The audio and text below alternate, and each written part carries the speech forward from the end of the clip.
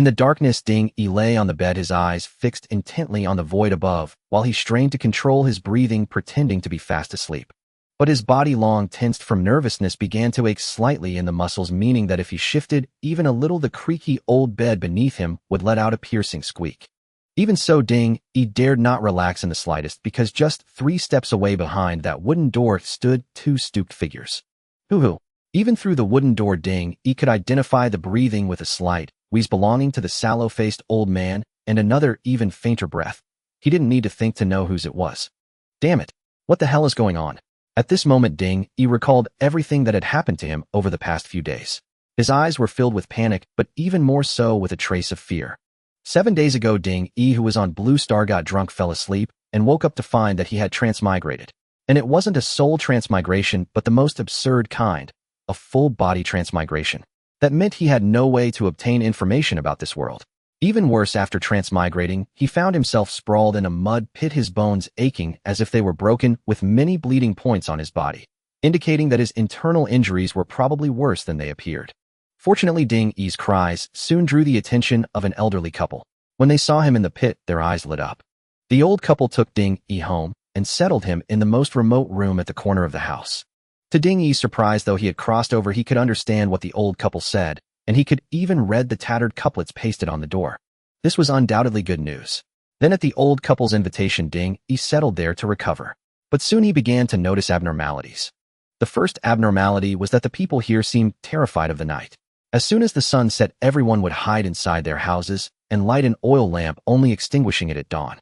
Ding-Yi asked the old couple about this, but they told him that lighting lamps at night was a custom, and it was normal for an outsider like him not to understand. At first, Ding-Yi didn't think much of the couple's explanation until he discovered the second abnormality. One night, deep in sleep, Ding-Yi was suddenly awakened by a nightmare. Just as he was about to turn over and go back to sleep, he heard breathing from behind the shabby wooden door not far away. Haha. This wheezing breath immediately conjured the image of the old man in Ding-Yi's mind, because the old man who had rescued him suffered from asthma. Whenever he was excited or exerted, his breathing carried this sound. The other sound, though very faint, Ding-Yi still recognized as the old woman's breathing. After all, there was no fourth person in the house. Suddenly, Ding-Yi was wide awake. Cold sweat spread from every limb. What were those two doing? Why were they not sleeping in the middle of the night, hiding behind the door to spy on him? Fear instantly flooded Ding-Yi's mind, and his body began to tremble uncontrollably. Ding-Yi could imagine the old couple crouching obscenely behind the door, their eyes wide, peering through the gaps in the wood in his direction, as if staring at some rare treasure. Damn it. Damn it. Transmigration is bad enough. Severe injuries are bad enough. Why do I have to face this situation? Overwhelmed by panic, Ding-Yi's mind went blank due to his injuries. Only after a long while did he gradually recover. But Ding-Yi thought it might be a coincidence, so tonight he deliberately didn't fall deeply asleep. Yet in the middle of the night, he heard that familiar sound again. This time, Ding-Yi completely lost his composure. No way, I just transmigrated, I have no money, and I'm even injured. What are they after? At this moment, Ding-Yi forced himself to calm down, even pinching his arm hard to drive away his drowsiness. Meanwhile, Ding-Yi's mind began to replay scenes from the past few days, trying to find useful information. This place should be a village. Judging from the first day I returned, the people here are extremely indifferent to each other. Even when they saw the old couple bringing me back, no one asked a single question. From the architectural style, it's somewhat similar to ancient Blue Star, but though I can understand their language, it's definitely not a Blue Star language. This means I may have come to a parallel world.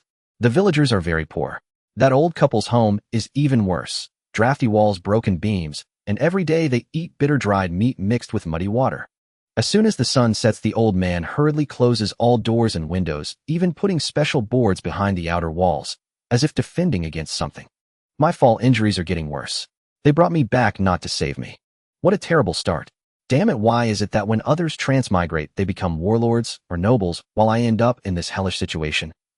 Ding-Yi gritted his teeth, suppressing his dissatisfaction and anger into his gaze, glaring at the wooden door 3 steps away, as if trying to bore through it and kill the 2 peeping toms outside.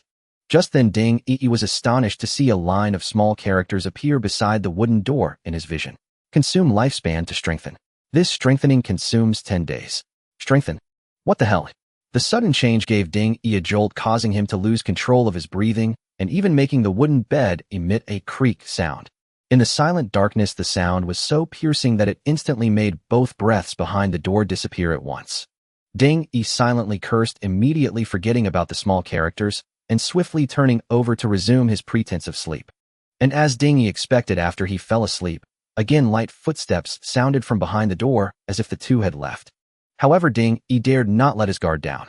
He continued to keep his breathing steady, even emptying his mind and forcing himself not to think about anything. After all, this was an unfamiliar otherworld. Being cautious wasn't shameful.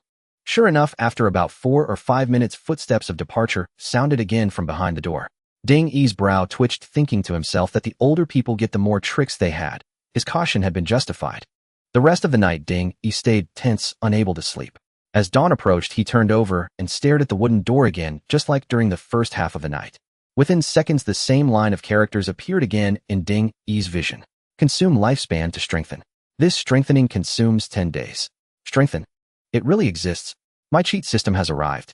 Hope instantly ignited in Ding-yi's eyes, but then he frowned. This thing actually requires his own lifespan to strengthen. What kind of cheat is this? It's a life-sucking cheat. Ding-yi grumbled inwardly, then a new question arose. So how much lifespan do I have left? With this thought, Ding-yi began to gaze at his own body, but no matter how long he stared, no information appeared. After 10 minutes without seeing any information, Ding-yi felt somewhat disappointed. He then shifted his gaze elsewhere. Stool. Consume lifespan to strengthen. This strengthening consumes 3 days. Strengthen. Mudwall. Consume lifespan to strengthen. This strengthening consumes 20 days. Strengthen. Cracked bedboard. Consume lifespan to strengthen. This strengthening consumes 1 day. Strengthen. Let me try Oneidi's sample. When Ding-yi saw the information on the cracked bedboard, his heart stirred, and then he silently said in his mind, yes. After Ding-yi silently chanted strengthen, he clearly noticed that the wooden board beneath him emitted a white light, and at the same time, he received a new notification. Strengthening successful. Remaining lifespan 8 years and 32 days. What the hell? I'm just over 20, how can I only have 8 years left? Ding-yi was so startled by this message that he nearly jumped off the bed, and the joy of just gaining a cheat ability was mostly dampened. Something's wrong, something's wrong. Even with my severe fall injuries, I shouldn't have such a short lifespan, so. Ding-yi climbed up and sat on the bed, bored, his mind racing, suddenly recalling the dried meat and murky water the old couple had been feeding him these days. Could the problem be in that food? Ding-yi was startled by his own thought, but quickly forced himself to calm down. Thinking about this now is useless. Let me check the board first. Ding-yi took a deep breath and then looked at the board he had strengthened. It was originally a rough, cracked board, but now it was brand new, even coated with a fine layer of red oil, making it stand out incongruously on the shabby wooden bed. Brand new red wood board in excellent red wood board. The red oil on its surface repels mosquitoes and insects, definitely top quality. It really worked. And not only had its appearance changed, but it had even been coated with preservative red oil. Ding-yi was shocked, inwardly marveling at how absurdly incredible this strengthening was. It was no longer just about fixing a board, it had even reconstructed its internal structure. If that's the case. With that thought, Ding-yi quickly looked at his own body and limbs, but after a few minutes he found it still the same as yesterday, with no information appearing, and he felt a pang of regret. I wanted to use strengthening to repair my body, but it seems I can't strengthen myself. With that thought, Ding-yi sighed, then pried off the conspicuous red oil board and hid it in the gap between the bed and the wall. After hiding the board, Ding-yi lay back down on the wooden bed and began to think about what to do next. From what I can see, the strengthening can randomly strengthen anything that can be strengthened.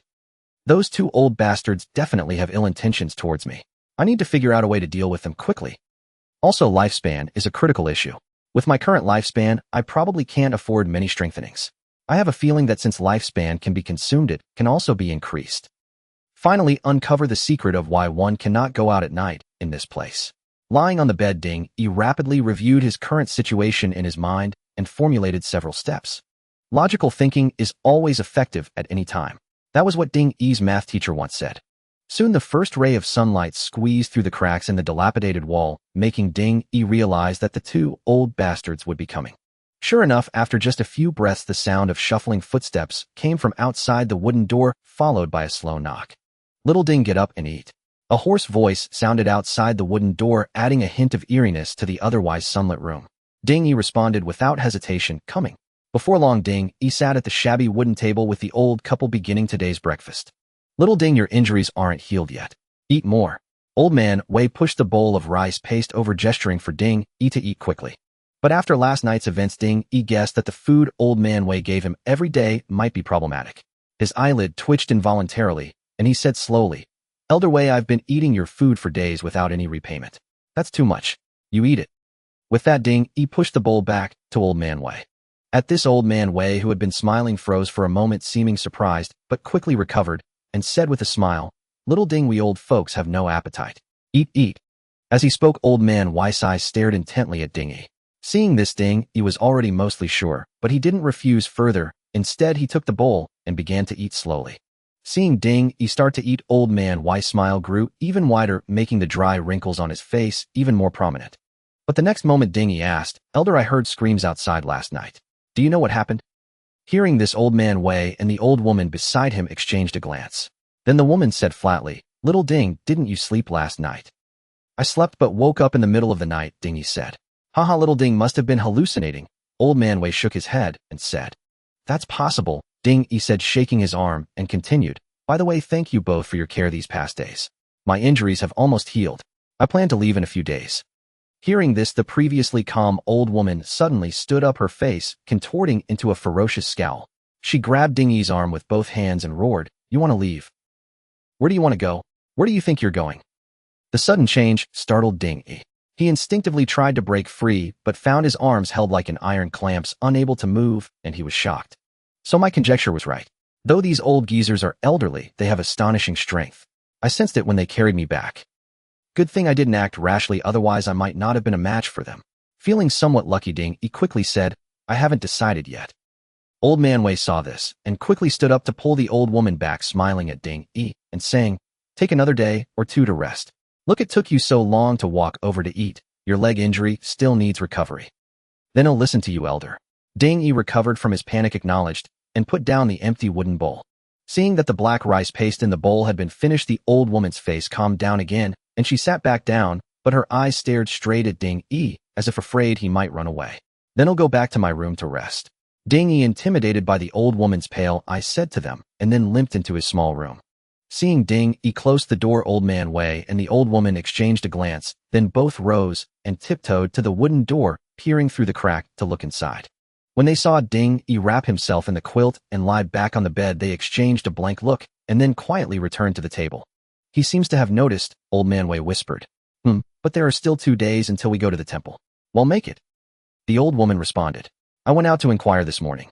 Last night, Old Man Ma and his family died." Old Man Wei continued expressionlessly. "Last time they went to the temple, they didn't have enough offerings. Looks like they didn't exchange enough blood candles," the old woman chuckled. "Let's go. This kid drank the contaminated water. He can't cause trouble." Old Man Wei stood up and left, the old woman following closely behind. They locked the door from outside with a rusty chain, then chose a direction and slowly departed. Inside the room, Ding Yi, lying on the bed, opened his eyes when he heard the locking sound. He slowly sat up with his arms, listened carefully to ensure the 2 old bastards had left, then slowly got out of bed. He didn't plan to force himself to vomit the morning's meal. First, the room was too small, nowhere to hide the vomit.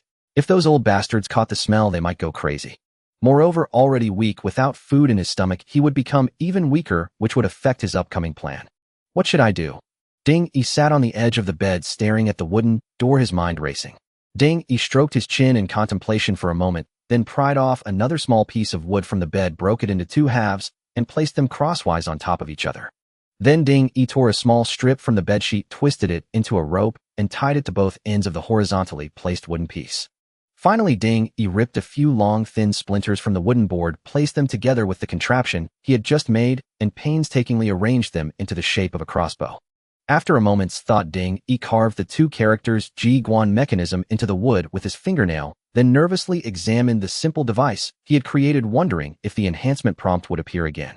This time, the enhancement system did not disappoint Ding Yi. The next moment, a familiar prompt appeared before his eyes. Consume lifespan to enhance. This enhancement will consume 30 days of lifespan. Enhance. Holy shit. It actually works. But why is the lifespan consumption so high all of a sudden? Ding Yi pumped his fist in excitement, but then fell into thought. For now, I can only speculate that the crudeness of my creation increased the enhancement cost. He'll need to verify that later when I have the chance. Ding Yi pondered inwardly, then selected yes. Enhancement successful. Remaining lifespan 8 years and 2 days. The next moment, the simple crossbow lying on the ground was instantly enveloped in a radiant light. After a single breath, the light gradually faded, revealing an object of an entirely different shape. Exquisite mechanism crossbow. A mechanism crossbow forged from refined iron equipped with attraction wire and poison bolts, truly a formidable tool for murder and plunder. Gazing at the exquisitely crafted item before him, which radiated an aura of premium quality, Ding Yi's face lit up with joy. Ignoring the pain in his leg, he quickly moved to stand before it. It even has a traction wire. This is indeed a mechanism crossbow. Ding Yi caressed the cold, deadly machine on the ground, his heart surging with excitement. This enhancement could actually materialize the things he desired. It was the ultimate cheat, the god among gods. With that thought, Ding Yi hastily picked up the mechanism crossbow from the floor and hid it under his bed. Though the spot under the bed was not particularly concealed, Ding Yi only needed to create a momentary opportunity. Besides, there was no better place to hide such a conspicuous item. Excellent. Let's see how you bastards play this now. A sly smile curled at the corner of Ding Yi's mouth. He then pried off another piece of wood and followed the same process to craft another mechanism crossbow.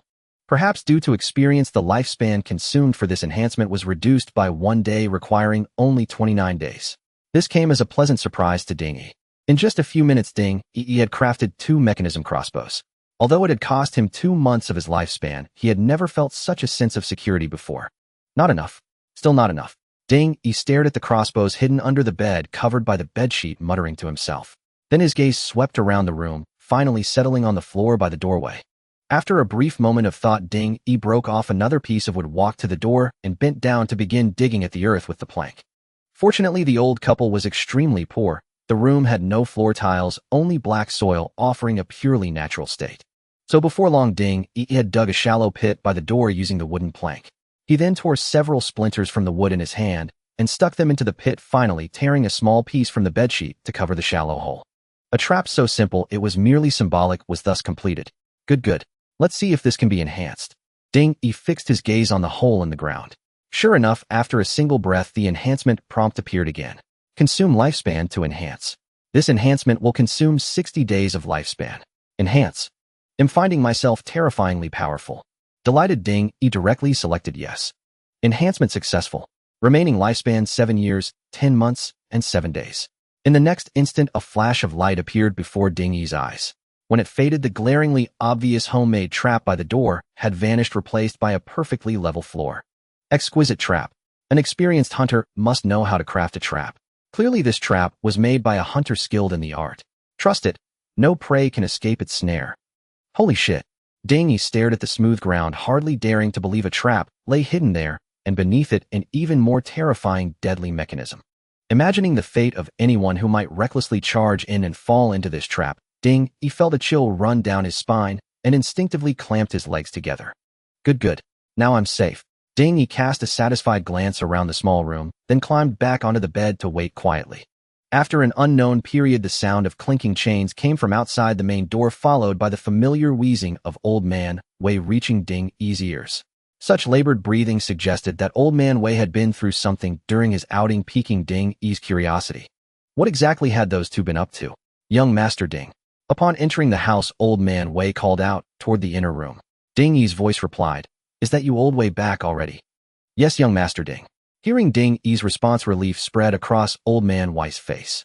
Beside him, the old woman seemed anxious. She glanced at the hatchet in the corner and moved toward it. But Old Man Wei grabbed her arm and whispered, "If the meat isn't fresh, the temple will discount the price. Tonight." The old woman nodded woodenly at this, then took the items she had brought back and walked into the adjacent kitchen. In the blink of an eye, dusk had fallen. The light filtering through the window had taken on an eerie, dark tinge. Old Man Wei quickly got up, went to the window, and lowered the shutter, as was his custom. "We're running low on blood candles. Good thing we can trade for more this time," the old woman murmured, noticing his movements. "Shoo." Old Man Wei shot her a fierce glare, then glanced toward Ding Yi's door. Seeing no movement, he said, "That kid hasn't come out all day. I'm afraid he might have figured something out." "Hell, a lively rat fetches a better price," the old woman retorted dismissively, baring a row of yellow, dry teeth in a cackling laugh. "Let's drug him tonight." Old Man Wei produced a small pouch from somewhere and tossed it to the old woman. "No need. I was planning to have a taste myself. Such tender flesh is a rare delicacy." The old woman let out a strange, cackling laugh and shook her head. Had true enough. Old Man Wei chuckled along with her, and then both fell silent. Only the oil lamp on the table cast a stifling dark red glow. As night fell, Ding Yi, who had been lying still on the bed, suddenly sensed something. His body trembled involuntarily. Yes, that detestable sound of breathing had returned. Damn it never ends. In the darkness, Ding Yi clenched his fists tightly, then slowly turned over, his eyes fixed intently on the direction of the wooden door. In the faint moonlight, Ding Yi's eyes were filled with tension, yet mingled with a hint of madness and anticipation. Old Wei stared through the crack in the door at Ding Yi lying on the bed, then licked his parched lips. Tomorrow is the day of incense offering. Tonight is the best time to act. With that, Old Wei slowly slid the cleaver into the door gap, pressing it against the latch and gently levering it upward. Under Old Wei's control, the latch crept upward with a faint creak. Seeing this, Ding Yi on the bed could no longer hold back. He sat up abruptly and demanded, "Is that you, Old Wei? Hey, you noticed after all?" Old Wei seemed to have anticipated Ding Yi's reaction and let out a sly chuckle. Then with a sudden kick, he burst the rickety wooden door wide open. "Young Ding, my wife and I have cared for you so long. It's time you repaid us." Old Wei let out a strange laugh and stepped forward, but the next moment his foot met empty air, as confusion set in, the world around him spun into chaos. Oh! Agonizing pain erupted in Old Wei's mind. Staring up at the massive pit above, he let out a blood-curdling scream. Meanwhile, the old woman's withered yellow eyes turned bloodshot. "You little bastard. He'll kill you." With that, she dropped to all fours like a mad dog, leaped across the pit at the doorway, and lunged straight at Ding Yi. Startled by the old woman's nimble and swift movements, Ding Yi still remembered the two lethal weapons under his bed. He yanked his wrist, snapping the cord tied to it. The next instant, a cold gleam flashed in the darkness, followed by a dull thud in the air. The charging old woman let out a piercing shriek as a tremendous force sent her flying sideways. Boom! The old woman crashed out of the room, tumbling several times across the floor before slamming into the earthen wall of the outer chamber, shaking the rafters. "That's incredible." Ding Yi stared in awe at the old woman flying through the air, marveling inwardly. Truly, what was forged with one's lifespan was worth every day. Such integrity. Now the screams from the pit gradually faded as Old Wei's life ebbed away. But outside the door there was still some commotion. Ding Yi's eyes sharpened, and he quickly grabbed another crossbow from under the bed, aiming it at the entrance. "Cough, cough, you little bastard. You're dead. You're dead." Suddenly, the old woman's frenzied roar came from outside like a wailing infant, sending a chill down Ding Yi's spine. Just as tension peaked, a cracking sound reached his ears. In an instant, Ding Yi understood what the old woman was doing. She had broken the boards blocking the window. Unable to hold back any longer, Ding Yi hobbled outside with the crossbow, ignoring the pain in his leg. He saw the blood-soaked old woman reaching for the lit oil lamp on the table. Behind her, the once sealed window was thrown wide open, the board that had blocked it torn cleanly in two. "You old hag." Though he didn't know why she was doing it, Ding Yi knew he had to stop her. He raised the crossbow, aimed at the old woman, and pulled the trigger. With a crisp twang of the bowstring, the old woman was sent flying again, pinned to the wall by the arrow. Even so, her eyes remained wide open, staring at Ding Yi as she opened her mouth and emitted garbled guttural sounds. Damn it! Without checking if the old woman was dead, Ding Yi's gaze snapped to the oil lamp on the table, and his heart sank. The lamp had gone out. He had been too slow. The old woman had destroyed it. At the same time, an inexplicable terror seized Ding Yi, making him tremble uncontrollably. Buzz, buzz. From the open window, an eerie, inexplicable laughter drifted in, accompanied by a bone-chilling wind. Without a second thought, Ding Yi dragged his leg and hopped to the table, grabbing the oil lamp. For the first time, he touched the mysterious lamp and saw its true form. It was an ordinary-looking lamp, the only peculiarity being a strange pattern carved in red lacquer on the base, like the eye of some beast. The dried oil inside emitted a pungent, fishy odor reminiscent of vomit left to ferment for days, its composition unknown. At that moment, a pitch-black shadow poured in through the window, dropping the temperature in the hall by several degrees. What the hell is that? A single glance at the thing made Ding Yi's vision turn red, as if he were submerged in a quagmire of blood. A putrid stench surged from all directions, suffocating him like a plunge into an abyss. Clutching the lamp tightly, Ding Yi's mind raced. He bit his tongue, mimicking a movie trick, hoping pain would wake him from the illusion. But the bite failed to break the skin, instead jarring his teeth and making him wince in pain. Though his tongue was intact, the pain still jolted him, snapping him out of the eerie state. Now Ding Yi could see clearly what had poured in through the window. They were black insects shrouded in shadow. Calling them insects felt inaccurate. They had the size, but their true form was hidden beneath the shadow. Hundreds of these creatures swarmed together, forming a thick black smoke that surged toward Ding Yi. At the critical moment Ding, he looked at the lamp in his hand and saw the familiar prompt consume lifespan to enhance. This enhancement costs 80 days of lifespan. Confirm. Yes. Without hesitation Ding, he confirmed. In the next instant the lamp in his hand flashed and transformed into an ancient bronze lamp. The bronze lamp was engraved with intricate patterns, and to Ding Yi's delight the oil reservoir was full. The wick flickered with a fiery red flame casting a dark crimson glow across the room. Instantly, any black insect touched by the light let out a sharp crack and exploded before Ding Yi's eyes. Bang! Bang! Bang! A series of dull sounds echoed through the room. Seeing the lamp's effect, Ding Yi raised it high like the Statue of Liberty advancing against the black tide toward the window. Killed Shadow Mantis lifespan 0. 1 day killed Shadow Mantis lifespan 0. 1 day killed Shadow Mantis lifespan 0. 1 day. A cascade of prompts flashed before Ding Yi's eyes, making him stop in astonishment. This is it. So this is how I gain lifespan. At this moment Ding Yi was overjoyed, for having found a method to gain lifespan had undoubtedly greatly enhanced the usability of this enhancement system. But now was clearly not the time to study this. Gritting his teeth, Ding Yi raised the lantern and continued moving forward. Although the creatures called ghost shadow crabs could no longer harm Ding, he still felt an intense chill throughout his body, as if his blood was beginning to congeal. His body was evidently far too frail, forcing him to abandon the idea of continuing to harvest lifespan. Soon Ding Yi reached the window. He picked up a broken plank from the floor and placed it over the opening, his eyes fixed on the window. When he saw the prompt indicating it could be enhanced, he immediately selected the enhancement option. The next moment, the hollow window was instantly covered by a thick wooden plank, and the buzzing noise that filled the room vanished, returning everything to normal. Huff, huff. Ding Yi stared at the scene before him, exhaling heavily before collapsing onto the ground. It was only then that a wave of intense fear flooded his mind. If he hadn't reacted quickly, the whole village would have been feasting on him tomorrow. At this thought, he turned his gaze toward the old woman pinned to the wall by arrows. To his horror, she had become a mere bag of bones, her flesh withered and dry like a corpse left to desiccate for decades. Holy shit! Ding Yi jolted in fright, springing to his feet and stumbling backward. No wonder my blood felt like it was freezing. Without the oil lamp's protection, I'd have ended up just like that old woman. With this thought, Ding Yi looked down at the lantern in his hand, then carefully placed it on the table. Next, Ding Yi nervously approached the window again, pressing his ear to the wall to listen for any unusual sounds outside. Hearing nothing amiss, he cautiously returned to his seat by the table. Damn it, what kind of hellhole is this? Too dangerous, too dangerous. Panic began to set in, but then something occurred to him. He quickly stood up and headed toward his small room. Standing at the door of the small room, Ding Yi peered down into the pit. He saw Old Man Wei lying at the bottom, his eyes wide open, his body twisted in a grotesque pose. Several sharp wooden stakes pierced through his chest, pinning him firmly in place. Ugh!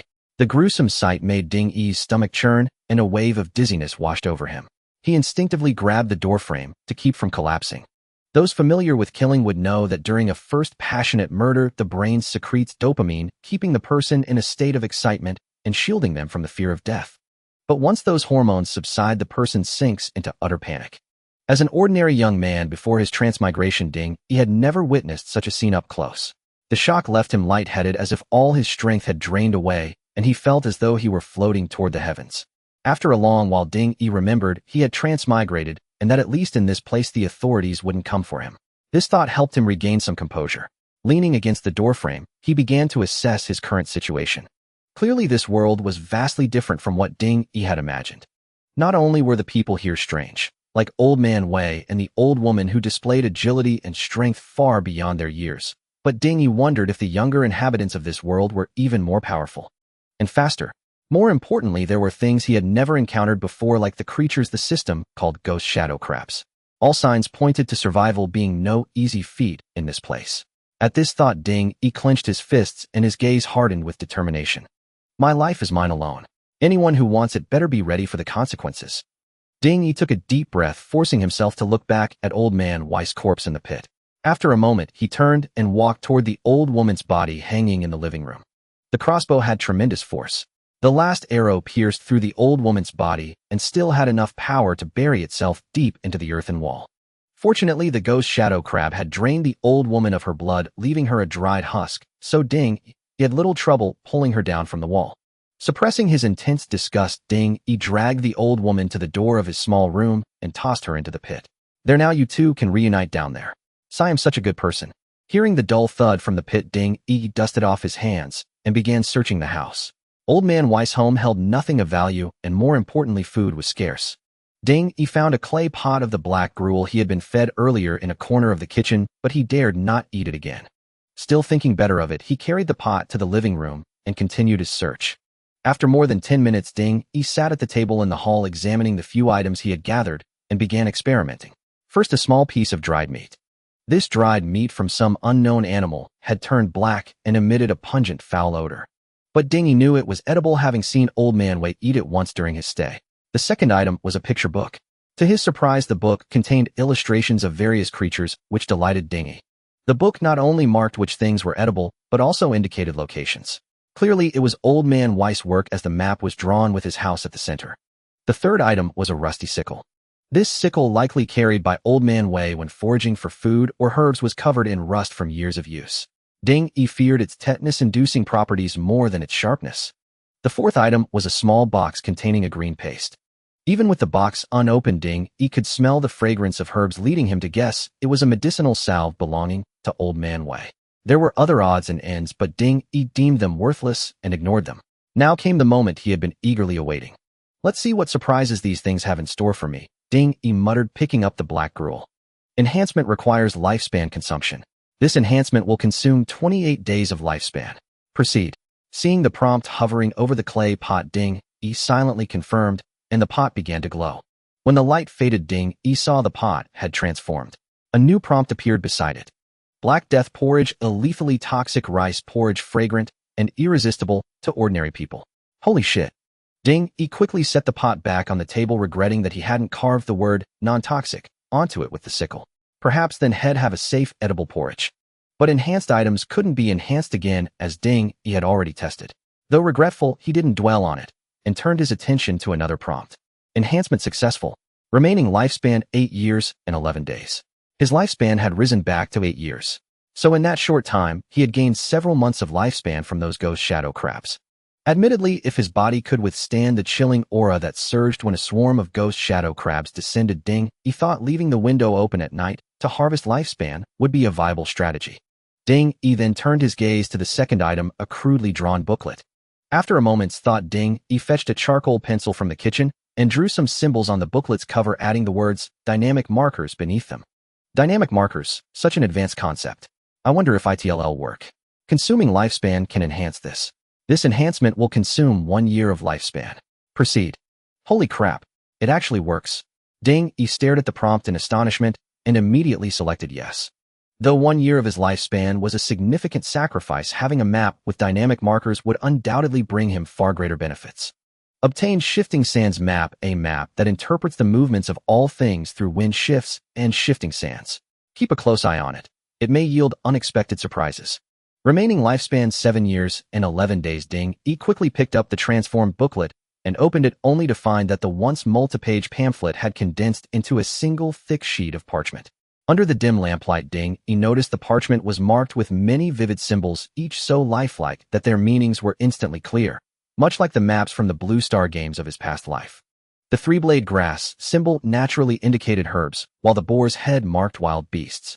But what caught Ding Yi's attention most was a spot a bit farther away marked with a large red cross. What does this mean? A death zone? A forbidden area? Danger? Ding Yi speculated, but he firmly etched that location into his memory. This is a true treasure. With it, my safety and efficiency in the wild will be vastly improved. Delighted, Ding Yi carefully folded the Shifting Sands map and set it aside, then picked up the sickle. Frankly, the sickle hardly needed enhancement. Even if it became razor sharp, it would be overkill for cutting grass, and without experience and skill, a weapon alone wouldn't suffice for hunting beasts. Yet the sickle sparked a different thought in Ding Yi's mind. Does this world have cultivation manuals? The thought stirred a restless excitement within him. After all, given the absurd events he'd just witnessed, who could say immortals didn't exist in this world? If immortals existed, then cultivation techniques must too. With that in mind, Ding Yi hurried back to Old Man Weiss' room and rummaged around until he found a tattered piece of clothing. Ding Yi took the garment, found a pair of scissors in the room, and cut it into rectangular cloth pieces. He stacked them neatly and stitched them together with coarse thread. Using the charcoal pencil, Ding Yi began drawing on the cloth. Each piece bore a simple figure in a different pose. On the first piece, he wrote the words, Immortal Hero. Quick, enhance it. Ding Yi's excitement peaked as he stared at the cloth bundle, pouring all his hopes into that moment. Consuming lifespan can enhance this. This enhancement will consume 1462 years and 7 months of lifespan. Proceed. The cold prompt doused Ding Yi's fervor like a bucket of ice water. Over 1,000 years. If I had that long to live, why would I even need to cultivate immortality? Ding Yi felt like weeping but had no choice but to accept it. Still, there was a silver lining. It confirmed that a cultivation manual could indeed be forged through enhancement. Ding Yi suspected that his crude draft had driven the cost so astronomically high. Unwilling to give up, Ding Yi erased Immortal Hero and wrote High Martial Arts instead. Consuming lifespan can enhance this. This enhancement will consume 132 years and 7 months of lifespan. Proceed. Great. This system leaves no room for loopholes. Though he had anticipated this, Ding Yi still felt a pang of disappointment. But he didn't relent, erasing High Martial Arts and writing Basic Martial Arts. Consuming lifespan can enhance this. This enhancement will consume 6 years and 7 months of lifespan. Proceed. Got it. Ding Yi gritted his teeth and selected yes. All in. As Ding Yi made his choice, the crudely stitched cloth book on the table was enveloped in a gentle radiance. The light suddenly contracted, sinking into the book and vanishing, while the tome itself was completely transformed. Evergreen art, an excellent internal cultivation method known for its balance and longevity-enhancing properties. Remaining lifespan 5 months and 11 days. I hope this was worth it. Ding Yi picked up the book, now entirely made of paper, and marveled once again at the system's miraculous power. Opening the first page, he read a passage. All things in heaven and earth have their end, yet the Tao returns to the origin, allowing one to remain evergreen for 10,000 years. What's this? An author's note. Ding Yi muttered before flipping to the second page, where illustrations finally appeared. A small figure sat cross-legged in an odd posture. Detailed annotations explained the technique, such as pressing the sole of the right foot against the left knee while reclining on the ground. What is this? Ding Yi studied the text on the first page and realized it was teaching him a sleeping posture. Interesting, he murmured, continuing to flip through. The following pages elaborated on various resting postures, sitting, standing, and meditative poses. After finishing the booklet, Ding Yi found that the entire evergreen art was nothing but instructions on how to rest. Disappointed, he wondered what use such a martial art could be. With no other options, he decided to give it a try. After all, it was a product of the system. Perhaps it held some hidden efficacy. Glancing at the jar of herbs left on the table, Ding Yi abandoned the idea of further enhancements. With less than a year of lifespan remaining, his priority was to test this martial art to strengthen his body, and then use the oil lamp trap to kill the Shadow Spectre turtle and extend his life. Still, the 2 corpses in his small room troubled him. After much deliberation, Ding Yi could think of no solution and decided to wait until dawn. Daring not to sleep, he chose a seated reclining posture from the evergreen art and attempted to cultivate. Right hand pressed against the left kidney area, left leg straight, right leg bent, left hand gripping the right shoulder body, leaning slightly back. Ding Yi quickly assumed the posture as described and began his first attempt at cultivation using the unique breathing technique. Breathe in, breathe out, breathe in, breathe out. As his chest rose and fell rhythmically within just over 10 minutes, Ding Yi felt a surge of searing energy erupt from his lower abdomen, traveling along his right arm toward his crown. It actually works. Ding Yi's heart leaped with joy. The system had not deceived him. It delivered results for the lifespan it consumed. This wondrous sensation was unlike anything he had ever experienced. As time passed, Ding Yi, with his eyes shut, felt an increasing surge of warmth emanating from his lower abdomen. Before long, it completed a full cycle through his body, eventually returning to its origin. With this cycle completed, Ding Yi noticed a slight enhancement in the heat within his abdomen. Intrigued, he continued his cultivation according to the requirements of the Eternal Youth Art. Unknowingly, Ding Yi lost count of how many cycles the warm current had completed. But when a sliver of light fell upon his cheek through the crack in the door, he jolted awake and opened his eyes. How is it already dawn? Stunned by the light streaming into the hall, Ding Yi hurriedly rose to open the door and check, only to find his body felt remarkably light, as if he had lost over 10 gene overnight. Yet this illusion quickly faded after he stood up, leaving Ding Yi puzzled and bewildered. What's this? My leg. But in the next moment, Ding Yi was astonished to find that his leg no longer hurt when it touched the ground. Only then did he realize that his injured right leg had inexplicably healed. Is this stuff this incredible? Ding Yi clenched his fists, but sensed no surge in strength, only a feeling of easy breathing and a newfound lightness in his body. Just as Ding Yi was about to continue his examination, a commotion suddenly arose outside the door. Hearing the noise, he immediately wiped the smile from his face, crept to the door, and peered through the crack. Outside on the cobblestone path in the center of the village stood an inexplicable gathering of residents. Their expressions were wooden, their forms as gaunt as Old Man Weiss, but most carried large bundles, as if preparing for a long journey. What are they up to? Ding, he wondered, narrowing his eyes to observe. Just as his confusion deepened, he saw an old man approaching his door. Damn! Ding, he swiftly dodged to the side, glanced around, then hurriedly returned the items from the table to Old Man Weiss' room. He gently closed both his own and the old man's doors before sitting quietly by the table to wait. Before long, a knock came at the door. Old Wei, time's up. Time to go to the temple. The hoarse voice was devoid of emotion, like a walking corpse, causing Ding Yi to frown inwardly. Hearing no response from inside, the old man suddenly began pounding on the door. Thump, thump, thump. The loud noise shook the rafters, leaving no doubt that the old man outside was doing it deliberately. Seeing this, Ding Yi's mind raced. He then went to the door and yanked it open. Wei. It's you. Where's Old Wei? The old man outside seemed surprised to see Ding Yi. He went hunting yesterday and got hurt. He's lying in his room. Ding Yi pointed to the closed door. Had his age playing the hunter. Looks like the eagle pecked his eyes out. The old man gave Ding Yi a meaningful look. What do you want? Ding Yi frowned. Since old Ding is indisposed, you'll go to the temple in his place, the old man said slowly. What is this temple? Ding Yi was taken aback. Old Wei never told you, did he? The old man grinned, revealing dry yellow teeth. Our Shaolin village goes to the temple every month to beg for lamp oil. Every household must go unless the family has died out completely, the old man said expressionlessly. Hearing this, Ding Yi looked past the old man at the waiting villagers behind him. They were all staring at him as if awaiting his answer. The sight made Ding Yi's mouth go dry. He had no doubt that if he dared utter a refusal, these villagers would swarm him like madmen and tear him to pieces. With no choice, Ding Yi steeled himself and said, Fine. Do I need to bring anything? The old man's face twisted into a grim smile at Ding Yi's reply. Bring meat if you have meat, blood if you have blood. If you have nothing, bring yourself. A chill ran down Ding Yi's spine at the old man's words. He looked again at the distant villagers and noticed blood seeping from many of their bundles, while others carried nothing at all. Shit, that old Wei tried to kill me. Was it just to go to this temple? A bizarre thought struck Ding Yi, but it seemed all too plausible. Swallowing hard, Ding Yi forced himself to say, all right, wait for me. With that, he closed the door, rushed into Old Weiss' room, and retrieved the large piece of dried meat he had found the night before.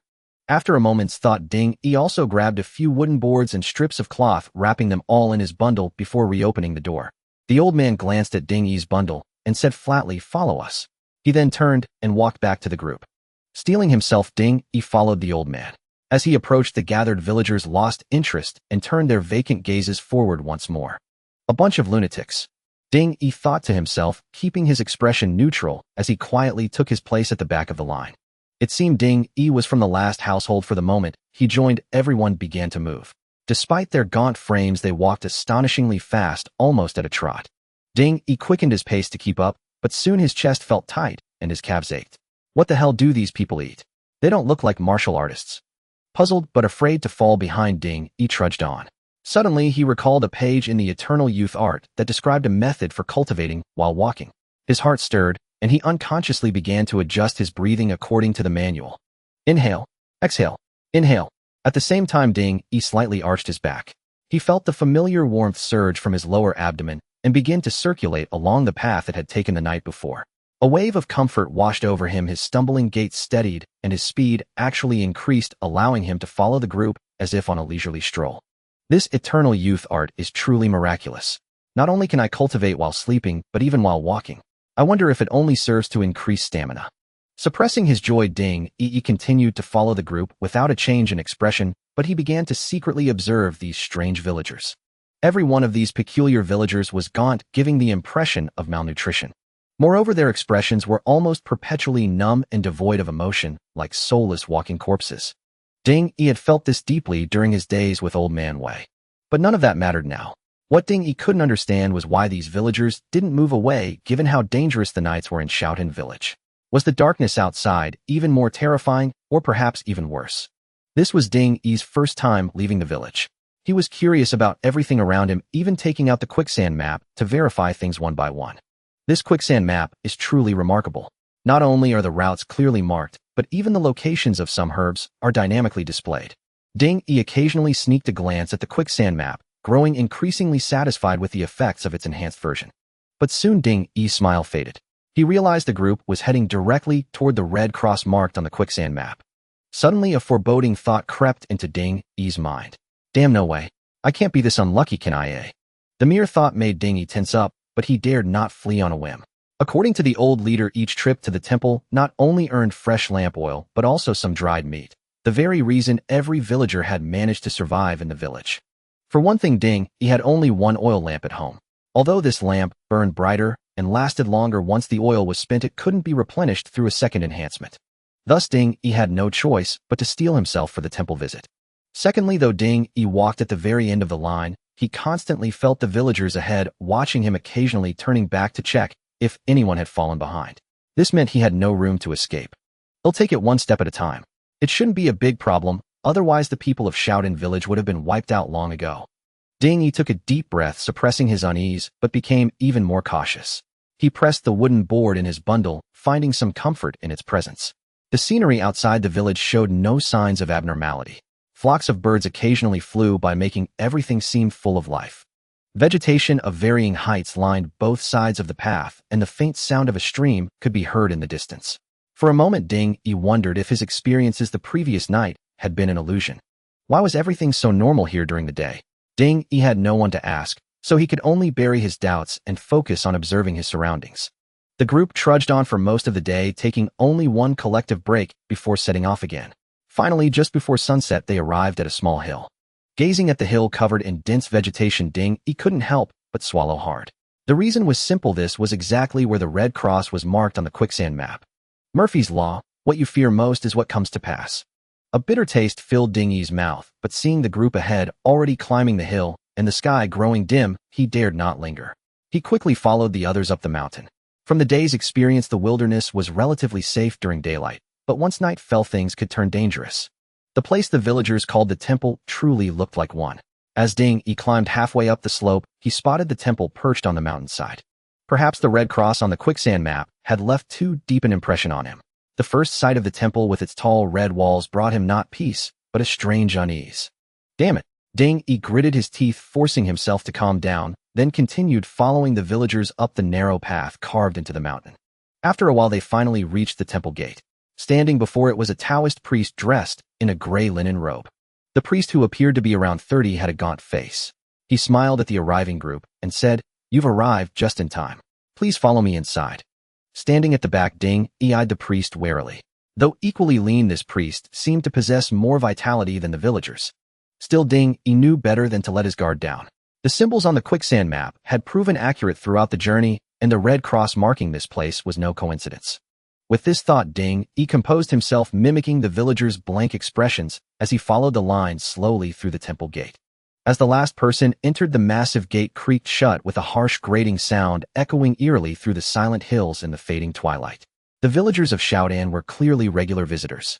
Led by the old leader, they crossed the front courtyard and followed a corridor beside the main hall toward the rear. Soon they passed through the corridor and arrived at the rear courtyard. Ding-Yi at the back had been quietly observing everything. Now in the rear courtyard, he noticed it was quite spacious with strange runes carved into the walls. But what caught his attention most was a towering statue in the center. The statue, about 3 zhang tall, stood in the middle of the courtyard. It depicted a Taoist figure, though its connection to the temple was unclear. Hurry, hurry! The old leader's voice rang out with eager anticipation as he directed the villagers to take positions around the statue. Though unsure of what was to come, Ding-Yi had no better option. He followed the others and took his place in the circle around the statue. Once everyone was in position, the priest who had led them in smiled, stroked his beard, and began to speak. This month's sermon will be delivered by the master of our Taiping temple, the true person Baiyun. Listen carefully, villagers, and grasp the opportunity. Do not squander your fortune. With that, the priest suddenly clasped his hands in a bow toward a shadowy corner. Only then did Ding-Yi notice another figure standing in the darkness. "I am Baiyunzi. Today I shall preach to you all." A slightly hoarse voice rang out as an old Taoist with graying hair, narrow eyes, and long brows and beard stepped out of the shadows. He descended the steps and entered the courtyard. At the sight of him, the villagers' dull expressions turned wild with fervor. They fell to their knees with a thud, crying out, "Old Immortal! Old Immortal! Immortal, please save us!" Startled by the scene, Ding-Yi quickly recovered. Having kept a close watch on his surroundings, he dropped to his knees just as swiftly slapping the ground repeatedly in a frenzy feigning madness. After all, when it came to acting, he feared no one. The way changes, all things perish. Greed runs rampant, the pivot turns 8 times. Seeing the crowd's reaction, Baiyun flicked his whisk and began to speak slowly. As Baiyun spoke, the kneeling villagers grew even more frenzied. Some even slammed their heads against the ground, producing dull thuds. What the hell? Is this necessary? Ding, he muttered, inwardly glancing at the commotion from the corner of his eye. Suddenly the words entering his ears became strangely blurred, and a wave of dizziness washed over his mind. Not good. At that moment, Ding, he felt a cold sweat trickle down his back, instantly realizing that this Baiyun was not preaching Tao, but casting a bewitching spell on the people. What am I to do? A surge of panic welled up in Ding Yi's heart. He couldn't help but glance at the other villagers, only to find that none of them noticed anything amiss. Instead, their faces bore expressions of rapturous intoxication as they bowed before the statue with increasing fervor. These villagers are so dazed and confused. Could this so-called preaching be the cause? A preposterous, yet highly plausible speculation suddenly emerged in Ding Yi's mind, causing his heart to sink. I can't just wait for doom. I need to think of something. Without much deliberation, Ding Yi decided that pain might counteract the hallucinatory voices in his mind. He then bit down hard on his tongue. The next moment, as the searing pain shot from his tongue straight into his brain, Ding Yi's face contorted in agony. Yet this torment brought him a sliver of clarity, weakening the clamor in his mind. Meanwhile, the crowd in the courtyard was bowing madly. Though Ding Yi's expression was twisted and grotesque, he remained inconspicuous among them, drawing no attention from the two Taoists. Time ticked by second. Just as Ding Yi felt his tongue grow numb from biting his forehead, drenched in sweat and his endurance on the verge of collapse, a surge of warmth suddenly flowed from his lower abdomen, rushing through his meridians and into his mind. Instantly, Ding Yi felt his mind clear, and a glimmer of lucidity returned to his eyes. Is this the evergreen art? In a flash, Ding Yi recognized the source of that inner energy. Overjoyed, he discreetly surveyed his surroundings. Seeing that the two Taoists were not looking his way, he subtly adjusted his posture, shifting into the kneeling bow of the evergreen art. Then Ding Yi regulated his breathing. In no time, the warm current from his abdomen swelled, dispelling most of the distracting noise in his mind and leaving him feeling refreshed. Who knew the evergreen art had such an effect? Truly worthy of my Allen gamble. As Ding Yi circulated his energy, he kept an eye on the Taoist diagonally ahead. Time passed, and finally Baiyunzi ceased his sermon. By then the dim twilight had given way to complete darkness. Night had fully fallen. Silence reigned beyond the courtyard walls, broken only by the dull thuds of the villagers' foreheads hitting the ground as they knelt and bowed, lending the temple an eerie, sinister air. Baiyunzi swept his gaze over the prostrate crowd, a satisfied smile curling on his lips. He flicked his horsetail whisk and declared, "The immortal takes pity on you trapped in suffering and wishes to bestow upon you divine medicine. Yet you must also offer tribute. As per the old rule, repay with flesh and blood." With that, Baiyunzi swung his whisk, and a streak of red light shot forth, plunging into the statue in the courtyard. The next moment, the statue, which had stood motionless, slowly opened its eyes. "The immortal has manifested. The immortal has manifested. We are willing to offer our flesh and blood. Grant us your blessings, protect us through this calamity." The villagers had stopped kowtowing, instead clasping their hands together as they gazed at the colossal statue with eyes wide open, their faces brimming with frenzied excitement. In the corner, Ding Yi stared at the statue, his heart pounding violently, threatening to burst from his chest. No words could describe Ding Yi's state of mind. Such a grotesque scene unfolding before his very eyes shattered his worldview, sending involuntary tremors through his limbs. Before his transmigration, he was just a fresh graduate. Where would he have ever witnessed such absurdity? Even though he had encountered the terrifying shadow centipedes the previous night, the oil lamp had protected him, reducing them to dust before they could approach, never truly letting him grasp the sheer strangeness and absurdity of this world. But now he saw it, utterly, completely, with his own eyes. The Taoist statue's eyes swept emotionlessly over the kneeling crowd below. Suddenly, countless fleshy tendrils shot forth from its body, hurtling toward each person. The villagers below seemed prepared. Instead of shock or fear, they opened their bundles with fervent smiles, laying out their contents before them. Only then did Ding Yi see what lay within those bundles. Flesh, all of it dripping with blood. Some pieces resembled animal hind legs, others animal organs, but some, Ding Yi couldn't help but think, looked disturbingly like human heads. The flesh was eerily fresh, still oozing blood, filling the courtyard with a thick metallic stench. Holy shit, this is insane. A violent wave of nausea surged from Ding Yi's stomach, but he knew that any sign of abnormality would likely make him the next pile of minced meat on the ground. So clenching his jaw, Ding Yi forced himself to remain silent. He then looked at the villagers who had brought no bundles. Those villagers stretched out their arms high to meet the oncoming tendrils. The tendrils pierced their skin and began to suck. Why did he call it sucking? Because the tendrils contracted rhythmically after entering the flesh, as if someone was using them as straws to drink.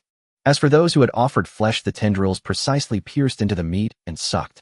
The scene sent the courtyard's sanity plummeting. Ding Yi's scalp crawled at the sight, but he had no choice. He extended his arm toward the tendril rushing at him. The next moment, a sharp pain shot through his arm, followed by a strong pull from the tendril. Damn, am I going to be drained dry? Panic-stricken, Ding Yi's gaze drifted to the wooden board in his bundle. But a glance at the two Taoists still standing in the courtyard made him abandon any thought of a desperate fight. No way. This place was marked with red crosses on the quicksand map. Ding Yi didn't believe a few hand crossbows could take them down. Fortunately, the tendrils seemed to understand the principle of not draining a pond dry. After feeding for a while, they yanked themselves out of the flesh.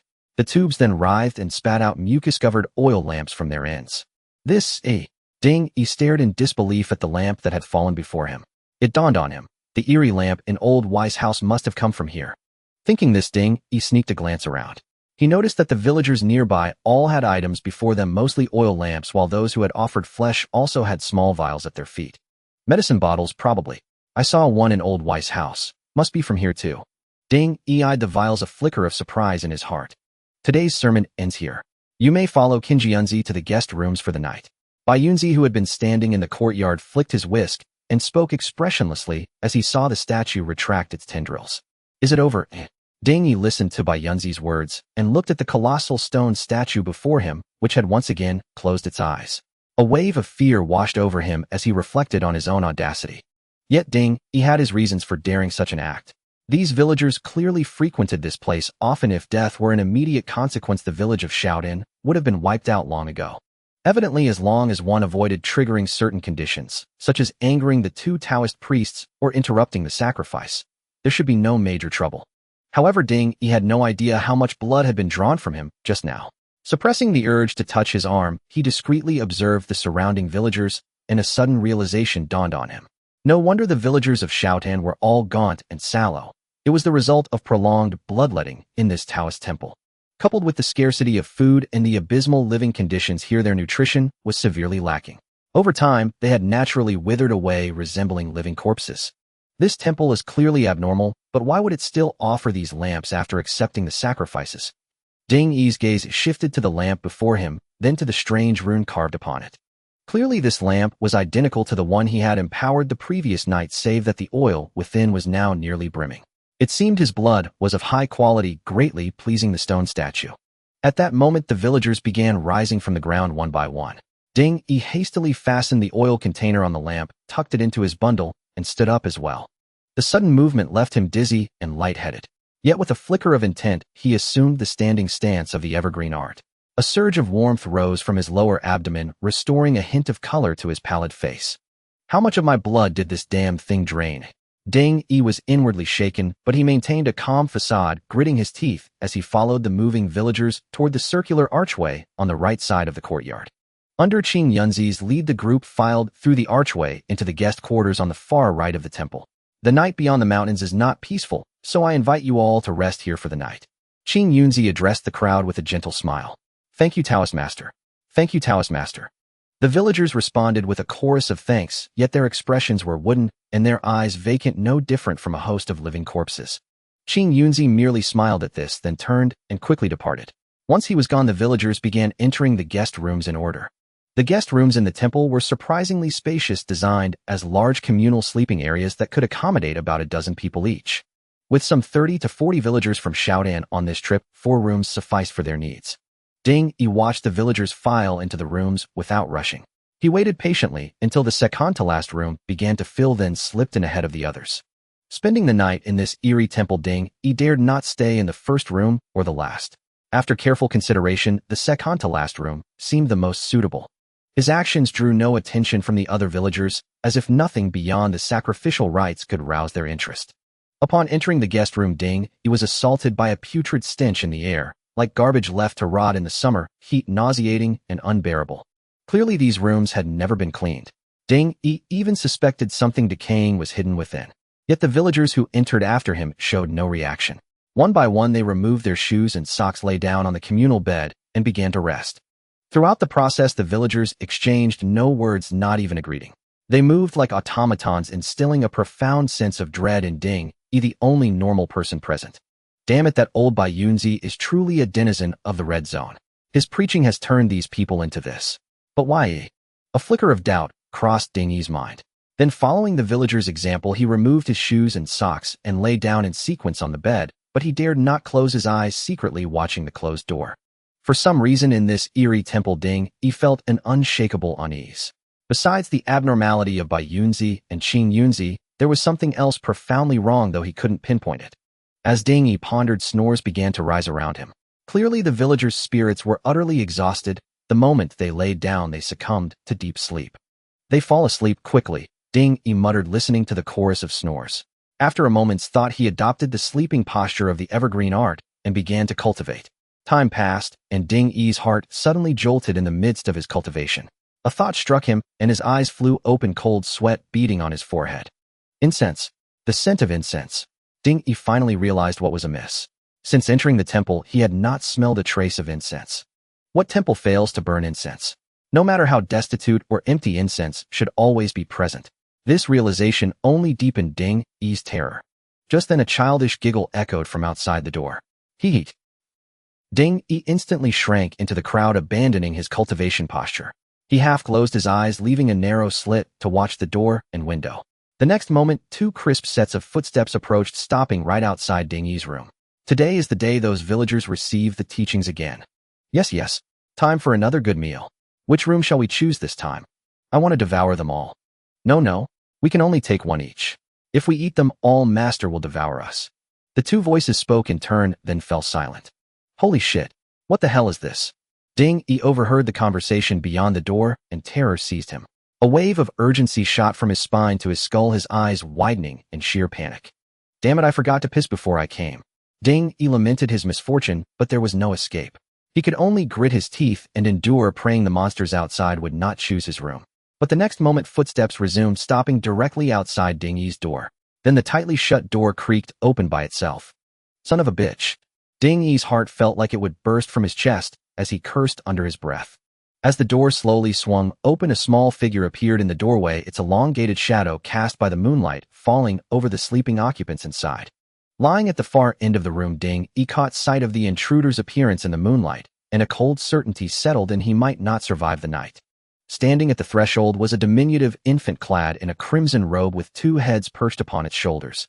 Both heads of the infant were deathly pale, smooth, and hairless, yet their lips were slathered with a thick layer of red rouge. The sight sent a chill down the spine, filling the heart with terror. In that instant, as Ding Yi laid eyes on the two-headed demon infant standing at the doorway, he felt as though all the blood in his body had surged into his mind, and his thoughts were momentarily paralyzed by sheer terror, leaving a fleeting void. Once upon a time such scenes only appeared in movies, yet now they were unfolding vividly before his very eyes. How could he possibly remain calm? At this moment, only one thought occupied Ding Yi's mind: to find a way to survive. To survive in this inexplicable, uncanny world. The two-headed demon infant stood at the entrance. Its two skulls swiveled, scanning the surroundings in different directions before one of them let out a light, cheerful laugh. Let's pick the last one by the wall. It's less likely to be noticed. The other head shook itself and retorted, I choose the first. The last one is too far. Listen to me, the last one is safer. The first. As the two heads argued, they began to quarrel, glaring at each other, their pallid faces twisted with fury. Damn it, of course, pick the first one. Get it done and get out. Ding Yi, lying in a slightly rearward position, cursed inwardly as he overheard the two-headed demon infants bickering. How about we take one each? Just as Ding Yi was silently cursing, one of the demon infants' heads suddenly proposed. That's a great idea. The demon infant seemed delighted by the suggestion, clapping its hands joyfully on the spot, sending a cold sweat down Ding Yi's spine as he lay in the back. Though he wasn't the last one who could guarantee that the demon infant wouldn't take an interest in him when it passed by. Yet clearly Ding Yi had no better option. He could only slow his breathing, feign deep sleep, and tightly shut his eyes. Thump thump. The sound of thick-soled cotton shoes echoed with stark clarity in the silent room, signaling that the two-headed demon infant had entered. Lying on the bed, Ding Yi felt a chilling, icy aura slowly approach from the direction of the door, then halt directly in front of him. Damn! Ding Yi's heart skipped a beat as he braced himself for the worst. Before sleep, he had deliberately placed the oil lamp and wooden plank from his bundle into his arms, ready to fight for his life if the wretched creature dared to harm him. Oh, this one has such strong blood energy. Indeed, it's rare. I really want to eat him. He must taste wonderful. Are you asking for death? If Master finds out, we're doomed. The flesh and blood idol loves people with strong blood energy. Let's go, let's go. This one is definitely marked by Master. The two-headed demon infant chattered for a few moments above Ding Yi's head, then actually continued deeper into the room, seemingly abandoning him. Yet despite this, Ding Yi's panic only deepened. What the hell? I've been marked. What is this flesh and blood idol? Is it that statue in the courtyard? A cascade of questions flooded Ding Yi's mind. As he was lost in frantic speculation, he suddenly heard a strange sound from behind. Slurp, slurp. The sound was akin to sipping a milkshake through a straw. This ordinarily mundane noise now carried such terror that it caused Ding Yi profound anguish, nearly making him retch. Time crawled by in this excruciating torment. After an unknowable duration, the harrowing sound finally ceased, replaced by another noise. Creak. It was the sound of a stone slab being pushed open. The friction between stone surfaces was unmistakable, sparking a grim suspicion in Ding Yi. The bedboards beneath everyone were movable. Sure enough, after a heavy thud of something hitting the ground, the sound of the stone slab closing followed. Then Ding Yi sensed the icy aura approaching him again from deeper within the room. This time the chill did not pause. It moved directly to the front of the room, and once more the harrowing sound echoed. Now Ding Yi finally understood the stench he had noticed upon entering the room. It was the odor of rotting corpses. Perhaps the bodies here had already been drained of blood and flesh by the fiend, so the decay didn't produce an unbearable putridity, how instead filtered through the stone slab. It smelled like rotting garbage. But the thought that dried corpses might be hidden beneath his own bed sent another jolt of horror through Ding Yi. He cursed his fate, wondering what sin he had committed to be reincarnated into such an absurd place. Fortunately, after feeding on the first victim, the two-headed demon infant departed, leaving the room shrouded in silence once more. Yet Ding Yi dared not make a sound. He remained still, eyes tightly shut, feigning deep sleep. He could sense the two-headed demon infant crouching outside the window, staring at him intently. At the slightest movement, it would pounce in and devour him. Time trickled by. Just as Ding Yi was about to succumb to exhaustion, his mind growing hazy, he suddenly felt a sliver of light brush across his cheek. Daybreak. Ding Yi's heart stirred. He couldn't help but crack his eyes open, only to find the room bathed in light streaming through the window. The sun had risen. Phew! Only then did the tension in Ding Yi's heart inexplicably ease. The night was finally over. Though he couldn't be sure the temple was safe during the day, it was certainly better than the night. Otherwise the fiend wouldn't have chosen to come after dark. As Ding Yi's mind wandered, stirred by the daylight, the villagers in the room began to stir and wake one after another. Seeing this, Ding Yi could no longer hold back. He slowly sat up and immediately looked toward the spot nearest the wall. Empty. Just as he feared. An involuntary twitch seized Ding Yi's eyelid.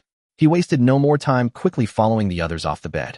But what struck Ding Yi as odd was that the disappearance of two people from the room seemed to go unnoticed, as if they had vanished like flies. Though puzzled, Ding Yi dared not ask. He could only feign ignorance. Stepping out of the room, Ding Yi saw people from the other three chambers emerging in a steady stream. In the center of the courtyard stood an old man resembling the village chief, waiting. Ding Yi joined the crowd, scanning the area. Neither Bai Yunzi nor Qinjianzi was in sight, their whereabouts unknown. Soon it seemed all the villagers had assembled. The old man cast a glance over them, then without a word strode out of the courtyard. The crowd filed through the corridor they had entered by, back to the front yard. The gate was already open, as if their departure had been anticipated. Gazing at the lush greenery beyond the gate, Ding Yi felt as though the past 2 days had been a dream. He couldn't resist glancing back, only to spot a blurry figure standing in the shadows of the temple, staring at them from afar. Bai Yunzi or Qinjianzi. Ding Yi couldn't be sure, but he dared not look again. He quickly turned, and with the others stepped out of the temple, heading down the mountain. By the time the group returned to Shaolin village, dusk was already approaching. The terror of the village at night needed no elaboration, and there were no pleasantries exchanged among the villagers. Each retreated directly into their own homes. Ding Yi was no exception. Upon entering Old Man Y's house, his first act was to check the pit to see the corpses, for in such an ominous place, it was not impossible for the dead to rise as zombies overnight. Fortunately, the two bodies still lay within the pit, allowing Ding Yi, who had rushed in anxiously, to breathe a sigh of relief. Yet even so, he found the current predicament exceedingly troublesome. From this experience of giving the sermon, every trip to that Taoist temple carried the risk of never returning, especially since the priest there might have already taken notice of him. This only solidified Ding Yi's resolve that he must not risk going to that cursed place again next month. He'll leave tomorrow. First he'll scout the road out. With a brief deliberation, Ding Yi made up his mind to explore the path out of the village the following day. After all, based on this sermon trip, daytime was largely safe, and with the divine object like the quicksand map in his possession, his survival chances, even alone, were somewhat assured. At this thought, Ding Yi's frantic heart gradually calmed. He mused that as long as he left this hellish place, the vast world awaited. What could that Bai Yunzi from the temple do to him then? Tonight, I'll keep you company for the last time, elders. Tomorrow, I'll be on my way. Ding Yi spoke to the two in the pit, then shook his head, closed the door, and walked over to the table in the main room to sit down, preparing to spend the night there. At that moment, the light outside the window was fading. Ding Yi quickly took out the oil lamp he had obtained, lit it, and placed it on the table, then blocked the window with a wooden board. Though he was desperately short on lifespan, Ding Yi believed his constitution was already frail, and having had blood drained by the statue in the temple, he was in no condition to face the shadow claws tonight. After finishing these preparations, Ding Yi retrieved a piece of dried meat from his bundle, broke off a small half, and ate it with a bowl of cold water from the kitchen. He then lay down on a bench beside the table, gripping his sickle tightly, and soon fell into a deep sleep. Meanwhile, dozens of miles away in the Taoist temple, Bai Yunzi and Qinjianzi stood side by side before the enormous statue, as if waiting for something. "Senior brother, there seems to be a new face in Shaolin village this time," Qinjianzi suddenly remarked. His blood and qi are ample. He must have entered the village recently." Bai Yunzi's expression remained unchanged as he spoke calmly. "Could it be that those from the Yinyang Palace have discovered this place?" Qinjianzi frowned slightly. "Though that lad has abundant blood and qi, his body is frail. He's neither a martial artist nor a follower of the Yinyang Palace. He likely stumbled in here as a refugee." Bai Yunzi shook his head. "But I still have a sense of foreboding," Qinjianzi insisted. "No matter. The divine statue will generate malignants in about a month. Once we sacrifice the entire village, we'll leave this place." Bai Yunzi flicked his horsetail whisk, a glint of anticipation flashing in his eyes. "Speaking of which, the flesh and blood infused with malignants is truly delicious." As he spoke, Bai Yunzi suddenly extended his long tongue to lick his lips. Then with a flick of his whisk toward the stone statue, a slender, fleshy tube shot forth from the giant effigy, hurtling toward him. Bai Yunzi, seemingly expecting this, neither dodged nor evaded. Instead, he parted the robe over his chest, revealing a grotesque human face etched upon his bare torso. As the face caught the light, its once closed eyes snapped open.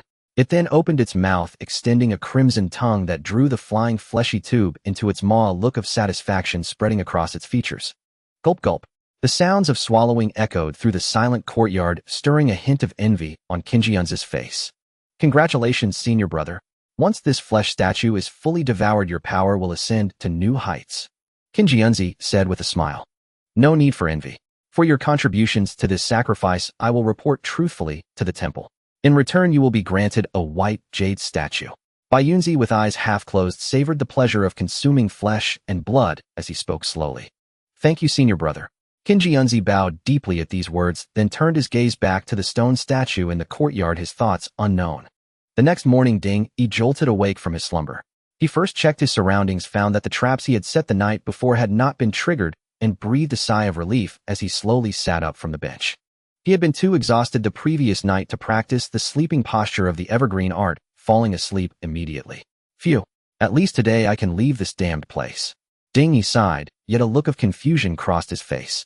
After all, he had only arrived in this world a few days ago and knew nothing of the outside. Were demons or humans dominant in this realm? Would the world beyond Shaolin village be normal, or even worse than here? These questions swirled in Ding Yi's mind, stirring both a fear of unveiling the mysteries of this world and a sense of anticipation. After all, he possessed an enhancement system. If he could find a safe place to develop steadily, that would undoubtedly be the most prudent choice. With this thought, Ding Yi quickly got up and began searching Old Man Weiss' room once more. He had left in a hurry the day before, and this time he might never return. Ding Yi meticulously searched the entire house, and to his surprise, he even pried a small piece of silver from a crack in the wall of Old Man Weiss' room. Silver. Ding Yi stared at the small lump in his hand, a surge of joy welling up inside him. Excellent. Since silver exists, there must be trade. This world surely has towns or cities. Ding Yi clutched the silver tightly, then abruptly stood up.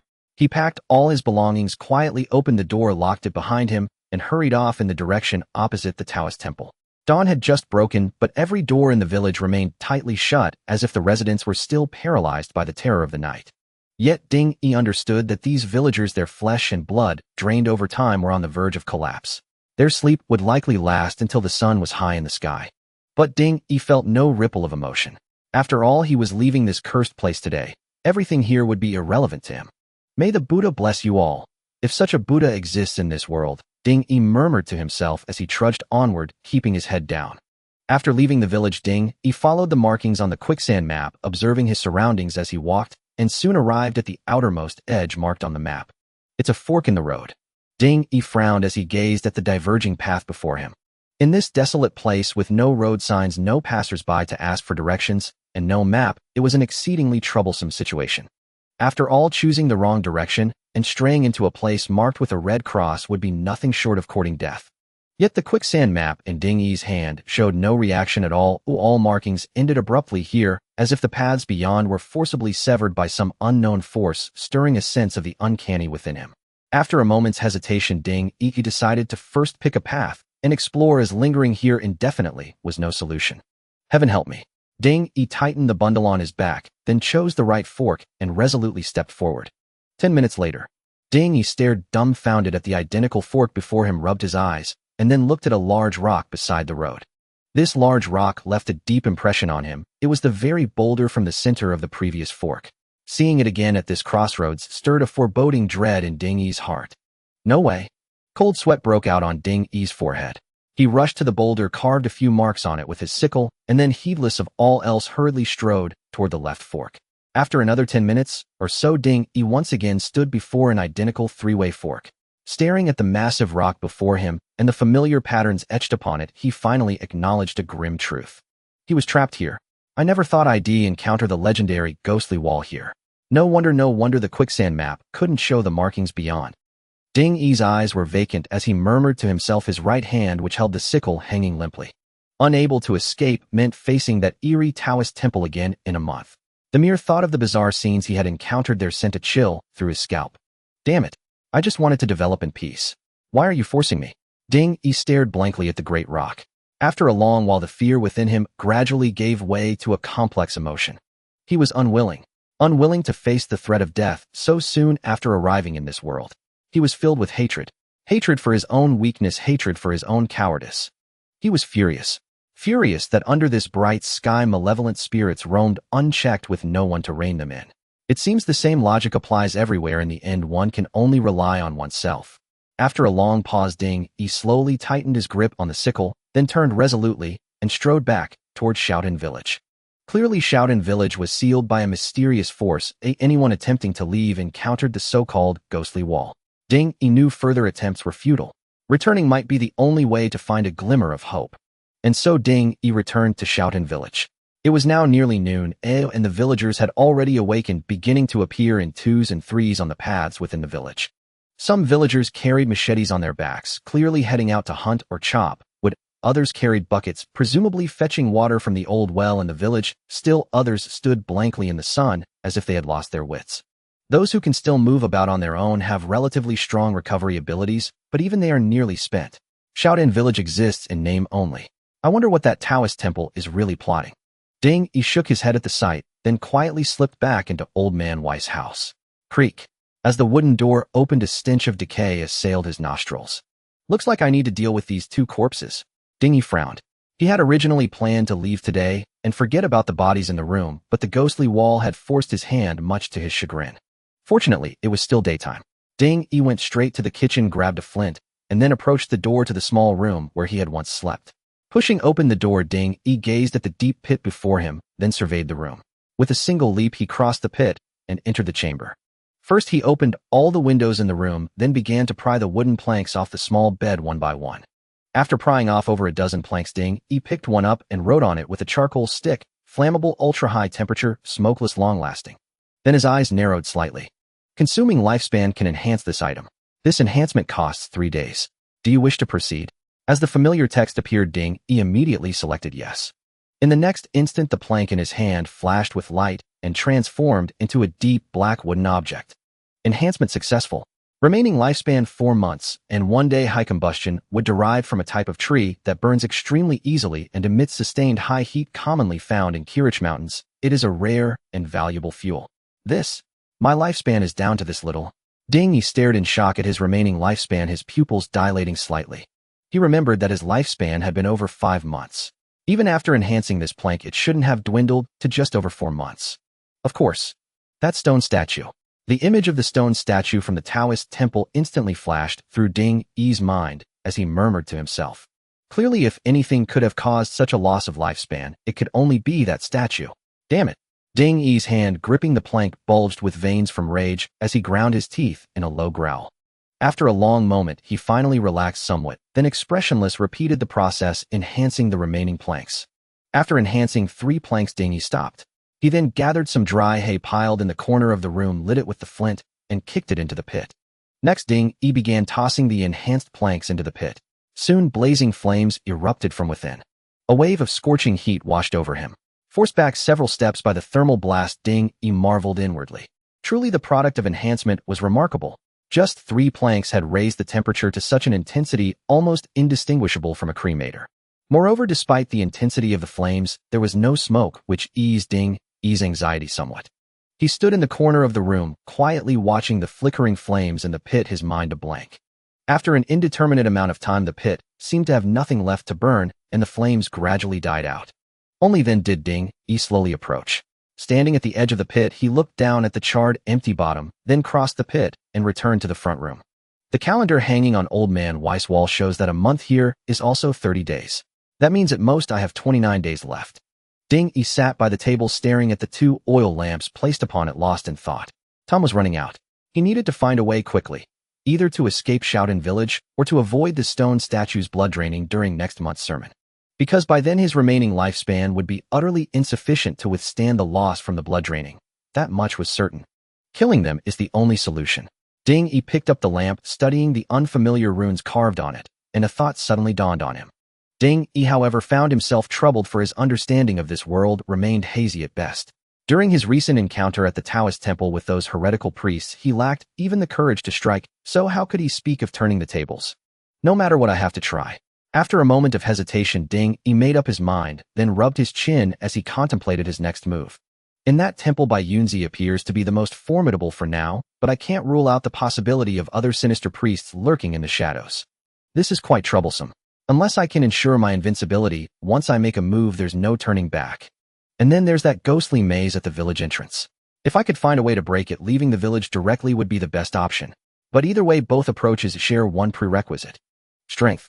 With this thought, Ding Yi clenched his fist, feeling a pang of helplessness at his current frailty. Too weak. Rising to his feet, Ding Yi began pacing around the room, deep in thought. Although my system can't directly add points to martial skills like others, it can create things out of thin air. I need to make good use of this. With this in mind, Ding Yi rolled a small mud ball from his skin, then fetched a piece of white cloth. Using charcoal, he wrote on it, "Pill for greatly enhancing cultivation, perfect absorption, no pill toxin." Placing the mud ball on the cloth, he squinted as he stared at the dark pellet. Soon text emerged near the pellet. Consuming lifespan for enhancement. Current enhancement consumes 1 year and 3 months of lifespan. Enhance. So much. Ding Yi was startled by the lifespan cost, but upon reflection, it seemed reasonable. After all, the pellet was nothing more than dirt from his own skin, devoid of any medicinal effect. Forcing it to become a cultivation-enhancing pill would indeed require a significant amount of lifespan. If only I could get my hands on a real pill. At this thought, a scene from the temple flashed through Ding Yi's mind.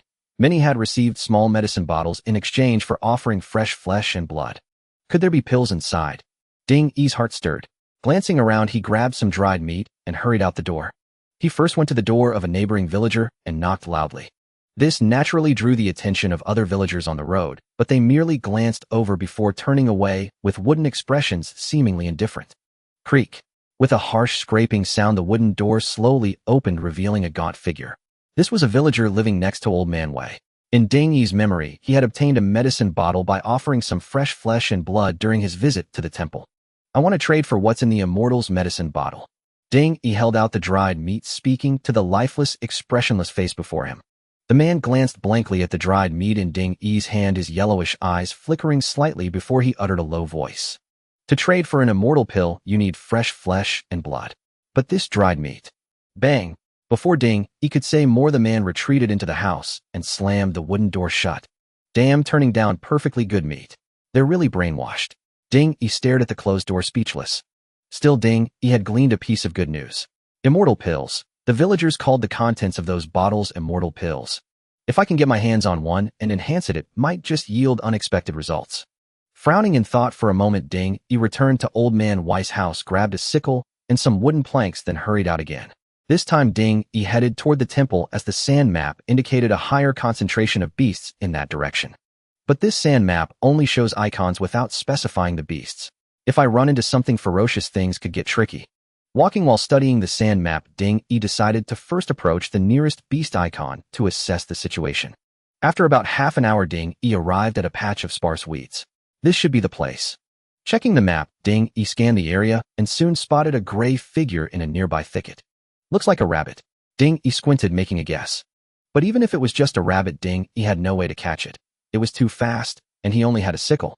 However, Ding, he had come prepared. He pulled out several wooden planks from his pack, stacked them on the ground, and carved deadly trap onto one. Next, he took out a piece of dried meat and wrote on a scrap of cloth, irresistible to rabbit's wide range. Finally, he enhanced both items, consuming a total of 19 days of lifespan. Moments later, a wooden trap appeared on the grass with a small jerky-like piece of meat placed inside. Seeing this, Ding, he quickly ran to the side and lay down, waiting silently. The moment Ding, he lay down, the distant figure that had been burrowing in the grass suddenly turned its head in his direction. Ding Yi's heart leaped with joy. His setup was working. Now he just had to wait for the rabbit to take the bait. Sure enough, as Ding, he pondered, the gray figure charged toward him at an astonishing speed, startling him. Is that a rabbit? Ding, he barely caught a gray blur with his eyes before a loud crash came from the trap, followed by a series of shrill screams. Damn! Ding, he grabbed his sickle and sprinted toward the trap. When he arrived, he found the trap nearly shattered with a massive gray rabbit struggling amidst the wooden fragments. The rabbit was enormous with blood-red eyes. Even though wooden spikes from the trap had pierced its belly, its powerful legs thrashed wildly, digging a small pit in the ground, a testament to its astonishing vitality and strength. No way even rabbits are this fierce. Gritting his teeth, Ding, he swung the sickle down onto the gray rabbit's head. After several blows, the creature finally went still. How is this rabbit so strong? Good thing I used an enhanced trap, or an ordinary one wouldn't have held it. Ding, he poked the motionless rabbit with his sickle, then struck it a few more times to confirm it was dead. Only then did he take out his pack and stuff the entire gray rabbit inside. Creak. Under the scorching sun, the door to Old Weiss' neighbor's house opened once again. The withered man staring at Ding Yi, who had reappeared before him, was about to speak when his nose twitched slightly. His jaundiced eyes instantly fixed on the bundle Ding Yi carried. Gulp. The man swallowed hard, speaking slowly. 1 gene of meat, 1 immortal pill. Ding Yi said nothing, merely nodded, then handed the bundle to the man. The man took the bundle, weighed it in his hand, then turned and entered the house. After a dozen breaths, he returned to the doorway and handed Ding Yi a small cloth pouch. 10 gene of meat, 10 pills. The man said slowly. Ding Yi took the small pouch without opening it, walking straight toward Old Weiss' house nearby. Next time, if you have something, you can trade again. The man's voice suddenly rang out, catching Ding Yi slightly off guard. But he did not linger. Instead, he quickened his pace back into Old Weiss' house and bolted the door from inside. Back inside, Ding Yi immediately opened the small pouch, revealing 10 round pills, slightly reddish and the size of red beans. So these are immortal pills. Ding Yi murmured, fiddling with the pills. Yet he dared not consume them directly, knowing they came from the Taoist temple and might harbor unknown tricks. With this in mind, Ding Yi quickly prepared cloth strips and a charcoal stick to begin his experiments. Non-toxic, harmless, greatly enhances cultivation, highly absorbable. Ding Yi first tested the optimal enhancement direction, which required 1 month of lifespan per pill. Despite the reduced time, the cost was too high, so he abandoned it. Non-toxic, harmless enhances cultivation, easily absorbable. Reducing some restrictions cut the required lifespan to 8 days per pill, yet Ding Yi remained dissatisfied. After all, though each pill cost only 8 days, 10 would total 80 days, consuming most of his lifespan. Hardly worthwhile. Non-toxic, harmless enhances cultivation. Finally, Ding Yi discarded the easy absorption trait, as it overlapped with cultivation enhancement. Given his circumstances, he had to reluctantly forego it. This time, the required lifespan did not disappoint, shrinking to just 3 days per pill. 3 days, not unacceptable. Let's test the waters first. Ding Yi gazed at the red pills on the table, then selected yes. In the next instant, a familiar light flashed, and the pills on the cloth had transformed into a completely different form. Blood Essence Marrow Pill, a unique pill of the flesh and blood temple condensed from flesh and blood essence into marrow refined, with heavenly corpse grass bitterheart twig and duckweed water, a rare medicinal pill. It worked. Ding, he stared at the pill now, a full-size larger, a surge of nameless excitement rising within him. The success of the pill proved his idea was correct, and with a correct idea came the possibility of improvement. With improvement suppressing that mere Taoist temple would be effortless. Ding Yi indulged in joyful thoughts, forgetting the tension of just moments ago, even envisioning a day when he would ride clouds and ascend to the heavens. Getting ahead of myself. After a while, Ding Yi scratched his head, then carefully pinched the pill between two fingers, examining it closely. As it drew nearer, a distinct bloody odor assailed his nostrils, reminding him of the flesh and blood temple mentioned in the description. Flesh and blood temple. Could that be the true name of that Taoist temple? A suspicion arose in Ding Yi's mind, his brow furrowing. If not for the description, I wouldn't dare eat this. Ding Yi shook his head, clearing the chaotic guesses from his mind. Gazing at the crimson pill, he hesitated no more and tossed it into his mouth. The pill dissolved, instantly turning into a cotton-like liquid that flowed down his throat into his stomach. In the next moment, a scorching current surged from his lower abdomen. So hot. The thought barely crossed Ding Yi's mind when crimson veins like spider silk emerged beneath his skin, spreading across his entire body. This... Ding Yi's pupils contracted in alarm, a flutter of panic stirring within him. Yet as he had planned, he assumed the standing posture of the evergreen art and focused on regulating his breath. In an instant, a scorching energy rose from his lower abdomen, beginning its customary circulation through his body. To Ding Yi's astonishment, each time this heat flowed past his stomach, it drew out a strand of the energy, there carrying it along the cycle. Thus, with each cycle, the heat grew slightly thicker. After just dozens of cycles, it had become as fine as a strand of hair, a growth rate 10 times faster than his previous cultivation. It really works. Delight surged in Ding Yi's heart, his eyes gleaming with light. He then calmed himself, continuously cycling the evergreen art on the spot. Time passed minute by minute. Not until the sky had fully darkened did Ding Yi slowly withdraw from his cultivation state, letting out a long breath. Digesting one pill takes about 3 hours, but my body... Ding Yi raised his arm, examining it closely, then pressed various parts of his body, puzzled. There seems to be no change, yet the energy inside has grown considerably. Ding Yi speculated that this energy might be the inner qi often mentioned in novels. Acting on a whim, he assumed a stance of the evergreen art and channeled the heat from his lower abdomen to his palm. In the next instant, he struck the table hard with his palm. A crisp slap rang out, but the table merely wobbled instead of shattering as he had imagined. Strange, no effect. Ding Yi touched the table, a look of confusion on his face. I suppose I was overthinking. Expecting to split stone with just 1 day of cultivation is indeed unrealistic. Ding Yi shook his head, then turned his gaze toward the window. Tonight he had not covered the window with wooden planks. Instead, he lit both oil lamps on the table, aiming to lure the shadow mantises and kill them to extend his dwindling lifespan. Ding Yi first spread the hunting bundle from the morning on the table, then sat beside it, waiting quietly. The bundle was stained with the blood of the gray rabbit. Though dried now, it still emitted a pungent fishy odor. Last time the shadow mantis had been attracted, Ding Yi guessed, by the blood from the old woman's body, pierced by the crossbow bolt. Otherwise, even with the window open, it wouldn't have found its way so quickly. Sure enough, before long, Ding Yi, seated at the table, seemed to sense something. His brow lifted, and his gaze snapped toward the window. Buzz! The familiar sound echoed again from the dark window. In the next instant, multiple black shadows surged into the room from outside. Quite a number. Ding Yi's heart leaped with joy rather than fear. He casually grabbed an oil lamp and strode forward, facing the swarm of shadows. In the next moment, familiar text kept appearing before Ding Yi's eyes like cheerful notes curling the corners of his mouth. Killed shadow sting scorpion gained 0. 1 day of lifespan. Killed shadow sting scorpion gained 0. 1 day of lifespan. Ding Yi felt a surge of joy, but simultaneously sensed the overwhelming wave of chilling energy. Times had changed to Ding Yi was no longer as panicked as a few days ago. Instead, he adeptly assumed the standing posture of the evergreen art. The next moment, the searing heat surging from within his body instantly brought him a comforting warmth. It actually works. Ding Yi felt a surge of pleasant surprise, a wave of lofty aspirations welling up within him. He stood amidst the room full of shadow infant scorpions, letting out a light-hearted laugh, as if venting all the suffering of the past few days upon these hideous monsters. Time passed, and the swarming shadow sting scorpions seemed to sense Ding Yi's troublesome nature. They collectively recoiled, swiftly pouring out of the window and vanishing into the pitch-black night without a trace. Damn, I wasn't done having fun yet. Seeing this, Ding Yi burst into curses. At this moment, he felt the evergreen art circulating with increasing proficiency, his entire body brimming with inexhaustible energy. He had been planning to battle these shadow sting scorpions until dawn, but they retreated unexpectedly. You know what, this pill is really incredible.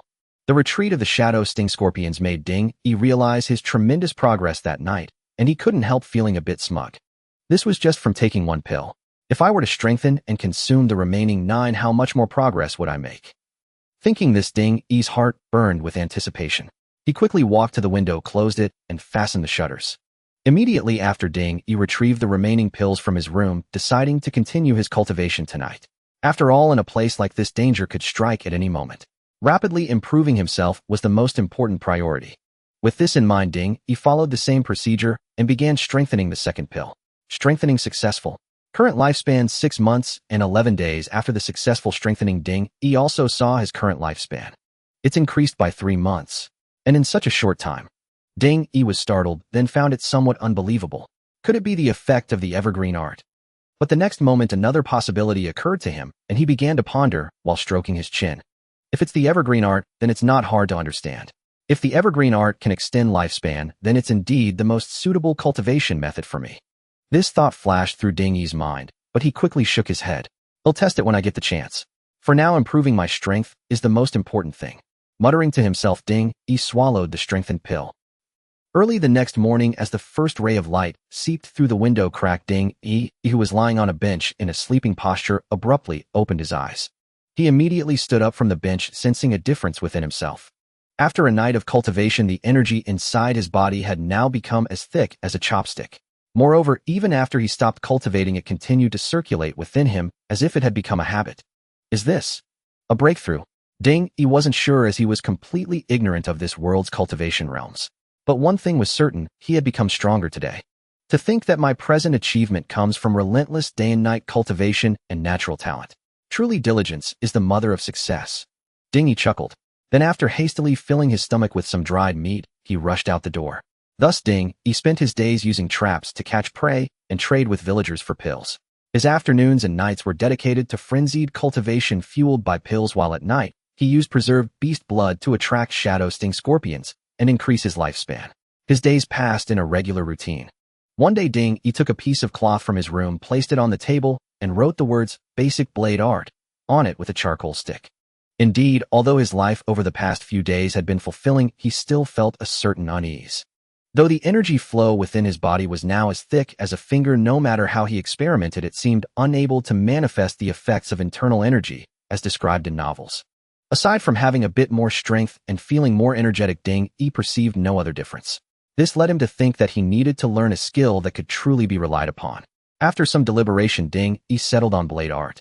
Although he had harbored a childhood dream of being a martial artist, roaming the world with a sword on his back as a carefree chivalrous hero, avenging wrongs and upholding justice. But given his current circumstances, Ding Yi felt a blade was sturdier and could bring him more peace of mind. Currently available for strengthening. Strengthening requires 5 years and 1 month of lifespan. Proceed with strengthening. Ding Yi looked at the prompt before him, his brow slightly furrowed.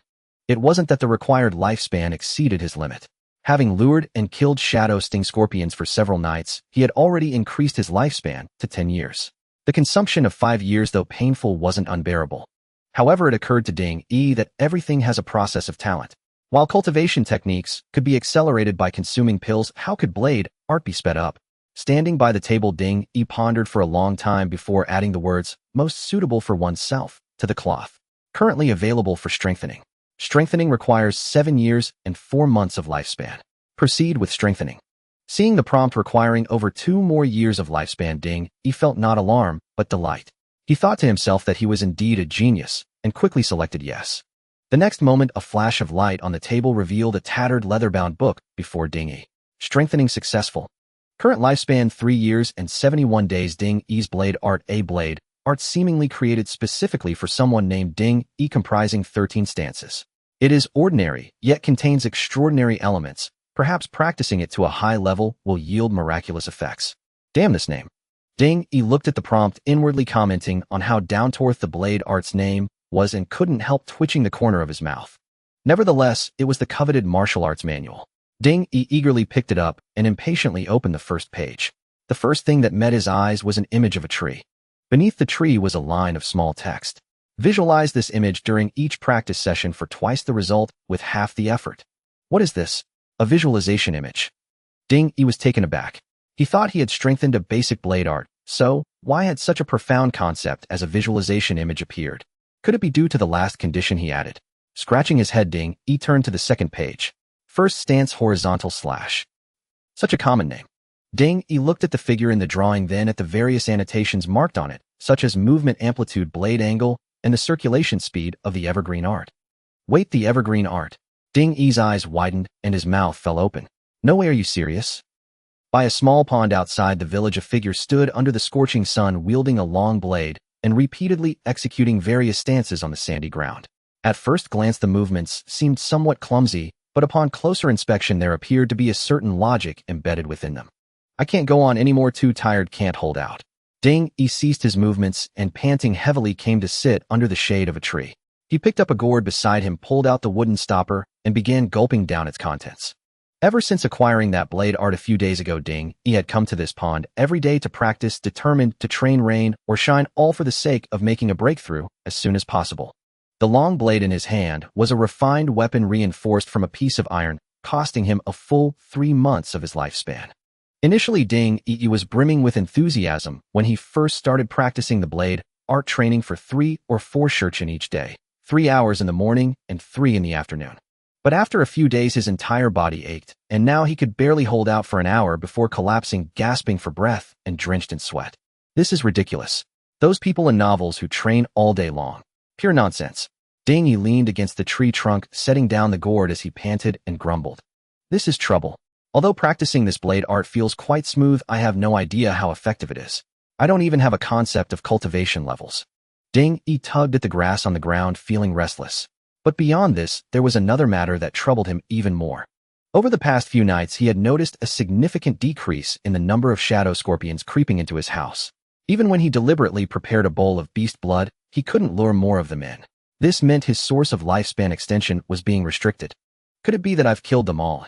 The more Ding Yi thought about it, the more panicked he became. If these creatures were gone, he had no idea where else to find lifespan to sustain his enhancements. Forget it, he'll keep observing for now. Ding Yi sighed helplessly, then stood up, twisted his aching wrists, picked up his blade, and resumed his practice. Meanwhile, at the White Cloud Temple. Inside the main hall at the temple's center, Bayunzi sat cross-legged on a meditation cushion, his hands forming a mudra on his knees, his eyes half closed, and his lips moving silently in recitation. Suddenly, as if sensing something, he slowly opened his eyes and looked toward the entrance. "Brother, do you have need of me?" A voice echoed into the hall, and then the figure of Qinjianzi appeared, stepping through the doorway. The statue at the foot of the mountain seems to be malfunctioning. Lately, the blood energy hasn't increased. In fact, it's showing signs of weakening. I would trouble you to go and investigate. Bayunzi spoke slowly. "Oh, is that so?" Qinjianzi frowned and murmured in response.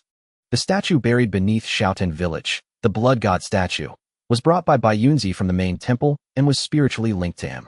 Even from dozens of li away, Bayunzi could faintly perceive the statue's condition. "Rest assured, brother. I will head down the mountain immediately." Qinjianzi made a respectful bow to Bayunzi, then turned and walked out of the hall. In no time his figure vanished beyond the door. Seeing this, Bayunzi slowly closed his eyes and resumed his meditation and cultivation. The blood he had absorbed from the statue this month needed to be refined quickly, or otherwise impurities would arise over time, hindering his practice. This was precisely why he had dispatched Qinjianzi to the mountain rather than going himself. Boom! A thunderclap suddenly roared across the sky. The next moment, raindrops as large as pearls poured down like a cascade, striking the parched yellow earth with a crackling sound. The gray horizon stretched endlessly, evoking a sense of oppression. "This is the first time I've seen such heavy rain," Ding Yi remarked as he stood inside his house, gazing at the blurry scene beyond the door. "I have an uneasy feeling." Ding Yi rubbed his temples, wondering if he had been training too hard lately and was overexerting himself. "It's not suitable to go out today anyway. He'll practice the evergreen art indoors." Ding Yi shook his head, then turned and walked to the table in the main room, taking a seat. "My lifespan is back to about 7 years now, but the growth rate has slowed down. The nearby beasts are also." Huh. As Ding Yi spread out the quicksand map to examine it, he suddenly jolted in shock. His body shot up from the chair, his eyes fixed intently on the map, and his breathing grew ragged. On the map from the temple marked with a red cross, a smaller red cross was slowly separating and moving in his direction. Is that demonic priest coming? A thought instantly flashed through Ding Yi's mind. Who is he after? Someone in Shaolin village. Did I catch their attention, or is it someone else? Chaotic thoughts crowded into Ding Yi's mind like cotton. Once again, a wave of panic descended upon him, making his breathing even heavier. Too fast. Too fast. I've only been practicing the blade art for 7 days at most. I've only gained some familiarity with the 13 forms. The giant tree visualization diagram. I can only visualize the trunk in my mind, far from being presentable. Ding Yi clutched the quicksand map, pacing rapidly around the room. And who is coming? Is it the two-faced ghost infant Qinjianzi or Bai Yunzi? Ding Yi had never expected trouble to come so soon, as violent and abrupt as the rainstorm outside. No matter what, I need to be prepared. After much deliberation, Ding Yi finally made a decision. He took down the straw raincoat hanging on the wall, grabbed the fresh beast meat he had obtained yesterday, and prepared to go out and exchange it for a final batch of pills. Better safe than sorry. Although the demonic priests from the temple might not necessarily be coming for him this time, Ding Yi had already prepared for the worst. The rain grew heavier and heavier. Between heaven and earth there was nothing but the urgent sound of raindrops striking the ground. All the beasts had taken refuge in the forests or caves, waiting for the storm to subside. Pitter-patter.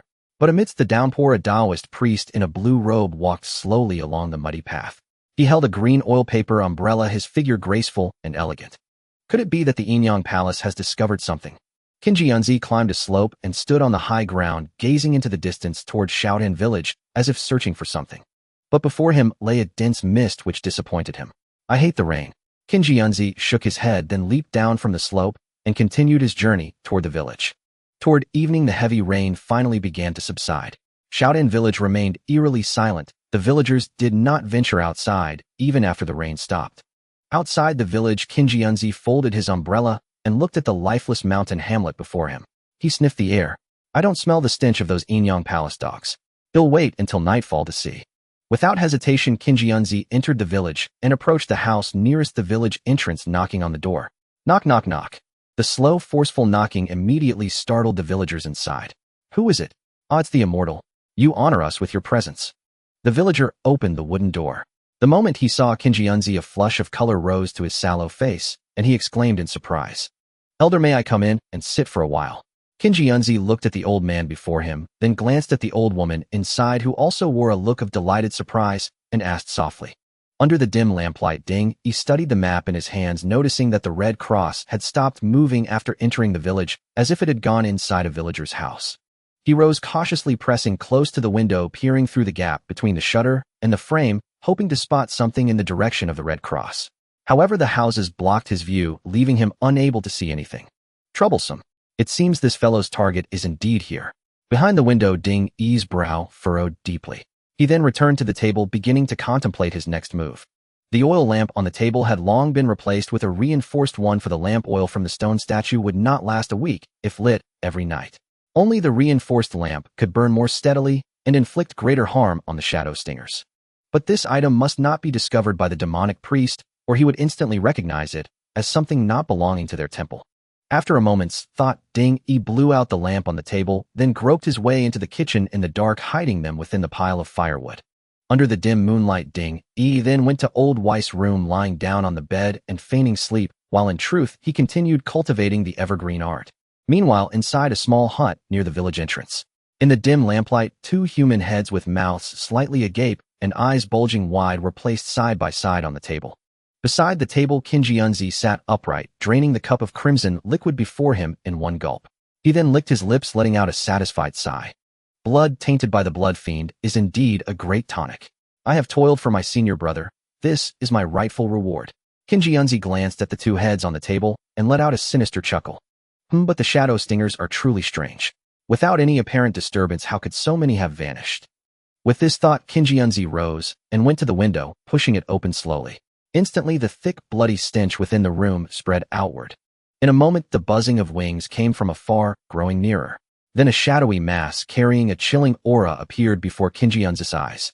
Seeing this, Qinjianzi flicked his sleeve toward the lamp on the table.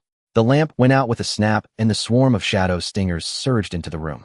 In the pitch-black space, the shadow stingers pounced on the two mutilated corpses lying on the floor, not even sparing the heads on the table. Strangely, they seemed utterly oblivious to Kinji-yunzi standing by the window, as if he did not exist. Kinji-yunzi stood silently watching as the shadow stingers devoured the corpses before him and then flew out the window. Only then did he approach the table and relight the lamp. As the flickering flame danced upon the wick, once more the chaotic floor gradually emerged in the dim light. The dry yellow earth was now spattered with bloodstains everywhere. The two corpses had been gnawed clean, leaving only the occasional strand of gray-white hair or shred of fabric in the dirt to suggest that two clothed people had once lain there. The little ones have quite an appetite. Nothing wrong here. Kinji-yunzi gazed at the gruesome scene before him, yet seemed unfazed. Instead, he crouched down with interest, pinched a small bit of the minced flesh from the ground, and licked at a puzzled expression crossing his face. Strange. Kinji-yunzi rose and went to the window, leaning sideways to peer out into the night. He stared into the darkness until the shadow stingers had completely vanished, then returned to the bench and sat down. Since it's not a problem with the little one's appetites, it must be a human problem. Although the oil lamps bestowed by the temple can harm these creatures, they only ensure the villagers' basic survival. To kill all the shadow stingers with lamps alone is nothing but a fool's dream. Unless someone has been purchasing these lamps in large quantities.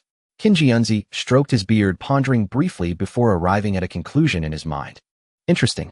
Could there be a villager whose mind hasn't been corrupted by the miasma? Now that I think of it, there does seem to be one person.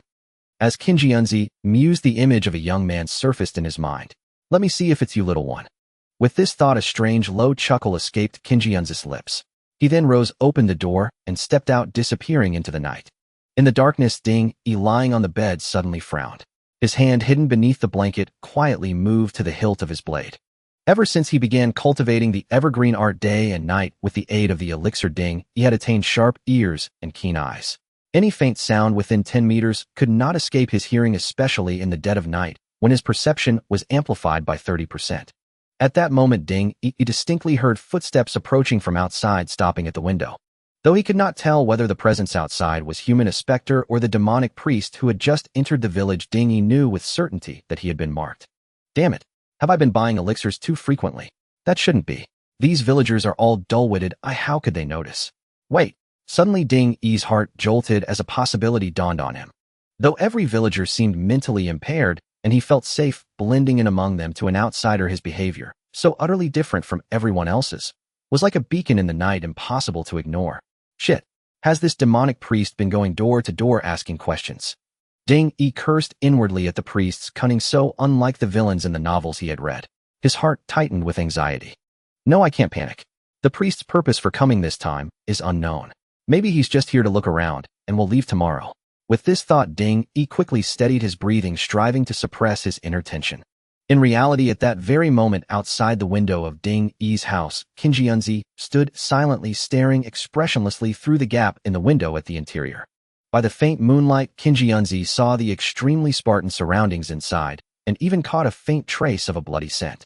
This discovery made him tremble with excitement, and an exaggerated grin involuntarily spread across his lips. But Kinji-yunzi had no intention of startling Ding-yi. Instead, he slowly retreated, and before long his figure melted back into the darkness, as if he had never been there. Inside the house, Ding-yi slowly loosened his grip on the knife handle, but his left hand clenched into a fist, betraying the turmoil in his heart. After what seemed like an eternity, a sliver of warm sunlight finally streamed into the dim room, prompting Ding-yi to slowly open his eyes. Pretending nothing had happened, he pulled on his clothes and slowly got out of bed. After a simple breakfast of dried meat at the table, he opened the wooden door, ready to step out. But to his surprise, as soon as he left the house, he encountered an unexpected person. Young friend, you rise quite early. You seem full of energy. Kinji-yunzi stood before the house opposite Ding-yi, his entire figure bathed in the morning light, like a Taoist immortal. He smiled at Ding-yi as he spoke. Ding-yi stared at Kinji-yunzi across the narrow path, a chill surging from the soles of his feet, straight to the crown of his head, his pupils contracting almost imperceptibly. So it's him. Ding-yi felt a mix of relief and dread in his heart. He was relieved that it wasn't Yunzi, the ostensibly strongest figure in the temple, yet terrified because Kinji-yunzi, though lean in appearance, was undoubtedly formidable, at least far stronger than the twin-headed demon infant. Despite his inner turmoil, Ding-yi had steeled himself through a night of mental preparation. Hearing Kinji-yunzi's query, he replied slowly, "So it's Taoist Kinji-yunzi. What brings you to Shaolin village?" Kinjiunzi smiled, his eyes narrowing as he gazed at Ding. He then slowly walked over. I heard you appeared here suddenly and were saved by villager Wei Dasan. But for the past few days Wei Dasan and his wife haven't left their home. Do you know where Wei Dasan has gone? Kinjiunzi stopped 3 steps away from Ding Yi and asked softly. I don't know.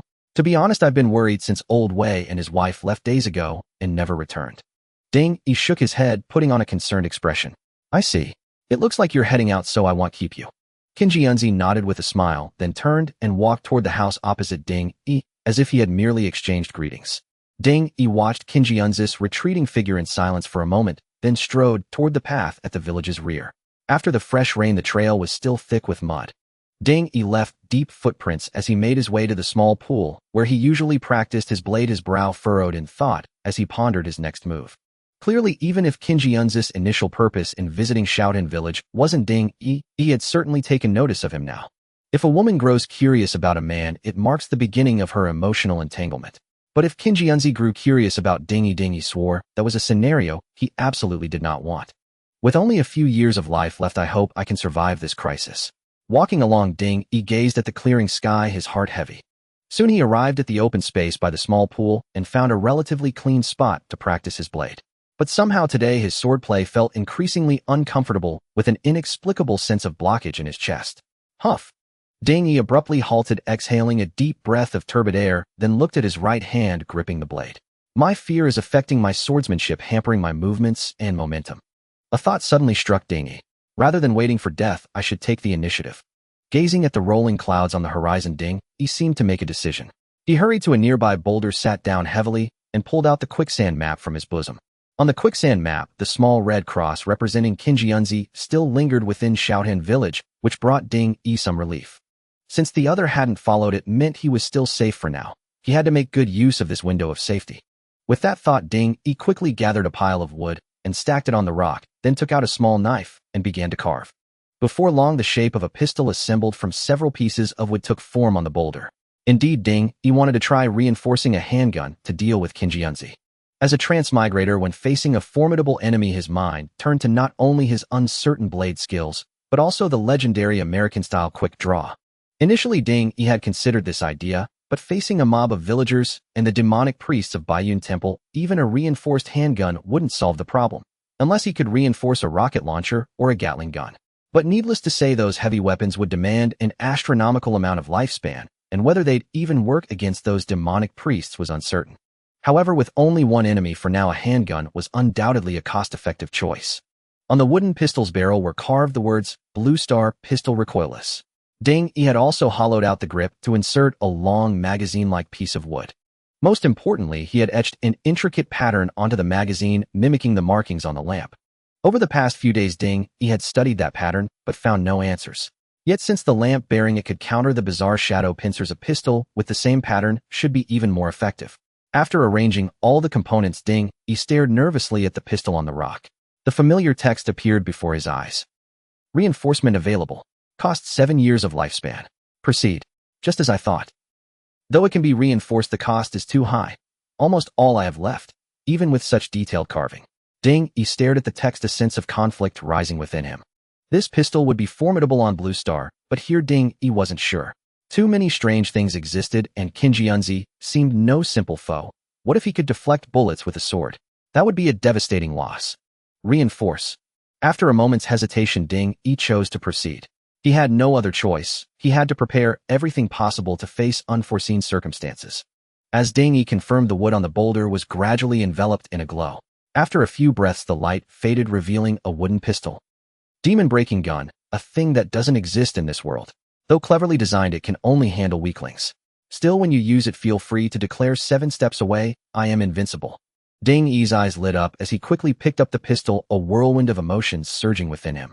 He never imagined his first real firearm would be in such a setting. Fate was truly ironic. Though the wooden gun in his hand looked like wood and felt similar in material, it was surprisingly heavy, made of some unknown substance. He then ejected the magazine and found 8 bullets inside, also made of wood but engraved with the same pattern as the reinforced lamp, a testament to his Spuro-Femin idea. If I had transmigrated to ancient times, this thing would let me dominate. But here, forget it. Let's test it out. Though the gun only had 8 bullets, each use depleting 1 Ding, he felt that not familiarizing himself with it beforehand would be a costly mistake in a critical moment. Now gripping the demon-breaking gun Ding, he aimed it at a small flower 10 meters away and pulled the trigger. Bang! A gunshot rang out, the bullet hitting its target with precision, the sound as muted as if a silencer were attached. Whoa, is this the recoilless effect? Ding, he stared in delight at the flower, its head blown off by the pistol shot, exclaiming in awe. A flicker of confidence rekindled within him. Having put away his pistol, Ding, he glanced at the sky and realized that the sun was already near the horizon. Most of the day had been spent carving the pistol, yet he believed that as long as it proved useful, the effort was worthwhile. He picked up his long blade, wrapped it in a strip of cloth, and slung it over his back before hurrying toward Shaolin village. By now the true chi within him had grown to the thickness of a thumb, significantly enhancing his endurance, speed, and strength. In just half an hour, Ding, he returned to the village. Observing that every household had already closed their doors and windows, he wasted no time and strode directly toward Old Man Weiss' house. Creak. As Ding entered the house and was about to close the door, his eyelids suddenly twitched. He noticed that the strand of hair he had tied in the door crack before leaving was now broken. Clearly someone had been here during his absence. At this realization, Ding's muscles tensed instantly, for he had no way of knowing whether the intruder was still hiding inside waiting for him. With this thought, Ding pretended to notice nothing and slowly turned around. He walked over to the table and sat down, pulling out the quicksand map to examine it. Seeing that the small red cross on the map was still some distance away, Ding breathed a slight sigh of relief. The only threat to him in Shaolin village at this moment was Qing Yunzi. Nevertheless, caution prevailed. Ding gripped his long blade and searched every room, even rummaging through the pile of firewood in the kitchen. Finally, with a somewhat grim expression, Ding sat back down at the table. He took a lantern from his bundle, placed it on the table, and lit it. The lantern on the table. He had brought it with him when he left during the day, just in case. He hadn't expected his precaution to pay off. Not only had Qing Yunzi grown suspicious of him, but he was also quite skilled managing to enter the house without damaging the lock. Clearly, he possessed considerable expertise in lock-picking. After a moment's thought, Ding went back into the room to make preparations.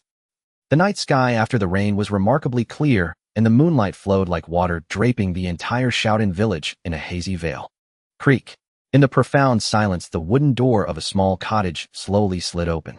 Qing Yunzi stepped out and raised his head to gaze at the moon above. The moon is at its zenith, an auspicious sign. Qing Yunzi stroked his long beard and let out a soft chuckle before heading toward the cottage ahead. At the same time, Ding inside the house suddenly sensed something. He sat bolt upright in bed, grabbed the quicksand map, and spread it open under the moonlight. On the map, the conspicuous small red cross was slowly moving closer to Ding's house. Clearly, Qing Yunzi was coming. If Ding had harbored any illusions about Qing Yunzi the previous night, everything that had happened today had shattered them. The two men, each aware of the other's intentions, were bound to clash tonight. In the dead of night, beneath the silvery moonlight, breathing grew heavier. Ding suddenly felt as though everything around him had slowed down. The thrill of the impending battle stimulated his adrenaline, and a primal fear and excitement intertwined, giving rise to a sensation he had never experienced before. Without a moment's hesitation, Ding picked up his long blade and crept into the main hall. He glanced around, then chose a corner and stood there, concealing his figure completely in the shadows. Just as Ding had hidden himself, a dull thud came from the wooden door. The already fragile door shattered into several fragments that flew into the room. "Little friend, where are you? This old Taoist has come to see you." With a sinister voice, Qing Yunzi stepped into the house holding a slender sword. "Little friend, don't hide. Come out. Let me see how you've managed to endure in this room reeking of blood." After speaking, Qing Yunzi let out a cold laugh. With a flick of his hand, a dark object rolled into the room and a pungent stench of blood filled the air. Ding, hidden in the corner, fixed his gaze on the dark object. His heart jolted as he realized it was a withered human head bearing a resemblance to the middle-aged man who lived in the house across the way. At that moment, a droning buzz began to sound from outside. Ding's heart sank as he recognized it. The shadow stingers were coming. Without hesitation, Ding took out the lantern and struck it with his long blade.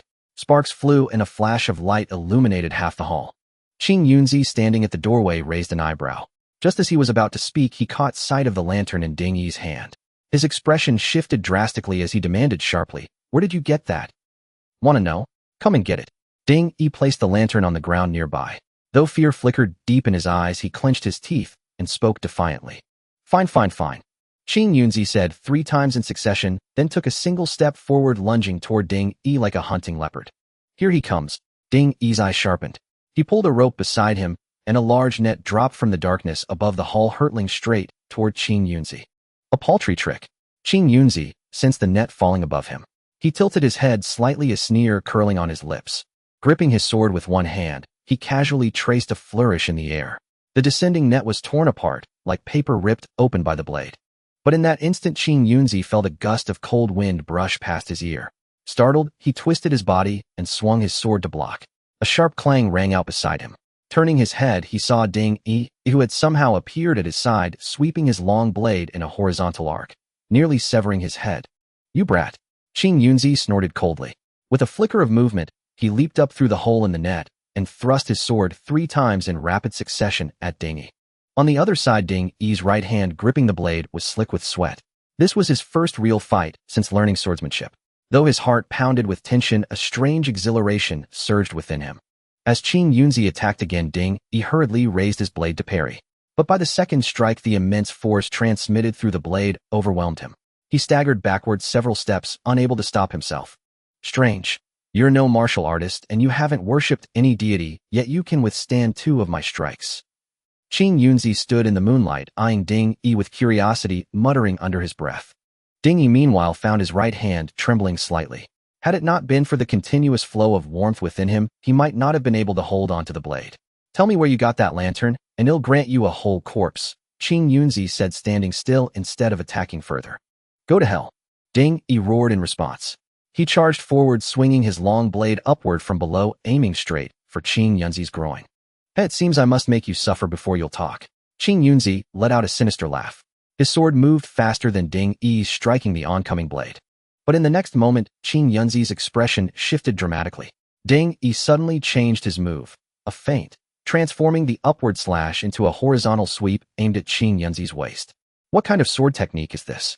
Such a bizarre change. Startled by the unexpected maneuver, Qing Yunzi instinctively leaped back, landing 3 inches away. Ding Yi, however, did not seem disappointed that his move had failed. Instead, he flashed a mysterious smile, then flicked his blade, sending it flying toward a nearby wooden post. Thud! The blade embedded itself into the wood, snapping 2 taut threads. A pair of bowstrings twanged in the dim room, and 2 streaks of cold light shot forth, racing toward the stunned Qing Yunzi. "You!" Qing Yunzi glared at the incoming cold gleam, his fury surging. His long sword danced up and down, deflecting the 2 streaks of icy light to the side with 2 crisp clangs. "I intended to spare you." Bang! Bang! Bang! Before Qing Yunzi could finish his words, several flashes of fiery light flickered before his eyes. He instinctively parried left and right with his sword, but this time the mysterious projectiles forced him back step by step. His right hand ached, and he failed to block the final shot. Qing Yunzi felt a sharp pain in his chest and couldn't help but look down. He saw a small hole torn in his robes, revealing slightly reddened flesh beneath. At that moment, a strangely shaped projectile was embedded in his chest, half buried with the other half protruding outward. I am at the embryo shelter realm. Mere hidden weapons. Qing Yunzi was leering at the stunned Ding Yi when his expression suddenly contorted and a blood-curdling scream escaped his lips. The next moment, his neck retracted, his eyes bulged wide, and he staggered backward, nearly falling. Yet he managed to prop himself up with his sword, preventing a collapse to the ground. It worked. From a distance, Ding Yi, holding the demon-breaking spear, felt a surge of joy at the sight. But just as he prepared to finish Qing Yunzi with another shot, he noticed the man suddenly straighten up and flash him a sinister grin. Ding Yi had been on guard against Qing Yunzi all along. After all, this fiend was marked with a red cross on the quicksand map. If he died so easily, it would be an insult to that ominous marker. Without a second thought, Ding Yi threw himself to the side. He sensed something was past his vision, and a searing pain erupted on his shoulder. But midair, Ding Yi still fired 2 shots at Qing Yunzi's head with a bang-bang, before crashing heavily to the ground. This time, Qing Yunzi seemed to have no strength left to parry Ding Yi's shots. His head trembled slightly, and 2 bullet holes appeared on his forehead. Damn it! After landing, Ding Yi rolled like a donkey into the glow of the lamp. But by then, the shadow scorpions had already surged into the room, charging straight at him. Killed shadow scorpion, lifespan 0. 1 day. Killed shadow scorpion, lifespan 0. 1 day. Killed flesh-observing Taoist Qing Yunzi, lifespan 16 years and 76 days. A series of prompts flickered in Ding Yi's vision, but one notably longer line made his eyes widen in shock. Holy crap! Ding Yi rubbed his eyes, confirming the prompt was real, and let out an exclamation. 16 years. He felt as if he had just gained a century of life. Overwhelmed with excitement, he even ignored the shadow scorpions sitting upright with a thrilled expression on his face. But the next moment, a sharp pain in his shoulder reminded him that he had been struck by something earlier. Turning his head, he saw a bloody, mangled gash on his shoulder with blood gushing out incessantly, driving the shadow scorpions into a frenzy. Hiss! He had been in a state of extreme euphoria, but as his mind relaxed, he immediately realized the severity of the wound on his shoulder. What hit me? Cautiously, he picked up the lamp with his left hand, walked to the wooden beam, retrieved his long blade, and then advanced toward Kinjiunzi, enduring the attacks of the shadow scorpions. It was only when he neared Kinjiunzi that he understood what had struck him. It was a crimson, slender, ribbon-like strip of flesh. Now that strip lay limp on the ground, its end connected to Kinjiunzi's chest, as if it had shot out from there. Could it be poisoned? He felt a pang of fear at the sight of the repulsive flesh strip. He prodded it with his long blade, and when it showed no reaction, he slashed at it. With a dull thud, the flesh strip was not severed by the blade, but merely quivered on the ground, appearing extremely tough. Still, this proved that the strip had lost its mobility with Kinjiunzi's death, allowing to breathe a slight sigh of relief. Then approached Kinjiunzi. Looking at the Taoist with bulging eyes and two hollow holes on his forehead, a lingering fear crept into his heart. Truth be told, he knew Kinjiunzi was far stronger than him. If the man hadn't been so obsessed with extracting the lamp's secret, he would have been killed in an instant. However, revealing the lamp was part of Ding's plan. In the art of war, the supreme tactic is to attack the mind. Facing a formidable foe, he first unsettled Kinjiunzi with the lamp, then dropped a pre-prepared coarse cloth net to lower the man's expectations. Seizing the opportunity, he lured Kinjiunzi into the range of the crossbow trap and finally killed him with the demon-breaking spear. Every step of the process was fraught with danger. Even if given the chance to repeat it, he would never dare to do so. But I won at least, he murmured to himself.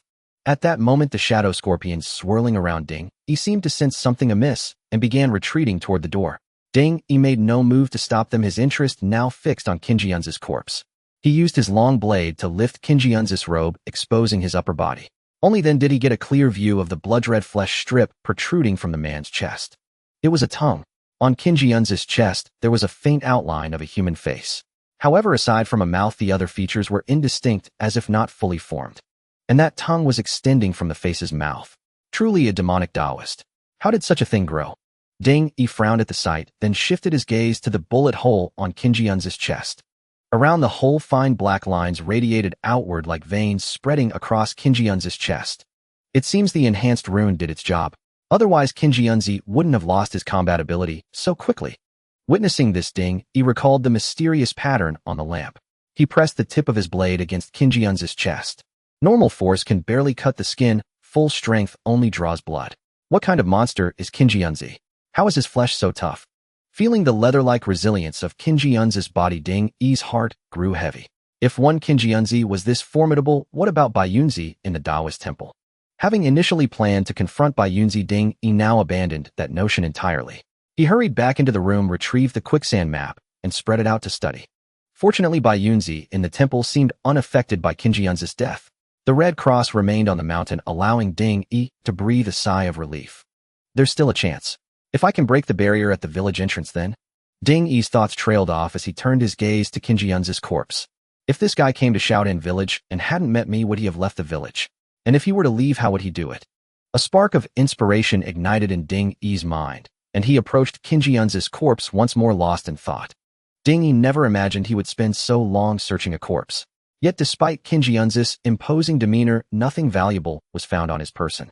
Aside from the slender longsword clutched in the man's hand, he discovered nothing else, causing him to furrow his brow. Could he have stored his belongings in the opposite house? Ding's mind stirred, deeming it highly plausible. With this thought, he hastily grabbed the lamp and rushed out the door, heading toward the building across the way. It was deep into the night, with every household's doors and windows tightly shut, reinforced by wooden boards, clearly a precaution against the shadow scorpions.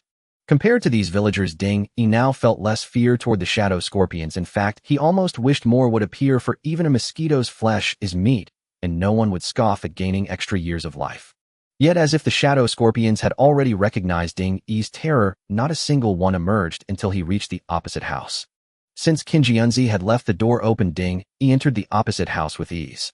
He first closed the door, slid the bolt into place, then raised the lamp to search the entire room. The floor of this household was paved with several blue stone slabs, suggesting better conditions than Old Man Weiss' home, a sight that filled Ding Yi with anticipation. If he could find a bottle of pills here, it would truly be an unexpected windfall. Ding Yi began with the front hall, but despite the household's apparent prosperity, he found nothing useful there, leaving him somewhat disappointed. However, upon entering the bedroom, he immediately spotted a blue cloth bundle resting on the wooden table. This style doesn't look like a villager's belongings, it must be Kinjianzi's. Ding Yi raised an eyebrow, then approached slowly with the oil lamp in hand. For safety, he used his blade to open the bundle from a distance. No expected poison smoke or traps appeared. Drawing closer by lamplight, Ding Yi found only some silver coins and a bit of dry food inside. Still nothing. Ding Yi frowned slightly, then shifted his gaze to other parts of the room. Soon he discovered an oil paper umbrella missing its handle in a corner. Staring at the empty handle, he immediately thought of the slender sword in Kinjianzi's hand. So it's a set. Ding Yi was somewhat surprised, but recognizing the umbrella's origin offered no immediate help. This shouldn't be. A trace of impatience crept into Ding Yi's heart. After rummaging through the house for a while longer, he found nothing else. Could it really be on him? The earlier thought resurfaced in Ding Yi's mind. Wait, why did the shadow scorpions completely ignore Kinjianzi when they charged in? Mid-search, Ding Yi suddenly recalled something and froze. He then hurried back to Old Man Weiss' cottage and returned to Kinjianzi's corpse. This robe. Ding Yi crouched down, touching the blue Taoist robe Kinjianzi wore. His eyes narrowed, and a line of text appeared in his vision. Currently upgradable. Requires 1 year and 7 days of lifespan. Upgrade. Indeed, this item demands over a year of lifespan, so it's no ordinary garment. I wonder if it's what I suspect. Ding Yi hesitated as he stared at the prompt. Upgrading this item would cost a full year of his life, and while his lifespan had grown significantly, it wasn't abundant enough for reckless experimentation. Just then an idea struck Ding Yi. He hurried to the kitchen, fetched a charcoal stick, stripped the Taoist robe from Kinjianzi's body, and wrote on it, "Permitted to enter and exit Shaolin village." After doing so, Ding Yi fixed his gaze on the robe until the familiar text reappeared, currently upgradable. Requires 1 year and 7 days of lifespan. Upgrade. It worked. Seeing that his lifespan value remained unchanged, Ding Yi punched the air in exhilaration, only to wince as the motion aggravated his shoulder wound. Damn sorcerer. Ding Yi cursed under his breath, then folded the robe and began gathering the rest of his belongings. Having found a way to leave Shaolin village, Ding Yi decided to set out at dawn. Any delay until Baiyunzi on the mountain reacted would render everything too late. Thus Ding Yi spent the night packing and finally had everything ready before daybreak. The next morning, as the first ray of sunlight streamed through the doorway, he picked up his bundle, donned the Taoist robe, and stepped outside. After Ding Yi left, flames suddenly flickered to life inside Old Man Weiss' cottage. The fire grew and soon engulfed the entire hut via its wooden beams. By then, Ding Yi had already reached the fork at the village entrance. He turned to look back at the village, spotting a plume of smoke rising from the direction of Old Man Weiss' cottage. Shaking his head, he turned around, pondered briefly, and chose the path to the right. This time, clad in the Taoist robe, Ding Yi felt the air around him tighten and then loosen after a few steps, as if he had passed through a membrane. His heart stirred, and he quickly pulled out the quicksand map. On the quicksand map, roads and markers beyond the village entrance now clearly appeared, filling Ding Yi with immense joy. Finally out, Ding Yi felt an urge to weep. Days ago, he had faced the prospect of being drained dry by the sorcerers on the mountain. Now he had temporarily escaped danger, as if reborn. Ding Yi gripped the quicksand map tightly, veins bulging on the back of his hands from the strain, his arms trembling slightly. This lasted for several breaths before Ding Yi let out a long sigh. He folded the quicksand map, tucked it into his chest, and strode forward. This was Ding Yi's first time leaving Shaolin village, so he was intensely curious about everything around him. He looked left and right along the way, frequently consulting the quicksand map for markers. Unknowingly, he had traveled dozens of li, and noon had arrived. Finding a cool spot beneath a tree, Ding Yi sat down to rest. After a simple meal, he opened the quicksand map once more. Why haven't I seen any new villages or towns after walking so long? Not even a single traveler. Ding Yi felt puzzled, but more so a growing unease. If he couldn't find shelter before dark, he would have to spend the night alone in this desolate wilderness, a prospect too dangerous to contemplate. Who knew what horrors lurked in the wild, perhaps even more terrifying than the shadow scorpions? If the lamp proved useless, he would surely perish. After some thought, Ding Yi decided to press on. If no hope appeared before nightfall, he would have to prepare for a night in the open. Since consuming those blood marrow transformation pills, Ding Yi's progress in the evergreen art had been remarkably swift. He named the warm current surging within his body the evergreen true chi, for it was born from his martial training. Though ignorant of its true nature, he deemed it akin to true chi. Relying on his evergreen true chi Ding, he could now run a full li without losing his breath. If he quickened his pace to a brisk walk, he could cover 10 or even 20 li with ease. After resting Ding, he unleashed his speed following the narrow path ahead. This trail, roughly 3 meters wide, resembled an official road, sparking a glimmer of hope within him. The existence of such a road suggested that this world had rulers, even if it was puzzling that anarchy from demonic cults was allowed within their domain. With this thought, Ding quickened his pace, almost breaking into a jog. After covering several dozen li, ruined structures began to appear on the horizon. These buildings stood desolately along the roadside, resembling abandoned relay stations or tea stalls. Though no sign of human life was visible, the presence of these structures stirred a flicker of excitement in Ding Yi's heart. The appearance of buildings here indicated that this path had once been heavily trafficked, meaning it likely led to a major town.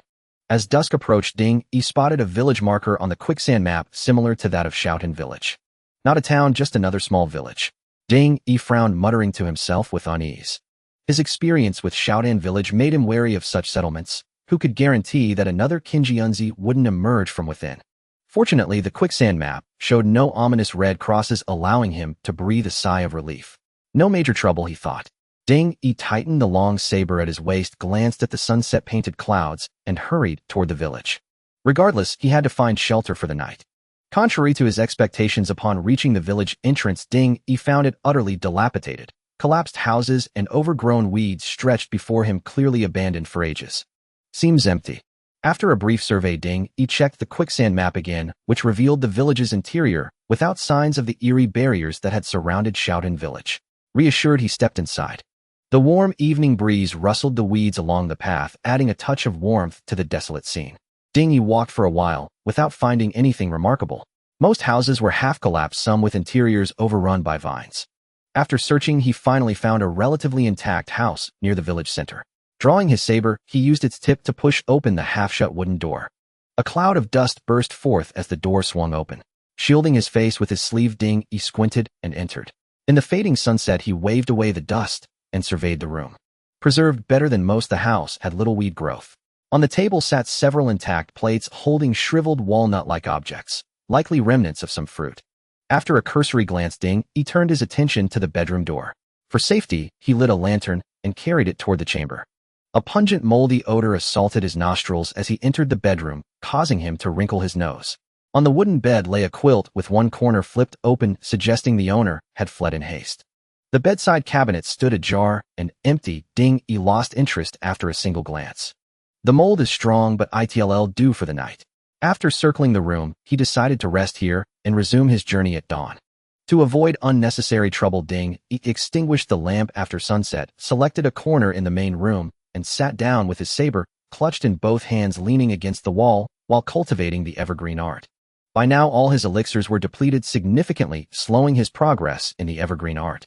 Yet as his sole reliance, he dared not waste a moment. Cultivating, whenever possible, had become second nature. Thus, as the night deepened, Ding Yi's eyes snapped open. He swiftly retrieved the quicksand map, spreading it in the faint moonlight. No red cross, not an enemy, or just no threat. His brow furrowed as he caught faint footsteps outside. Amid his contemplation, a creak echoed in the silent house. The closed wooden door slowly swung inward, and a silhouette stepped through. Ding Yi's muscles tensed, his right hand gripped the saber as he fixed his gaze on the figure at the door. The newcomer, spotting Ding Yi in the moonlight, let out a surprised grunt. "Brother, from where?" "I'm just crashing here for the night. Mind if I join?" The man spoke with a thick dialect, stepping inside, without hesitation, seemingly unafraid of Ding Yi. "And you?" Ding Yi asked, calmly, unmoving. "Li Baozheng of Chingfong County," the man replied, a hint of pride in his voice. "You don't know me?" Li Baozheng paused, halting his steps. "Why should I?" Ding Yi was baffled. "Chingfong County." Li Baozheng, the man emphasized. "Don't know you." Ding Yi's left hand crept toward his spear handle. "You're not from around here." Li Baozheng seemed to realize something. "No," Ding Yi replied slowly. "Huh, I knew it. In these parts, who wouldn't know Li Baozheng?" The man puffed out his chest proudly before settling into the farthest corner from Ding Yi. "What brings you to Chingfong County, brother? Visiting family or fleeing?" Li Baozheng, a natural chatterbox, showed no drowsiness despite the late hour. "Fleeing, I suppose," Ding Yi said. "In this wretched world, every outsider's fleeing." Blame the Yinyang Palace for ruling here. Li Baojing chuckled. What brings you here at this hour, brother Li? Ding Yi ventured after a pause. Instead of answering, Li Baojing asked, which direction did you come from? Did you come across a place called Shaolin village? No, Ding Yi replied flatly. Good. I heard traces of the Flesh and Blood Temple appeared there, so I went to check it out. The Flesh and Blood Temple. You went alone. Ding Yi was startled. A bunch of cowards hiding in the shadows. What risk could they pose? Li Baojing scoffed. Almost forgot. I'm Li Baojing of the Chingfong County Surveillance Bureau. He stood up slowly, pointing at Ding Yi. You cowardly scum of the Flesh and Blood Temple. I could smell the stench of blood on your robes from miles away. I'll skin you alive and rip out that flesh and blood emblem from your chest, so you know the might of your grandpa Li. Hearing Li Baozing's words, Ding Yi was instantly stunned. Damn, he's mistaken me for someone else. Ding Yi looked at the Taoist robe he was wearing and finally came to his senses. But in the next moment, Li Baojing abruptly drew the long blade strapped to his back and charged straight at Ding Yi. Damn! Wait! Ding Yi hastily dodged to the side, shouting. What the hell are you yelling for? Li Baojing burst into laughter as he saw Ding Yi scrambling away. Li Baojing moved swiftly. In the span of a few words, he was already before Ding Yi. He swung his standard-issue long blade in a horizontal arc, aiming to cleave Ding Yi in two at the waist. Ding Yi hurriedly raised his own long blade to parry, and a harsh screech of metal scraping metal echoed through the dark room. Clang! Sparks flew. Leveraging the immense force transmitted through his blade, Ding Yi leaped backward, widening the distance between him and Li Baojing. I'm not from the Flesh and Blood sect. I snatched this robe halfway. Ding Yi gripped his long blade and said in a deep voice. You bastard. Those rats from the Flesh and Blood sect are all cunning and sly. You think he'll believe you just because you say so? Wait until I capture you, then we'll talk. Li Baojing, utterly unconvinced by Ding Yi's words, leaped up with his blade and swung it down at Ding Yi's head. Seeing this, Ding Yi quickly rolled on the ground. A sudden flash of inspiration struck him and he shouted again, There's no human face on my chest. Sure enough, at Ding Yi's shout, Li Baojing halted his attack. Instead, he looked at Ding Yi's chest with interest and asked, Really? Ding Yi didn't hesitate. He directly pulled open the front of his Taoist robe. Initially, Ding Yi had planned to kill Li Baojing with a single strike to eliminate the trouble. But on second thought, since this man claimed to be an inspector from Chingfong County, and thus an official, he might be useful for gaining entry into the county smoothly. Now Li Baojing, looking at Ding Yi's bare chest in the moonlight, unconsciously paused his actions and continued asking, You really don't have a flesh and blood mark. But if you're neither a martial artist nor a worshipper, how did you manage to steal this blood fiend robe from the Flesh and Blood sect? That Flesh and Blood sect Taoist seemed heavily injured. I practice a family heirloom farming style. It's not strong, but it was more than enough to handle a wounded Taoist. Ding Yi lied without batting an eye, his face betraying no shame. Could someone else have gone there? Li Baozing's eyes darted around shrewdly. He then scrutinized Ding Yi from head to toe and suddenly said, You've been heading north. Are you planning to go to Chingfong County? That's right. How much further is it to Chingfong County from here? Ding Yi quickly asked. Follow the official road for another 3 days, and you'll reach Chingfong County. As he spoke, Li Baojing pulled a token from his waist and tossed it to Ding Yi. When you get to Chingfong County, use this token to enter the city. Instead of catching it instinctively, Ding Yi sidestepped and dodged away. Thud! The wooden token hit the ground with a crisp sound and lay there quietly, seemingly devoid of any trap. Quite cautious. Not bad. Li Baojing wasn't angered. Instead, he nodded and continued. No hard feelings. What's your name, young friend? Ding Hai. Ding Yi glanced at the wooden token on the ground and said flatly, Ding Hai is it? You don't seem like a martial artist, and you don't follow the path of worship. How were you able to withstand my strike? Li Baojing suddenly asked. Ding Yi frowned slightly at the question, but after a brief moment of thought, he replied, born with a bit more strength than most. I've been asked that plenty of times. Hey, you certainly are strong. Li Baozing's expression remained unchanged. He just let out a few hearty laughs. Whether he believed it or not, only he knew. Since you ran into those Flesh and Blood sect scoundrels, you must have passed by Shaolin village. Can you tell me about the situation there? Li Baojing asked again. Although Ding Yi had earlier claimed he hadn't been there, that was during their first meeting when both were wary of each other. It was logical. Now that they were speaking openly, there was no point in hiding things. Sure enough, after a moment's deliberation, Ding Yi spoke up. Shaolin village seemed to be sealed off by something. I didn't dare to go in. Damn it. That's definitely the work of the Flesh and Blood sect. Those rats love sealing off villages for blood sacrifices. Li Baojing cursed, then said to Ding Yi, Brother Ding Hai, I advise you not to wear that Taoist robe when you're out and about. The stench of blood on it is overpowering. The inspection department might be reasonable, but if you run into people from the Yinyang Palace. Heh. With that, Li Baojing turned and left the house, choosing not to stay. Ding Yi listened to Li Baozheng's footsteps and realized he had entered the neighboring house. Clearly the other man didn't trust him either. Ding Yi then turned his gaze to the wooden token on the ground.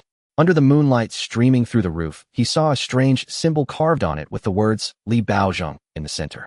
Ding Yi prodded the token a few times with his long blade. Finding nothing unusual, he took a piece of torn cloth from his bundle, covered the token, and rolled it on the ground until it was completely wrapped. Only then did he relax slightly. No one in this godforsaken place can be trusted. But at least Li Baozheng doesn't seem to harbor any killing intent toward me. Ding Yi moved to another corner and sat down, taking out the quicksand map to study. After days of research, Ding Yi had discovered that the red crosses on the quicksand map represented beings that posed a threat to him and harbored killing intent. For instance, Qinjianzi and Bai Yunzi from the temple. Even though they hadn't met him initially, the entire Shaolin village was their target, which was why the map marked the temple's location with a red cross. As for Li Baozheng, judging from their earlier skirmish, his strength was slightly inferior to Qinjianzi's, otherwise Ding Yi wouldn't have dodged that first strike so easily.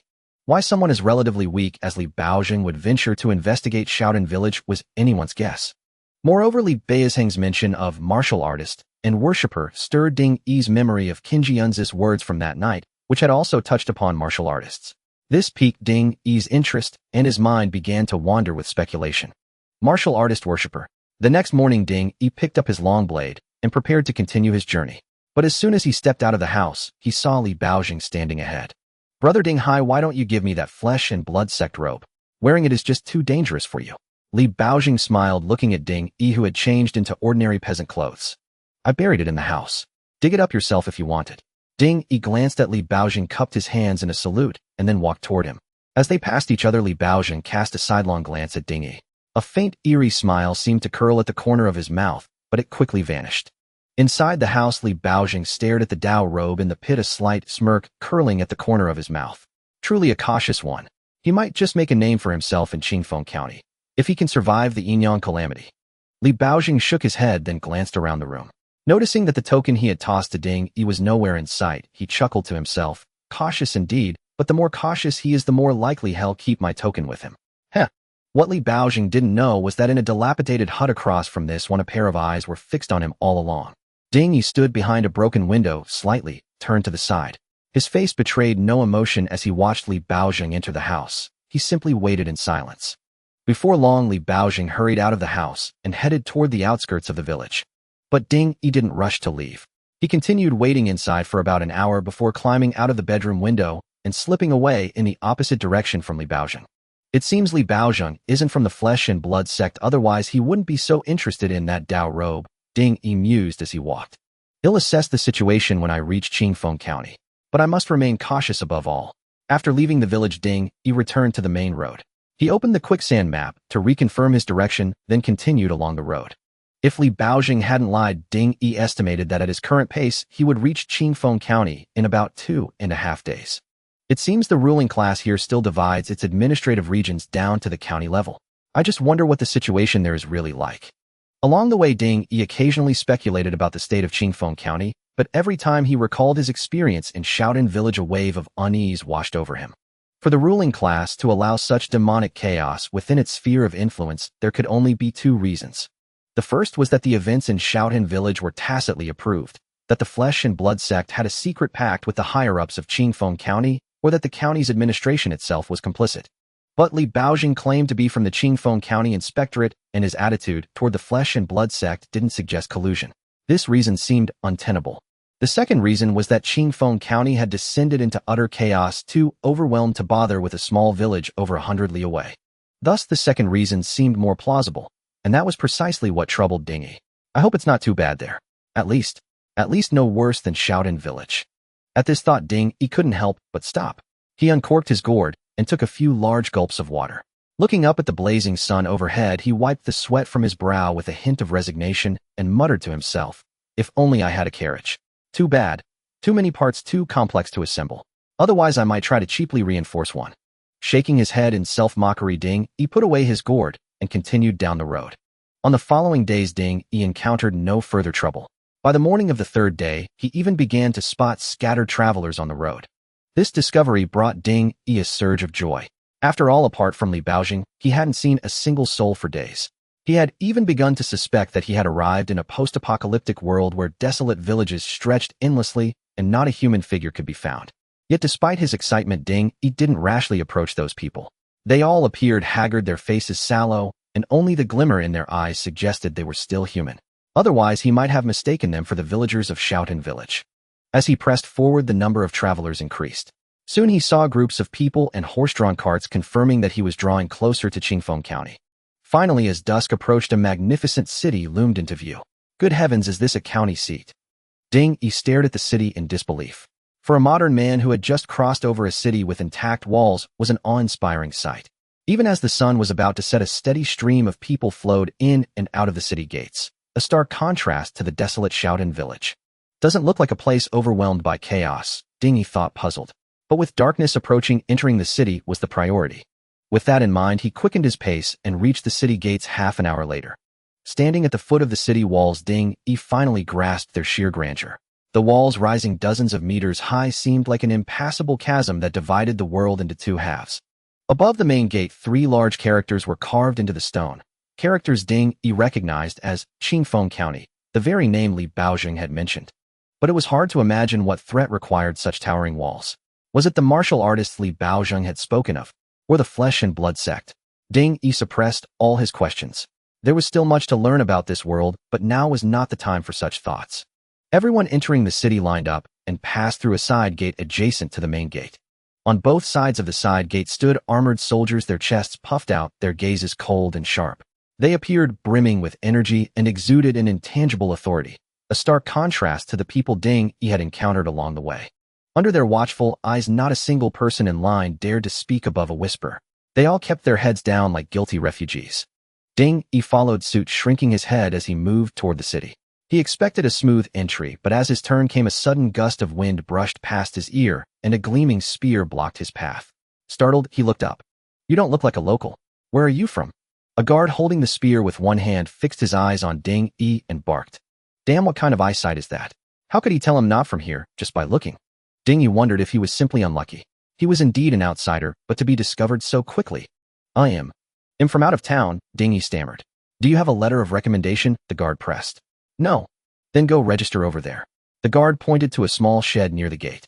Ding Yi followed the guard's gesture and saw a makeshift thatched shelter with a counter. Behind the counter sat a gaunt old man, a thick ledger open before him, presumably for registration. Right away," Ding Yi said hastily, then trotted toward the shed. The old man in the shed was dozing off, his head bowed. When he heard someone call out, he looked up and saw a young man who had somehow appeared in the shelter. "Sir, I need to register to enter the city," Ding Yi said, noticing the old man's slightly unfocused eyes. "Registration, eh? From out of town." The old man flipped open the ledger on the table and picked up a brush, dipping it in ink. "Which province?" I can't recall. I have some memory loss." Ding Yi pointed to his head. "How lucky to have escaped." "Losing your memory might be a blessing," the old man chuckled, then scribbled casually on the page. "Name? Ding Han. Age? 23. So young. I was as full of energy as you were a decade or 2 ago," the old man said with a chuckle. Ding Yi didn't catch the oddity in the old man's words. He simply continued, "Sir, will I have a place to stay after I enter the city? I have silver. Lodging won't be a problem. Someone will guide you. But try to get into the inner city as soon as possible. Don't linger in the outer city." The old man suddenly looked up at Ding Yi, a meaningful smile spreading across his face. Ding Yi gazed at the old man's enigmatic smile, his brow slightly furrowing.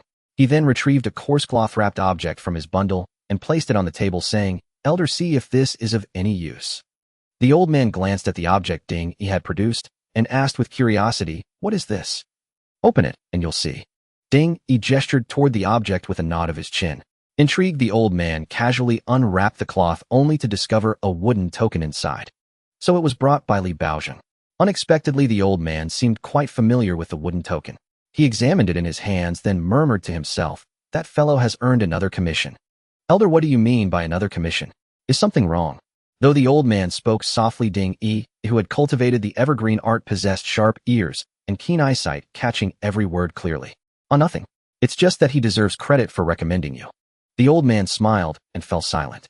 He then retrieved a token from beneath the table and handed it to Ding Yi. "This is your identity token. Don't lose it under any circumstances."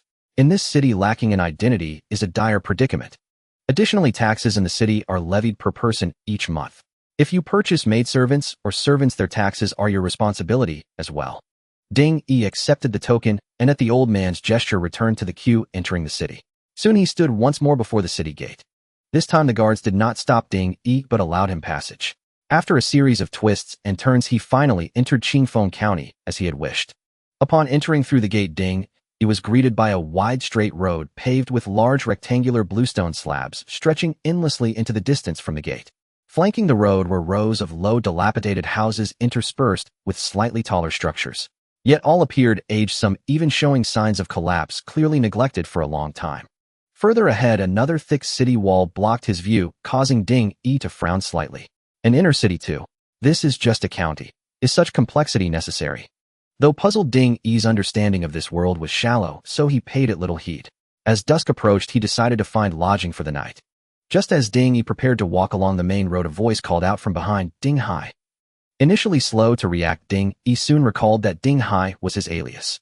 He turned to look toward the source of the voice. A man in a cyan uniform waved at him, signaling for him to approach. "Is he calling me?" Hesitant but curious, Ding-e walked over to the man after a moment's deliberation. When Ding-e reached him, the man looked him up and down, then pulled out a small booklet. After scanning it, he said, "First time in Chingfong County?" "Yes." Ding-e answered without hesitation.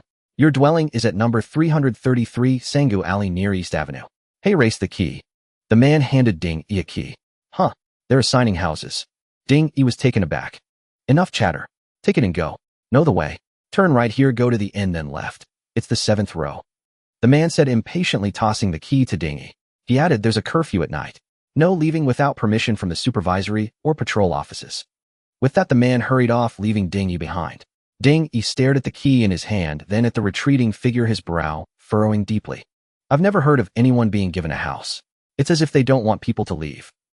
Ding-e muttered to himself, but then reasoned that even if this place was strange, it couldn't be stranger than Shaolin Village.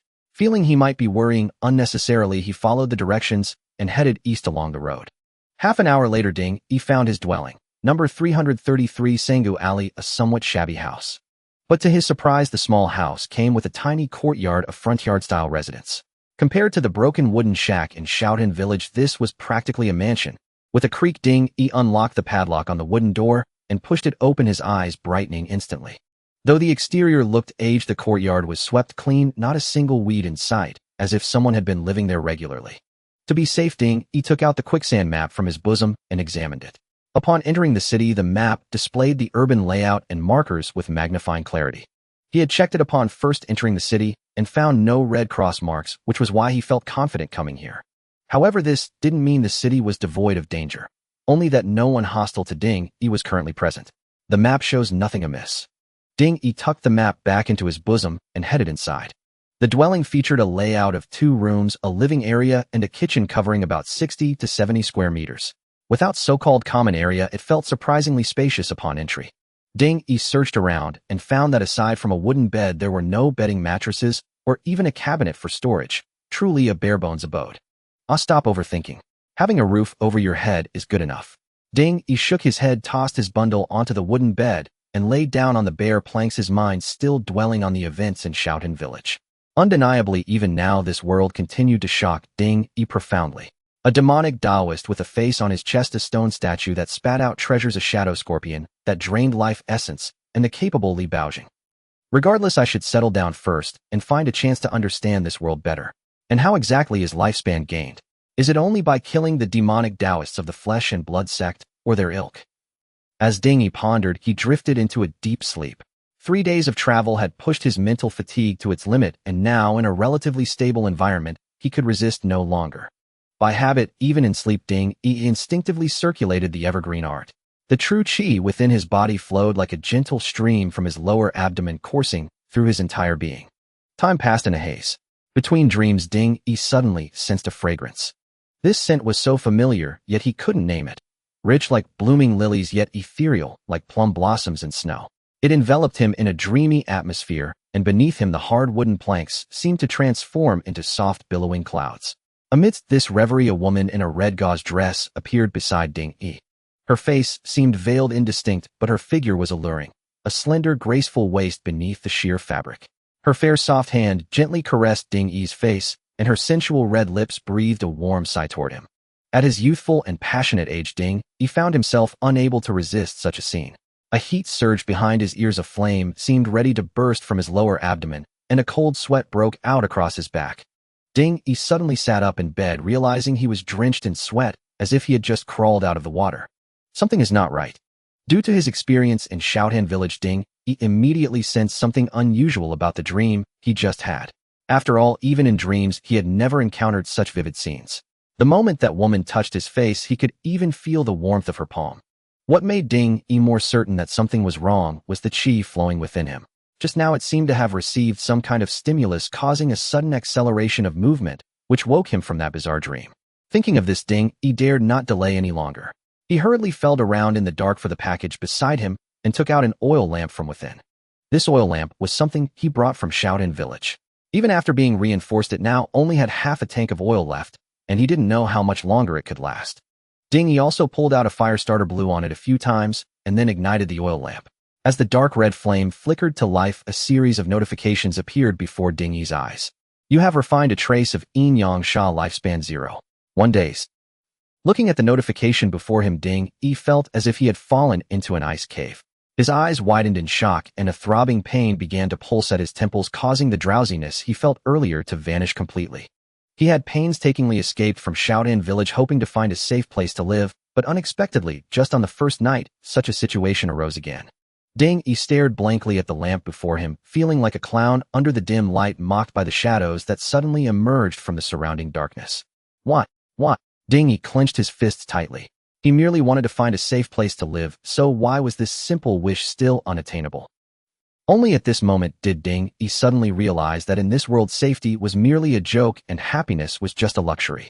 From here on, his life would likely be a precarious one. Taking a deep breath, Ding Yi did not continue to dwell in helplessness and fear. Instead, he quickly got out of bed with the oil lamp and quietly moved to the window to observe the commotion outside. To Ding Yi's surprise, there seemed to be no activity outside. The entire Xingguxiang was eerily quiet, with only the bright moonlight spilling into the courtyard, creating an atmosphere of tranquility. Strange, is this just targeting me? Ding Yi furrowed his brow as various thoughts flashed through his mind. However, it was not all bad news.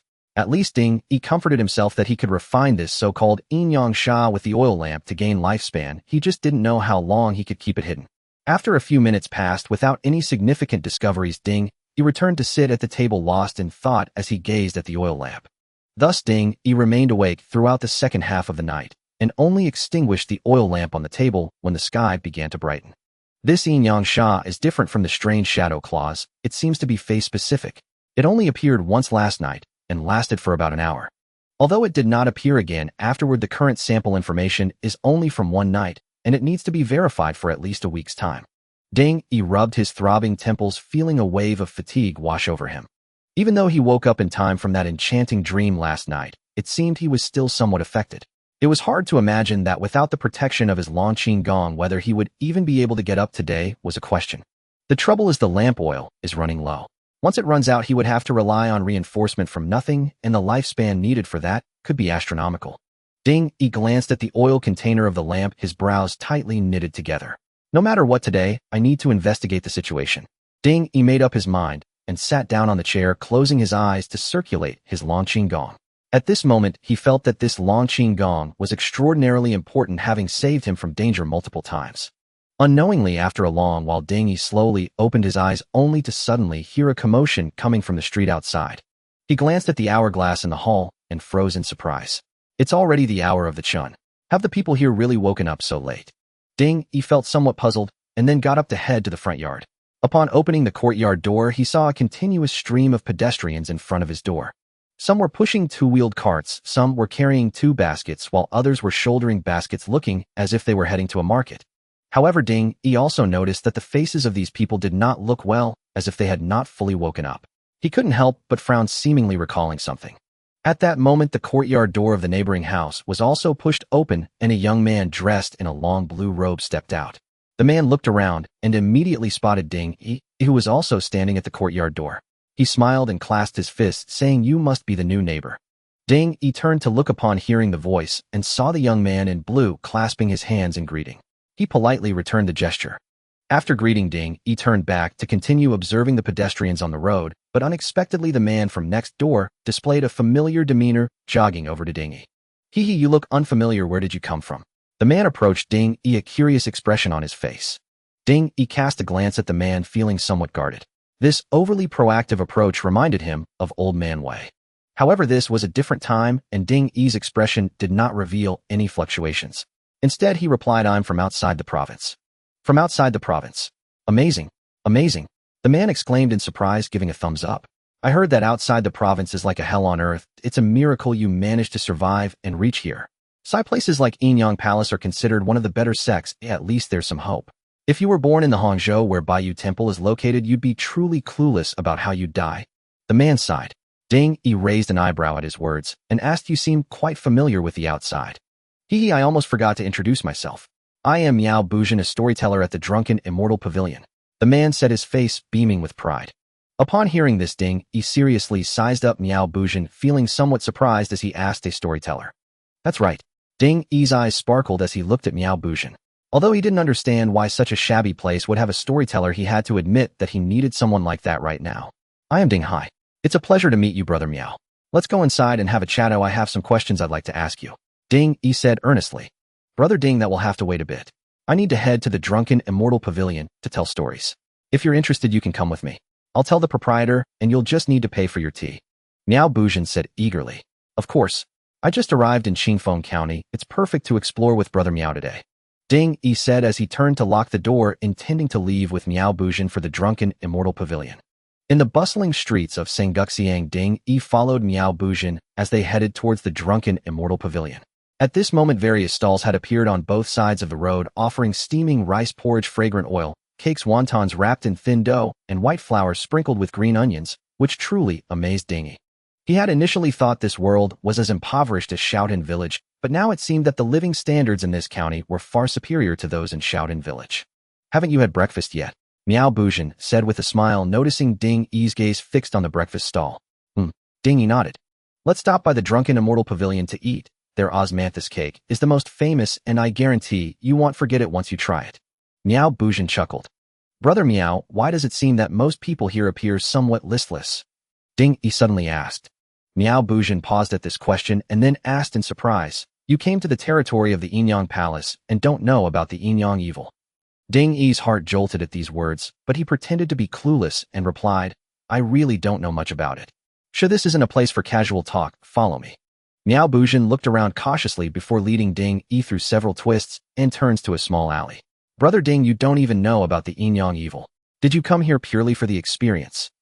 Miao Buzhen teased, nudging Ding Yi with his elbow. Well, there was indeed something unusual last night. Is this what they call the Yinyang evil? Ding Yi asked. It seems you've already experienced the power of the Yinyang evil. Every day during the hour of the pig, the Yinyang evil will surge into the outer city. To smell it is to give rise to desires, depleting one's essence and energy. However, you can also go to the Yinyang Palace outpost to buy calming pills which can protect you from the torment of the Yinyang evil. Of course, these aren't cheap, otherwise I wouldn't have to wake up early and toil for copper coins every day. Miao Buzhen sighed. Upon hearing this, Ding Yi finally understood. It turned out that all the residents in this city were attacked by the Yinyang evil every night, and they could buy calming pills to become immune to its harm. Wasn't this just like the blood offering practices of Shaolin Village? Brother Ding. Miao Buzhen looked at Ding Yi, who had fallen into deep thought, thinking he was frightened by the Yinyang evil, and quickly patted him on the shoulder. There's no need to panic too much, Brother Ding.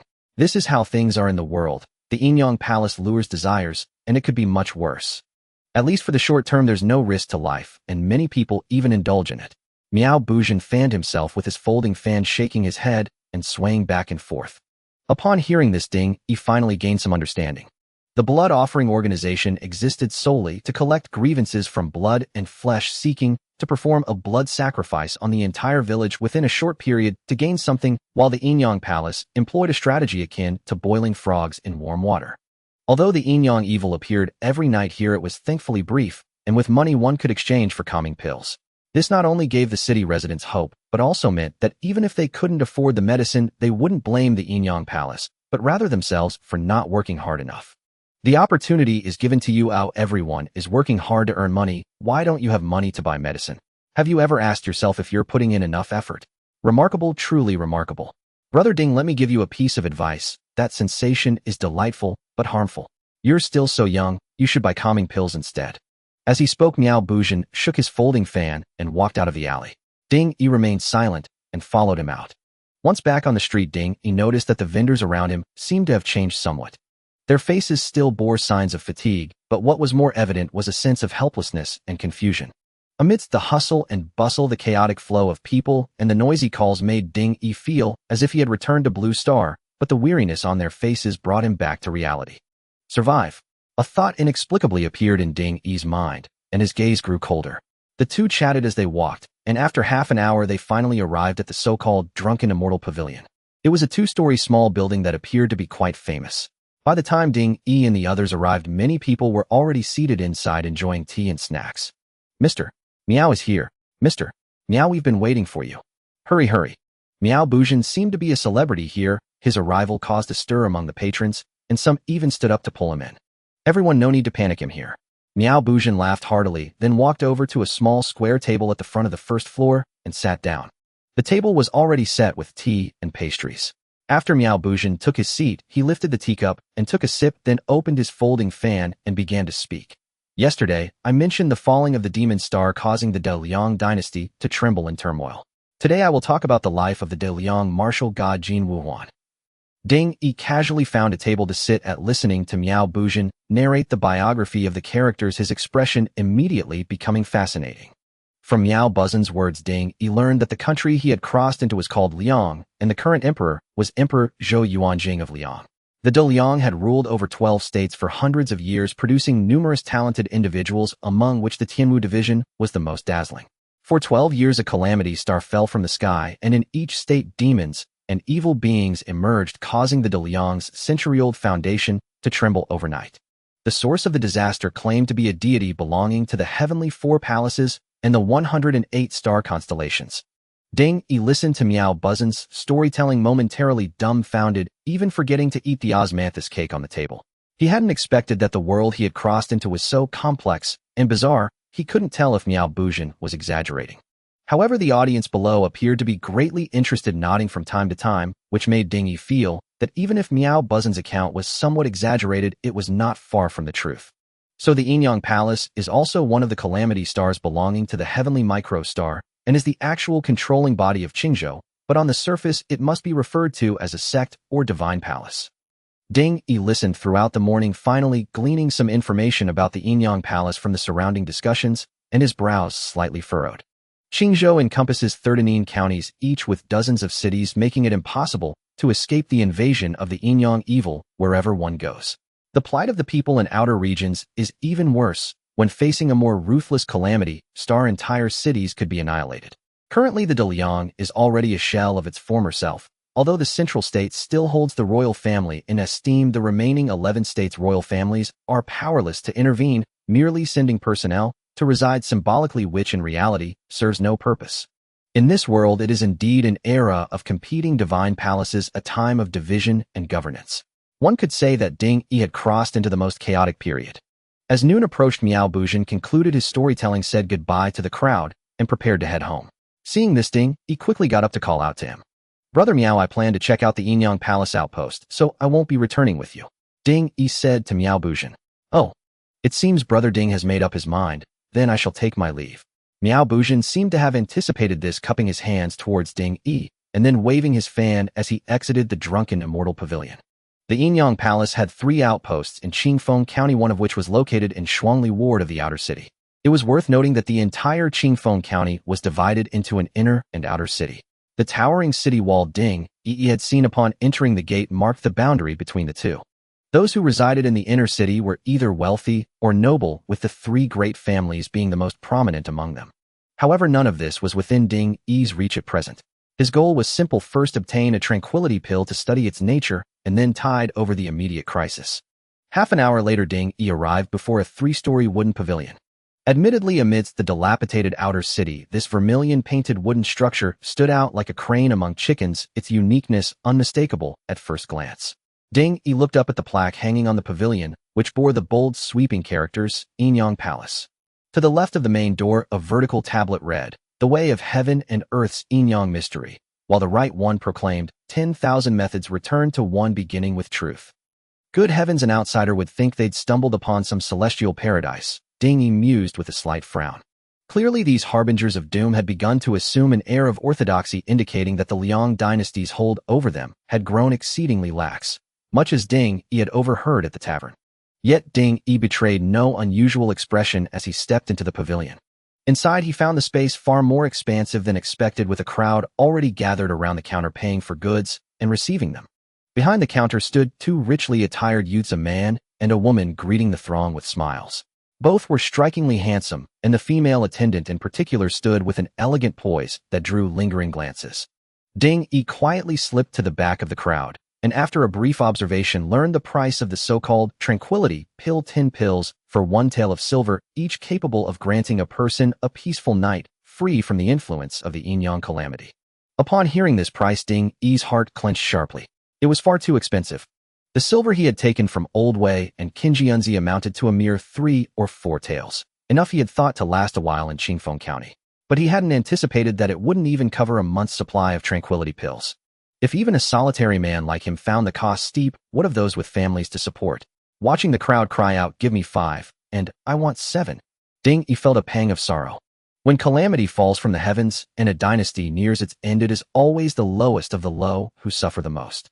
After some thought, Ding Yi decided to buy 5 pills first to test their efficacy. After all, his oil lamp could sustain him for at most another half-month. He had tried to enhance it, to create a lamp capable of dispelling the baleful aura, but the cost and lifespan was exorbitant, offering no value for the price. Thus, once this lamp was depleted, his only recourse would be the tranquility pill. Half an hour later, Ding Yi returned to his small courtyard. "As things stand, dispelling the baleful aura grants me lifespan, but my only means is this oil lamp. Once the lamp's oil runs out, I can rely on the tranquility pill to ward off the Yinyang calamity, but it'll gain no more lifespan." Ding Yi sat by the table deep in thought, fingering the small medicine bottle he had just bought from the Yinyang Palace outpost, his brow furrowed. After a moment, he ceased his musings and opened the bottle, tipping out a single tranquility pill. He pinched it between his fingers and brought it close to his eyes for a careful examination. Enhancement available. Cost 10 days of lifespan. Proceed. So it was. Ding Yi eyed the prompt that appeared before him, hesitated briefly, and then chose to enhance. In the next instant, a flash of light passed before his eyes, and the tranquility pill in his fingers swelled in size. A new prompt materialized before him. Soul-nourishing pill, a pill refined from Yinyang Qi, capable of nourishing the spirit and calming the mind. Its effects last for half a month upon ingestion. Good heavens, the efficacy has been extended to a full half-month. Ding Yi raised an eyebrow at the prompt, quite taken aback. Yet this half-month's effect had come at the cost of his own lifespan. Whether it was a gain or a loss remained uncertain. After a moment's deliberation, Ding Yi tossed the pill into his mouth, then pushed open the door and stepped into the courtyard, deciding to practice his blade techniques. Over the past few days of travel, he had occasionally practiced the evergreen art, but his blade skills had suffered from neglect. Now that he had a place to settle, it was only natural to train diligently. After all, this world seemed fraught with peril at every turn, and Ding Yi felt an ever-growing urgency to enhance his strength. The courtyard walls of his small home stood about as high as a man, and Ding Yi had no fear of prying eyes. After an hour of practice, he finally stopped, drenched in sweat. Panting heavily, Ding Yi sat down on a stone bench in the yard, grabbed his gourd, and gulped down water noisily. According to Miao Bujin, before the calamity descended, the Liang dynasty revered martial arts. The court established the Celestial Martial Bureau with its director holding a first-rank post, a testament to its importance. But after the calamity, the worship of the gods faction emerged, overwhelming traditional martial artists. Yet even so, profound martial arts still exist in this world. If I could get my hands on one and enhance it, perhaps it wouldn't cost so much lifespan. A thought suddenly arose in Ding Yi's mind. The evergreen art for now seemed only to prolong life and increase strength. Though Ding Yi had a hunch that it was far from simple, delving deeper into it at this moment seemed untimely. If he could gain access to this world's fully developed martial arts system, Ding Yi was confident that with his own efforts his achievements would be far from mediocre. With this in mind, Ding Yi's eyes darted around, and then setting down his long blade, he hurried out of the yard. Thump, thump, thump. He knocked on the gate of his neighbor Miao Buzin's courtyard. "Who is it?" Before long, Miao Buzin's voice came from behind the door. "Brother Miao, it's me, Ding." "Hi, Ding," he called out. "Oh, it's Brother Ding. As the voice drew nearer the wooden door before Ding Yi slowly creaked open, revealing Miao Buzhen's smiling face. "Brother Ding, please come in." Miao Buzhen gestured with one hand, inviting Ding Yi inside. "Sorry to intrude," Ding Yi said, clasping his fists in greeting before stepping into the yard. A few nameless saplings grew in Miao Buzhen's courtyard, and as soon as Ding Yi entered, he was struck by the vibrant greenery, far better than his own bare yard. Noticing Ding Yi's gaze, Miao Buzhen smiled and said, "Brother Ding, these are fragrant fruit trees. When the fruit ripens, I'll be sure to give you a few to taste." "Ahem, you're too kind, Brother Miao. I've come today to seek your advice on something." Ding Yi shifted his gaze to Miao Buzhen and cleared his throat. "Please speak your mind, Brother Ding." Miao Buzhen pulled Ding Yi to sit on a stone bench in the yard and asked with a smile. "Well, I wanted to ask Brother Miao, where in this town could one find a job?" Ding Yi inquired. "A job? It seems you've also discovered how hard it is to make money." Miao Buzhen replied, a look of understanding dawning on his face as he smiled. "In Chingfong County, there are only a few ways to earn a living selling one's craft, trading or farming. But these are for ordinary folk barely scraping by, especially in times like these. But there are other paths quite different. If you're a martial artist, you can apply to be a guard for one of the 3 great families. Not only do you get free tranquility pills each month, but the pay is decent too. If your martial skills are impressive, you could open a training hall in Chingfong County, take on some starry-eyed disciples, and live a comfortable life. If you have talent and catch the eye of the Yinyang Palace, congratulations. You'll rise to prominence overnight. When that happens, Brother Ding, don't forget to look out for me." After Miao Buzhen finished, Ding Yi fell into thoughtful silence. After a while, he asked another question. "Is there any job that involves dealing with things like the Yinyang calamity?" "Oh." Miao Buzhen shot Ding Yi a surprised glance, then pondered briefly before replying. "The city's patrol bureau does have opportunities to encounter these Yinyang calamities, but they mostly deal with the divine calamities of other celestial palaces. After all, there are many such palaces across the land, and even though the Yinyang Palace ostensibly rules one prefecture, quite a few sects want a piece of the pie." Upon hearing this, Ding Yi's mind conjured the image of Li Baojing, who had claimed to be from the patrol bureau and had gone to Shaolin village to investigate the flesh and blood temple. So even though the Yinyang Palace dominates Qingzhou, quite a few harbingers of doom are discontent with it, Ding Yi mused to himself. Ding Yi chatted with Miao Buzhen for a while longer until dusk fell, then took his leave and returned to his own courtyard. After seeing Ding Yi off, Miao Buzhen went back to his yard and sat down on the stone bench. "Ding Hai." Miao Buzhen murmured the name softly, tapping his folding fan lightly against the stone table before him, a peculiar smile curling at the corners of his lips. Night fell. Ding Yi did not lie on the bed, but sat by the table quietly waiting for something. No one knew how long had passed when Ding Yi, who had been resting with his eyes closed, suddenly snapped them open, evidently sensing something. At that moment, the restlessness from the previous night returned. Ding Yi frowned and instinctively glanced at the water clock in the room, realizing it was already the hour of the ox. It seems the Yinyang Sha appears at the same time every night, likely driven by something akin to a formation, Ding Yi mused silently. Then Ding Yi forcibly suppressed the urge to light the oil lamp, wanting to see what made the nourishing spirit pill so special. Soon he seemed to notice something and raised an eyebrow involuntarily. When the Yinyang Sha had assailed him the previous night, he had felt an intense heat throughout his body, and his dreams had been filled with erotic scenes, much like a spring dream.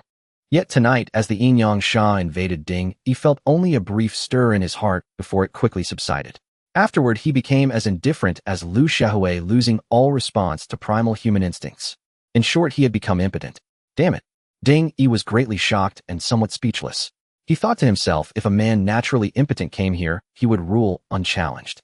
But could such pills truly resist the Yinyang Sha without causing harm if taken in excess? Ding Yi shuddered at the thought and hastily lit the oil lamp on the nearby table. The fiery red flame brought him a sliver of warmth and also revealed the familiar prompt. You have refined the Yinyang Sha lifespan 0. One day you have refined the Yinyang Sha lifespan 0. One day. No choice, I have to endure this period and find a solution quickly, Ding Yi thought as he gazed at the flickering prompts. The next morning, Ding Yi rose early, left his room, and prepared to first visit the patrol office. The patrol office of Chingfong County was under the county government, serving as the military enforcement arm of the Great Liang. Its duties included patrolling the county, handling disasters, banditry, robbery, and other difficult cases. Needless to say, the threshold for entering such a law-enforcing violent institution was dauntingly high. But Ding Yi had no choice. To gain lifespan, he had to deal with various types of Sha, and the patrol office was the best option for now. Soon after some inquiries, Ding Yi arrived outside the patrol office's outpost in the outer city. The outpost was a small courtyard much larger than Ding Yi's dwelling, with a guard at the gate presenting an air of forbidding authority. In fact, few pedestrians passed by the patrol office. The residents seemed to fear it greatly, giving it a wide berth. Standing at the crossroads, Ding Yi stared at the patrol office across the street, his heart filled with uncertainty. Should I just go up and ask? As he hesitated, he overheard two passers-by whispering to each other. The patrol office is so unreasonable. Yesterday, the incident at Malu Ward was quite a stir. You mean Du Wu? I heard he had his teeth shattered and was arrested just for cursing the patrol office. Don't say that. If I were a martial artist, I'd want to join the patrol office too. How impressive. You? A martial artist? Don't make me laugh. The two chatted quietly while stealing glances at the patrol office before disappearing from Ding Yi's sight. Martial artist. It seems there are specific requirements to join. This is troublesome, Ding Yi muttered, frowning. Though he knew a basic blade technique and had cultivated the evergreen art, both Qin Jianzi and Li Baozhang had said at first glance that he was not a martial artist. Clearly, there was a unique criterion for defining one.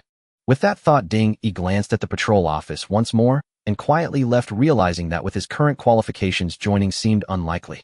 Leaving the patrol office, Ding Yi walked with his head down, lost in thought. Before he knew it, he noticed the crowd around him thickening. He looked up to find himself before another large courtyard. Unlike the patrol office, this courtyard bustled with people coming and going, some even entering and exiting.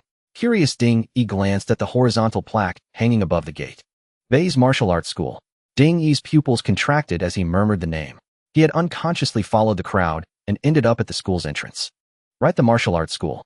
Ding Yi seemed struck by an idea. Eyeing the open gate, he followed a man inside. Once inside, he saw an old man sitting at a central table with a few people queued in front of him, seemingly registering for something. At the entrance to the main hall across the courtyard stood two burly, bare-chested men, their arms crossed like guardian deities, watching the visitors. Ding Yi surveyed the yard, and then quietly moved behind the table where the old man sat, hoping to see what they were registering for. Registration fee 30 taels, monthly meal fee 10 taels, total of 40 taels, the old man said to the first person in line. Understood, understood. I'll register. The man carefully pulled a small cloth pouch from his bosom and respectfully handed it to the old man. The old man took the pouch, opened it to inspect its contents, weighed it in his hand, nodded, and then produced a roster to begin registration. Name: Zhou Hai. Age: 21. All right, take this token and go inside. The old man pulled out a token from under the table and handed it to Zhou Hai, who thanked him eagerly and rushed toward the main hall. Ding Yi, standing behind the line, was dumbfounded. What the hell? 40 taels. Did I hear that right? This is robbery. Though he had mentally prepared for a steep fee, hearing the actual number still shocked him deeply. And the fact that Zhou Hai could afford 40 taels was even more astonishing. Wasn't the outer city supposed to be a slum? How could someone be so rich? As Ding Yi reeled in shock, the second person began paying, sparking a thought in his mind. It's not that there are no wealthy people, I just haven't moved in those circles. Ding Yi sighed inwardly. He touched the 3 taels of silver hidden at his waist and slunk out of Bei's martial arts school. On his way home, the scenery before him seemed gray and faded like an old photograph, evoking a profound desolation. 40 taels of silver. Where could he get that? Without money, he couldn't enter the martial arts school. Without the school, he couldn't gain the knowledge and experience to become a martial artist. Without becoming a martial artist, he couldn't join the patrol office. And without that, his lifespan would be like water without a source, destined to run out one day. A dead end. By the time Ding Yi returned to his small courtyard, it was nearly noon. On the way, he had stopped at a street stall for a bowl of noodles. Even with added chili, it was tasteless, a clear sign of his heavy heart fretting over the school's registration fee. But once he sat down in his room and took a sip of cold tea, his mind calmed slightly, and a new idea emerged. He hurried to the yard, dug up a small clump of mud, wet it with water, and shaped it into the form of a silver ingot. Then, using a bamboo stick, he carved the word gold onto the mud. He stared intently at the lump, waiting for a prompt to appear. After a single breath, the familiar text materialized before his eyes, but this time it brought no joy. Currently reinforceable. Requires 1 year and 3 months of lifespan. Confirm reinforcement. Currently reinforceable. Requires 1 year and 3 months of lifespan. Confirm reinforcement. This. Ding Yi stared at the text before him, the surge of excitement that had just arisen within him instantly doused by a bucket of cold water. The lump of clay he had molded weighed at most a couple of taels. Even if he enhanced it into gold, it would only fetch 10 taels of silver. To scrape together the registration fee, he would need to sacrifice 4 years of his life, an exorbitant price. No, let me try again. Ding Yi kneaded the clay in his hands, erasing the engraved characters, then reshaped it into the form of a silver ingot and carved the words silver ingot onto it. Enhancement available. Requires 3 months and 7 days of lifespan. Proceed. Damn. A silver ingot of the same weight actually requires 5 months. Might as well just enhance it into gold. Ding, he cursed inwardly, casually tossing the clay out the door. Restless and perturbed, he stood up and began pacing around the room. After circling the table a few times, another idea struck him. He sat back down, took out a tail of silver from his waist, placed it in his palm, and stared at it intently with furrowed brows. Enhancement available. Requires 1 month of lifespan. Proceed. 1 month. That's not unacceptable. This time Ding, he hesitated no further and directly selected yes. A large piece of broken silver, an ordinary little chunk of silver. You can buy something delicious with it. Feeling the increased weight of the silver in his hand, Ding, he raised an eyebrow involuntarily. Though he lacked a steelyard, Ding, he estimated by heft that the piece of silver now weighed about 3 taels, perhaps even close to 4. In other words, this single enhancement had more than tripled the weight of the silver. Not bad, not bad. I can manage. Ding, he breathed a sigh of relief, then promptly enhanced all the remaining silver. In the end, he consumed 3 months of his lifespan and obtained roughly 12 taels of silver. It's a shame that once something is enhanced, it can't be enhanced again. But no matter, silver is never a worry to spend. Ding, he looked at the pile of broken silver on the table, packed it into a cloth pouch, drank a few mouthfuls of water, and hurried out the door. It was nearly dusk when Ding, he finally returned to his small courtyard. Only after closing the door and sitting back down on his chair did a hint of joy appear on his face. Carefully, he took several cloth pouches from his chest and emptied their contents onto the table. Clatter. Pieces of broken silver cascaded onto the tabletop, producing a crisp, ringing sound. These were the results of Ding Yi's afternoon. He had deliberately visited several places to exchange the enhanced silver for fresh pieces. Since he had made the exchanges in small scatter transactions, it was perfectly safe. The amounts were insignificant, drawing no attention whatsoever.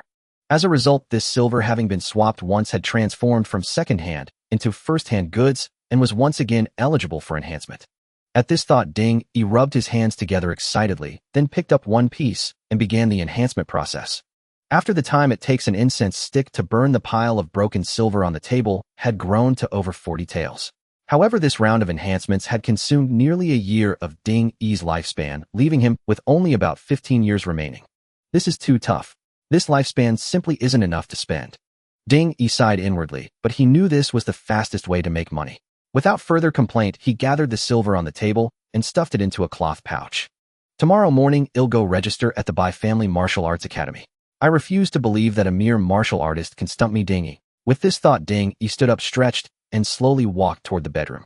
He had been out and about for days. Tonight, he needed a good rest. Tomorrow's registration was no trivial matter, and Ding Yi naturally had to take it seriously. Night fell.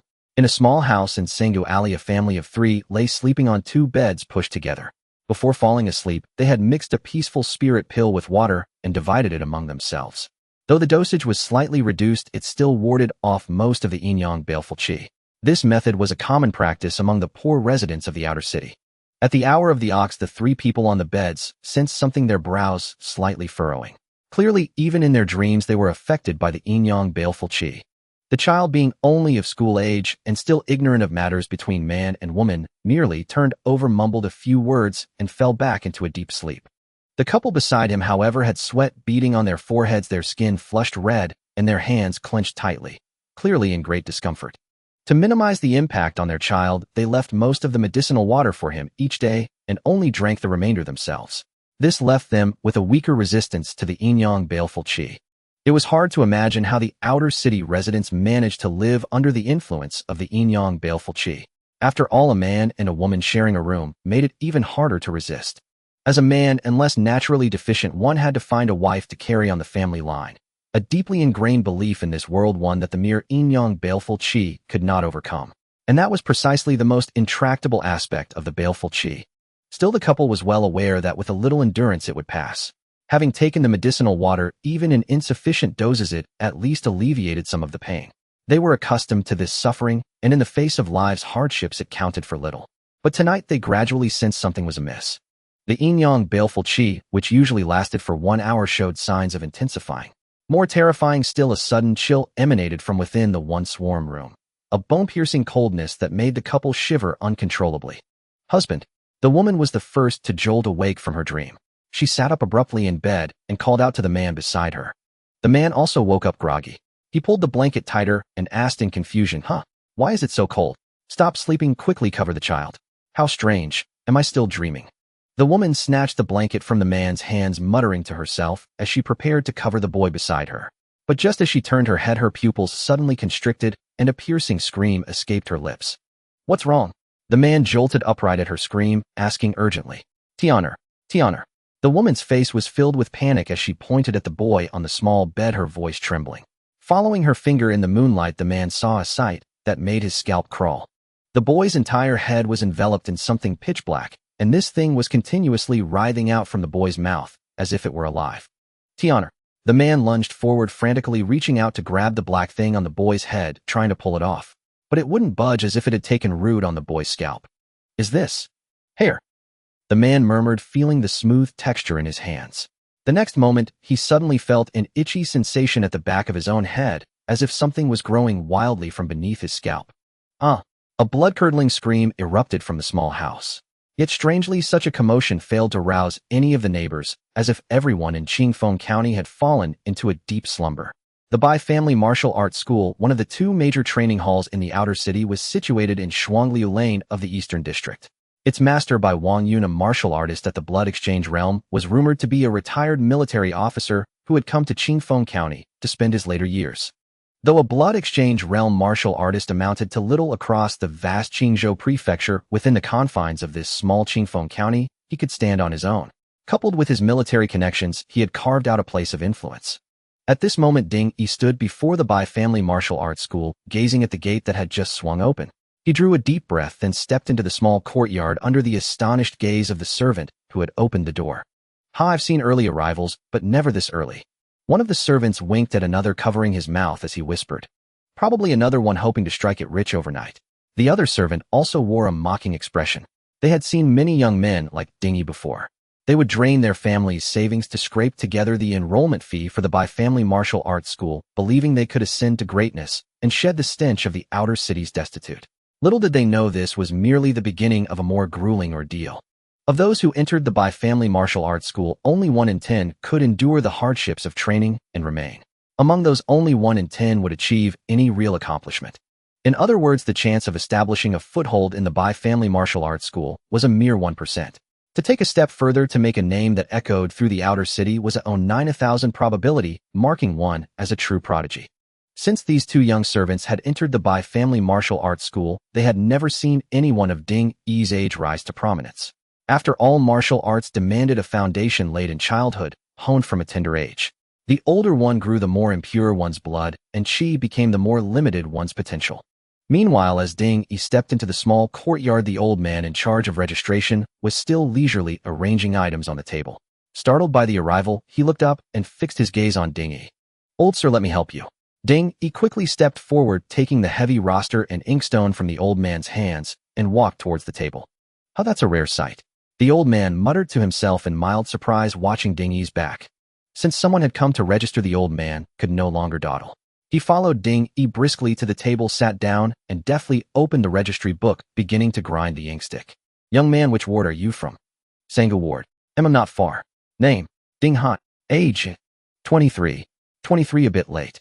But with diligence you might achieve skin tempering. Don't set your sights too high." The old man paused his movements upon hearing Ding Yi's age, then spoke slowly to him.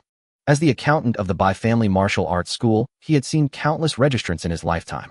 He wouldn't have bothered to offer advice today, if not for Ding Yi's considerate gesture. I understand. Ding Yi didn't argue, but replied promptly. "The enrollment fee is 30 taels and 10 taels for this month's meals." Clear. Ding Yi hastily took out a pouch of silver from his bosom and handed it over. The old man weighed the money pouch in his hand, made a few marks on the roster, then took out a wooden token. He inscribed the name Ding Hai on it, handed it to Ding Yi, and said, "All right, take the token and go in." Ding Yi took the wooden token, glanced at the main hall behind, thanked the old man, and hurried towards it. Flashed the token at the two burly men flanking the hall entrance. Ding Yi passed through smoothly and immediately heard a cacophony of sounds from beyond. What is this?" Startled by the noise, Ding Yi quickly skirted a screen and headed for the back door, only to discover about 7 or 8 people already training in the courtyard behind the main hall.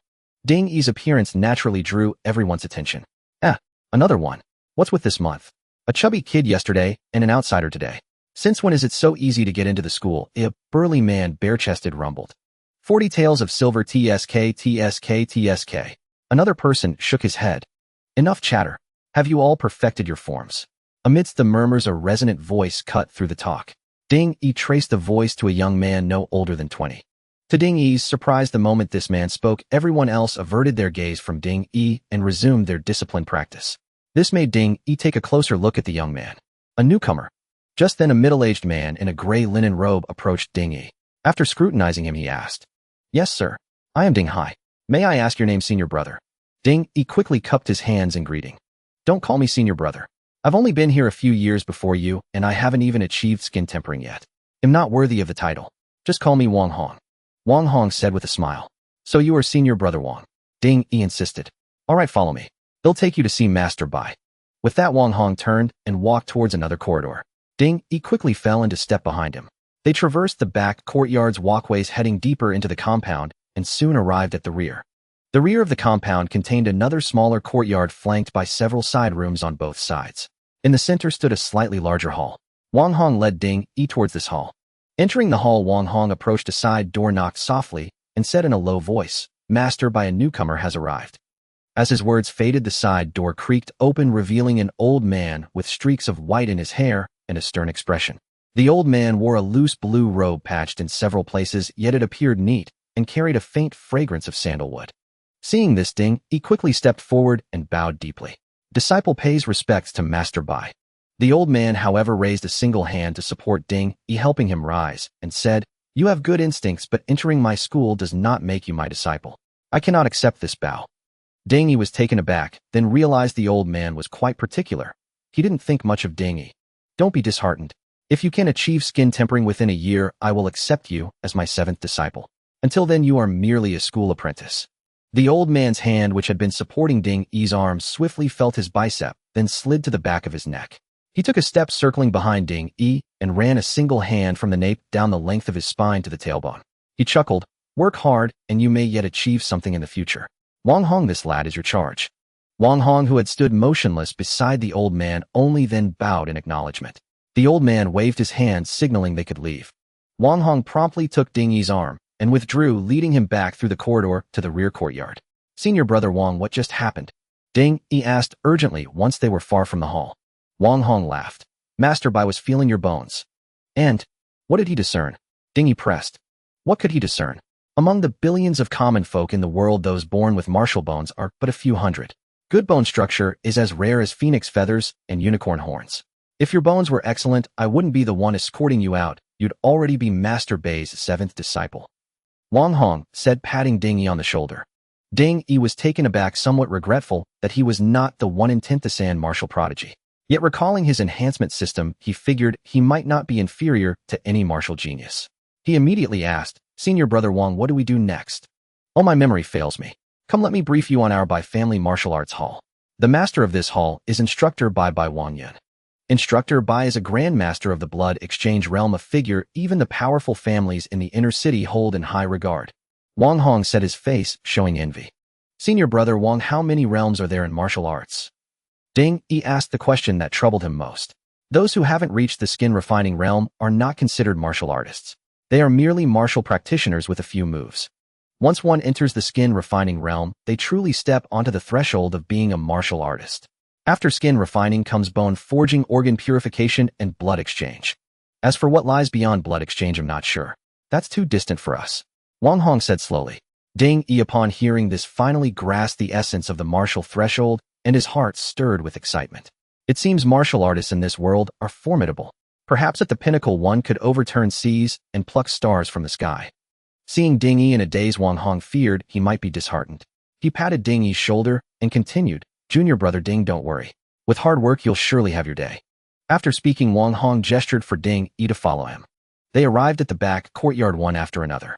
Wang Hong stopped and said to the group training there, "These are all unranked disciples like us. Only that young man at the front is Instructor Bai's true disciple, Chui Wanqing of the bone forging realm. Junior brother Ding, you must be careful. At the Bai Family Martial Arts Hall, you must show utmost respect to Instructor Bai and never offend his disciples." Ding Yi nodded thoughtfully and then asked, "What about Instructor Bai's other disciples?" Chui Wansheng is his youngest disciple with the lowest cultivation. He stays here to hone himself.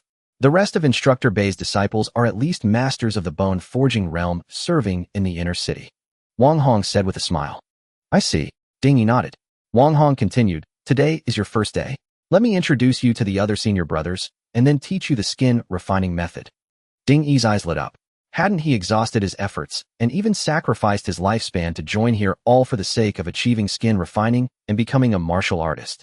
Thank you for your trouble, senior brother Wang. Ding Yi quickly cupped his hands in gratitude. Time flew by, and soon it was evening. Ding Yi dragged his weary body back to his small courtyard. After meeting the senior brothers, Wang Hong taught Ding Yi a skin refining method. This method involved tempering the body through medicinal baths. However, the ingredients for these baths were secret, with core materials exclusively supplied by the martial arts hall, unavailable for purchase elsewhere. Before the bath, one had to practice specific stances to open the Bodhis Wonderoido zero pores, enhancing the bath's effectiveness. Typically, new disciples could live in the hall, which facilitated morning practice and fostered bonds among them, following the traditional path of martial arts disciples. Yet Ding Yi chose to commute daily, as he didn't need to take calming pills at night. He couldn't risk arousing suspicion. The introductory stance at the Bai Family Martial Arts Hall was called the primordial stance, said to originate from the military and considered the most balanced among starting stances. Balanced meant easy to learn, but with limited effects.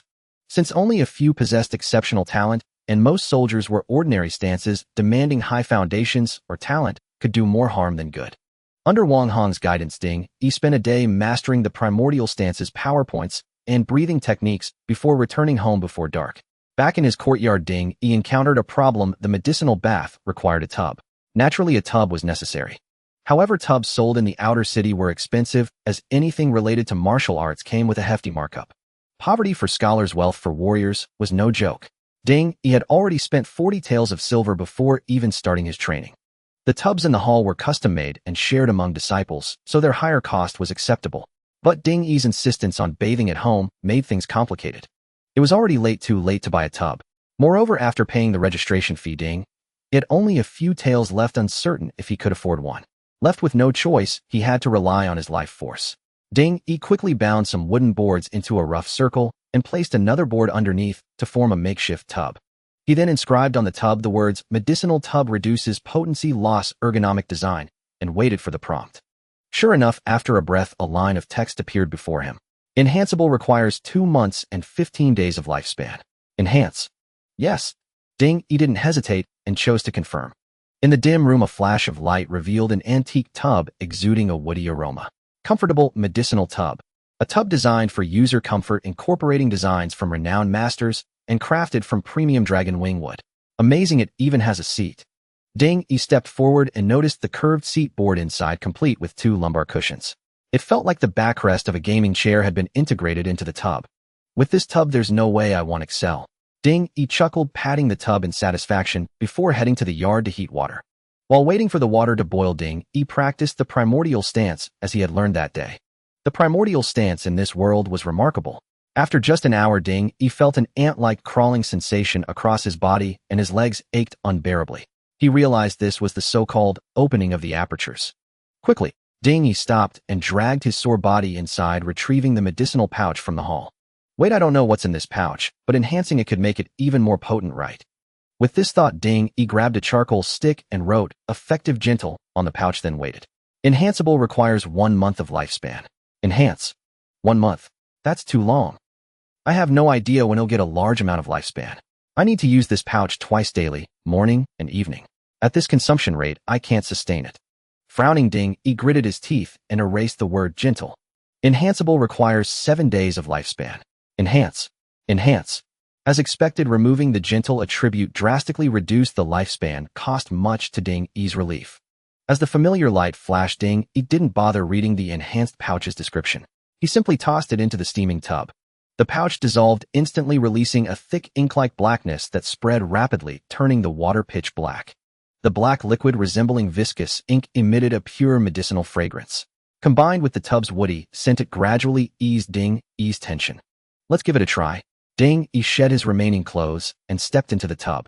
SSS, so hot. Even though he had added some cold water to temper the temperature beforehand, Ding Yi still felt a piercing pain that shot straight through his crown, surging into his mind from that leg. This hurts so much. Is this the effect of the Hunyuan stance combined with the medicinal bath? Ding Yi's expression soured. He truly hadn't expected martial arts training to be so agonizing. He had only just taken the first step, and it was already this unbearable. He had no idea what else awaited him. No wonder just succeeding in skin tempering lets one land a position in the patrol division. This process really isn't something an ordinary person can endure. Ding Yi cursed, inwardly lamenting that martial arts training not only drained one's wealth, but also tortured the spirit, a true exercise in self-inflicted suffering. But he had no choice. Others could afford to give up now, but if he did, he would only have 15 years left to live. Thinking of his pitifully short lifespan, Ding Yi gritted his teeth again and plunged his other leg into the medicinal barrel. Then, throwing caution to the wind, he sat down completely inside. Pain. A heart-wrenching pain. 3 seconds later, Ding Yi felt a burning agony emanating from every single pore across his body, as if he were being roasted alive over a fire. Damn it. No wonder the gentle attribute costs so many years of lifespan. How can anyone withstand this? Ding Yi's eyes were bloodshot from the pain. He could hardly imagine if this was the inevitable path for every martial artist. After a dozen seconds, Ding Yi was dazed by the agony. His hands instinctively groped outward and unexpectedly found 2 handrails-like grips. He grabbed them firmly, momentarily stunned. This reinforced medicinal barrel was truly impressive. It even accounted for hand placement. But that thought lasted only a second before Ding Yi was overwhelmed again. He felt as if the water in the barrel was boiling, bubbling, and churning, while he was like a bright red shrimp immersed within, just one step away from being served as a feast. According to Wang Hong, each medicinal bath required a full 2 hours to ensure the absorption of the medicine's efficacy. Coming out even a moment early would be a sheer waste. I can't take it anymore. Ding Yi felt like his teeth were about to shatter.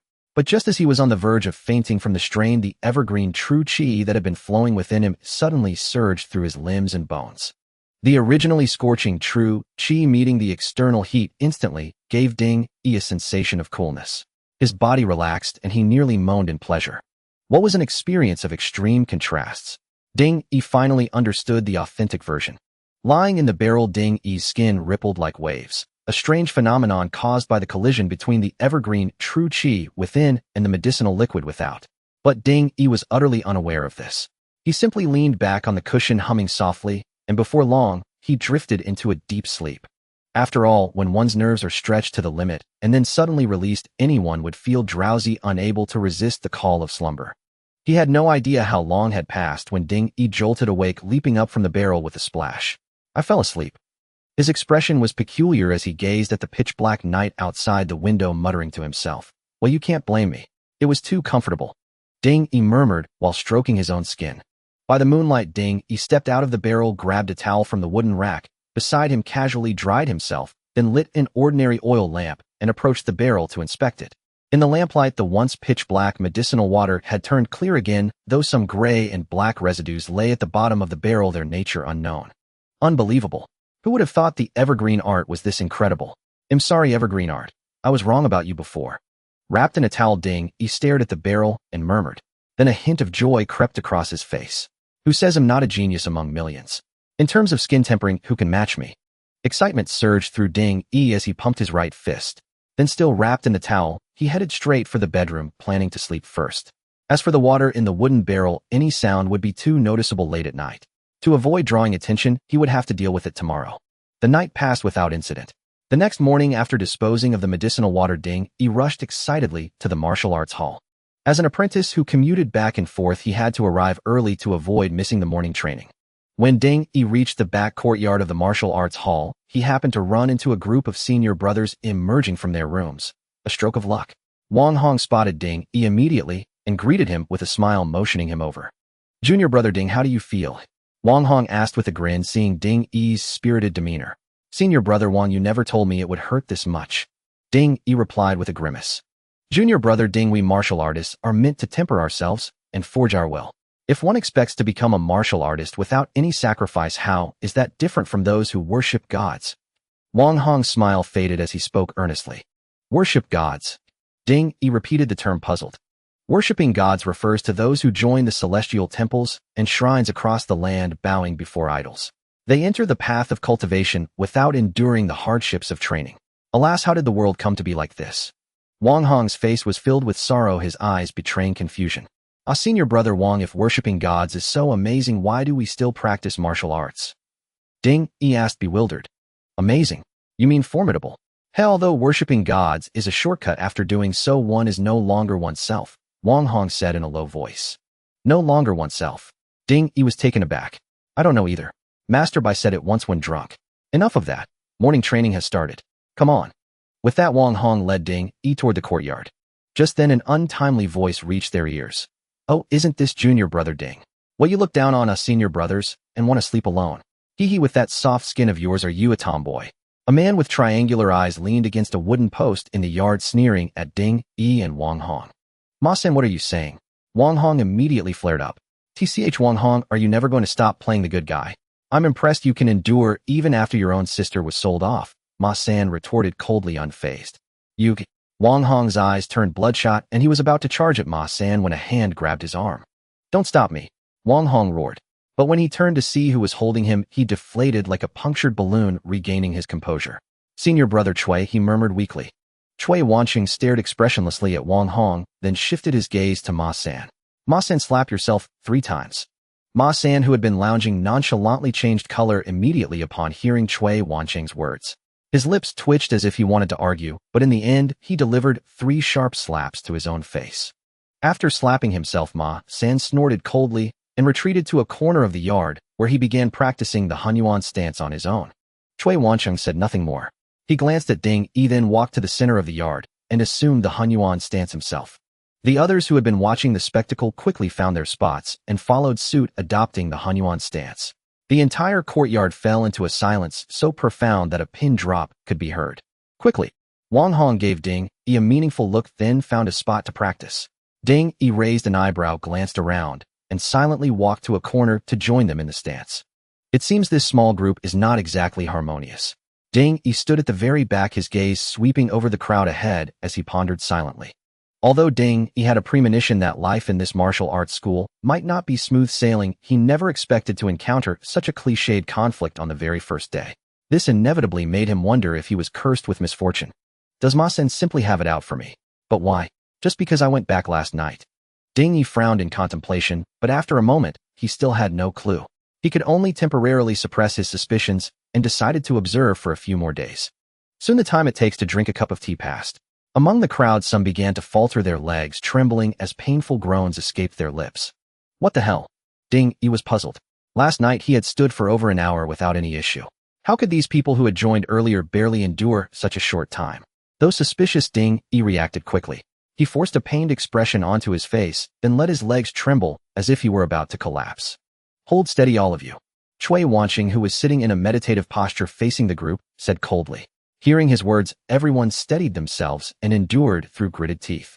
It was at this moment that Ding, Yi realized why he could last so long. The evergreen art. It was still the damned evergreen art.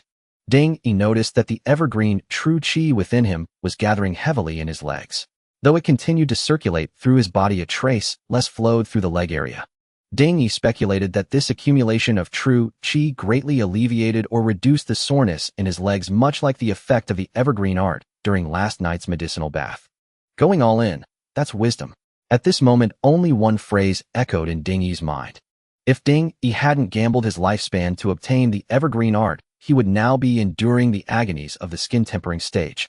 In this regard, the significance of the evergreen art went far beyond mere physical enhancement. Finally, after half an hour, Chui Wanqing released his stance, signaling the end of the morning training. Next came the medicinal bath session. At this point, aside from the 2 martial artists who had already reached the skin tempering stage and could still chat and laugh, the others were pale and trembling, their legs barely able to support them as they shuffled forward like cripples. Ding Yi also feigned numbness in his legs, sighing as he trudged toward the side hall, following a few senior brothers into the medicinal bathroom. By then, the servants of the martial arts school had already boiled hot water and added medicinal herbs, filling the room with a pungent, acrid smell. 1 person per tub, hurry up. With Chui Wanqing's loud shout, a pained expression flickered across everyone's faces. Then, gritting their teeth, they flipped over and plunged into the medicinal tubs like dumplings into a pot, creating splashing sounds. As the newest member, Ding Yi was left with the oldest and shabbiest tub, but he didn't mind much. After all, it couldn't be worse than the one at home. Besides, with the evergreen art protecting him, any tub would do. Approaching the last wooden tub, Ding, he stripped off his clothes and jumped into the water just like the senior brothers. Instantly, the familiar burning sensation from last night surged along his nerves into his mind. But this time Ding, he was prepared. He circulated the evergreen true qi, spreading it across his skin.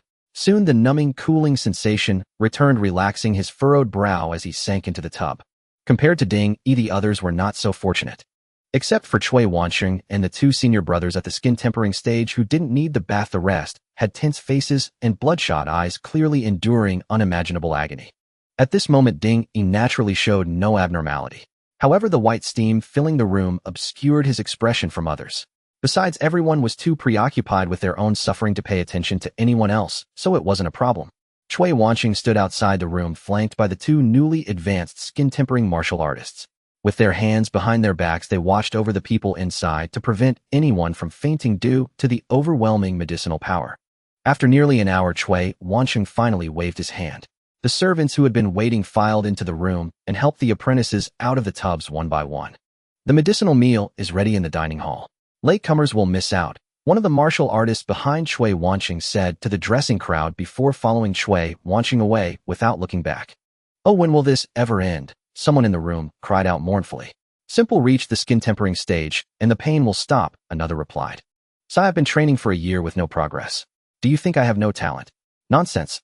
If you had talent, you'd already be Master Bei's direct disciple. Damn it, I don't get it. We all do the same stance training and the same medicinal baths. Why are the results so different? Talent is a mysterious thing. Forget it, let's go eat. I wonder what's on the menu today.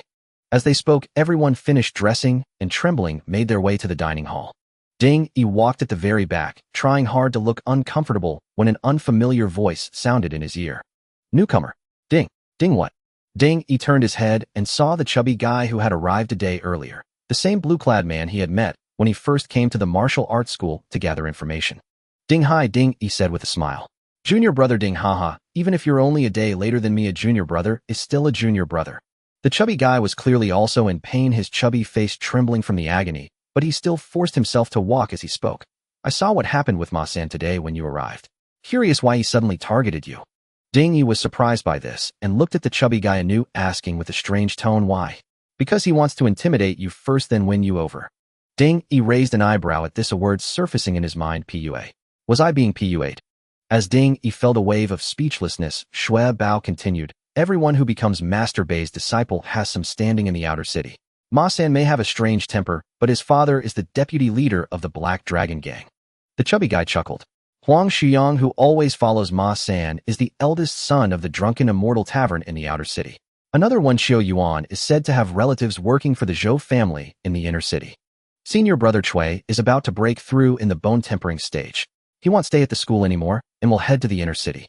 So things here are about to get complicated. The Black Dragon Gang's leader is about to retire due to illness. At this critical juncture, Ma-san came to the school to recruit capable fighters for his father. You, a newcomer with no background and no talent, were an easy target. Ding raised an eyebrow at the chubby guy's words and asked, how do you know all this so clearly? There's nothing in the outer city I don't know. My family runs a medicinal herb shop. At least 80 to 100 people come to buy medicine every day, and I hear all sorts of news. The chubby guy grinned. Oh, then why are you telling me this? Ding put on a look of sudden realization and asked. Because I don't like him, the chubby guy said with an innocent smile.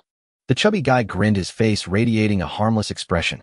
The little chubby boy's real name is Shui Bao, the eldest son of Shui Rohai, the owner of Shuiji Pharmacy in the outer city of Shuangliafeng. Shui Rohai used to run a small business, but later due to unforeseen circumstances, he switched to selling medicinal materials and gradually established a foothold in Chingfong County, setting up the Shuiji Pharmacy brand. Although Ding had heard Wang Hong introduce Shui Bao's background, he never expected that such a young person would have such a complex mindset, and upon arriving at the martial arts school, he would set his sights on himself. Shui Bao, let me be clear, don't involve me in your matters. Ding glanced at Shui Bao and said slowly, how could I have any ulterior motives? I just wanted to befriend you. Aren't you worried that once Cui Wansheng leaves, I won't have anyone familiar to rely on here? You see, among our kind of registered disciples, very few can make a name for themselves. Every year, the Bai family martial arts school sees a batch come and go, and no one remembers the names of the registered disciples. Shui Bao seemed very familiar with the Bai family martial arts school. All right, if you practice well, who would deliberately seek trouble with you? By the way, do you know what the matter is with Wang Hong's sister that Ma Sen mentioned? Ding Yi suddenly recalled something and asked. Wang Hong is someone who is determined to learn martial arts and turn his life around. His family supports him fully, and to gather enough tuition, they sold his sister. Shui Bao whispered. Ding Yi was momentarily stunned by Shui Bao's words, and looking at Wang Hong walking ahead, his expression changed. He never expected that the honest and simple Wang Hong had such a dramatic story behind him. Hey, such things are quite common. I heard that Wang Hong didn't want this, but it was his father's wish, and he couldn't refuse. Shui Bao patted Ding Yi's shoulder with an adult-like demeanor, but it seemed to aggravate his pain, and he couldn't help but grimace. So how about we both, being newcomers, form a companionship? It would be good to look out for each other when we encounter any issues. Shui Bao continued, practicing your punches well is more important than anything. Ding Yi dropped the line and stopped paying attention to Shui Bao. While Shui Bao didn't mention what he intended to do, Ding Yi had already guessed a bit in his heart. Although young Ding Yi was no fool. No matter what purpose Shui Bao had for coming to the Bai family martial arts school, it certainly wasn't to genuinely practice martial arts. Unlike him, Ding Yi only had 15 years of life left. Thinking of this, Ding Yi couldn't help but feel a surge of anxiety.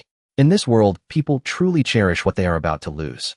At this moment, when Ding Yi looked at Shui Bao, he unexpectedly felt a sense of pity. Shui Bao clearly had a normal lifespan and the opportunity to become a martial artist, but he was fixated on other matters. Unbeknownst to him, in this chaotic world, strength was everything and the foundation for standing in the world. At this moment, Shui Bao was still unaware of Ding Yi's inner thoughts. Instead, he chuckled and said, no rush, we're all fellow disciples after all. Let's eat first. The cafeteria of the martial arts school was located in the side room of the front courtyard. I must say the food in this martial arts school was indeed far better than that of ordinary families. Chunks of fatty pork the size of fists were mixed into the porridge, cooked with medicinal herbs, and the rich aroma wafted out from the windows. No wonder the meal fee is 10 taels of silver a month. This is not something an ordinary person can afford. Ding Yi sat at the table in the cafeteria looking at the large bowl of meat porridge placed in front of him and sighed. But it must be said that after the morning practice, Ding Yi truly felt hungry. Although he experienced a strong sense of stomach spasms after his first medicinal bath last night, it was far less intense than today. Ding Yi guessed that perhaps it was due to the enhancement of the medicinal package he took last night. The efficient effect had prevented his body from bearing too much burden. Hurry up and eat. There's not much food, and once it's gone, it's gone. Shui Bao said, while grabbing a piece of pork elbow and stuffing it into his mouth, clearly very hungry. Ding Yi, having also paid for the meal, naturally didn't hold back. He held the large bowl and began to gobble it down, causing the cafeteria to be filled with the sounds of swallowing. After breakfast, it was time for morning training. It was also at this time that the headmaster Bai Wanyun would come to the courtyard to guide everyone. Including Chui Wanqing, the few practiced a method called Bai Quan. From the name, it's not hard to tell that this Bai Quan was a martial art created by Bai Wanyun himself. In reality, this martial art was merely a simplified version of the martial arts from General Wu's camp, enhanced by Bai Wanyun's understanding, creating a method that was strong and vigorous. With this martial art, Bai Wanyun had made quite a name for himself in his youth.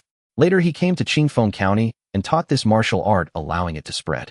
It was Ding Yi's first time learning martial arts, and although he had experience in self-learning sword techniques, the two were not related and could not be compared. The one teaching the martial arts was naturally Chui Wanqing. As the person with the highest cultivation in the venue, he was qualified to take on the teaching duties in Bai Wangyun's absence. However, Chui Wanqing clearly didn't seem to want to teach.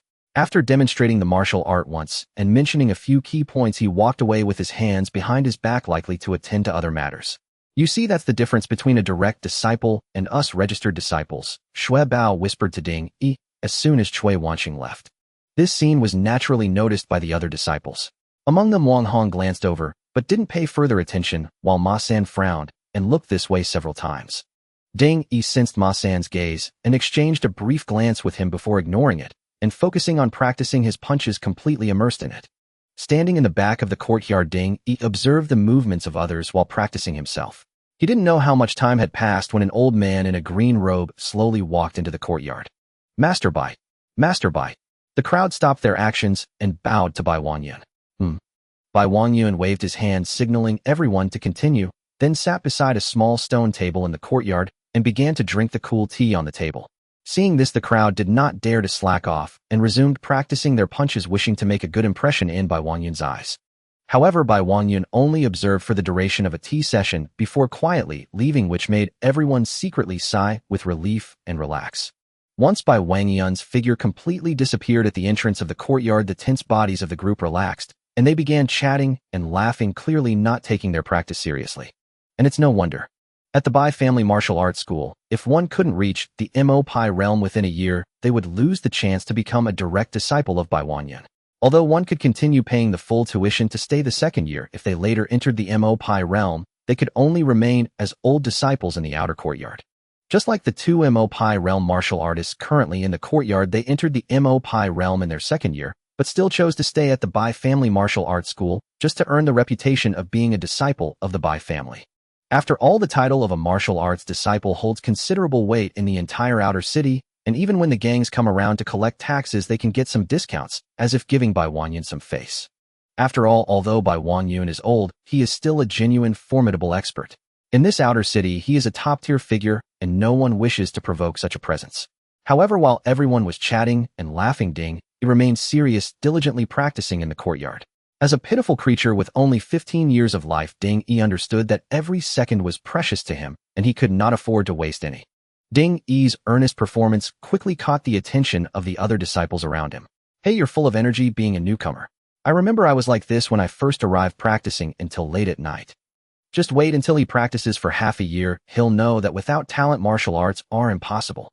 The others exchanged smiles and whispered. Even Shui Bao shook his head at Ding Yi. Why doesn't Ding Hai understand?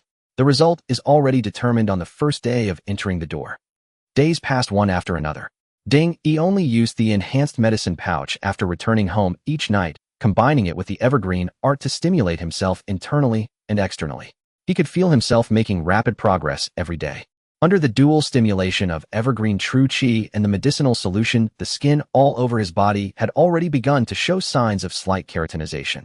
This was precisely the first step toward entering the skin tempering stage. One day during the morning meal, Shui Bao mysteriously approached Ding Yi and said to him, "Cultivation maniac, let me tell you a secret." Ding Yi initially didn't want to bother with Shui Bao, but upon hearing the word secret, he couldn't help himself. Raising an eyebrow, he asked, "What secret?" "You live in Senggu Alley, right? Did you know that an external baleful spirit has recently been discovered in Senggu Alley?" Shui Bao whispered. External baleful spirit. Ding Yi was taken aback. After these few days at the martial arts academy, he had gained some understanding, having learned much more about this world. An external baleful spirit, simply put, referred to any baleful spirit other than yin-yang baleful spirits, meaning other divine palaces or immortal temples had infiltrated Chingfong County to raise baleful spirits and worship deities. As the de facto ruler of Qingzhou, the yin-yang palace had suppressed other divine palaces and immortal temples to the point of breathlessness. Yet Qingzhou's vast territory forced other calamity stars to survive, so they often secretly raised baleful spirits within the province, just like the situation in Shaolin village back then. As a county seat, Chingfong County naturally experienced such external baleful spirit invasions, but they were rare. After all, to act where the yin-yang palace had a stronghold required genuine skill. There were only a few powerful calamity stars in Qingzhou, and Ding Yi had heard of them. Which sect? Ding Yi pressed further. It's said to be the Black Silk Temple. Tiska family of 3. When discovered, the entire room was covered in hair like a spider's nest. Shui Bao shook his head with a clicking sound. Didn't the patrol department find anything? Ding Yi frowned deeply, his voice low as he asked. It had to be said that these days of routine life had caused Ding Yi to let his guard down somewhat, but the news Shui Bao brought today jolted him awake. Ding Yi was not on Blue Star. He was in this damned otherworld. The scene from Shaolin village resurfaced in his mind, and his right hand clenched silently, once more veins bulging on its surface. What else can be said? Would the people from the Black Silk Temple just wait there for you to catch them? Shui Bao shook his head. Has the Black Silk Temple come right to our doorstep, and the yin-yang palace still hasn't reacted? Hey, Chingfong County may be a big city in your eyes and mine, but to the yin-yang palace, it's a speck of dust. They simply can't be bothered. Unless it's a prefectural city that gets into trouble, the yin-yang palace won't intervene. Shui Bao took a bite of meat and muttered, "I see." Ding Yi's eyes glazed over for a moment. After a few breaths, he buried himself in eating his thoughts unknown. Meanwhile, in the inner city at the patrol department, Wu Chingfong stared at the dossier in his hands, his brows tightly knit. "Sir, the Black Silk Temple hasn't appeared in this area for a long time. Should we inform the yin-yang palace?" A young man in a blue uniform beside him asked. "That's not the point. What puzzles me is how these people sneaked in." Wu Qingfeng stroked the coarse stubble on his chin, then put down the dossier and paced the room. "Tomorrow, I'll take a team with baleful detection talismans and search door to door. I refuse to believe we can't find them, the young man said through gritted teeth. Xiaotian, both you and I are martial artists, not worshippers of deities. Sometimes you need to understand your place. Wu Qingfeng looked up at the young man, and then added, was Jin Wuhuan strong? And what is his fate now? How do you compare to Jin Wuhuan? Saying this, Wu Qingfeng patted the latter's shoulder and said with a smile, I know you're unwilling to accept this, but wait until you believe you're stronger than Jin Wuhuan before talking about change. With that, Wu Qingfeng put down the dossier and walked toward the door. But this matter can't be ignored. He'll go see the county magistrate. The young man watched Wu Qingfeng's retreating figure and sighed. Since joining the patrol department, Nangong Tian had always dreamed of one day purging the calamity stars from the realm and restoring the former prosperity and vitality of the great Liang Empire.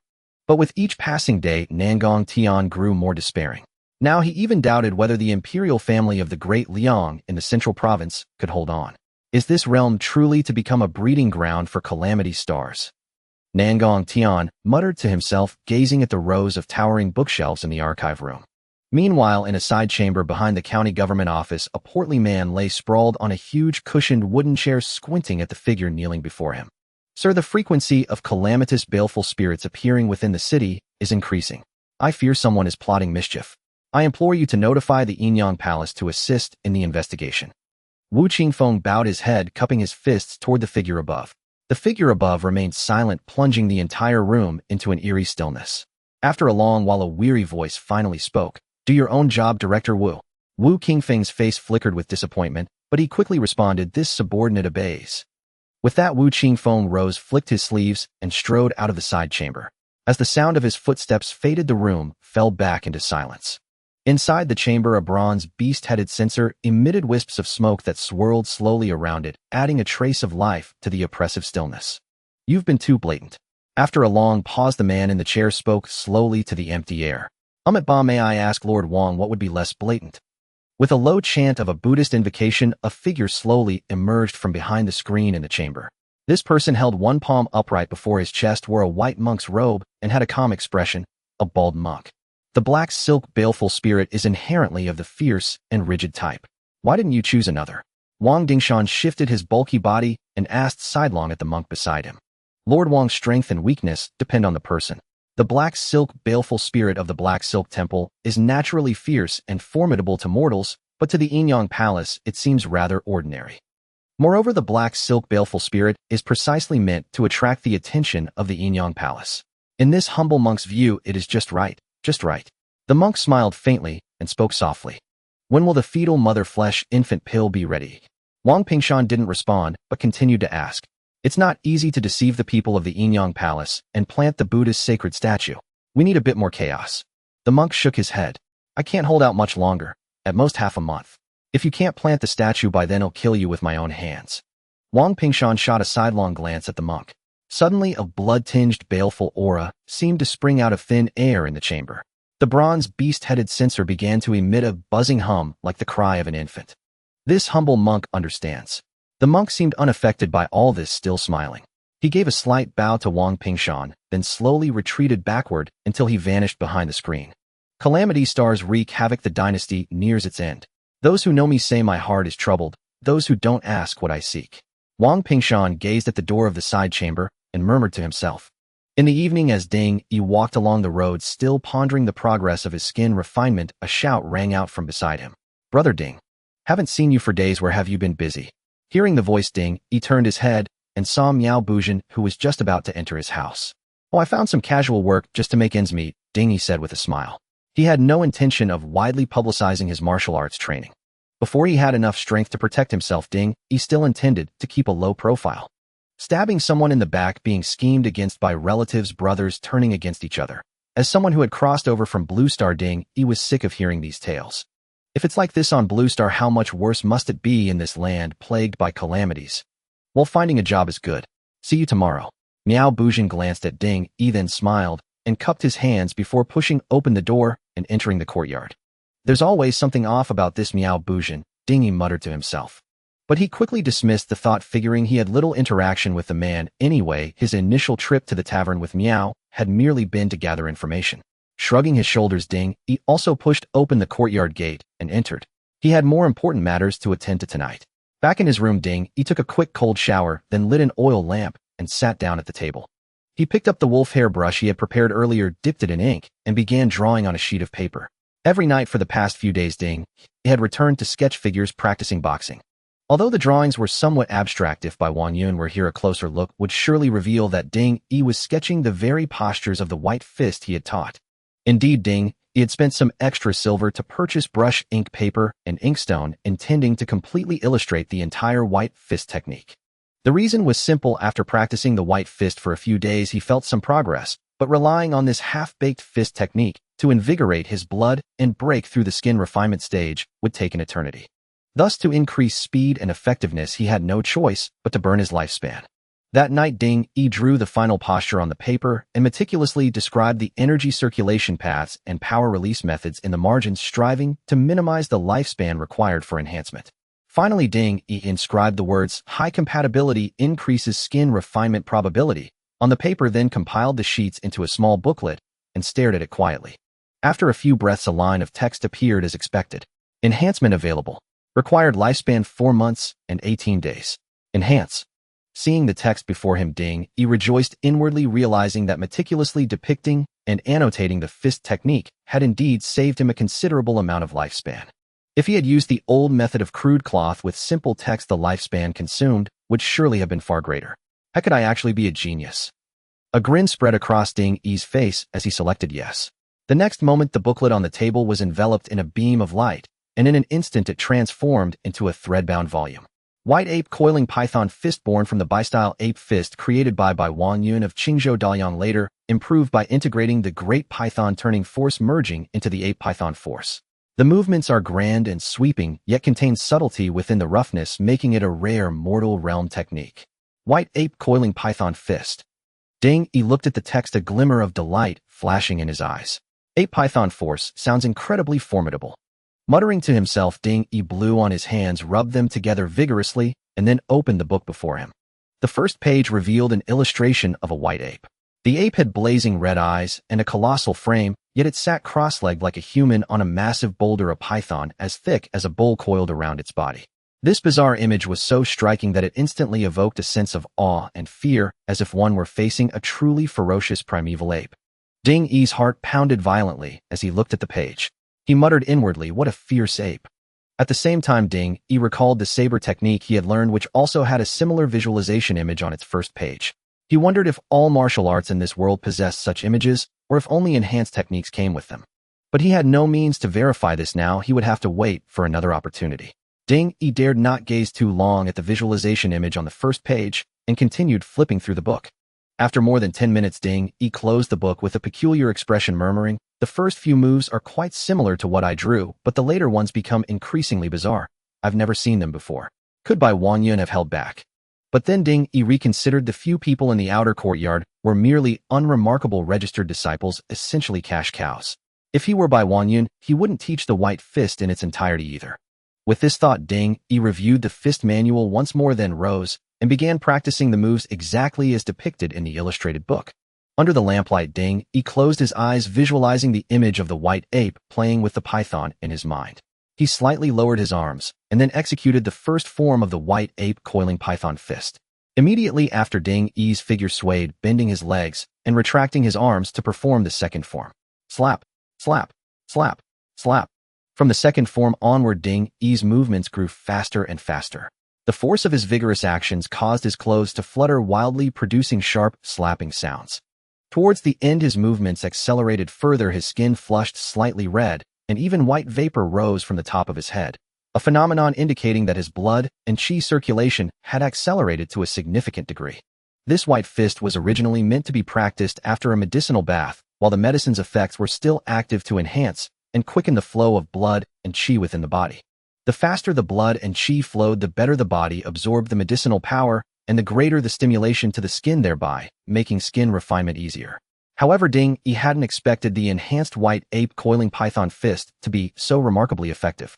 Before even completing a single cycle, he could already feel the surging blood and qi within him. His face was flushed with heat, as if he had taken a potent stimulant. Clearly, this exaggerated effect had made some progress in He's skin refinement, thickening the layer of calluses on his skin slightly. Skin refinement, simply put, was the process of stimulating skin growth, shedding the old skin, and generating new skin. However, this new skin forged by medicinal baths and the impact of blood and qi possessed greater toughness and strength akin to cowhide, hence, it was also known as the cowhide realm.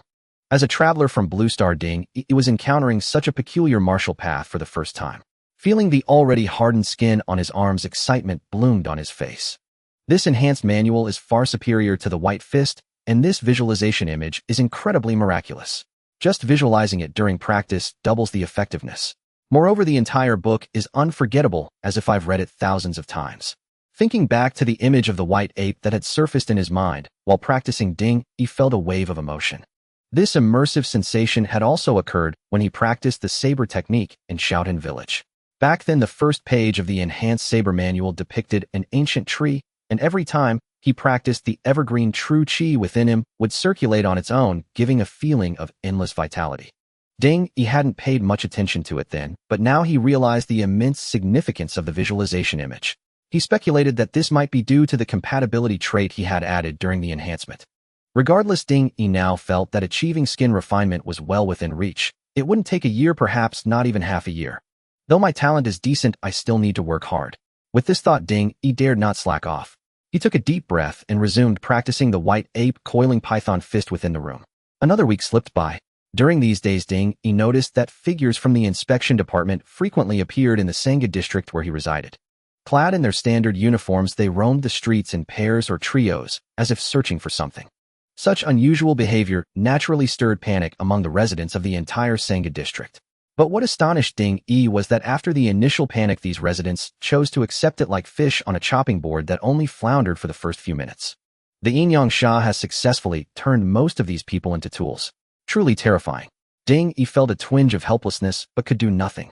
He could only train his fists more diligently each day, striving for a breakthrough. One day, as Ding arrived at the martial arts hall, he heard a commotion in the courtyard. The disciples were not practicing their stance holding as usual. Instead, they had gathered around someone chatting and laughing. Curiosity stirred within him. "Senior brother Wang, what's going on?" Ding walked over to Wang Hong and asked, puzzled. "Oh, you weren't here last night." Shui Bao has successfully cultivated horn skin, taking the first step into skin tempering. He's officially entered the skin tempering realm. He's only been here less than half a month. There's a good chance he'll break through within a year. Wang Hong turned his head, saw it was Ding and explained with a smile. "Horn skin? What's that? Didn't I cultivate that on my third day here?" Ding stared in shock at Shui Bao, who was surrounded by the crowd, his mind reeling. At that moment, Shui Bao's chubby face was wreathed in smiles. His already small eyes were squeezed into slits, a testament to his immense joy. "Junior brother Shui is truly a cut above the rest. I knew you were extraordinary the moment you arrived. He'll be counting on you in the future." Who would have thought that Master Bei's seventh disciple would be Junior brother Shui? "Junior brother Shui, today's on me. Let's go to the drunken immortal pavilion for a feast." The crowd encircled Shui Bao, showering him with praise, a stark contrast to their earlier cold indifference. The only one standing coldly in the corner was Ma San, who had once verbally challenged Ding. Ma San's brow was furrowed as he stared at Shui Bao, surrounded by the crowd, lost in thought. Ding found the scene somewhat amusing, but he chose not to join the crowd. Instead, he stood beside Wang Hong, quietly observing Shui Bao. This Shui Bao. It doesn't make sense. Could Master Bai have made a mistake during the bone reading? Several thoughts flashed through Ding's mind, but he shook his head. "All right, everyone, back to your stance holding. Learn from Junior brother Shui." Even the perpetually aloof Cui Wancheng wore a faint smile today, his scolding noticeably less harsh. Hearing Cui Wancheng's words, the crowd dispersed to their positions and began their morning drills. After breakfast, Bai Wangyun strolled into the courtyard as usual. The disciples were practicing their fist techniques in the yard.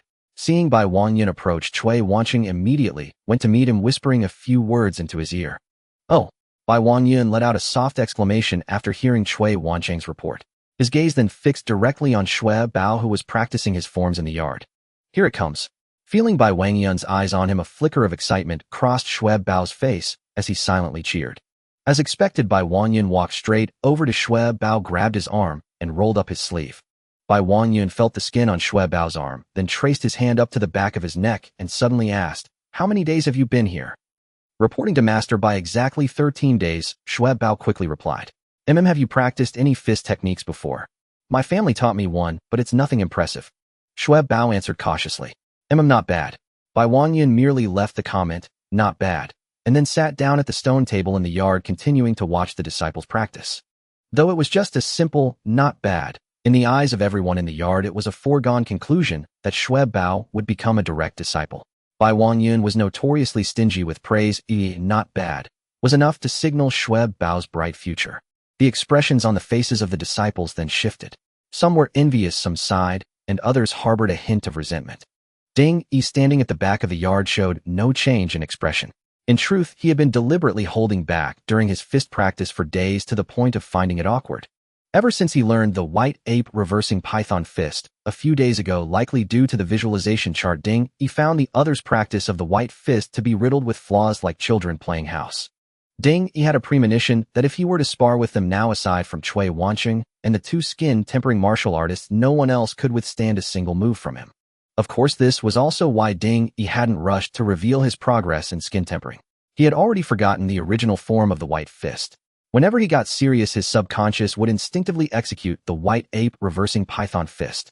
If Bai Wangyun were to ask him to perform the white fist, his current half-baked skill would definitely expose him, and he wouldn't be able to explain it. But witnessing the exchange between Xue Bao and Bai Wangyun today, an idea suddenly struck Ding Yi. Blade arts. Aside from the white ape reversing python fist, he also knew a blade technique. Though the blade technique was mediocre, it was at least a path. If Bai Wangyun asked, he could simply say he had practiced the blade since childhood, and by now he could reach the level of channeling his blood and qi. After all, when Ding Yi had originally enhanced this blade technique, he hadn't added the affix for increasing skin tempering probability. So the enhanced version was merely an ordinary blade technique. But to outsiders, a blade technique with a proper form was still a sign of martial arts training and a foundation. With this thought, Ding Yi felt a bit more at ease and continued his fist practice. A few more days passed. During this time, another incident involving the green silk Sha occurred in the Sangha district. The inspectors in their blue robes appeared with increasing frequency, even beginning house-to-house searches. One day, as Ding Yi was about to leave the house, he heard a knock on the courtyard gate. Bang, bang, bang. The gate rattled under the forceful knocking, indicating the visitor had no qualms. Startled by the knocking, Ding Yi paused, but recalling the various rumors he had heard lately, he guessed the reason. He quickly walked to the gate and pulled the bolt. Outside the gate stood two unfamiliar men. Both were dressed in standard blue uniforms with golden threaded clouds embroidered on the sleeves and hems. Ding Yi had seen this attire many times before. It was the flying cloud uniform of the inspection department. Number 333, Sangha District. Ding Hai from an outer province, age 23. One of the men looked at Ding Yi, who had opened the door, and stated flatly, "Yes, sir," Ding Yi said, quickly forcing a smile onto his face. Routine registration. Without waiting for Ding Yi's response, the two men strode into the courtyard, seemingly indifferent to his opinion. Watching the two men barge into the yard, Ding Yi thought to himself that the inspection department was indeed as reckless as the rumors claimed, and he quickly followed them. The two inspectors first surveyed the yard, then entered the inner room. Once inside, they spotted the brush, ink, paper, and inkstone on the table. One of them let out a scoff. "Brother Ding lives quite comfortably with such refined tastes." The man set his eyes, scanning the rest of the room, while his hand quietly rested on the hilt of the saber at his waist. Clearly, Ding Yi's consumption didn't match his identity, arousing suspicion. "You jest, sir? It's a habit from childhood. To be honest, I've been too busy with martial arts training lately to bother with these things," Ding Yi said calmly from behind them. "Oh, you practice martial arts?" The other man spun around, looking at Ding Yi with a hint of surprise. In the outer city, aside from those with connections to the inner city, the rest were destitute, unable to even afford tranquility pills. This Ding Yi could not only afford a scholars for treasures, but also practice martial arts in the outer city. His wealth must be considerable. However, being so ostentatious made him unlikely to be connected to the green silk sect. With this in mind, the man asked, "Where do you practice?" Ding Yi quickly replied, "The Bei's Martial Arts Hall." "Oh, and here is my identification token." Ding Yi pulled his identity token from his waist and handed it to the man. A patrol officer took Ding Yi's waist token, scrutinized it carefully, and then passed it to another man. The second man merely glanced at the token without taking it, instead retrieving a yellow talisman from his bosom and pacing the room with it. Seeming to find nothing, the two reconvened. The talisman wielder gave an imperceptible shake of his head to his companion. "I heard you were recommended by Li Baojing. Quite familiar with him, are you?" one of them suddenly inquired. "Not particularly.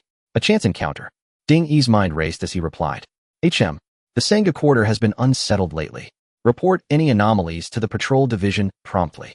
The two men nodded, curtly left a final remark, and departed. After seeing them off, Ding Yi paused in thought for a moment, then chose not to linger. He locked the door and hurried toward the martial arts school.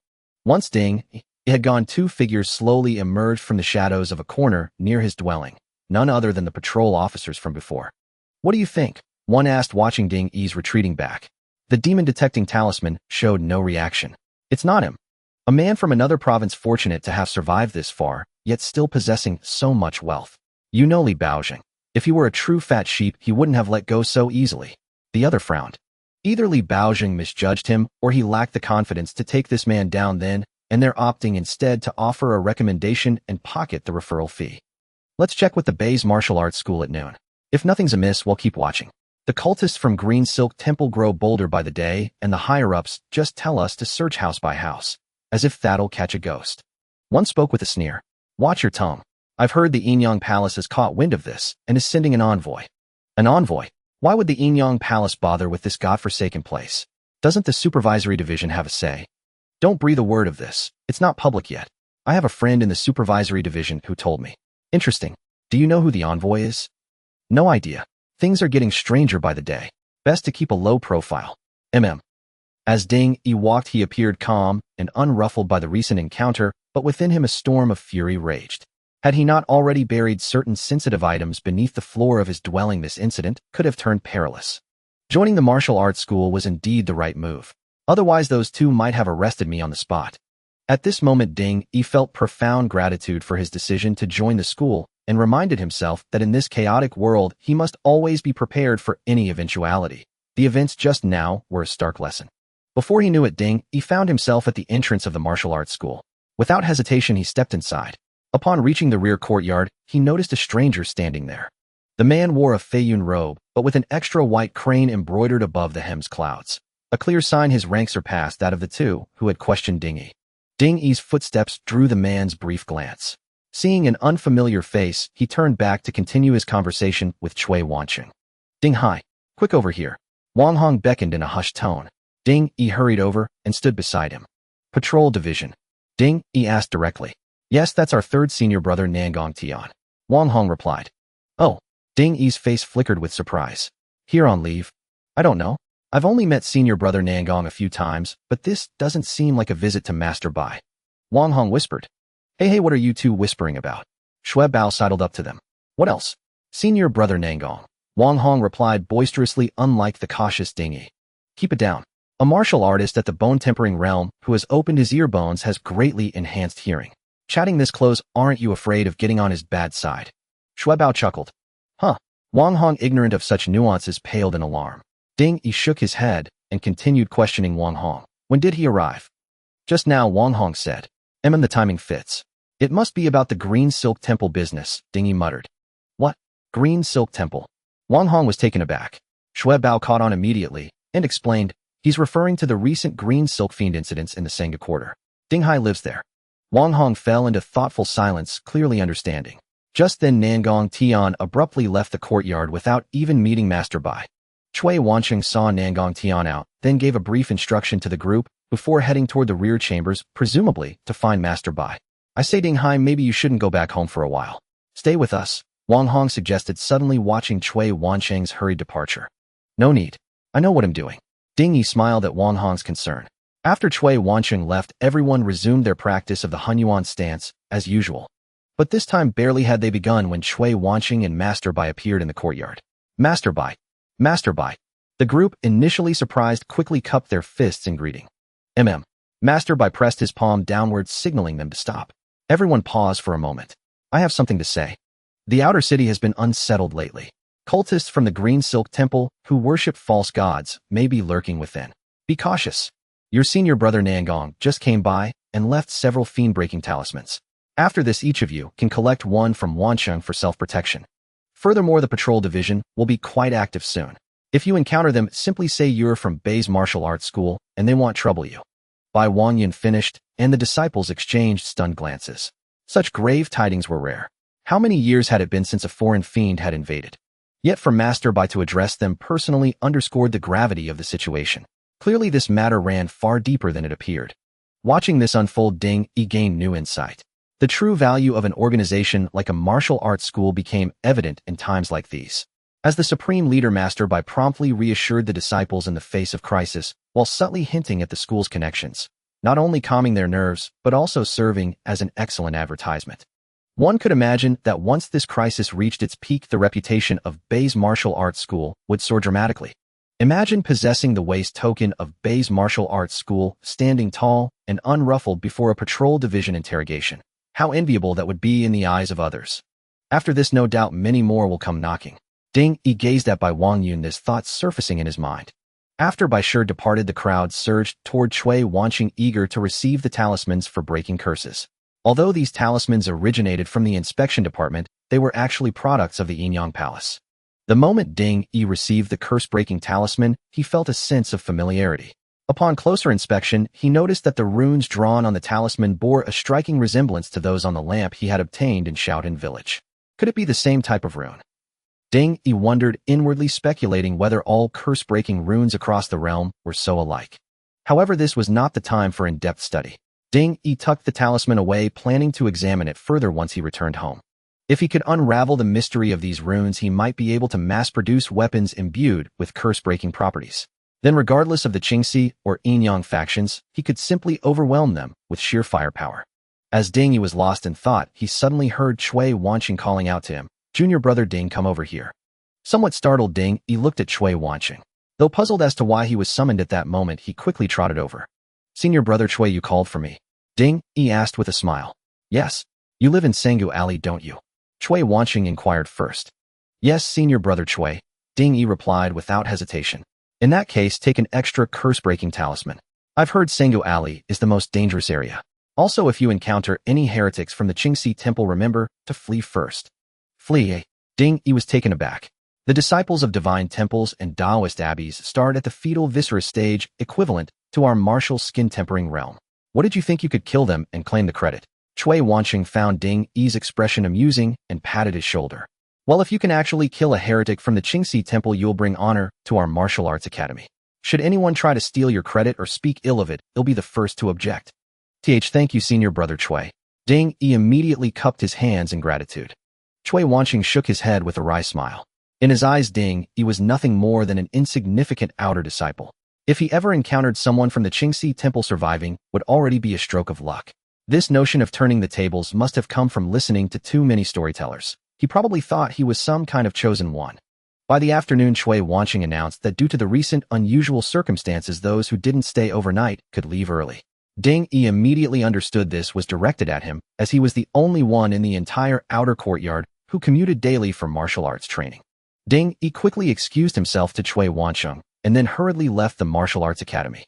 Upon returning to his small courtyard, Ding Yi checked the several subtle traps he had set inside the room. Finding none triggered, he breathed a slight sigh of relief, knowing no one had entered during his absence. Since he had returned earlier than usual, Ding Yi first closed the doors and windows, then lifted a floorboard in the bedroom to retrieve the quicksand map and the lamp he had brought from Shaolin village. After entering Chingfong County, Ding Yi had stopped using the quicksand map for a long time. But given the current situation, he needed to observe it daily to prevent any unexpected events. Unrolling the quicksand map, Ding Yi gave it a cursory glance and found no special markings. He felt a slight ease in his heart, then carried the lamp to the inner room's table. Ding Yi took out the curse-breaking talisman he had brought from the academy and laid it flat on the table, carefully comparing its runes with those on the lamp. They really are somewhat similar. Could the principle of curse-breaking lie in this very rune? Ding Yi speculated as he studied the two sets of runes before him. He then took out a blank sheet of paper and began experimenting. First, he copied the rune from the lamp onto one piece of paper, then traced the rune from the curse-breaking talisman onto another. Finally, Ding Yi held both papers before his eyes, only to find the same prompt appearing for both, currently available for enhancement. Requires 1 day of lifespan. Enhance. This result was clearly anomalous. Not only were the runes different, but even the quality of his tracings varied. Ding Yi couldn't believe it was a coincidence that both papers required only 1 day of lifespan to enhance, especially since the duration was far too short. Thus, it seemed the runes he had drawn were useless, and the enhancement was targeting only the blank paper itself. As if anticipating this, Ding Yi then wrote the word curse-breaking on each of the two papers. This time, a clear difference emerged. The paper with the Yinyang Palace rune required 15 days of lifespan, while the one with the lamp rune demanded 27 days. Such a vast discrepancy. Ding Yi was stunned. Even if his tracing was imperfect, he had copied the lamp's rune several times before. Logically, it should have required fewer days to enhance. Based on his experience, the only explanation for this result was that the Yinyang Palace's curse-breaking rune was more effective, thus requiring fewer days to achieve the same effect.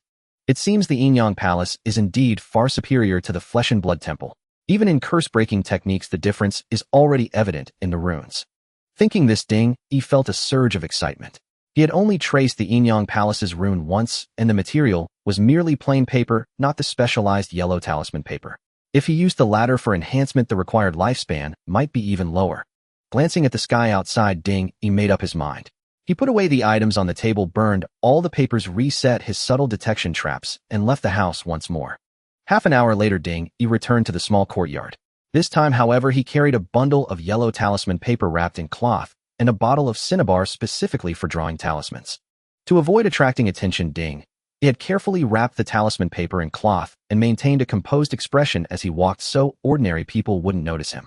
Once inside, Ding Yi first checked his detection traps as usual. Finding no issues, he took out the newly purchased yellow talisman paper and began drawing runes. Although the Yinyang Palace's curse-breaking rune appeared complex, it was essentially a series of chaotic lines. After tracing it dozens of times on plain paper, Ding Yi could draw it with ease. When he felt ready, Ding Yi took out the fresh yellow talisman paper and cinnabar, dipped his wolf hair brush, and prepared for his first formal tracing. Within a minute, Ding Yi had completed his first yellow talisman. Although the rune he drew was quite good, indistinguishable from the one he had brought from the academy, Ding Yi was certain his version held no actual curse-breaking power. The reason was simple: if a single tracing could produce such an effect, the world would not have suffered under this calamity for so many years. With this thought, Ding Yi dipped his brush and wrote the characters for curse-breaking on the back of the talisman. He then focused his gaze on the yellow paper. After a single breath, a line of text appeared before his eyes: currently available for enhancement. Requires 12 days of lifespan. Enhance. 12 days. Acceptable. Ding Yi raised an eyebrow, then steadied his breath and took out another sheet of yellow paper to draw a second curse-breaking rune. This time, the required lifespan dropped to 11 days. Although it was only a difference of 1 day, progress was progress, and it fueled Ding Yi's excitement. Over the next several dozen experiments, Ding Yi managed to reduce the enhancement time to under 10 days. 9 days. Is this the limit? An hour later, Ding Yi murmured to himself as he looked at the neatly sorted stacks of yellow talismans on the table. After dozens of trials, the lifespan required to enhance the yellow talismans decreased to 9 days and then stopped. Ding Yi suspected this might be the limit. In that case, he'll prepare 10 for now. Ding Yi picked up the last stack of talismans from the table and began enhancing them one by one. As for the remaining talismans, they would have to serve as kindling for the fire. The exorcism talisman was not limited to countering external malevolent forces alone. It was with talisman-enhanced bullets that Ding Yi had once broken Qin Yunzi's defenses, slaying him within the confines of his own room. This demonstrated that the exorcism talisman possessed considerable lethality against those of the god-worshipping lineage as well. Thus, within the entirety of Chingfong County, the exorcism talisman was classified as a strictly controlled item. Without approval from the supervisory department of the Yinyang Palace, it could never circulate into the hands of ordinary people. At this moment, Ding Yi gazed at the thick stack of yellow talismans in his hand, a faint smile curling at the corners of his lips. The great Yinyang exorcism talisman, evolved from the lesser Yinyang exorcism talisman of the Yinyang Palace, could break all malevolent forces under heaven and possessed a certain efficacy against cultivators of the god-worshipping lineage who had channeled malevolence into their bodies. Not bad, just as I anticipated. Ding Yi was deeply satisfied with the effect of the great Yinyang exorcism talisman. He mused that if he were to encounter Qin Yunzi again, now he would teach him the true meaning of overwhelming firepower. Subsequently, Ding Yi divided the exorcism talismans in his hand into 2 portions. One portion, consisting of 7 talismans, he buried together with the quicksand diagram beneath the floorboard in his bedroom. The other portion of 3 talismans Ding Yi mixed with the 2 given by the martial arts school and carried them on his person. After all, encountering danger outside, these 5 exorcism talismans would grant him a certain degree of self-protection. The reason he dared not carry all the exorcism talismans on him was that he needed to go to the martial arts school daily to practice boxing. If discovered, 5 talismans could be explained away, but 12 would make it impossible for anyone to believe Ding Yi was innocent. Having done all this, the sky had grown completely dark. Ding Yi was profoundly weary, yet mindful of his current predicament. He forced himself to stand in the Hunyuan stance within the room. However, after Ding Yi prepared the bathwater and immersed himself in the medicinal barrel, the comfort generated by the interaction between the evergreen true qi and the medicinal concoction completely relaxed his exhausted body. Uncontrollably, he leaned against the rim of the barrel and sank into a deep slumber. The next day, before dawn had even broken, Ding Yi was jolted awake by the chill of the cold water. Glancing at the sky outside the window, Ding Yi cursed under his breath, then rose from the medicinal barrel with a splash. Damn, I fell asleep again. This is too dangerous. If someone were to ambush me, I wouldn't even know how I died. Ding Yi felt somewhat vexed, then let out a sigh. The fatigue of his body was beyond his control. Perhaps only those with a will as firm as steel could remain constantly vigilant in such a complex environment. Before his transmigration, Ding Yi was merely a recent university graduate. To have journeyed from Shaolin village to this point was already an extraordinary feat. Yet the next moment, Ding Yi was startled. He discovered a faint reddish sheen had appeared on his chest. This light was only visible within the dimness of the inner room. Under brighter conditions, it would have gone completely unnoticed. Trembling, Ding Yi reached for his chest. The next instant, his fingertips felt the sensation he had long yearned for. It was rough, yet carried a hint of softness. With a slight application of pressure, a thick layer of dead skin sloughed off. Gazing at the faintly reddened skin revealed beneath the shed cuticle on his chest, Ding Yi could not help but clench his fists, murmuring to himself, "Blood and qi temper the skin complexion like rosy clouds. It's done. I've made it." Indeed, the shedding of this cuticle signified that the skin tempering stage was 90% complete. The remaining 10% required persistent tempering of the new skin with blood and qi, transforming it from a light red to a normal complexion, thus marking the successful breakthrough of the skin-passing barrier. Counting carefully, Ding Yi had entered the Bei's martial arts school 21 days ago.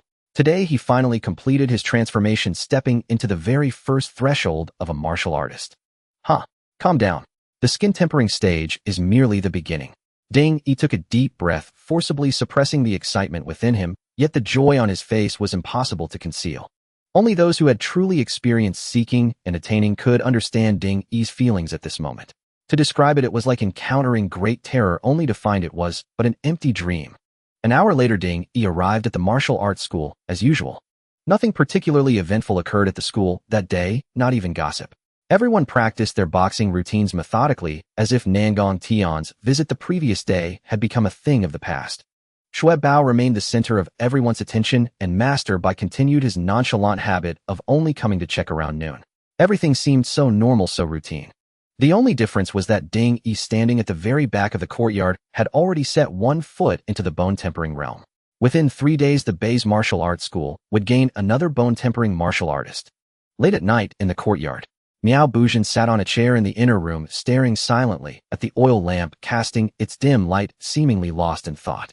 After a long while, Miao Buzhen suddenly spoke. "Is the information reliable?"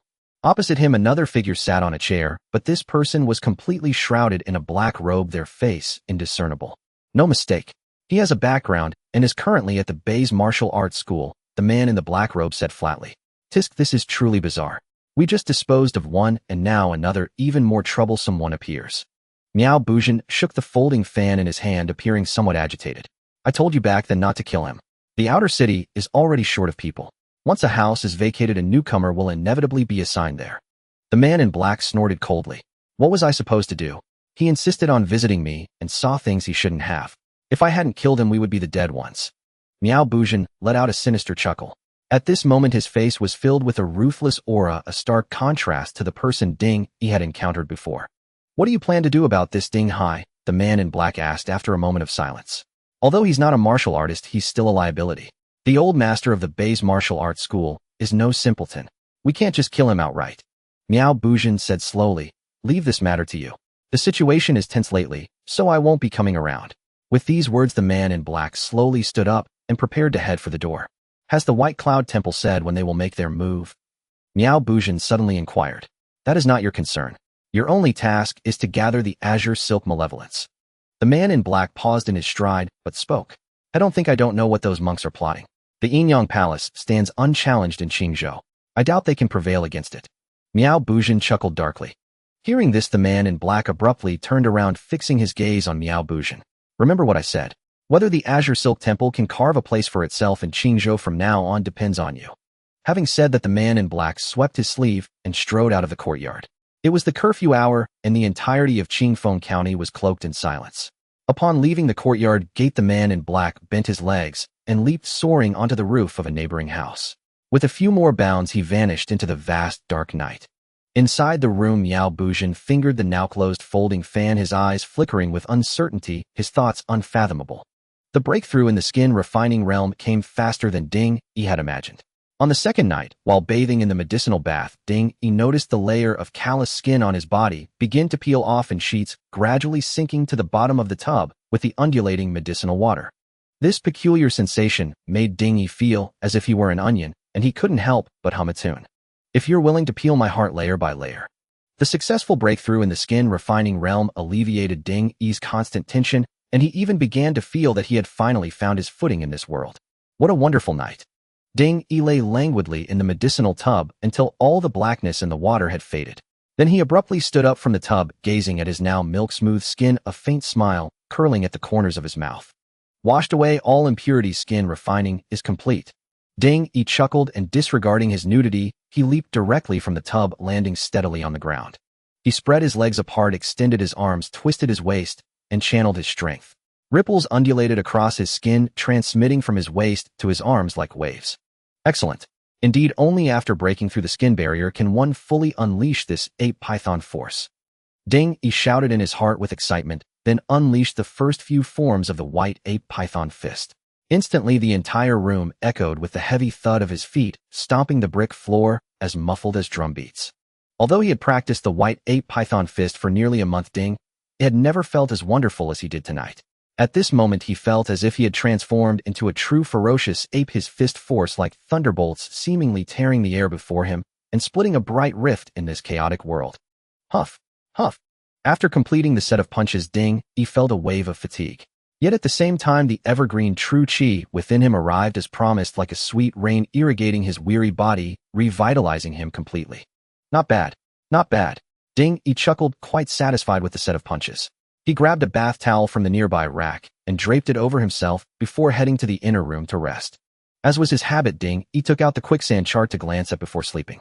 But this single glance made his hair stand on end, and he sprang up from the bedside with a jolt. Holy shit. On the quicksand chart, a small red cross had appeared right next to Ding Yi's current location, and the cross was so close that it almost made Ding Yi think the enemy was hiding under his bed. His hands trembled as he held the quicksand chart, not from fear, but from rage. Are you fucking kidding me? I've been keeping a low profile, and you still come for me. Ding Yi gritted his teeth. The joy of breaking through the skin-refining realm instantly vanished, replaced by endless frustration and anger. But a man may be underestimated after 3 days of absence. Since his transmigration, Ding Yi had learned to face reality. He took a few deep breaths and quickly calmed down. The red cross was not large, not even as big as Qin Yunzi's back, then indicating that this person bore him murderous intent but posed limited threat. This left considerable room for maneuver. However, Ding Yi also noticed something. The position of the red cross was quite subtle. It's actually next door, Miao Buzhen. No, I haven't offended him, have I? But regardless, the quicksand chart never airs. I always knew that bastard was shady. My sixth sense was right. Ding Yi put down the quicksand chart, quickly dressed, and tucked the Bane talisman close to his body, preparing for a sudden attack from Miao Buzhen. Then he lit an oil lamp, hurried to the table, and began to contemplate his strategy. First, he was unsure of Miao Buzhen's path. Was he a deity worshipper or a martial artist? If a deity worshipper, judging by the size of the red cross, he should be on par with Qin Yunzi, and the Bane talisman in his hand would suffice. But if a martial artist, Ding Yi would find it troublesome. Although he had broken through the skin barrier and entered bone forging, his experience fighting martial artists was pitifully scant, almost non-existent. Thus, additional preparations were necessary. Fortunately, Ding Yi had already crossed the threshold of martial arts, and after diligent study at the martial arts hall for over a month, his understanding of martial artists far surpassed that of a month ago. Ding Yi began to think, rubbing his temples. After a moment, a thought struck him. He hurried to the kitchen, took out a bamboo tube used for chopsticks, then scooped a fingerful of lard from the oil jar and put it inside. Next, Ding Yi brought the bamboo tube to the table, casually pinched some dust from the floor, and added it in. Then he used a brush to write the words "flashbang" on the tube. As everyone knew, the main ingredients of a flashbang were magnesium powder, gunpowder, and grease. Ding Yi was certain that magnesium powder didn't exist here, and the concept of magnesium might not even be known. Gunpowder in ancient Blue Star times was a strictly controlled military product, and Ding Yi didn't expect to obtain it in this world either. So the only thing he could use to reduce the lifespan required for enhancement was the grease. Under Ding Yi's tense gaze, a line of text gradually appeared before his eyes. Currently available for enhancement. Lifespan required 2 months and 6 days. Enhance. Well, it actually can be enhanced. Ding Yi stared at the text somewhat dumbfounded. Perhaps because the flashbang lacked offensive attributes, the lifespan it consumed was even less than when Ding Yi had enhanced his pistol earlier, which filled him with pleasant surprise. Yes, enhance it. Ding Yi gritted his teeth and directly chose to enhance. How could he feel at ease with a red cross appearing next door? If he didn't kill Miao Buzhen tonight, Ding Yi wouldn't be able to sleep. A flash of light passed, and the bamboo tube on the table transformed into a dark green slender cylinder. Bamboo flashbang, a scientific creation from another world, seems capable of affecting low-level martial artists. Ding Yi picked up the flashbang from the table and examined it closely. He had to admit that seeing something so reminiscent of his past life in this world was oddly surreal. Ding Yi even had the illusion that he might not have transmigrated at all. But the archaic surroundings constantly reminded Ding Yi that he had indeed arrived in a strange and perilous place. Let you taste the technology of Blue Star. Ding Yi tucked the flashbang into his bosom, then thought for a moment, and picked out a set of dark-colored clothes from the room, bringing it to the table. He spread the clothes flat on the table, and used a wolf hair brush dipped in ink to smear it over key areas, striving to make the entire outfit appear black. After a short while, Ding Yi looked at the makeshift night clothes on the table and frowned with disdain. If only I had enough lifespan, I would really want to enhance this. Ding Yi sighed, then took off his clothes and put on the ink-dripping garment. He moved around a bit and found no discomfort. Then he prepared everything, picked up the longsword that had been hanging from the beam, and pushed open the door to step outside. In the dead of night, the Chingfong county lay shrouded in silence. Only the patrolling constables trod the 4 main streets, while those in the outer city had long extinguished their lamps. Under the prolonged torment of the Yin-Yang Sha, they needed to retire early to replenish their depleted energy. Inside the room, Miao Buzhen reclined in his chair, eyes closed in a light doze, yet his brow was slightly furrowed. The sudden visit of the black-robed man tonight had disrupted his plans, stirring a wave of restlessness within him. Even as he sought sleep, his heart could not find peace, as if some momentous event was about to unfold. Just then a crisp creak sounded from the rooftop, jolting Miao Buzhen awake. His eyes snapped open, and his gaze locked onto the direction of the noise. Who goes there? With a thunderous roar, Miao Buzhen swiftly rolled aside, then hurled the folding fan he had been holding straight at the ceiling. The next instant, the fan transformed into a streak of icy light, piercing through the roof tiles with a sharp bang that shattered the stillness of the night. Shards of tile clattered onto the floor tiles inside, producing a cacophony of piercing sounds, while the roof now bore a hole the size of a human head. Miao Buzhen stared intently at the aperture above, yet instead of the anticipated figure plummeting down, what rolled in was a strange dark green object. Watching the thing tumble before him, Miao Buzhen sneered inwardly. He quickly covered his mouth and nose, held his breath, and retreated rapidly, thinking, what era is this trying to use poison gas on me? But the next second, a muffled explosion erupted within the room, followed by Miao Buzhen's agonized scream. Oh, my eyes. The moment Miao Buzhen's scream rang out, a figure dropped swiftly from the broken roof, landing steadily on the floor.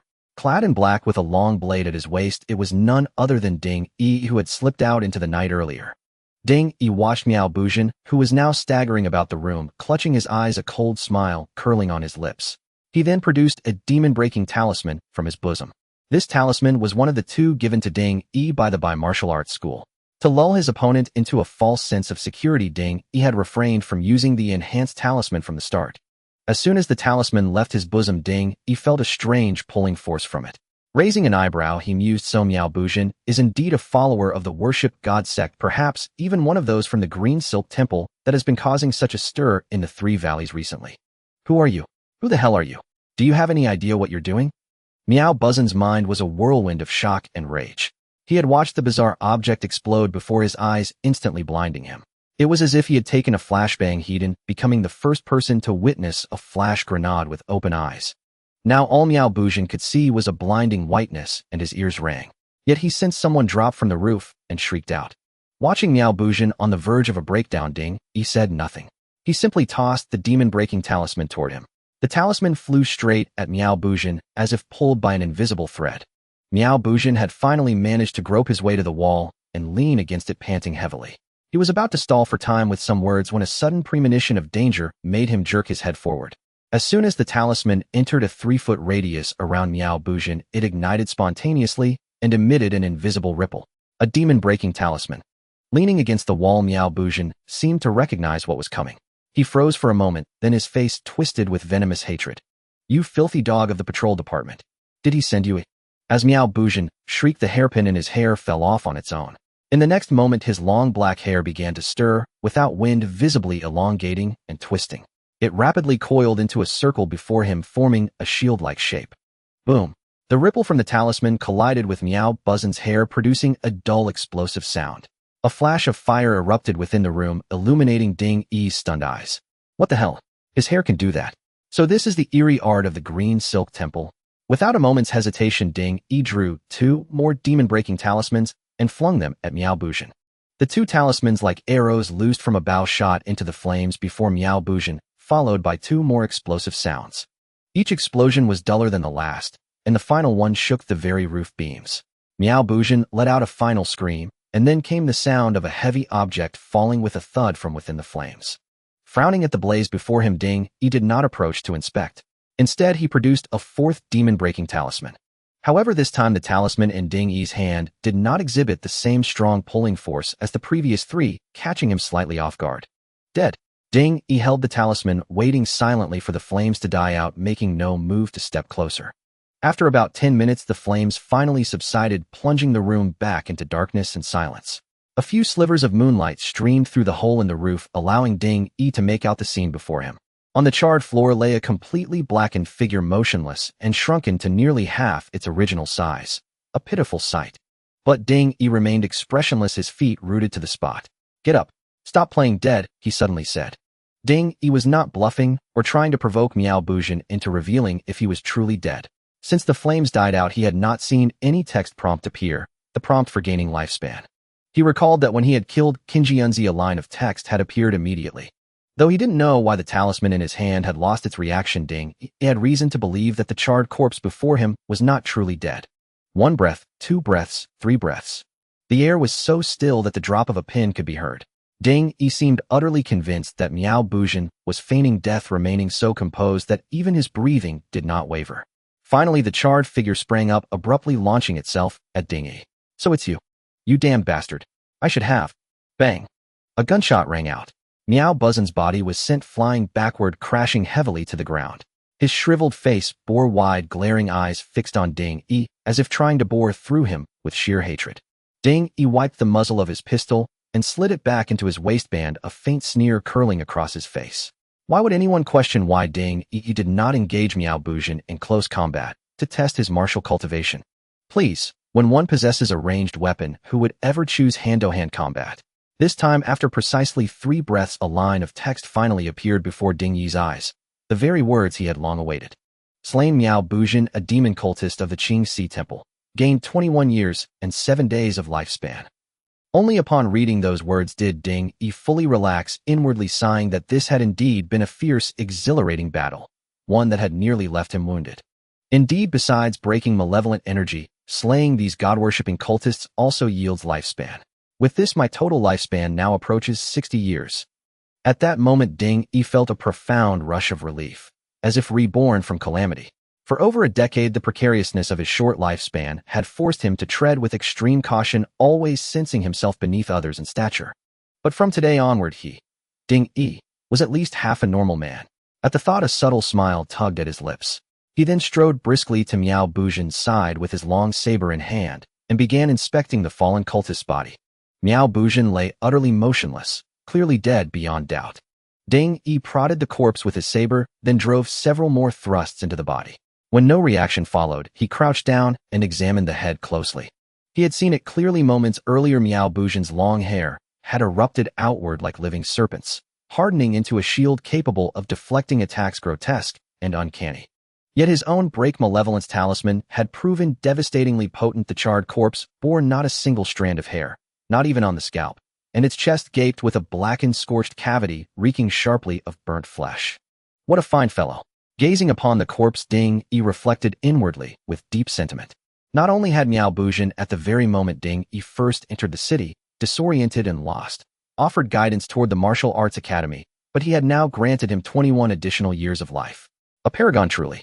Shaking his head, Ding Yi rose and withdrew the sandflow map from his inner robe, unfurling it beneath the moonlight. Sure enough, the small red cross marking had vanished, confirming the threat was neutralized. At last a quiet smile flickered across his lips. He then picked up the oil lamp from the floor, lit it, and carried it into the adjacent inner chamber. His sudden intent to kill me must have had cause. I wonder whether any clues remain. Muttering softly, Ding Yi searched the chamber thoroughly. Before long, he stood frozen before a floor tile, his expression oddly unsettled. The reason was plain. Tapping the tile yielded a hollow echo, something unmistakably concealed beneath. Truly, fate had bound him and Miao Buzhen together. Not only had the cultist unwittingly fulfilled Ding Yi's every need, but even their methods of concealment were eerily identical. I suppose I'll need to choose a new hiding place from now on. Ding Yi shook his head, knelt, and, with his long saber extended at arm's length, pried the stone tile upward. No poison smoke or hidden projectiles erupted, as expected. After all, a concealed cache within one's own bedroom ought to be convenient for retrieval. Adding lethal traps would serve only to torment oneself. Cautiously approaching the opening, Ding Yi peered inside, and there, resting solemnly within, sat a white statue. Its countenance hovered between masculine and feminine, its long hair coiled tightly behind the head, seated in the lotus posture. Perhaps the very visage of Qingxi, the deity worshipped by the Qingxi temple. A statue. Ding Yi recoiled inwardly, the word god worship flashing instantly into his mind. Such worship entailed veneration of the 108 calamity stars. He had heard that among such statues, gold denoted the highest rank, white the lowest, with purple jade and blood red occupying descending tiers in between, totaling 5 grades. This pure white statue matched perfectly the descriptions he gathered of god-worshipping idols, and given Miao Buzhen's known affiliation, its identity required little speculation. Rumors claim a single such idol can nurture a Taizong realm expert, equivalent to a martial artist's skin-scouring realm. Standing beside the pit, Ding Yi's thoughts churned quietly. So the Qingxi malevolence plaguing Chingfong recently must have been Miao Buzhen's doing. Each night, he carried this idol to designated targets, unleashed the curse, slaughtered residents, and returned here unseen. He reconstructed the sequence in his mind, but simultaneously his confusion deepened. He had neither known Miao Buzhen's true identity nor suspected the idol buried beneath this very floor. So why then had the cultists suddenly chosen him as prey? Unwilling to concede, Ding Yi resumed his meticulous search of the room, and ultimately discovered a letter tucked deep within the quilt's lining. As per his usual precaution against poison paper, Ding Yi tore off a strip of bedding, wrapped it tightly around his hand several times, and only then carried the letter into the inner chamber to read it beneath the moonlight. Moments later, he closed the letter expressionlessly, then turned toward the blackened corpse in the corner, murmuring softly, "Miao Buzhen, you were at least a storyteller. How could you possibly believe the nonsense peddled by Yun Temple?" The letter revealed nothing about the mystery Ding Yi sought, but unveiled another secret entirely. It was a missive from Bai Yun Temple to Qing Yun Temple, stating that Qing Yun Temple would assist Bai Yun Temple in inciting chaos across Chingfong County, and upon the temple's eventual success, Bai Yun Temple would grant Qingxi Temple's demands. The letter bore the signature of Wendu Ji, a name unmistakably monastic in tone. Though Ding Yi had not uncovered the answer he sought, he now understood precisely why Miao Buzhen dared act so brazenly beyond the city walls. As for why he had targeted Ding Yi, he surmised that Miao Buzhen likely deemed him an outsider, whose death would provoke little scrutiny, and thus chose him as the most expendable victim. Shaking his head, Ding Yi folded the letter carefully, wrapped it again in cloth, and returned to the inner chamber, where he hacked the quilt and bed into shreds, overturned the cabinet, and staged the scene to suggest a frantic search for something hidden. Finally, he lifted the idol with cloth-wrapped hands, swaddled it securely in padding, tidied the scene meticulously, and, once certain no trace remained, slipped away silently with all belongings in tow. Though his own courtyard lay directly adjacent, Ding Yi refused to take the foolish shortcut of scaling the shared wall. Instead, he retraced his approach route, climbed a vertical scaffold onto the rooftop, leapt down from the rear, and fled hastily in a direction opposite his home. Half an hour later, having circled the district thoroughly, he arrived stealthily at his own door, glanced left and right, confirmed no observers, and slipped inside. Back in his modest dwelling, Ding Yi first shed his night cloak. Though the ink stains upon it had long dried, he regarded its performance tonight with quiet satisfaction. Before entering Miao Buzhen's compound, he had deliberately detoured through other parts of Chingfong, leaving deliberate ink smudges on the ground to mislead future investigators. Though this world possessed neither surveillance cameras nor fingerprint analysis, Ding Yi held firm to one principle: absolute caution. Every necessary deception must be deployed, no vulnerability left unsealed. First, he retrieved the letter and ignited it with the flame of his lamp, then dropped the burning parchment onto the floor. Once reduced entirely to ash, he moved to the kitchen, kindled firewood in the stove, and cast the night cloak into the blaze. Lastly, he approached the table, unwrapped the padding, and revealed the white statue once more. He did not bring back this white statue to worship the gods.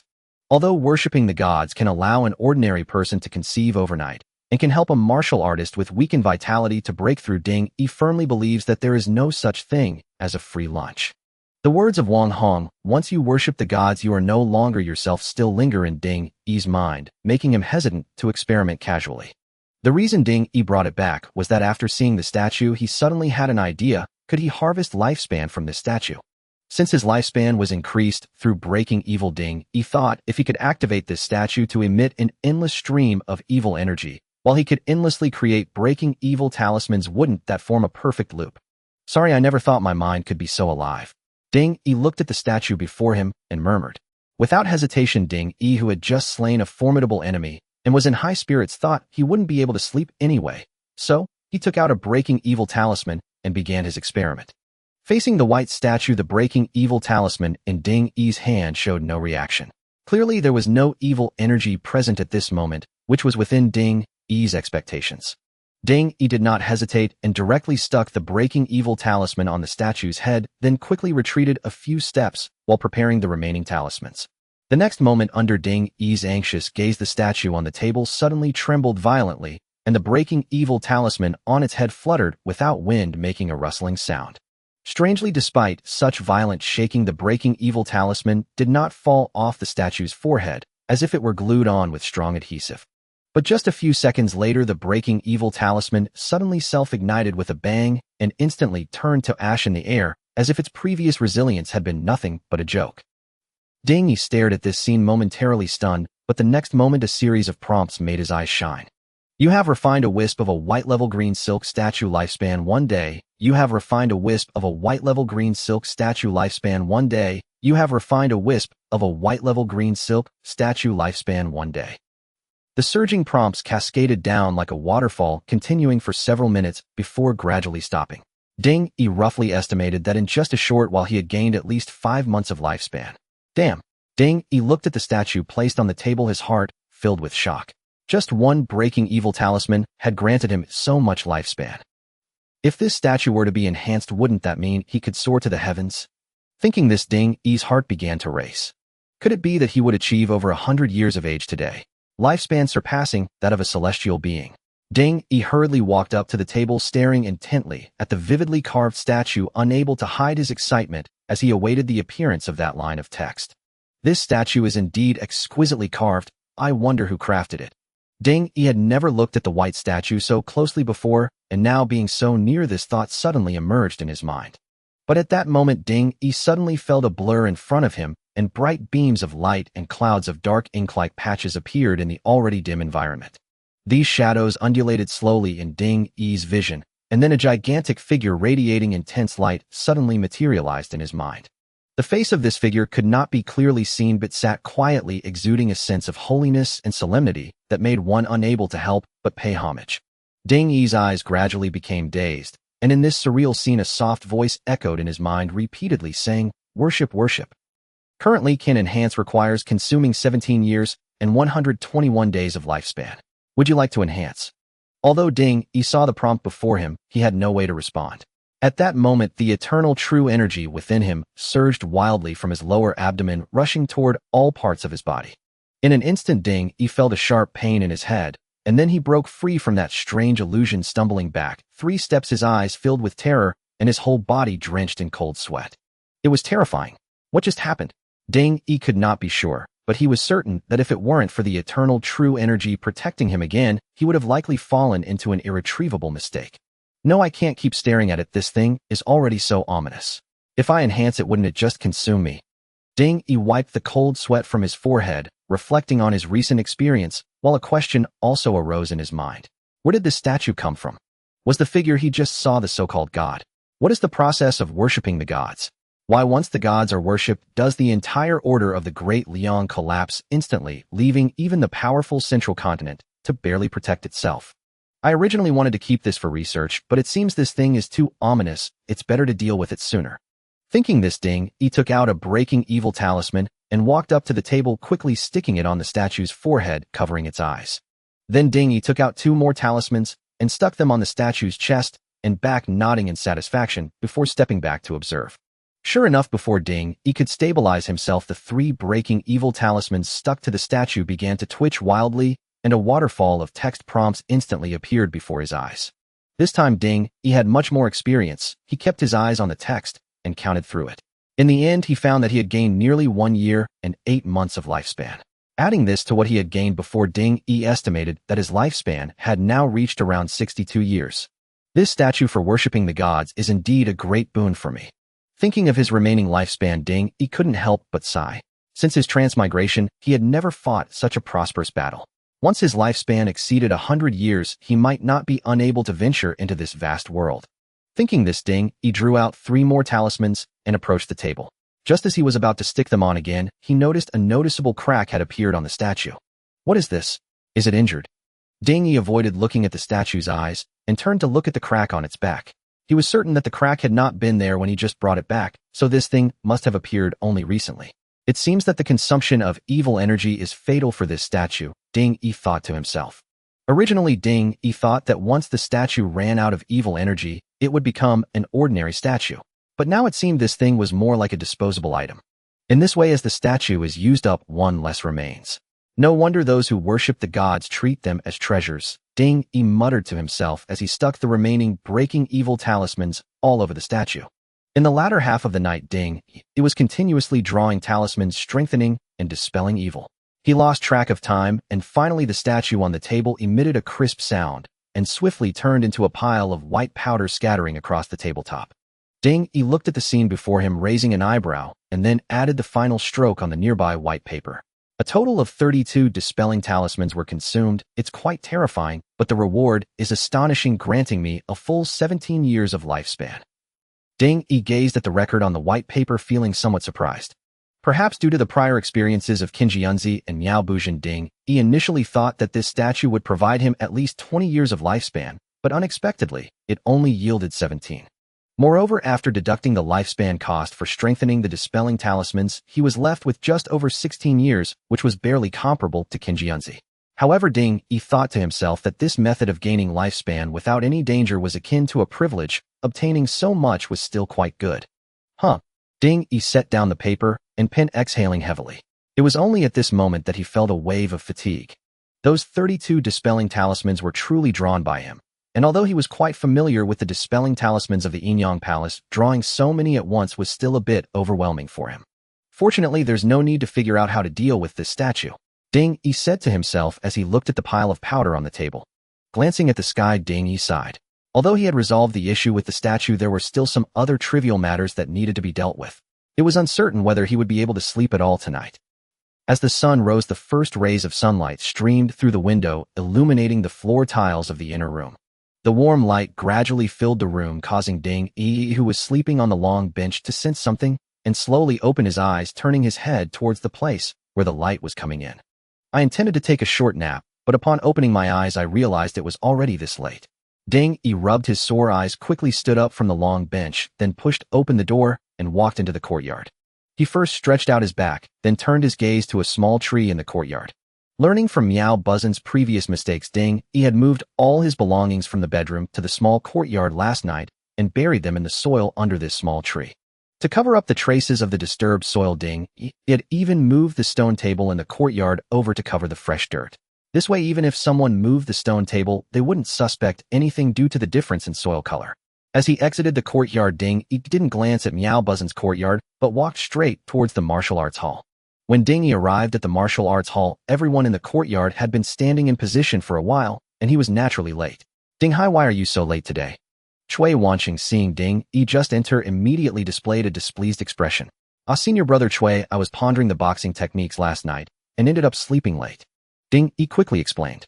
His diligence was evident to everyone, and at that moment Chui Wanqing didn't doubt him, waving his hand and saying, hurry up. Ding hurriedly ran to his position and joined the others in standing in position. You didn't skip taking the calming pills last night, did you? As Ding Yi just got into position, Shui Bao turned his head and smiled at him. He Ding Shitty has been alone for so long, but what's wrong with experiencing something? Suddenly Huang Shuyang turned his head to Shui Bao and winked. You. Ding Yi was somewhat taken aback by Huang Zuyang's action, looking towards Shui Bao as if inquiring about something. In Ding Yi's impression, Huang Shuyang had always been with Ma San, but unexpectedly he seemed to be mingling with Shui Bao now. He senior brother Huang has switched sides. Shui Bao, noticing Ding Yi's gaze, grinned widely. Shui Shitty has made progress again today. I think it's better to seize the day. Oh, I'll treat everyone to a good meal at my family's restaurant at noon. Huang Shuyang said. That's great. I've heard that the 8 treasure duck at Zui Xianlu is something even ordinary people can't taste. I wonder if we'll have the fortune today. Shui Bao suddenly got excited and quickly asked. Don't worry, I'll take care of it. Huang Shuyang replied. Upon hearing this, Ding Yi immediately glanced over at Ma San, and sure enough he saw that Ma San was also looking over, his expression dark and seemingly very displeased with Huang Zuyang's invitation. This Shui Bao really. Ding Yi shook his head, secretly thinking that while Shui Bao was smart, he was simply too high profile, drawing attention in the courtyard without any subtlety. Thus by noon, Huang Shuyang kept his promise, calling for everyone to go to his family's restaurant for a meal. Since everyone had nothing to do and practicing martial arts every day was indeed monotonous, and the dishes at Zui Xianlu were quite good, everyone readily agreed. Ding Yi, who originally didn't plan to go, felt moved when he saw everyone else going, especially since Zui Xianlu was also where Miao Buzhen narrated stories, so he agreed to go as well. Among the senior brothers, only 2 did not go. One was Cui Wanqing, who was too lazy to mess with these youngsters, and the other was naturally Ma San. Everyone was well aware of this and said nothing further. By noon, they all rushed out of the martial arts hall towards the direction of Zui Xianlu.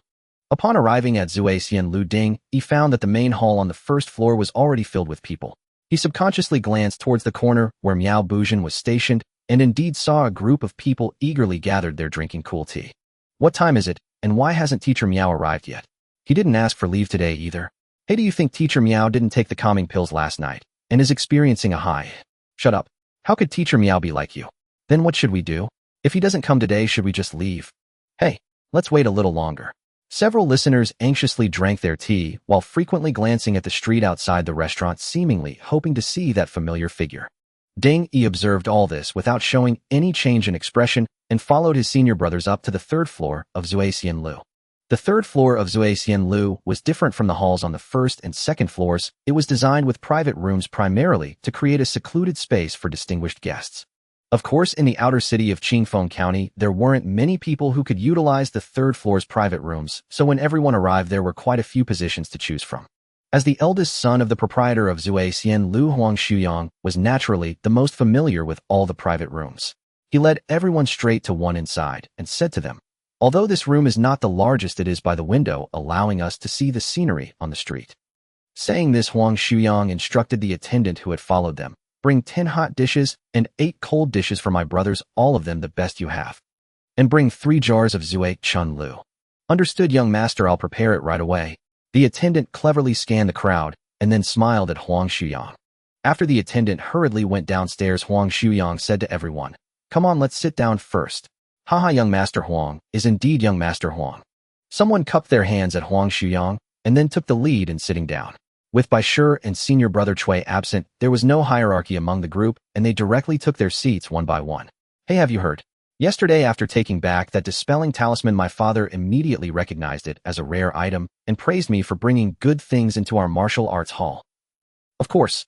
Do you think the dispelling talismans from the Yinyang Palace are something anyone can get their hands on? Huang Shuyang chuckled. It seems that the people from the Qing Siguan are quite formidable, otherwise they wouldn't have sent down something like this. Whom the inspection division has been checking for a long time without any results. No one knows what the situation is. As everyone chatted, one person suddenly exclaimed, pointing outside the window, look quickly. What a... The crowd was taken aback, then followed the direction of the pointing finger to look out the window, where they witnessed a shocking sight. At the end of the street outside, 2 enormous demon elephants had appeared standing side by side, pulling a massive carriage toward them at a slow, deliberate pace. Why were they called demon elephants? These beasts stood about 3 zhang tall, with 2 curved tusks protruding from each side of their mouths. Their eyes were blood red and a strange vertical pupil gleamed on their foreheads. They were clearly no ordinary animals. Thick iron chains were bound to each of the 2 demon elephants, extending backward and fastened to the 4 corners of a colossal carriage behind them. This carriage was built like a palace, even surpassing one in grandeur. Above the carriage stood 3 pagodas of varying heights arranged like a mountain peak, with 1 tall and 2 short. They were resplendent in gold glittering under the sunlight. It was uncertain if they were truly crafted from pure gold. The entire carriage body was constructed from red-grained wood adorned with golden patterns, a testament to the owner's extravagant wealth almost to an outrageous degree. The carriage rested on 4 sets of massive double-layered iron wheels. As it moved, 2 deep ruts were left behind, a clear indication of the carriage's immense weight. Behind the carriage followed a uniformed contingent of armored cavalry, about several dozen in number. Behind them were carriages of various sizes, the entire procession stretching endlessly into the distance, its origin unknown. The once spacious East Street was now entirely occupied by the 2 demon elephants. Pedestrians screamed and scrambled to the sides of the road, staring in awe as the colossal beasts advanced. "Damn, what a grand spectacle!" Ding, he exclaimed, feeling the scene had taken a surreal turn once again. The desolation of Shaolin village stood in stark contrast to the opulence of the procession before him, enough to plunge one into self-doubt. Even the seasoned Zhang Shuyang was dumbfounded, muttering, "Where did this formidable force come from? In all of Qingzhou, who dares to be so arrogant in a county town?" Shui Bao stepped to the window, his face stern as he gazed at the convoy outside. Yinyang Palace. The name surfaced in everyone's mind at his words. Ding, he narrowed his eyes at the distant carriage, a sense of unease rising within him. The Yinyang Palace already had an inspection post in Chingfong County. Why send more people? Combined with the letter Ding he had discovered in Miao Buzin's room, he sensed a storm brewing in Chingfong County. Who could be coming this time? Someone wondered aloud. "Get back inside. Don't stick your head out. If the Yinyang Palace sees us, none of us will escape." Shui Bao warned the man who was leaning out, and he quickly retreated, hiding behind the window. Right, I almost forgot. Judging by the carriage's design and decorations, the visitor is from the Yinyang Palace's Yin faction, though I can't tell which one, Shui Bao added. "Impressive, Shui Jr. brother, you're quite knowledgeable," Zhang Shuyang said, surprised that his knowledge fell short of Shui Bao's. "Yin faction. There are factions within the Yinyang Palace?" Dingy asked. "Of course, the palace is divided into Yin and Yang. Yin is all women and Yang is all men," Shui Bao replied, glancing at Dingy. "What? The Yinyang Palace has men?" Ding, he was stunned. In his mind, the idea of collecting human desires to refine baleful energy seemed like something from the Hahuan sect of novels. Why would men be involved? The Yang faction's preferences don't discriminate by gender. "Ding, junior brother with your fair skin, you'd better watch out," a senior brother snickered. "Damn." Ding, he felt a chill run down his spine, realizing that the calamities of this world were indeed bizarre beyond reason. Meanwhile, inside the massive carriage, a graceful figure reclined on a lotus-shaped treasure bed, one hand supporting her cheek, draped in a thin gauze, seemingly resting. Another woman in a light green lace dress sat sideways on the bed, gently massaging the reclining woman's waist. "Miss, Chingfong County is just a small town. Why did you insist on coming personally?" The woman sat up, lazily yawned, and asked, "Biha, how long have you been with me?" 10 years exactly, miss." Biha knelt behind her, kneading her shoulders as she spoke. 10 years. "Do you know how many have been eyeing our Yinyang Palace's territory?" the woman asked. "Oh, so many. Qingxi Temple, Baiyun Monastery, Luanshan, Sect, Chijua Palace. Too many to count." Biha counted on her fingers, exclaiming. The woman rested her bare feet on the bed's edge, shaking her head. "Don't forget the imperial court in Zhongzhou.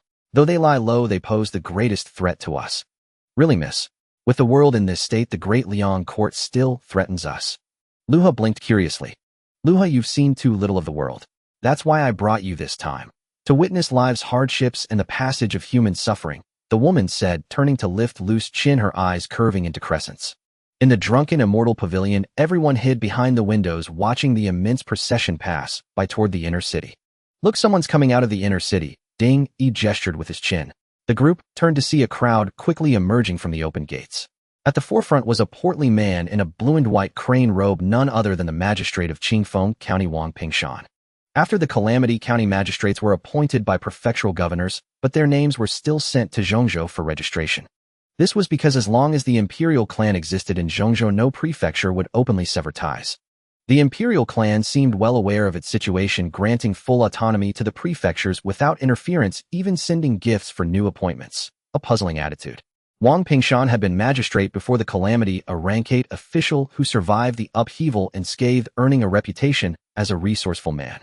"Your subordinate Wang Pingshan welcomes the special envoy of the Supreme Sect," he announced, bowing deeply. The county deputy and registrar followed suit. The Yinyang Palace envoy held a ranks-even official position registered with the court, so Wang Pingshan's deference was appropriate. As Wang spoke, the massive carriage door slowly opened, and a mechanical staircase extended, gently touching the ground. Then a woman in a white gauze dress supported by a maid in green emerged and descended the steps gracefully. Before the inner city gates, the outer city commoners had already gathered in throngs to watch. As they saw two beauties slowly descend from the carriage, their eyes brightened, and they began to murmur among themselves. Are these people from the Yinyang Palace? How can they be so exquisite? They are lofty and exalted, not like us who toil at rough and weary tasks every day. Keep your voice down or they could kill us with just a glance. Bent over, Wang Pingshan stole a glance at the woman descending from the carriage and was momentarily stunned, seemingly taken aback. But he quickly composed his expression and lowered his head slightly, then heard the woman say, "Magistrate Wang, there is no need for such formalities. The sect has taken note of how well you govern Chingfong County." The woman stepped down from the carriage and spoke to Wang Pingshan in a gentle tone. Hearing this, Wang straightened up, but dared not meet her gaze, keeping his head low as he awaited her next instruction. It was only then that those behind Wang Pingshan could see the woman's features clearly. She appeared to be around 30 with fair skin and a noble bearing. Beneath her willow-shaped brows lay eyes like pools of spring water, captivating all who beheld them. The green-clad maiden attending her was also delicately beautiful, exuding a youthful vitality. Seeming past the age of maidenhood, her lively eyes surveyed Wang Pingshan and the others without a trace of timidity. The two women stood there like a gentle spring breeze, yet Wang Pingshan and his men scarcely dared to breathe, let alone meet their eyes. For these two women were from the Yinyang Palace. The Yinyang Palace, a calamitous star that had held sway over Qingzhou for decades. When the 100 calamities once vied for dominion, they fought until heaven and earth were torn asunder and rivers ran dry. Those who lived through that era bore deep memories of the palace's dominance and terror. Just as the crowd fell silent, the woman suddenly asked, "Where is the sect's inspection department?"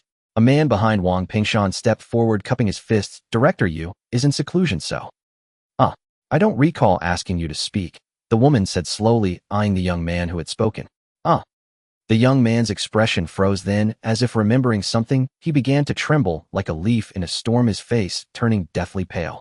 "Miss, let me handle this," Biha said to the woman, then skipped over to the young man. Seeing Biha approach, cold sweat poured from the young man's forehead. Despair etched on his face. He looked toward Wang Pingshan and wailed, "Magistrate Wang! Magistrate Wang! Save me! Save! Save me! Save!" Before he could finish, Biha had already reached him. She raised her hand and waved it lightly. A flash of white light streaked before the young man's eyes. His eyes bulged, and then his entire body burst apart like a balloon with a loud bang. Crimson blood and fragments of entrails splattered those nearby, yet none dared to move, not even to wipe the sliding bits of flesh from their faces. Biha nodded in satisfaction, clapped her hands, then skipped back to the woman's side and took her arm once more. Throughout it all, a smile never left by his face, as if she had done something utterly trivial. The surrounding commoners were stunned, their bodies frozen, as if pinned in place, unable to move a step. Only the ceaseless cold sweat on their foreheads betrayed the unprecedented terror they felt. Especially those who had gossiped about the two women.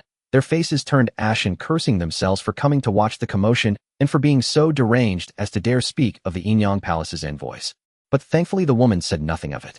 Instead, she addressed Wang Pingshan. "Magistrate Wang, let us speak inside." With that, she moved forward with graceful, elegant steps. Only after the woman had passed to the very rear of the group did Wang Pingshan hastily follow, leading the others behind her into the inner city. Once they had all entered the inner city gates, people rushed over to clean the bloodstains and shouted for the surrounding commoners to disperse.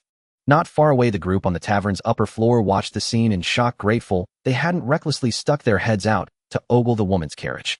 "The dead man seemed to be from the inspection department," Zhang Xiang murmured. "It doesn't matter.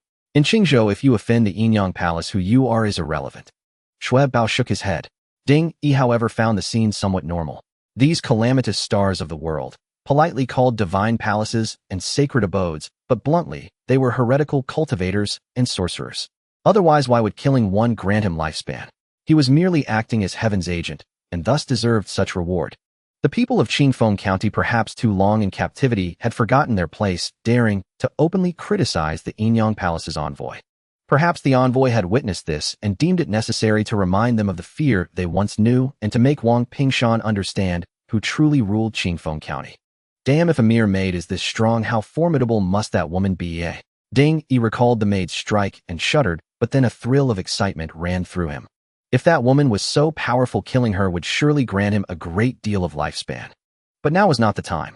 Even with his evil-breaking talisman and pistol ding, he had a gut feeling they would be useless against those two women. Stop staring. It's none of our business. Did you see where they went? The inner city. Zhang Shuyang clapped his hands, breaking the silence. Don't dwell on it, fellow disciples. Whoever reaches the bone-tempering stage first must take us into the inner city to broaden our horizons, someone chuckled. Come eat, drink. Our first hurdle is still the skin-tempering stage. Shui Bao sat down, picked up his wine cup, and declared loudly. Junior brother Shui will surely succeed. Hey, race to you, someone shouted. Under the influence of alcohol, the group soon grew boisterous, and the entire tavern seemed to regain its vitality amidst the clamor. Such is human nature. Unattainable despair is far less compelling than the pleasures within reach. Greedy yet easily contented, they possess an incredible resilience, forging one legend after another. In the inner city of Chingfong County, within a vast compound of 3 courtyards, Sun Xiao was reviewing a stack of documents just delivered by Wang Pingshan, frowning from time to time. Miss, was that man we just killed really Wang Pingshan's trusted confidant? Biha asked curiously, standing beside Sun Xiao. In truth, the mistress and maid already knew most of the news about Chingfong County. Although factions abounded within the Yinyang Palace, Sun Xiao's backer wielded immense influence. It was only through this that the task of purging the outer calamity in Chingfong County had fallen to her. Indeed, Wang Pingshan appears obedient to our Yinyang Palace, but he seems to be plotting something behind the scenes. Coupled with the recent appearance of the green silk calamity, the sect suspects something amiss in Chingfong County. Sun Xiao put down the thick stack of documents and spoke. Miss, since the inspection department is full of Wang Pingshan's men, why don't we call in the sect's supervisory department? Biha tilted her head in confusion. Because Sun Xiao had only begun to speak when a hearty laugh rang out from outside the room. Junior sister Sun has come here, yet why didn't you inform this senior brother in advance? Sun Xiao gazed toward the door and spoke slowly. Junior sister dare not disturb senior brother's cultivation. I hope you will not take offense. Haha, what are you saying, junior sister? As his words faded, a tall, robust man abruptly pushed open the door and strode directly into the hall. In one hand, he carried a blood-colored statue. A smile played at the corners of his mouth, and his eyes narrowed slightly as he swept his gaze across the room before fixing it upon Sun Xiao, who sat serenely in her chair. How dare you? Bai He snapped, immediately rebuking the man. You Ron Wang. Without the young lad's permission, how dare you barge in? The man slowly shifted his gaze to Bai He and said calmly, a mere maidservant daring to defy her superior. Junior sister, you have trained her well. Since you have failed to discipline her, I shall take it upon myself to teach her a lesson. With that, the man pointed a single finger at Bai He. In an instant, a fierce gale erupted within the hall, and the furniture was knocked askew by the sudden burst of malevolent aura emanating from his body. The potted plants in the corners withered instantly, their dry branches spontaneously combusting with a crackling sound. I will handle my own people, senior brother. There is no need for your concern. Facing the tempestuous assault, Sun Xiao likewise extended a finger. The temperature in the hall plummeted, and the raging scorching currents gradually dissipated as if they had never existed. Yu Rongwang's face flickered with obvious surprise, but he quickly restored his smile. I never expected that after years apart your cultivation has advanced again. Very well, I had intended to gift you a blood deity statue today, but it seems unnecessary. Yu Rongwang laughed heartily, then turned and departed without a moment's hesitation. Only after he had gone did Bai He anxiously look at Sun Xiao and ask, Young lady, are you Why is that bastard so wicked? Sun Xiao remained silent, but her delicate brows suddenly arched as she looked down at her fingers.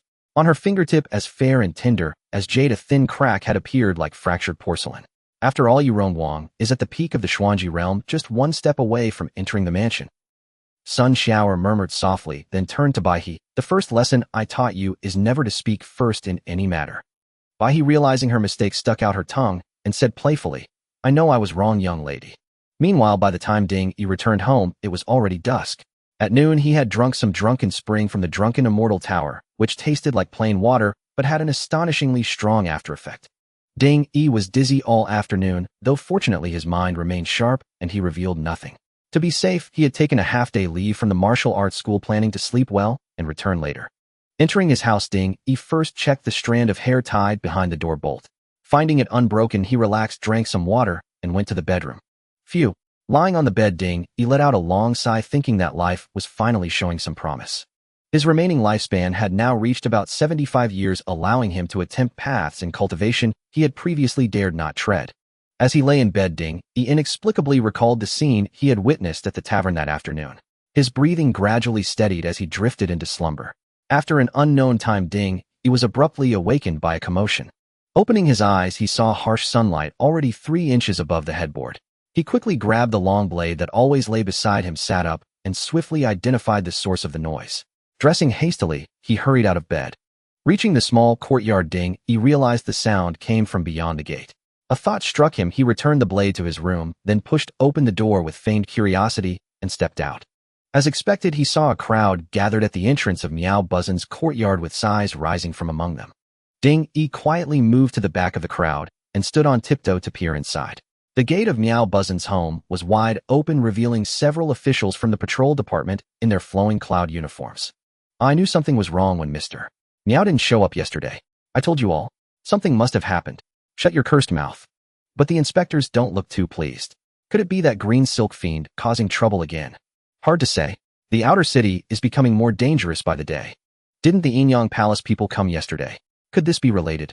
Shill, do you want to die? Amid the murmurs, he pieced together the general situation. It turned out that this morning the regulars at the drunken immortal tower, seeing that Meow Buzhen had not arrived again, could no longer contain themselves. They had risen in a group, insisting on going to Meow Buzzon's home to find out what had happened. Having listened to his storytelling for over half a year, these regulars knew his address well. So they set off in a throng. The result was clear when they arrived at Meow Buzzon's gate and saw the gaping hole in the roof. They realized something was wrong. Inside Meow Buzzon's house, several inspectors were searching for clues. One man stood in the center, arms crossed and brow deeply furrowed as if lost in thought. Had Dingy been there, he would have recognized the man as Nangong Tian, the same person who had delivered the Bane talisman to Bei's martial arts school.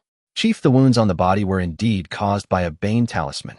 A younger officer approached Nangong Tian and whispered, "Bane talisman? What kind of Bane talisman could inflict such injuries?" Nangong Tian glanced at the charred, reeking corpse and asked coldly, "I don't know either, but Aoyong identified traces of Inyang energy in the wounds. So it must have been a Bane talisman from the Inyang Palace." The officer continued, "Go on." Nangong Tian said no more, simply urging him to proceed. Also, the fatal wound on Meow Buzhen was a small hole from a concealed weapon on his head. But the weapon is unknown and has been taken by the killer. Nothing was left at the scene. This killer is a seasoned criminal. The officer quickly added, "So you're telling me you've made no progress after all this time?" Nangong Tian snorted coldly. The officer's face fell. He was at a loss for words. In all his years on the force, he had never encountered such a scene. Apart from the corpse, the killer had left no clues. They had even mopped the floor with a wet cloth before leaving, though the reason was unclear. The room had been ransacked. Initially, they suspected robbery, but upon discovering the victim's identity as a worshipper of deities, they now leaned toward a murder to silence him. In short, they could discern nothing. Nangong Tian heard the man's words, but said nothing, instead walking straight toward the bedroom. Inside the bedroom, another person was gathering evidence. Seeing Nangong Tian enter, he immediately stood at attention and called out, "Chief." Nangong Tian nodded to him, then walked to the bed and examined the shredded bedding and padding. "Chief, I've checked. It was a long blade," the man who had been in the room said, stepping closer. Nangong Tian remained silent, gathering the torn sheets and padding into a pile. After a moment, he pieced them together into a rough shape. "A few pieces are missing. Did you find any padding outside?" Nangong Tian suddenly asked. "This? I don't think so," the man replied, surprised at the reassembled padding on the bed, but he answered promptly, "It seems it was taken from here." "Interesting." Nangong Tian then moved to the collapsed cabinet and began searching inside it. "Chief, there's nothing, but we found a small hole under the floor tiles," the man said, crouching down and prying up a brick to reveal an opening beneath. "It doesn't look like it was left unfilled when the tiles were laid. Half the dirt in this hole seems to have been added later," the officer said. Nangong Tian crouched down as well, touched the soil in the hole, and said, "It seems something was found here wrapped in padding and taken away." "No way, Chief. Was the thing too hot to handle?" the officer beside him asked in confusion. "Who knows?" Nangong Tian shrugged, then went to the living room and looked up at the hole in the ceiling. "Chief, it was smashed from the inside by a folding fan. We found the fan, and after identification, it belongs to Meow Buzhen himself," a junior officer said, handing the fan to Nangong Tian. Nangong Tian glanced at the fan, took it, and felt the notch at its top. Then he looked toward the charred corpse. The force of a mid-stage fetal viscera cultivator. The skull still carries traces of green silk fiend chi. It seems he was the one creating the green silk fiend in Sengu Alley these past days. We searched everywhere, but didn't find the statue. It must have been taken. And the killer used a fiend-breaking talisman. Interesting. Nangong Tian pondered as he stepped outside, leaped onto the roof with a single bound, and examined the edge of the broken hole. The person on the roof had heavy footsteps, no foundation in Qinggong. Strange. How could someone of that strength kill a worshipper of the gods? Nangong Tian scanned the rooftop, his confusion deepening. Finally, Nangong Tian jumped back into the courtyard and waved his hand. Pack up. The group immediately gathered their belongings, bagged the charred corpse, and followed Nangong Tian out of the yard. The crowd outside parted to make way, and the patrol officers left without acknowledging the onlookers. Sigh, no more storytelling to listen to. You're still thinking about that. Didn't you hear that officer say Meow know that old demon Meow was from the Green Silk sect?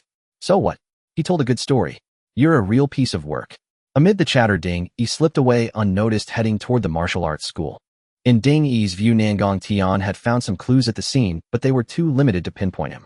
Over the next few days, Meow Buzzin's affair seemed to stir no ripples in the outer city of Chingfong County.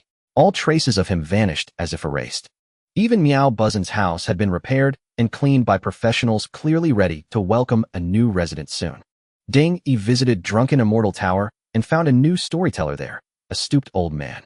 His tales were far inferior to Meow Buzzin's, and the audience around him had shrunk by nearly half. Though the matter of Meow Buzin seemed to have passed, Ding Yi felt that a greater storm was brewing in the shadows. One day, Ding Yi went to a herbal medicine shop in the city. This shop wasn't the one owned by Shuebao's family. After all, Ding Yi was buying these items entirely for himself. Though Shuebao's shop might offer a discount, he didn't want Shuebao to know about his affairs. What would you like to buy, young friend? The shopkeeper, a middle-aged man with a perpetual smile, rubbed his hands together as he approached Ding Yi. Do you have any pills to enhance blood and qi, strengthen bones, and nourish marrow? Ding Yi glanced around the shop and asked casually. That. We don't have those. Only the shops in the inner city carry such items. Even if we had them here in the outer city, they wouldn't sell. The shopkeeper's smile turned bitter. Oh, I see. Ding Yi nodded, but showed no sign of leaving. After the skin-tempering stage came bone forging. The bone forging realm involved infusing qi and blood into the marrow, settling it, and refining the tendons, a process that demanded long-term cumulative effort. Unlike the skin-tempering realm, bone forging was a slow, gradual journey. Of course, techniques to enhance qi and blood circulation, as well as pills to boost vitality, could accelerate progress. Hence the saying, one part technique strengthens the sinews, one part pill fortifies the bones. With the white ape overturning Python fist in his possession, Ding Yi only needed blood and qi pills. But young friend, we have a decoction made from ginseng, angelica astragalus, and rehmannia. It's not as potent as the inner city's blood and qi pills, but it's still effective. Would you like to try it? The shopkeeper said, seeing Ding Yi silent. Oh, how much for one dose? Ding Yi's heart stirred, but he furrowed his brows, feigning dissatisfaction. 260 copper coins per dose, or 5 doses for 1 tael of silver. The shopkeeper raised 5 fingers. Ding Yi said nothing at the price, so the shopkeeper added, Don't think it's expensive, young friend. These are premium herbs, I can't help it. All right, give me 5 doses. Ding Yi took out a tael of silver from his pocket and handed it to the shopkeeper. All right. Wait a moment, young friend. The shopkeeper hurried into the back room and returned shortly with a string of medicine packets. Young friend, this Yin-Yang Fiend Qi depletes essence and vitality. For 7 days after taking this decoction, you must avoid Yin-Yang Fiend Qi, or it will harm your internal organs, the shopkeeper warned as he handed the packets to Ding Yi. I know. Ding Yi took the packets, smiled at the shopkeeper, and left. Back home, Ding Yi began his experiments. He took out a packet of the decoction, wrote, highly effective for bone forging, and no side effects, on its back, and held it before his eyes. After 3 breaths, a line of text appeared in Ding Yi's vision. Enhancement available. Required lifespan 17 days. Proceed. 17 days, that's a while. Enhancing the fiend-breaking talisman only took 9 days. But this is the most cost-effective method. Yes. Ding Yi narrowed his eyes and shouted inwardly. A familiar flash of white light passed by, and Ding Yi sensed that the medicine pouch in his hand, though unchanged in appearance, seemed to have grown slightly heavier. Ginseng essence bone forging powder, made from a century-old ginseng, with its tail removed and tip trimmed, simmered down to a single essence. It can nourish marrow, enrich vitality, and strengthen bones and sinews. Gazing at the text before him, a faint smile tugged at the corners of Ding Yi's lips. He then carefully set it aside. Now everything was in readiness. Only the bone forging method was needed. Ding Yi had some thoughts regarding this bone forging method. The approach that would cost the least lifespan was naturally to acquire a complete bone-forging method before proceeding with its enhancement. The first place that came to Ding Yi's mind was the martial arts hall. Since Bai Wanyun was a blood exchange warrior, he would certainly possess a complete set of techniques leading up to blood exchange. The second avenue was to obtain it from the patrol department. Ding Yi had learned from those few senior brothers that serving within the patrol department allowed one to exchange merits for many things, which might include the bone-forging method. However, this path was time-consuming and laborious, and Ding Yi held little hope for it. As for which of the two schools' techniques was more advanced, Ding Yi would need to compare them before deciding. After all, even if he was willing to stake everything on a single gamble, the more advanced the materials, the better the outcome of the enhancement would certainly be. They'll go to the patrol department first tomorrow. After much deliberation, Ding Yi had already formed a plan in his mind. He then extinguished the lamp and went to sleep. Early the next morning, Ding Yi set off towards the patrol department's outpost outside the city. Since he had already succeeded in bone forging, joining the patrol department to secure a status was the natural next step. After his observations during this period, the prestige of government officers in this Chingfong county was indeed very high. Soon Ding Yi arrived outside the gate of the patrol department's outpost in the outer city. Two burly men with broad shoulders and thick waists still stood guard at the entrance, making Ding Yi inwardly click his tongue in awe at the sight. Only the patrol department could afford to support such two hefty fellows. If they were placed in an ordinary household in the outer city, they would have been starved thin within 3 days. After a brief moment of hesitation, Ding Yi strode directly towards the gate of the patrol department. The two men at the entrance had already noticed Ding Yi when he was standing not far away staring in their direction. Seeing Ding Yi approach, one of them glared and shouted, "What's your business?" "Ah, elder brother, I'm here to enlist," Ding Yi quickly replied. "Enlist? Are you a martial artist?" The man was startled by Ding Yi's words, but his attitude immediately softened. "Young master, even though you are a martial artist, you still need to go through the procedures. This is the patrol department's office. Enlistment is next door." The burly man forced an unskilled smile onto his face and then pointed towards a bungalow beside him. "Oh." Ding Yi glanced in the direction the man was pointing. Ding Yi then cupped his hands in thanks, a gesture that nearly frightened the hefty man into kneeling as he hurriedly insisted, "No need, no need." In this world, the rules of status hierarchy were strict. Ordinary citizens dared not offend government officers openly. Once Ding Yi became a martial artist, he could at least secure a respectable status in the outer city, one that ordinary people would not dare to provoke. Having only been in this world for a little over a month, Ding Yi's mindset was still immersed in the modern atmosphere of humility and reason. His slight politeness had so terrified the burly man that he thought Ding Yi was mocking him. Seeing the burly man's reaction, Ding Yi finally understood. The world he was in was no longer Blue Star. He sighed inwardly, but said nothing more, turning and walking towards the direction the man had indicated. After Ding Yi left, the burly man wiped the sweat from his forehead and said to his companion opposite, "Scared me to death. This guy isn't old. How is he already a martial artist?" "How would I know? I keep telling you to be careful. If you get targeted, don't drag me into it," the other man cursed. "How could I? I didn't know. Strange. Such a young martial artist is rare in the outer city. You'd probably only find them in the inner city," the burly man muttered, scratching his head. On the other side, as soon as Ding Yi entered the adjacent bungalow, he found it desolate. Unlike the Bay's martial arts hall, where he had signed up, this courtyard was nearly empty. "Anyone here?" Ding Yi frowned and called out. As soon as he finished, a voice came from inside the room. "Who is it?" "Wait a moment." Shortly after, a person dressed in a cyan tight-fitting garment emerged from within. As this person walked out and saw Ding Yi standing in the courtyard, he was taken aback. Likewise, Ding Yi was also startled at the sight of him. The two stood at opposite ends of the yard, staring at each other with wide eyes. "Li Baozhen, Ding Hai," they both exclaimed simultaneously. "You son of a bitch, you nearly got me killed." The moment Li Baozhen saw Ding Yi, he burst into a torrent of curses and stormed towards him. "Do you know I almost died in Shaolin village?" Li Baozhen reached out to grab Ding Yi by the collar, but to his surprise, his hand was caught midair by Ding Yi's right hand and held fast, unable to move. Li Baozhen's angry expression suddenly froze. He then tensed his body, exerting force in his arm to shake off Ding Yi's grip, but the next moment he exclaimed in shock, "You've broken through the skin barrier." Ding Yi held Li Baozhen's arm firmly, not even shifting his stance a fraction. He said with a smile, "I was just one step away at the time. After settling down here, I broke through." "Good heavens. No wonder you could take that one strike from me back then." Li Baozhen's pupils contracted as he murmured. He didn't quite believe Ding Yi's words. After all, Ding Yi had shown no signs of being a martial artist back then. Aside from his somewhat commendable saber technique, he was otherwise just an ordinary person. What are you doing here? Li Baojing rubbed his aching wrist inwardly, noting the boy's remarkable strength, and continued asking. I heard that reaching skin tempering qualifies one to join the patrol department, so I came to seek a position, Ding Yi said. Huh. Do you know why the patrol department is short of hands? Are you sure you want to join? Li Baojing seemed to find this amusing. Oh, I'd like to hear the details, Ding Yi said. Our patrol department is essentially a secondary agency of the county office specifically responsible for maintaining public order and handling calamities throughout the entire county. Public order is one thing, but these calamities, do you know how high the mortality rate is? Li Baojing sneered at Ding Yi. How would I know? Ding Yi shook his head. Let me put it this way, the colleagues around me have been replaced 3 times in 3 years. This last trip to Shaolin village, I barely escaped with my life. Thinking of this, Li Baozhang's anger flared up again. What happened when you went to Shaolin village? Ding Yi asked, feigning ignorance. You bastard, did you know there were demonic cultivators refining baleful energy there and deliberately kept quiet? The entire Shaolin village had become a baleful domain. If I hadn't escaped wearing that Taoist robe of yours, I would have died there. Li Baozhang roared.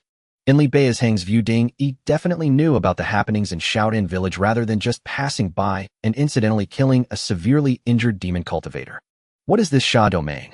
I have no idea what you're talking about. Ding Yi shook his head adamantly, insisting he was unaware. Let me put it this way, the patrol office will often face situations like this with Shaolin village. You should weigh your options. Li Baozhang seemed to have lost his patience and spoke directly. Oh, that's truly terrible. I choose to join. Ding Yi almost blurted out that it was too good only to change his tone midway. Li Baozhang was momentarily stunned by Ding Yi's words, then grinned widely, saying, Now that I've stated my case, you joining means I can receive a recommendation fee. You're quite the lucky charm for me. After finishing, Li Baozhang turned and walked into the house, emerging shortly after with a booklet in hand. Here, sign your name, seal it, then take the token to the nearby outpost to collect your clothes and weapon. They'll put your name forward, come back in half a month to report. Li Baozhang handed the booklet and pen to Ding Yi as he spoke. Ding Yi showed no hesitation, and after signing returned the booklet to Li Baozhang, then inquired, By the way, what is this Sha domain? Li Baozhang was flipping through the roster when he glanced at Ding Yi and replied, Other calamity stars refine evil, which is different from the Yin-Yang Palace here. It's all about speed. Take the Blood and Flesh Temple, for example. They will completely activate the deity statue, bury it at the center of the Sha domain, and extract evil energy daily, ultimately blood sacrificing the entire village to obtain a complete deity statue. Ding Yi was taken aback upon hearing this, and then asked, Is there a difference between a complete and incomplete deity statue? Of course there is. Never destroy a complete deity statue. It will form a Sha domain in a certain area, and at that time, not even the immortals can save you. Li Baozhang suddenly warned seriously. All right, thank you. Ding Yi accepted the waste token, expressed his gratitude to Li Baozhang, and then left the courtyard, heading towards the nearby patrol office outpost. This kid has such high martial arts talent. What if he decides to pursue divinity in the future? Li Baozhang muttered to himself while watching Ding Yi's retreating figure. On the other hand, when Ding Yi emerged from the patrol office outpost, he already had a set of Fei Yun attire and a standard-issue sword in hand, indicating that he had acquired the official status of a patrol officer. The onboarding process went quite smoothly, but unfortunately the issue with the bone forging technique remains unresolved.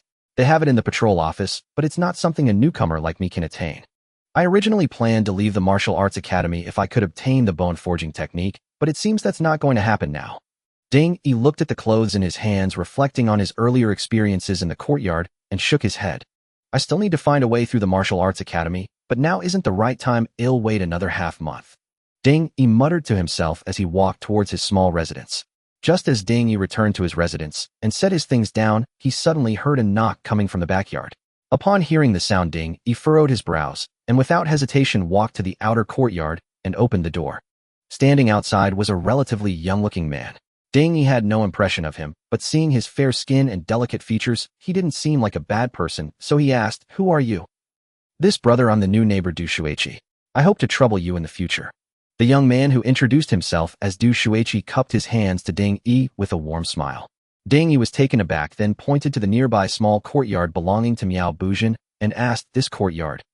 That's right, Du Shuiqi replied. Oh, welcome. My name is Ding Hai. Please take care of me in the future. Ding Yi quickly cupped his hands in return. Well, Ding Yi abruptly closed the door, leaving Du Shuiqi's unfinished sentence outside. What a joke in this day and age, even someone with the mind to come out and make acquaintances must be crazy. Ding, he scoffed coldly to himself before entering his small room. Outside, Du Shuiqi looked at the suddenly closed courtyard door, his expression remaining unchanged, seemingly not feeling the slightest bit of anger from Ding Yi's actions, but still wearing a smile. He shook his head and turned to walk towards the next courtyard. Ding Yi hadn't expected a newcomer to arrive in the neighboring courtyard so soon. It seemed he was also an outsider like himself. I hope this time the newcomer isn't some calamity star. Half a month passed in the blink of an eye. One day as Ding Yi entered the martial arts academy, he found his senior brothers surrounding Shui Bao, as usual seemingly discussing something. Ding Shitty Shui Shitty has made progress in skin refinement again. Someone spotted Ding Yi and quickly shouted to him. Oh, congratulations to senior brother Shui. Ding Yi also congratulated Shui Bao. He keep a low profile, keep a low profile. Shui Bao chuckled, seemingly very pleased with the crowd's admiration. By the way, is Bai Shifu inside? Ding Yi pointed to the back. He should be. Oh, why? Someone asked in confusion. It's nothing new, I just want to discuss something with Bai Shifu. Ding Yi said no more and walked along the corridor to the back courtyard where he happened to see Bai Wangyun sitting in the courtyard sipping tea. Bai Shifu. Ding Yi approached Bai Wangyun and cupped his hand slightly. What's the matter? Do you find practicing martial arts dull? Bai Wangyun glanced at Ding Yi, then set down the teapot, smiling as he spoke. Young man, in this world, just surviving is already difficult, and practicing martial arts is even harder. You should cherish your current life instead of being like others, laughing and joking every day. Bai Wangyun continued slowly. Bai Shifu, I have already broken through the skin refinement stage and accepted a job in the patrol office. I might not be able to come here often in the future, Ding Yi said. What? Bai Wangyun was taken aback by Ding Yi's words, and even his hand that was holding the teacup trembled, spilling the scalding tea onto the table, releasing a cloud of steam. Bai Wangyun stared blankly at Ding Yi for a moment, then suddenly stood up, reaching out to grasp Ding Yi's wrist. Ding Yi felt a blur before his eyes as his arm was seized by Bai Wangyun. He was shocked internally, secretly thinking that Bai Wangyun truly lived up to being a martial artist in the blood exchange realm. Despite his age, he still possessed such speed. The next moment, Ding Yi noticed Bai Wangyun's grip gradually tightening. Not knowing why, he instinctively tensed his muscles. With blood and qi like drums, if the skin is as hard as leather, you truly have reached the skin refinement stage. Bai Wangyun blinked a few times, and then looking puzzled tugged at his beard, seemingly caught in self-doubt. No, that's not right. I felt the bones before. There shouldn't be a reason for this.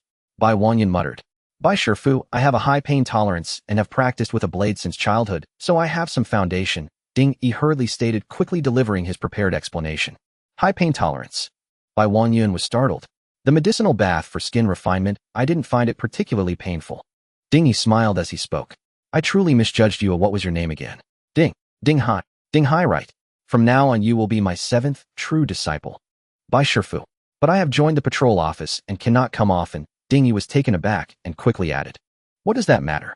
My other disciples are all in the inner city. You're not needed. Moreover, as a skin refiner, you'll likely only serve in the outer city, Bai Wangyun said nonchalantly. He'll talk to Xiao Chui later. He's your 6th senior brother. You won't have to pay monthly fees anymore, and every week during your rest days just come to me, and he'll personally guide you. Off. Ding Yi was taken aback. What? You look down on this old man. Bai Wangyun squinted his eyes. Master, please accept my bow. Ding Yi quickly kneeled and bowed his head to Bai Wangyun. This time Bai Wangyun did not stop Ding Yi. Instead, he narrowed his eyes and smiled. Shao Qi, everyone has their secrets. From now on, rest assured, as long as your master is here, no one can harm you. As Bai Wangyun spoke, he tapped his fingers on the table. Ding Yi followed Bai Wangyun's gaze and saw the steaming teacup. Understanding immediately, he hurriedly picked up the cup, knelt on one knee, and raised it above his head. Only then did Bai Wangyun take the cup, take a gentle sip, and motioned for Ding Yi to stand and speak. Since you've become my disciple, a gift is necessary. I see you have abundant blood and energy and bright eyes, so you are not one to indulge in desires. Otherwise, you would never have broken through the skin barrier while immersed in yin yang sha. After tempering the skin comes forging the bones. I have a method for that as well. Follow me. Bai Wangyun then led Ding Yi to the rear chamber of the courtyard. Wait for me. Bai Wangyun had Ding Yi wait in the hall while he entered the side room. When he emerged, he held a book in one hand and a small bottle in the other. Take these.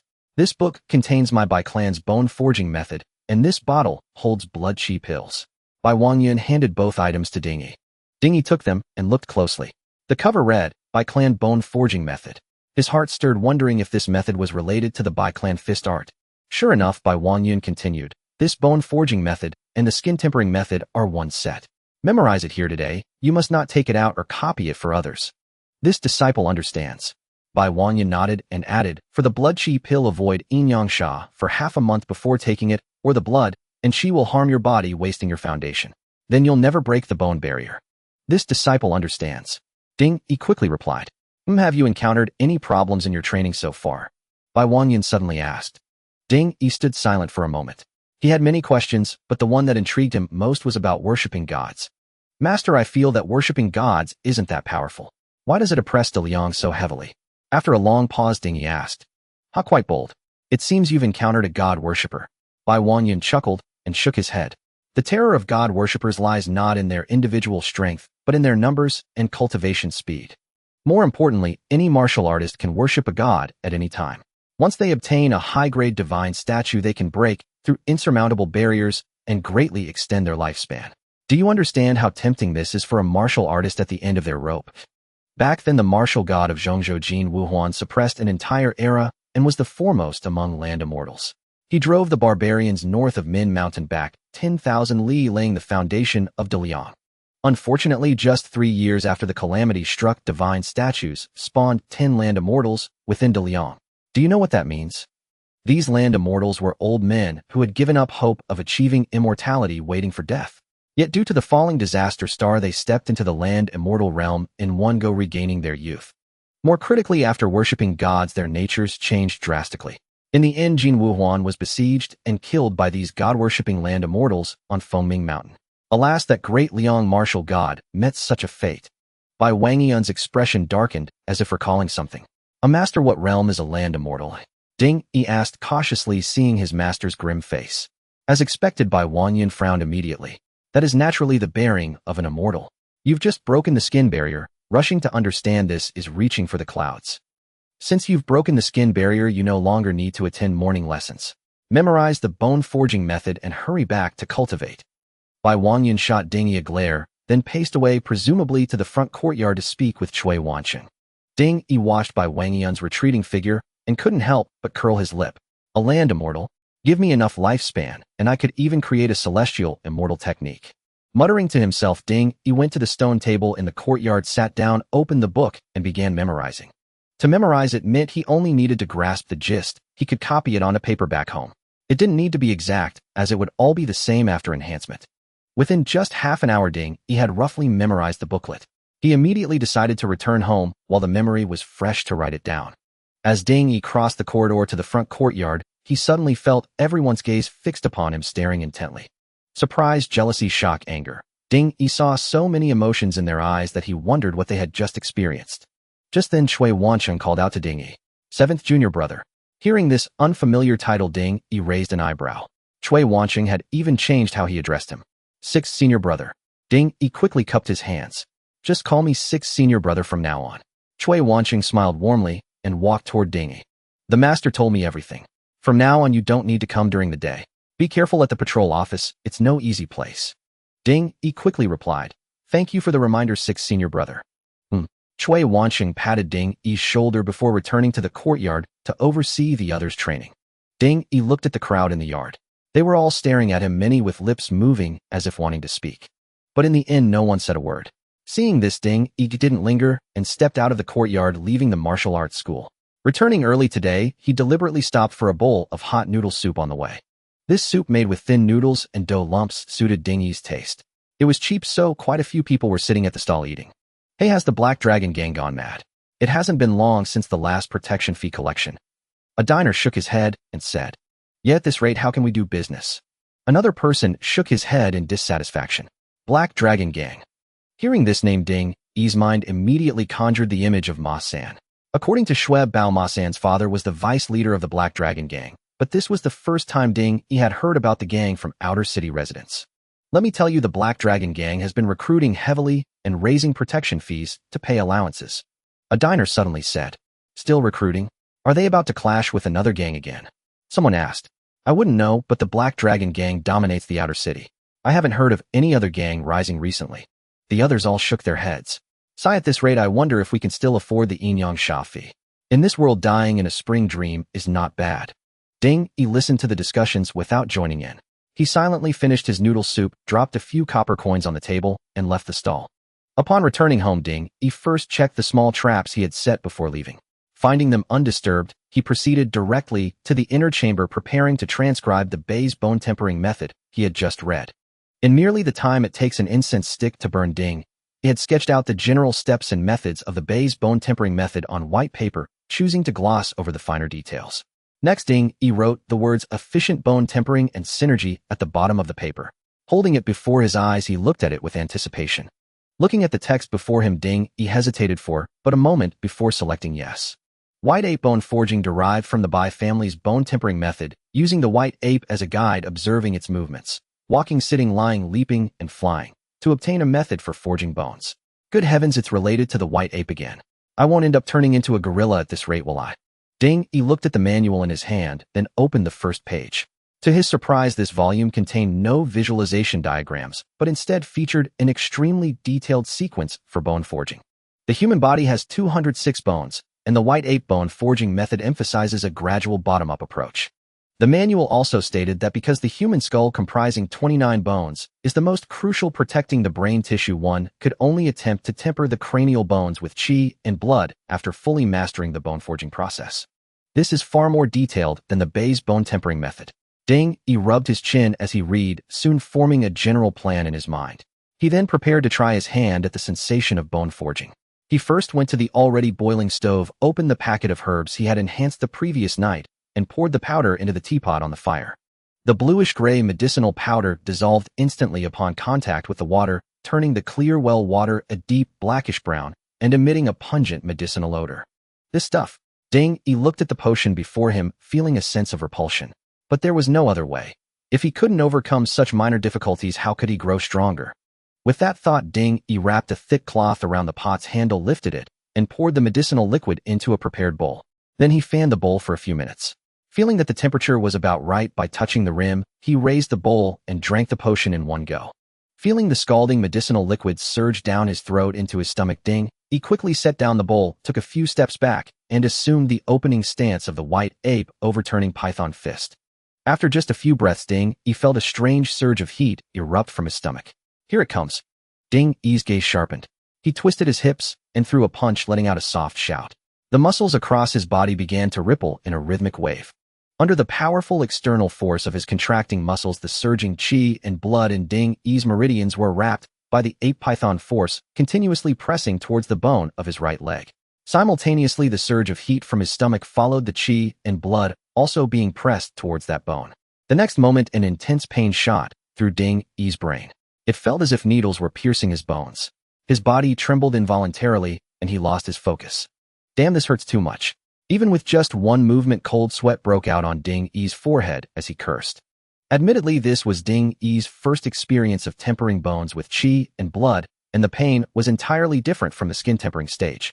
The skin tempering stage felt like ants crawling all over the body, a pain mixed with an itch. But bone forging was a solid, deep ache within the bones themselves, like gout. No, at this rate the medicine's effect will wear off. Ding wiped the sweat from his forehead and once again assumed his boxing stance. This time, he mobilized the evergreen true qi within him, hoping it would have the same pain-relieving effect it had during the skin tempering. Under Ding's control, the evergreen true qi, along with the heat surging from his stomach, followed the qi and blood towards his leg bone, beginning the assault anew. This time, Ding felt the pain plummet drastically to less than a tenth of before, well within a tolerable range. Overjoyed, he quickly steadied his mind and began the second impact of qi and blood. After tempering a total of 36 times, Ding felt the surge of heat in his stomach vanish, indicating the medicine's effect had worn off. But he didn't stop immediately.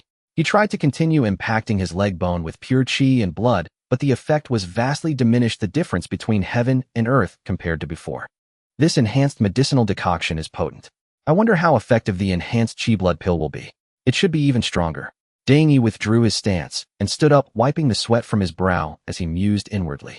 Once the bones in his legs were fully forged, Ding could learn a lightness skill. And when the bones in his arms were fully forged, the power of his white ape overturning python fist would double. But when Ding calculated his lifespan consumption, he felt a pang of uncertainty. Over 70 years of life seemed like a lot, but it might be nearly exhausted just from completing the bone forging stage. And there were even higher martial realms ahead, which would undoubtedly cost an astronomical amount of life. No, I must not slack off. I can't be complacent with temporary gains. Ding sighed inwardly. But since he had already consumed one dose of the medicinal decoction tonight, another would only harm his body. So he went to the well in the yard, drew a bucket of cold water, quickly washed himself, and went to sleep. Today was the day to report to the patrol department. At dawn, he put on the uniform he had received from the department the day before and prepared to head to the patrol station to check in. The seamstress who had taken his measurements yesterday was indeed skilled. This flying cloud uniform fit him perfectly and even emanated a slight cooling sensation against his skin. Accustomed to coarse hemp clothes, he found it quite pleasant. It's my first day on the job. I wonder if he'll get a good assignment. He checked his saber once more, then surveyed the room. Finding nothing amiss, he pushed open the door and left the house. Walking on the street, he suddenly understood the importance of status. Previously, he had been as invisible as a ghost on these streets. Now the people on the roadside kept greeting him. Greetings, officer. Good morning, officer. He ignored them, walking straight ahead, with his eyes fixed forward. But the more aloof he acted, the more the flattery gushed forth like a spring. How imposing the officer is. This young officer looks unfamiliar. Haven't seen him before. If my daughter could be this gentleman's concubine, it would be the fortune of 3 lifetimes. You old hag, just look at you drooling. You're probably the one who wants to warm the officer's bed, aren't you? He listened to the chatter all the way until his ears felt like they were growing calluses. Fortunately, he soon arrived near the patrol department station where the streets were less crowded, and he finally found some peace and quiet. At the station, several officers in flying cloud uniforms were already standing at the entrance waiting for the first drumbeat. E's arrival caught their attention. Oh, a newbie, and quite young too. Someone remarked in surprise, looking at E's uniform. So this is the big deal the chief was talking about yesterday. Interesting. It's not easy becoming a martial artist these days.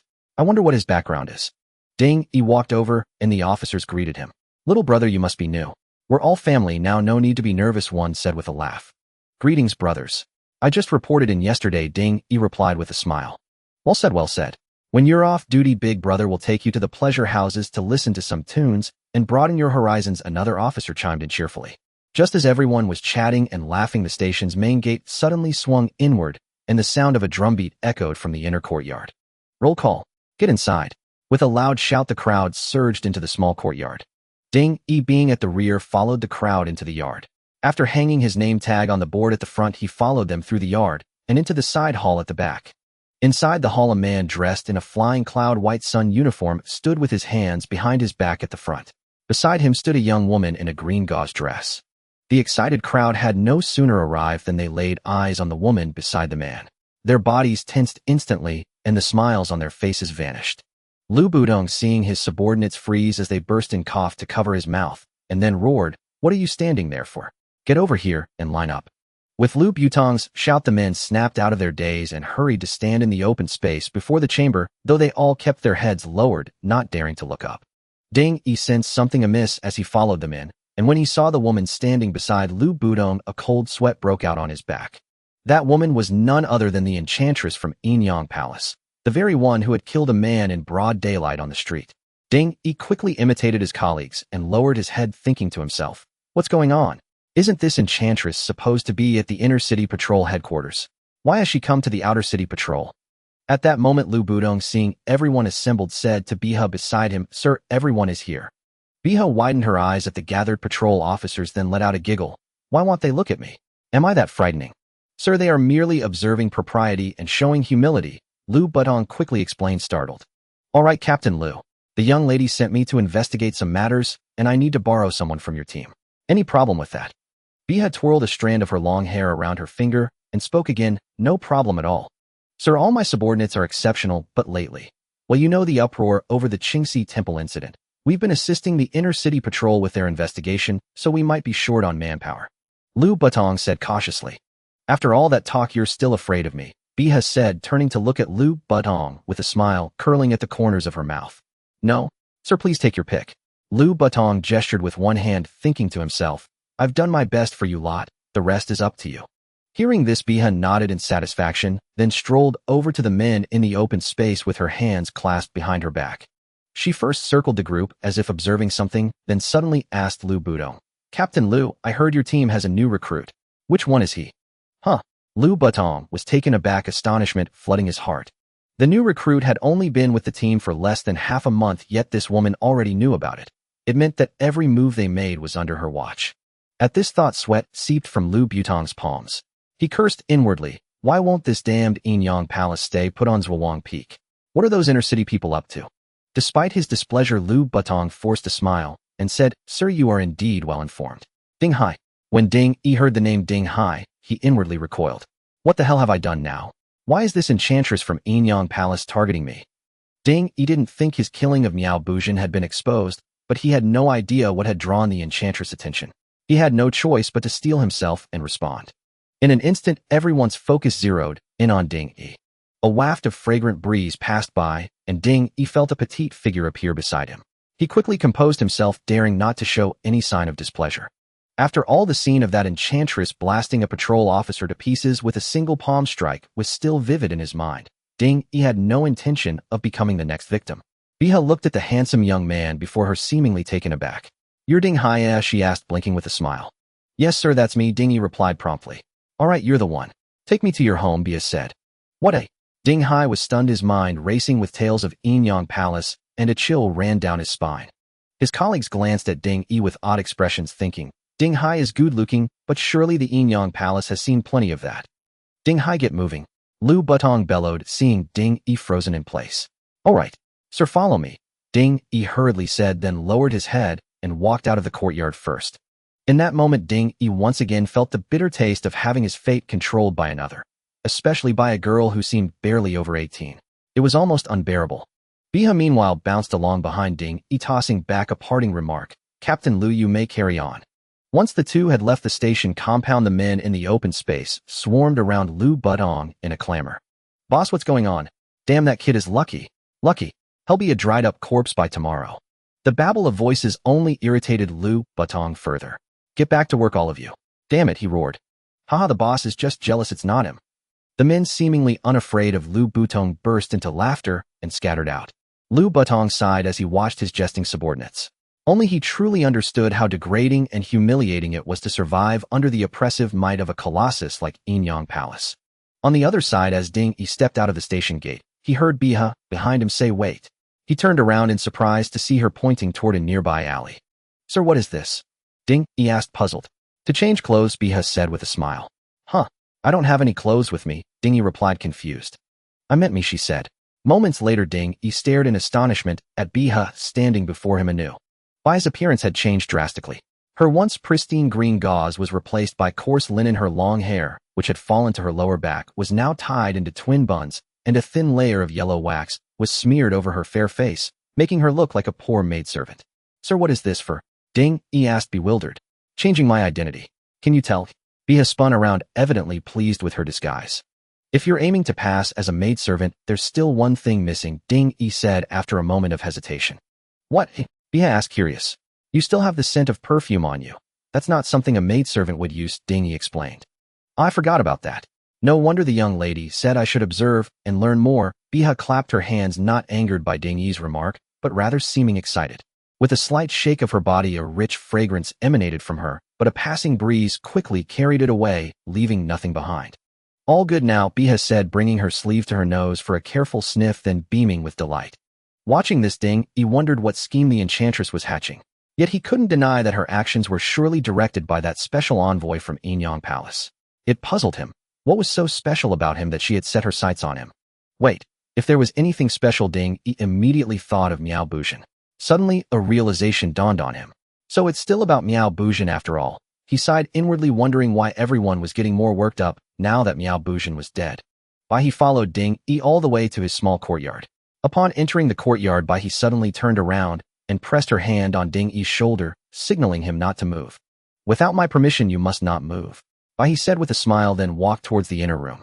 Ding Yi stood there in a daze, seemingly unresponsive to Bai he's words. At the moment Bai he's hand rested on Ding Yi's shoulder, he instantly felt a terrifying aura pressing down on him, as if with just a thought he would shatter like the official at the city gate that day. The demoness of the Enyang Palace was indeed unpredictable. Just moments ago she appeared as a neighborly girl, but now she seemed like a malevolent specter, truly difficult to grasp. At this moment Ding Yi's back was already slick with cold sweat. This was the first time he had been so close to death, leaving him somewhat dazed.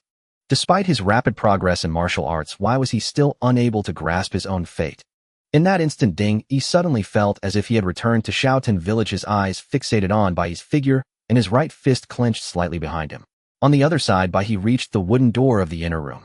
With a wave of her hand, the latch on the door automatically sprang open, and the wooden door slowly opened inward, as if an invisible hand was pushing it.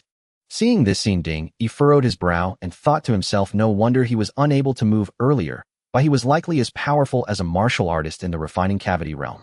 Only in the refining cavity realm could one give rise to the Yuan gang within their body, thus possessing the ability to kill from a distance.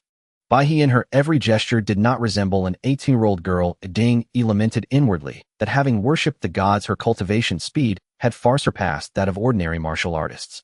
Seeing the wooden door open, Bai He stepped inside. Ding Yi realized that the people of the Yinyang Palace did not trust him, and Bai He likely intended to search his room. Fortunately, the statue and the letters have all been destroyed by me, otherwise it would be hard to hide them. Ding Yi felt a sense of relief, but also found it strange. The Qing people are already dead. Why are they still fixated on this matter? Could it be that the Baiyun Temple has not yet taken action? Just as Ding Yi was pondering, Bai He walked out of the inner room again. I didn't expect you to be quite simple. You flatter me, my lord. Ding Yi, facing Bai He, did not dare to be careless and hurriedly lowered his head to respond. All right, I will be staying here for the next few days. You just need to handle things in the kitchen at night. Bai He suddenly said. Off. What is there a problem? Bai He looked at Ding Yi, her smile fading. Of course not. It is my fortune that my lord can see the house of a lower official. Ding Yi quickly said. In these few days you must go out every day, without any abnormalities as per usual. Bai He suddenly added. This statement made Ding Yi instantly understand what Bai He was really planning. It was a matter of waiting for the rabbit.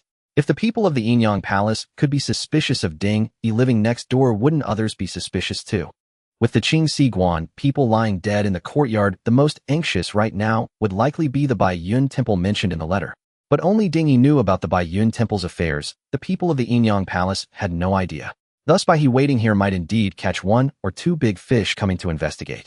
Thinking of this, Ding Yi quickly agreed, praying that the Baiyun Temple and the Qing people would come to him soon to take this deity away. Otherwise, how could he sleep peacefully living in the same room with this capricious demoness? Had he not just witnessed Bai He strike Ding Yi, might have entertained the thought of daring to kill this demoness. But at this moment, he did not dare to act recklessly and could only take one step at a time. At night, Ding Yi leaned against the corner of the kitchen, feeling utterly uneasy. A demoness on par with the refining cavity realm was right next door. He truly lacked the courage to sleep. Strength, it must be strength, I must seize it quickly. After a while, Ding Yi sighed inwardly, then took out the blood essence pill that Bai Wanyun had given him and lit an oil lamp using a wolf hair brush to write the words, breaking the bone barrier, on a bottle. The oil lamp and the wolf hair brush had been prepared by Ding Yi in advance, and he had also set up several tilted bottles at the kitchen door with threads hanging from the bottles tied to the door. Thus, if anyone came, they would surely knock over these bottles, allowing Ding Yi to discover it in advance. Current enhancement available, required lifespan 29 years and 257 days. Would you like to enhance? Ding Yi looked at the exaggerated lifespan appearing before him and hesitated.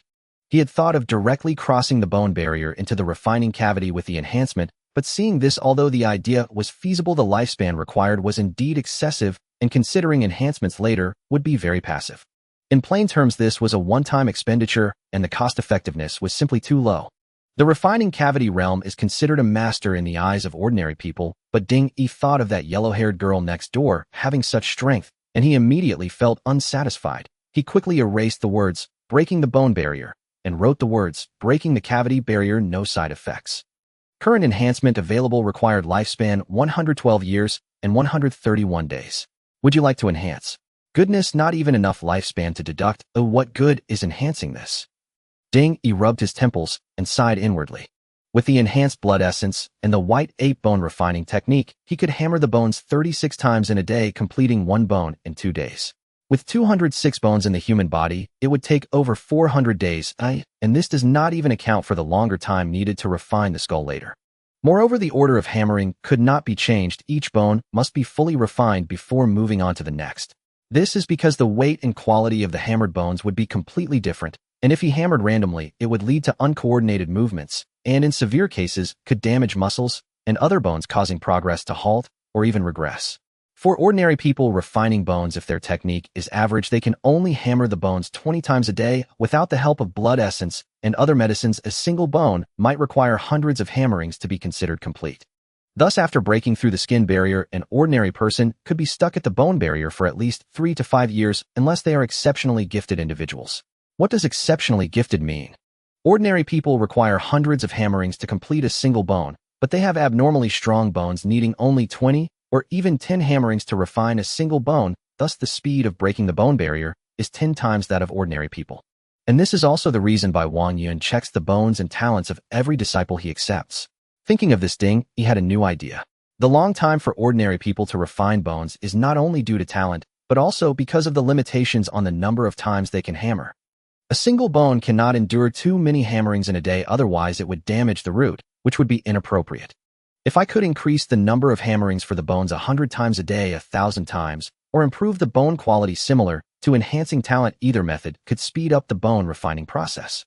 However, the issue of talent affects not only the speed of cultivation, but can also make one invincible among peers, which undoubtedly has a higher cost-effectiveness. Martial artists with insufficient talent often seek the blessings of the gods to break through the barriers that have troubled them for a lifetime, which indicates that the killing intent seems able to transcend the limits of talent. If I could emulate the worship of the gods, but not rely on the statue having the freedom of a martial artist, wouldn't that be having both? In that moment, Ding Yi's eyes lit up, and he quickly took out a piece of white paper, first writing down some basic knowledge of martial arts and the worship of gods as well as realms, and then on the back he wrote the 3 terms, refining, killing, intent, compatibility, extreme realm, before placing it in front of him. To be or not to be, that is a problem. This line from his past life on Blue Star inexplicably surfaced in Ding Yi's mind. Frowning, Ding Yi recalled his helplessness before by he earlier that day. In that instant, his heart felt like a gentle breeze brushing over a hilltop, or like the bright moon reflecting on a river.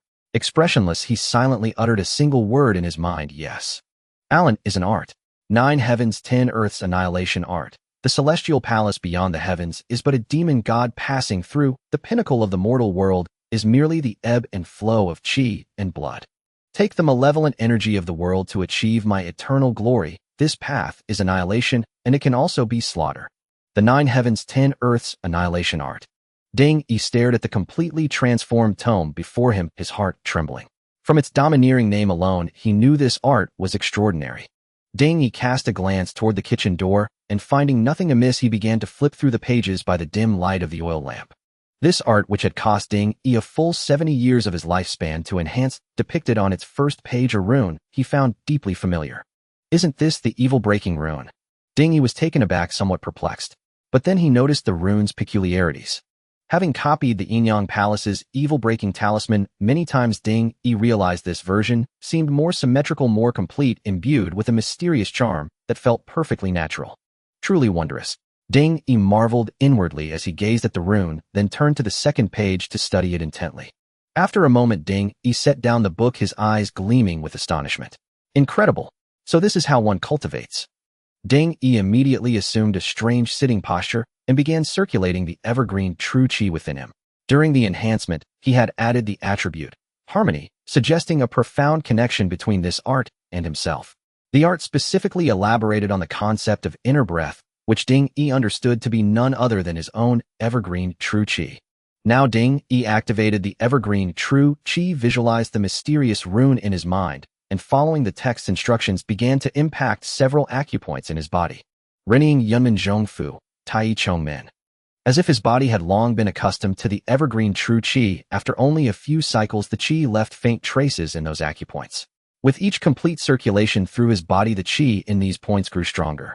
Had an X-ray machine been trained on Ding Yi, one would have seen that connecting the acupoints he had just opened formed the mysterious rune from the opening of the 9 heavens, 10 earths annihilation art. The profound essence of this divine art was to use the human body as a furnace and malevolent energy, as the great medicine, melting malevolence to generate essence and nourish the entire body. Thus Ding Yi immersed himself in cultivation for an unknown duration. Suddenly sensing something, he slowly opened his eyes and gazed into the void before him. Invisible malevolent energy rose slowly from the ground, transforming into mist that drifted toward Ding Yi. The daily Yinyang malevolence had arrived on schedule. Time to test the might of this divine art. Ding Yi murmured, and the acupoints within him suddenly vibrated the evergreen true chi they contained, linking into a single line. In an instant, the Yinyang malevolence surrounding him was drawn into his body like a whale swallowing water. Once inside Ding, the malevolent energy was immediately refined into surging heat, cascading from the crown of his head down through his entire body, flowing into his limbs and bones. At that moment, Ding could feel his skin beginning to proliferate anew. The outermost layer of his dermis seemed to be undergoing a transformation under the stimulus of this energy. The extreme realm. A sudden realization dawned on Ding, and he muttered to himself. He had once thought the peak of a realm was merely a legend, never expecting to touch it in such a manner, truly beyond belief. This was the most coveted realm for all martial artists under heaven and the most unattainable dream. It's not over yet. Ding-Yi's mind shifted and the torrent of heat within him abruptly ceased. Following the description in the tome, he reversed the flow of the evergreen true qi. Instantly, the malevolent energy that had rushed into him stalled, then dissipated without a trace. At the same time, a new prompt appeared before his eyes. You have refined a trace of Yin-Yang malevolence lifespan 0. One day. You have refined a trace of Yin-Yang malevolence lifespan 0. One day. The familiar text materialized before Ding-Yi, finally dispelling all his doubts. So this is the true essence of this divine art. This path is annihilation, and it can also be slaughter. What is annihilated is one's self, but what is slaughtered is one's lifespan. Between the forward and reverse flows lies the will, hence the name 9 heavens 10 earths. The daily Yin-Yang malevolence lasted only an hour. Ding-Yi chose not to increase his lifespan, but instead reverted to annihilation mode, striving to absorb the malevolent energy from the air and drive his skin barrier toward the extreme realm. After an hour, the Yin-Yang malevolence in the void gradually faded. Sensing this, Ding-Yi's furrowed brow slowly relaxed. Though he had refined the malevolence for an hour and nourished his skin barrier, Ding-Yi could feel that the progress toward the extreme realm was minimal. Clearly, the slow growth was tied to the concentration of Yin-Yang malevolence and the amount of evergreen true qi in his acupoints. He had only just begun cultivating this art, so he didn't expect significant results. Only because this technique harmonized with Ding-Yi could he progress. For others, even reaching the initial stage from scratch would take an eternity. Regardless, now that Ding-Yi had taken this step, he stood in opposition to all the calamitous forces under heaven. If exposed even slightly, he would face a siege from every divine palace and celestial temple in the world. The path ahead must be tread with caution, but it also shone with boundless light. Ding-Yi looked at the tome in his hand, then glanced toward the kitchen door. After a moment's thought, he tore a piece of cloth from his inner lining, fashioned it into a pouch, and wrote the words, "Void Storage," on it. He then held the small pouch before his eyes. Within 3 breaths, a line of text slowly appeared. Enhancement available. Required lifespan 615 years and 18 days. Enhance. Damn it. Forget it. Ding-Yi hadn't really expected success, but he never imagined it would require 600 years. His eye twitched involuntarily. Anything connected to the immortal arts demanded an absurd amount of lifespan. He recalled attempting to enhance an immortal cultivation technique months ago, which required over 1,000 years. Well, maybe another time. Ding-Yi rolled up the tome and strapped it to his inner thigh, a cold smirk curling at his lips. Even if that demoness was utterly depraved, she wouldn't go so far as to forcibly strip off my pants, would she? The night passed without incident. Ding-Yi slept leaning against the kitchen wall, only slowly waking as the first light of dawn broke. Upon waking, Ding-Yi first glanced at the thin thread tied by the door. Finding nothing amiss, he breathed a sigh of relief and slowly rose to his feet. Though the thread was ordinary, Ding-Yi had woven it into a spiderweb shape, covering most of the doorframe. Even if that enchantress had crept over last night, she could never have slipped in without disturbing those threads. Adjusting the book strap to his thigh slightly, Ding-Yi recalled yesterday's experiences, and the corners of his mouth couldn't help but curl into a smile. Though only a single night had passed today, he was vastly different from the man of yesterday.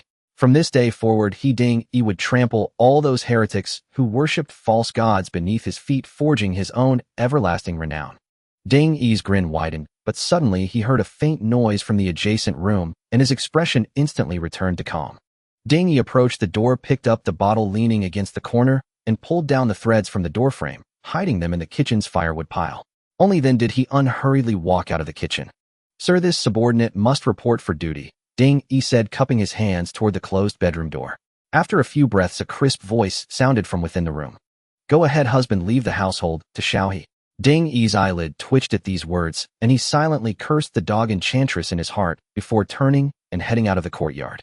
Only after leaving the yard did Ding-Yi relax slightly. He shifted the book strapped to his right leg into a more comfortable position, then made his way toward the patrol department. Upon arriving at the patrol department, Ding-Yi found the station's main gate already open with 3 or 4 colleagues standing in the courtyard.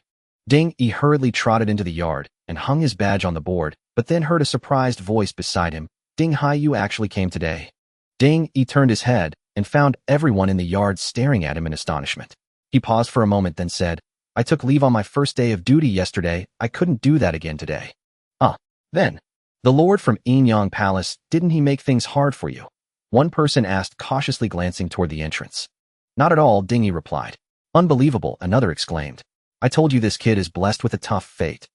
A rough voice came from the side. Ding Yi looked over and saw Li Baojing picking his teeth while watching him. What is this kind of thing dangerous? Ding Yi asked, puzzled.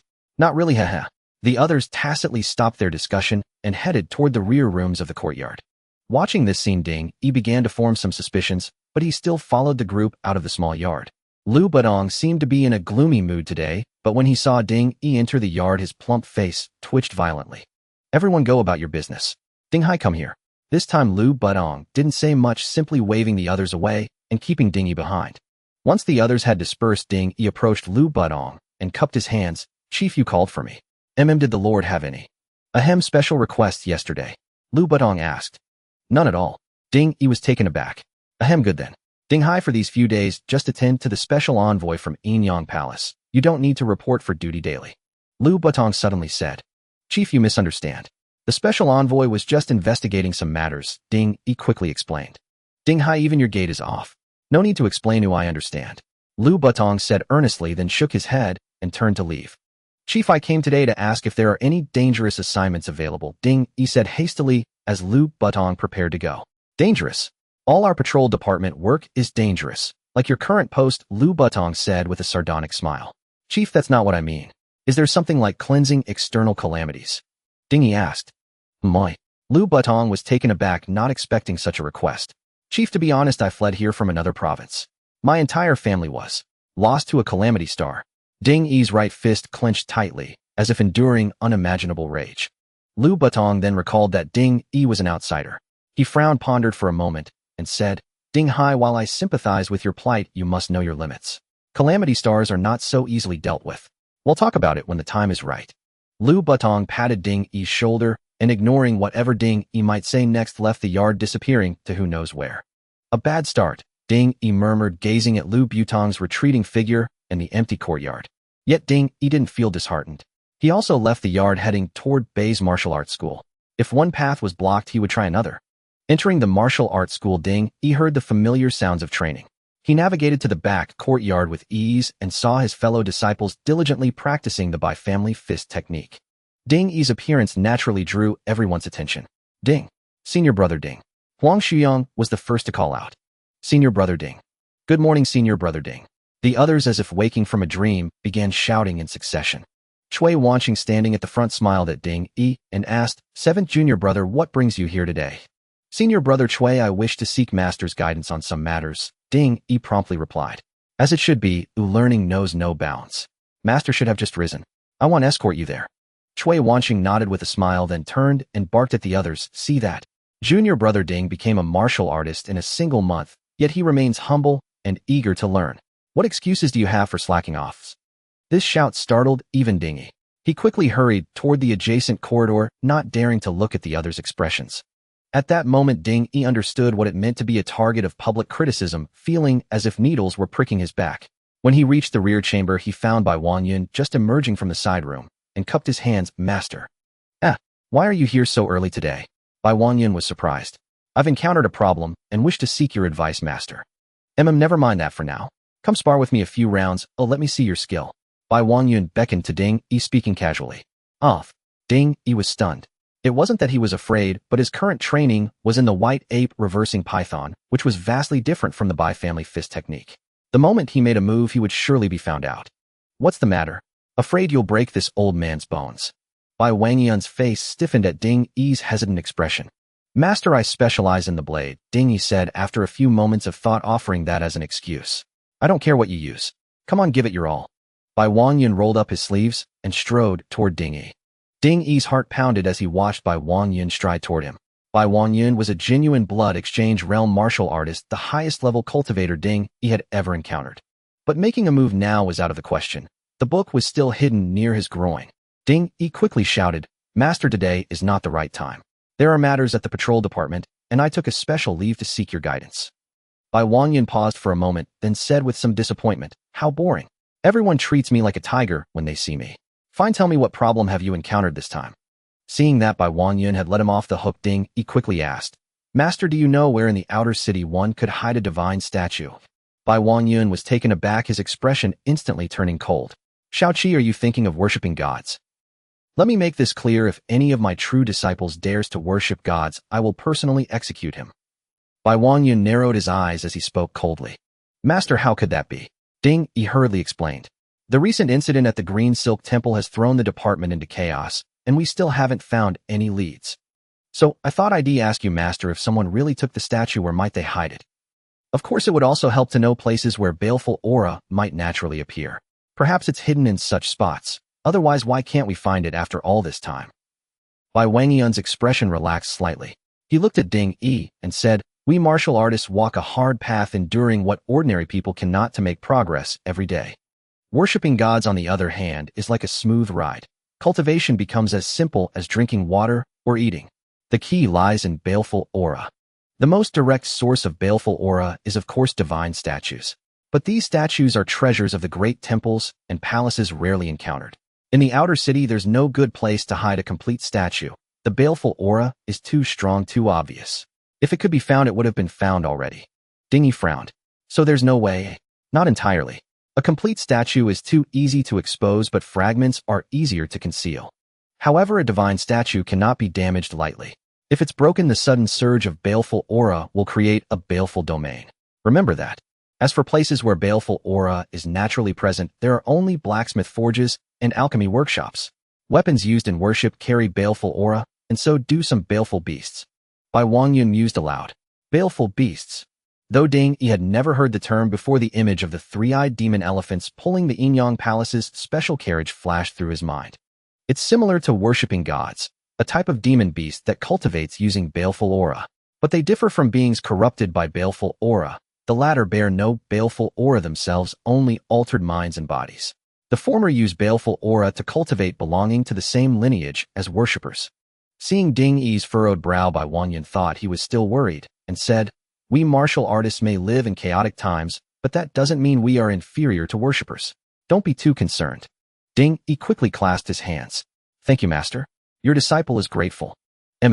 Speaking of worshipping gods, it's fine to mention it in front of me, but never speak of it outside. Otherwise, offending the Yinyang Palace would be disastrous.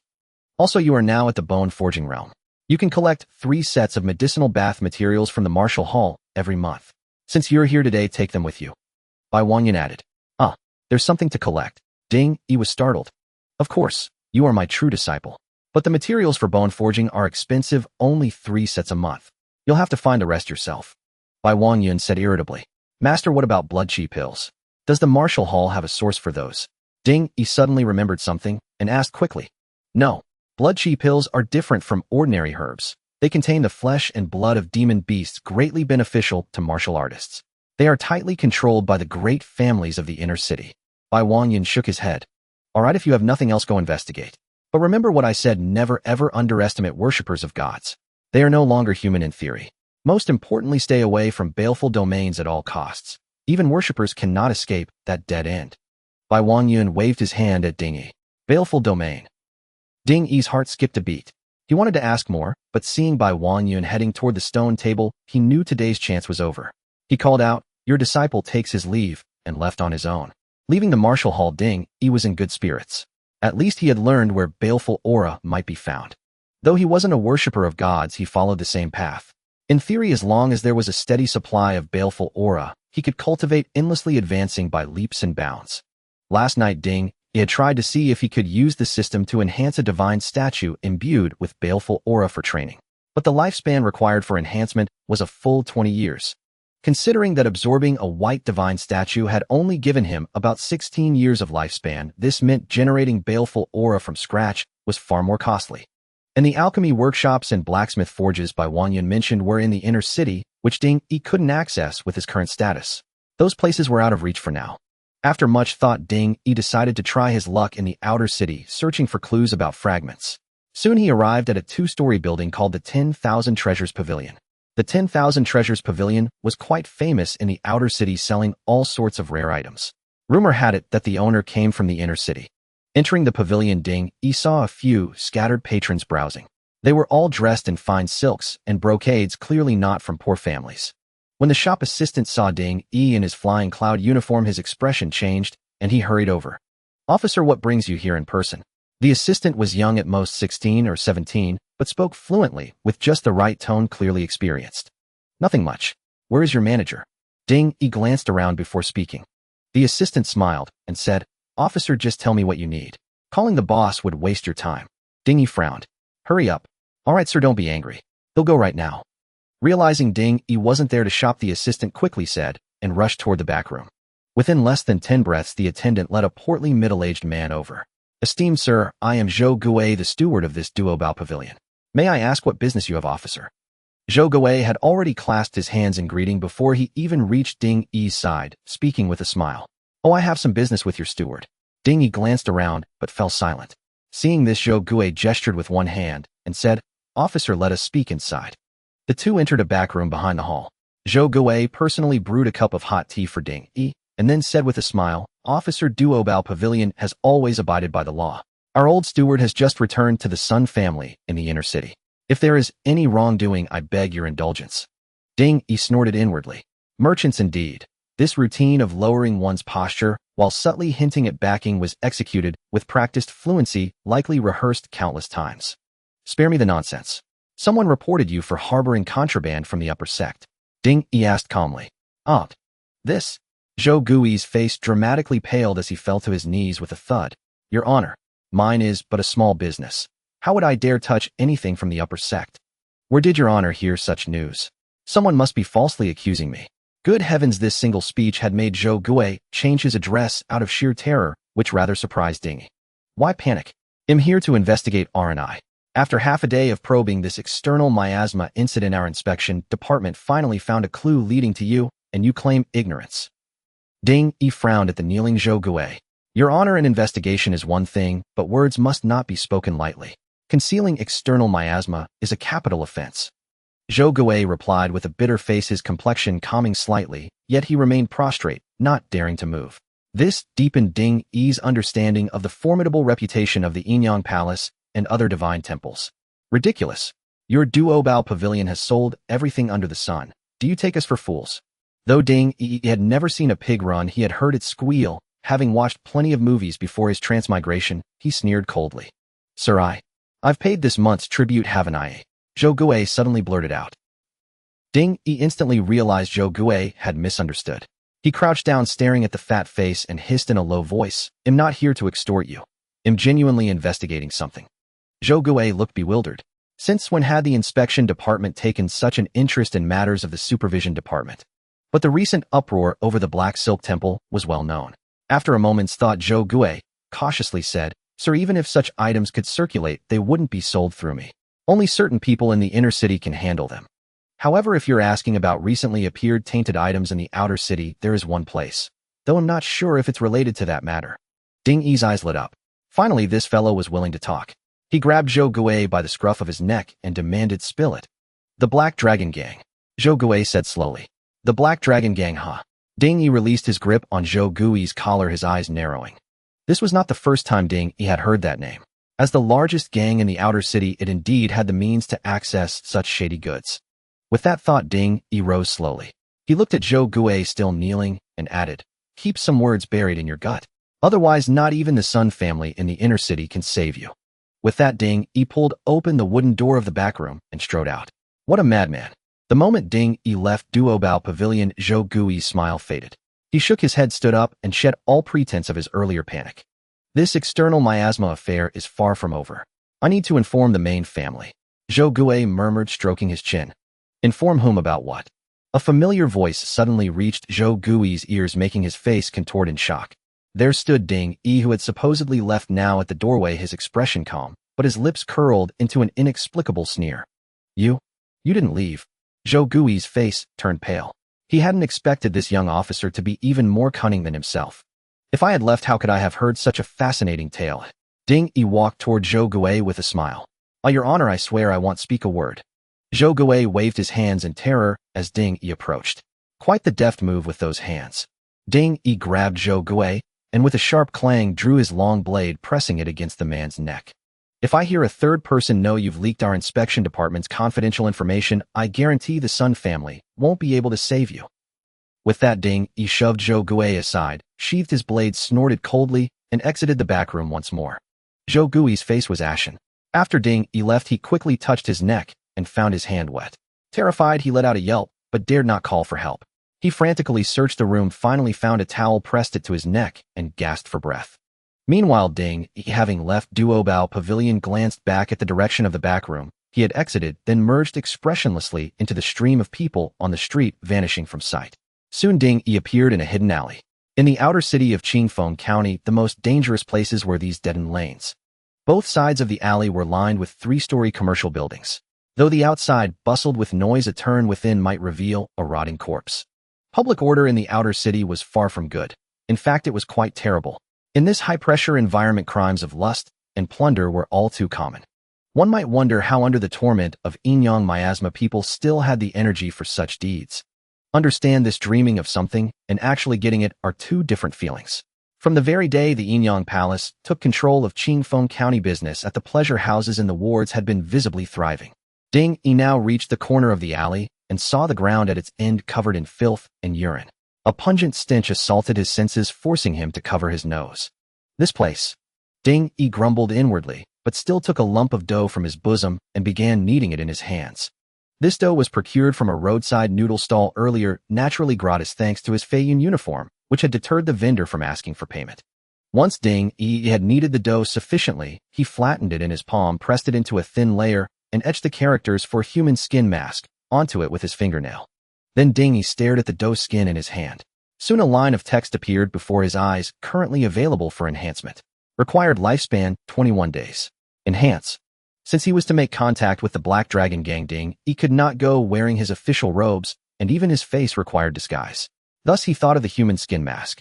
As Ding Yi confirmed his choice, the mask in his hand was immediately enveloped in a thin layer of light, and moments later it transformed into a face mask as delicate as a cicada's wing. Holding the mask in his hand, Ding Yi suddenly felt a pang of regret. This thing felt just like his own skin. Could it really be made from human flesh? But the lost lifespan could not be wasted. Suppressing his revulsion, Ding Yi pressed the mask onto his face. A chill spread across his skin, followed by a faint itch at the edges where the mask met his face. Ding Yi traced a finger around the itchy area, and the strange sensation vanished. He then hopped in place, found nothing amiss, and nodded with satisfaction. Not bad. He'll check the effect once I'm outside. Ding Yi muttered as he shed his Feiyun robe, pulling from his bundle a set of second-hand clothes bought for a dozen copper coins. After changing into the slightly sweat-stained old clothes, he folded the Feiyun robe and placed it in his bundle, wrapped his blade in cloth, and tied it to the pack, then leisurely stepped out of the alley. Passers-by barely glanced at Ding Yi, which eased his mind slightly. Still uneasy, Ding Yi entered several shops with his bundle, deliberately exchanging words with the clerks.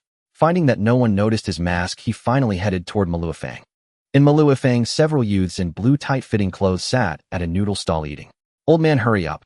Add more noodles." A youth pounded the table, shouting at the vendor.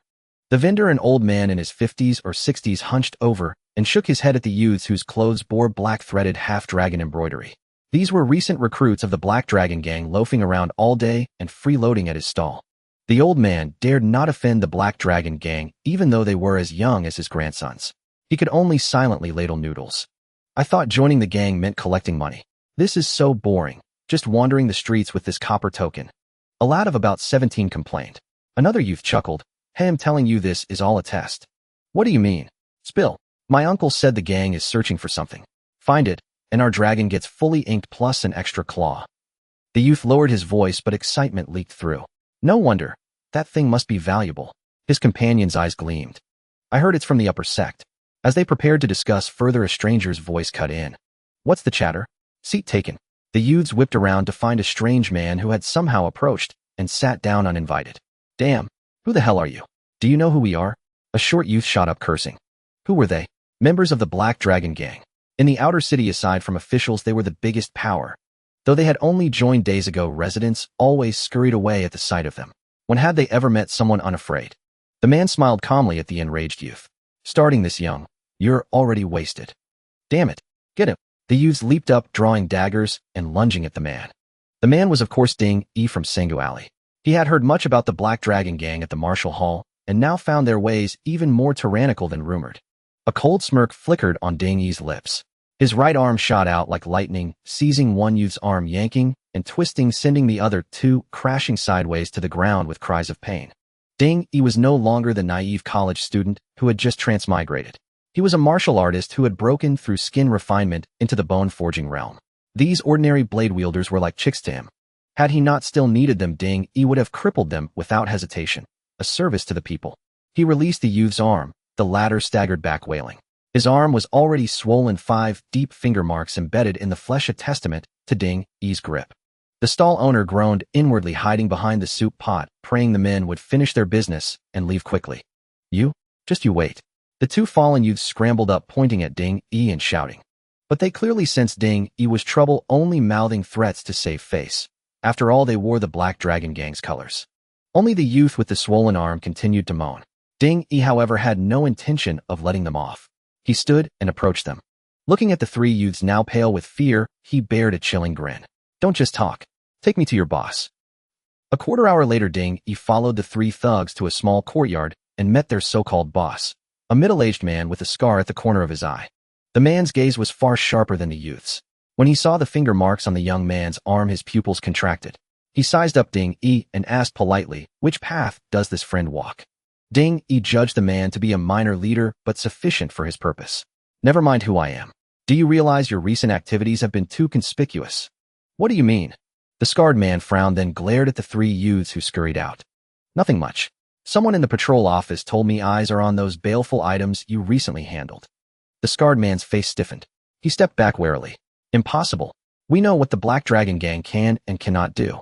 Friend, you shouldn't speak carelessly." His eyes glinted with menace. "I'm just giving a warning. Lose the goods and my deal with your chief is off." Ding Yi turned and left the courtyard without another word. After Ding Yi departed, the scarred man's expression shifted. He paced anxiously in the yard. Moments later, he seemed to reach a decision.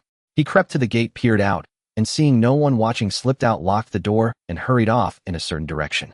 After the scar-faced man left, Ding Yi's figure slowly emerged from a nearby alley. Then unhurriedly he walked in the direction the scar-faced man had taken, occasionally stopping to examine the stalls on either side of the street, perfectly mimicking a casual passerby. Thus, one after the other, they traversed Meiliafang and arrived before a large estate in Xuanwafang. Before entering the courtyard, the scar-faced man glanced nervously around, then stepped forward and knocked on the door. Immediately, the courtyard gate swung open. The scar-faced man exchanged a few words with the person who opened it, then stepped inside. A head wearing a felt hat quickly poked out from the still-open gate, glanced around, and then swiftly retreated, pulling the gate shut. Standing beneath a distant tree, Ding Yi watched this scene unfold, his eyes narrowing. Clearly, because of his words, the scar-faced man had gone to meet with the true higher-ups of the Black Dragon Gang. Though he had no idea what the scar-faced man was saying inside that courtyard, Ding Yi knew that even if there truly were fragments of the divine statue, the Black Dragon Gang would not hide them in such a place. After all, fragments of a divine statue were treasures for those who worshipped gods, but for ordinary people, they were poisons to be avoided at all costs, impossible to keep in a dwelling. As expected, only the time it takes to burn an incense stick had passed when the scar-faced man emerged from the courtyard, once more followed by a person clad in a gray robe. A martial artist. Ding Yi murmured to himself, gazing at the figure trailing behind the scar-faced man from afar. From the man's gait, Ding Yi could tell he was no ordinary person. He was most likely a martial artist at the skin-tempering realm. As for whether he had broken through the skin barrier and entered the bone-forge realm, Ding Yi thought it possible, but unlikely. After all, in the outer city of Chingfong County, the bone-forge realm was already considered a master. Even if the Black Dragon Gang dominated the outer city, they couldn't produce such a person so casually. Watching the two figures recede into the distance, Ding Yi did not act immediately. Instead, he changed his position and continued to wait. As expected, before long he spotted another person emerging from that large estate. This person trailed far behind the scar-faced man and his group, constantly scanning his surroundings. Clearly, he was conducting counter-surveillance. Seeing this, a hint of a smile flickered at the corner of Ding Yi's mouth, and he silently acknowledged that his patience had paid off. And upon spotting the tail following behind Ding, he felt reassured. Generally speaking, there was only one person on counter-surveillance duty. Having more would not only easily arouse suspicion, but also risk losing the target. So Ding Yi began his own tracking. It was now the Shun hour of the afternoon, the busiest time on the streets. Ding Yi followed closely, yet cautiously, and finally, after half an hour, he arrived before a remote estate near the city wall. This area was part of the city's agricultural zone. Aside from the morning hours, few people came here. The members of the Black Dragon Gang arrived at this estate one after another and entered it in succession. Ding Yi, staying far behind, looked at the estate ahead and furrowed his brow. Clearly, if the Black Dragon Gang were secretly hiding fragments of the divine statue, this was most likely the place. Secluded close to the city wall with an underground tunnel dug, it would be easy to smuggle contraband into the city.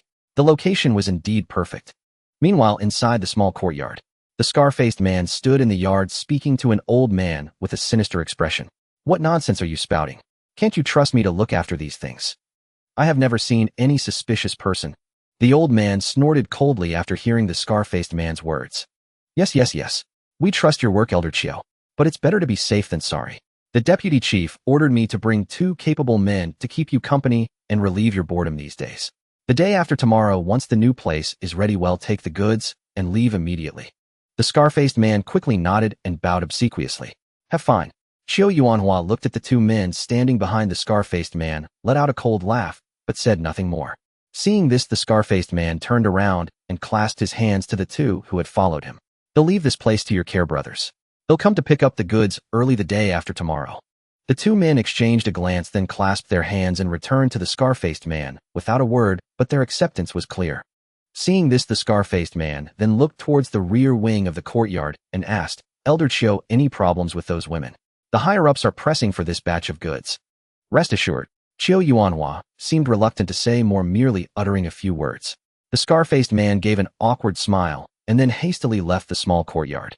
On the other side, after waiting a while, Ding Yi saw the scar-faced man emerge from the small courtyard alone with no one following him.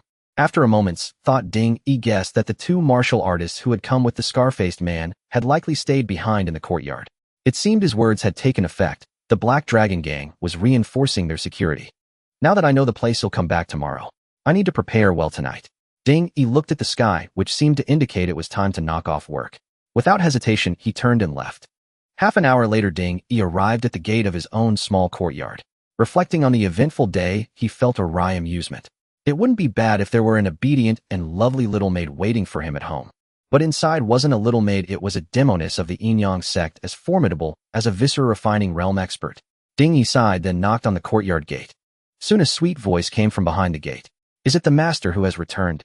Hearing this voice, Ding Yi's body tensed up, but he forced himself to relax and put on a natural smile. "It's me." Creak. As the wooden door opened, Ding Yi saw Bai He standing behind it. However, her expression was as calm as a stagnant pool, a stark contrast to her excited voice from moments ago, as if she were a different person. "Ah, I'm back." Ding Yi gave an awkward smile, then stepped into the courtyard. "What is the master carrying on his back?" Bai He suddenly asked. "Clothes I bought. I can't manage without a change at home." Ding Yi said, hastily taking down the bundle to open it. This servant was just asking casually. Bai He suddenly smiled, playfully, instantly reverting to her earlier mischievous demeanor, then took Ding Yi's hand and led him towards the house. Once inside, Ding Yi quickly clasped his hands and bowed to Bai He, saying, "Lady, it is truly an indignity for you to stay in my humble abode. I wonder if you might." Bai He suddenly turned around and smiled. "With your intelligence, you should have guessed my purpose. But no intruders came during the day today, so I'm afraid I'll have to stay for a while longer. This humble one understands. Allow me to prepare dinner for you, lady." Ding Yi thought to himself, just as I suspected, but his face remained impassive as he spoke. "No need. I've already made dinner. By the way, what is that bottle you hid in the woodpile for?" Bai He suddenly approached Ding Yi, bringing her face close to his as he bowed and asked in a soft tone. A faint, delicate fragrance wafted into Ding Yi's nostrils, stirring the sensitive nerves within his mind, yet he dared not make the slightest move. "Your Excellency, this humble one uses these for martial practice," Ding Yi quickly said. "Oh." Bai He seemed intrigued, circling around Ding Yi before speaking again. "Tell me more." "Your Excellency, when I practice martial arts, I'm accustomed to simulating a realistic environment. I tie these bottles to the beams, letting them hang down. Then I push them one by one and weave through them. Not touching any is the best, touching one is superior, 3 is average, and 5 is inferior." Ding Yi spoke calmly, his expression unchanging. "This is to train your movement technique." Bai He was taken aback. "Precisely." Upon hearing this, Bai He nodded thoughtfully and said, "No wonder the young lady said I should get out more. You martial artists have such interesting training methods. Ding Yi breathed a silent sigh of relief. He had left those bottles in the woodpile without destroying them precisely to catch this enchantress' attention and satisfy her curiosity with something peculiar. After all, if the house were too clean devoid of anything suspicious, that in itself would invite greater suspicion.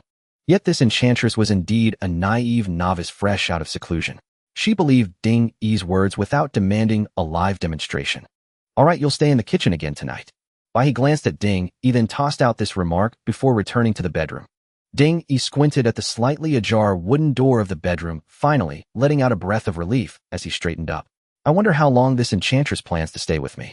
Doesn't her young lady need any attendance?" Ding Yi grumbled inwardly, then shook his head and walked into the kitchen. The pots in the kitchen were ice cold. Ding Yi could tell at a glance that the enchantress hadn't bothered to cook dinner.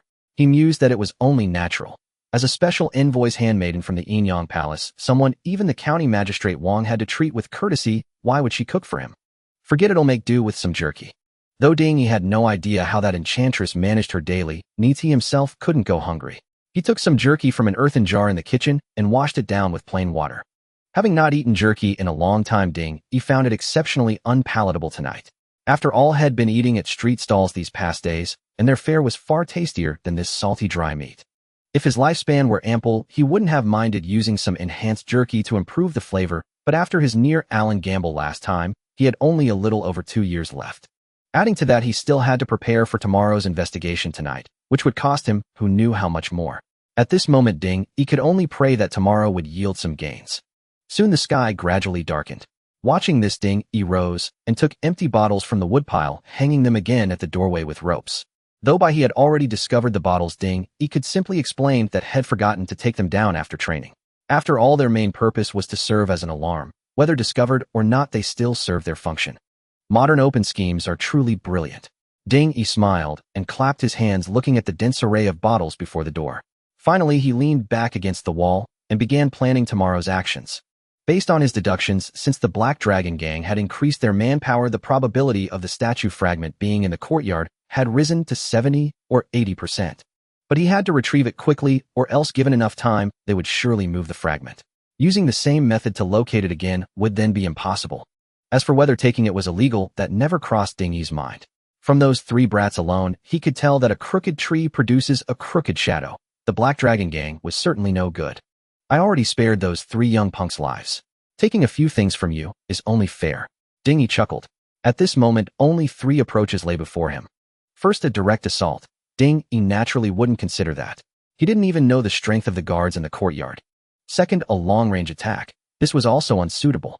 Ding Yi knew well that his lifespan was far too short to enhance a cannon, otherwise he could have shown those in the courtyard what firepower superiority meant.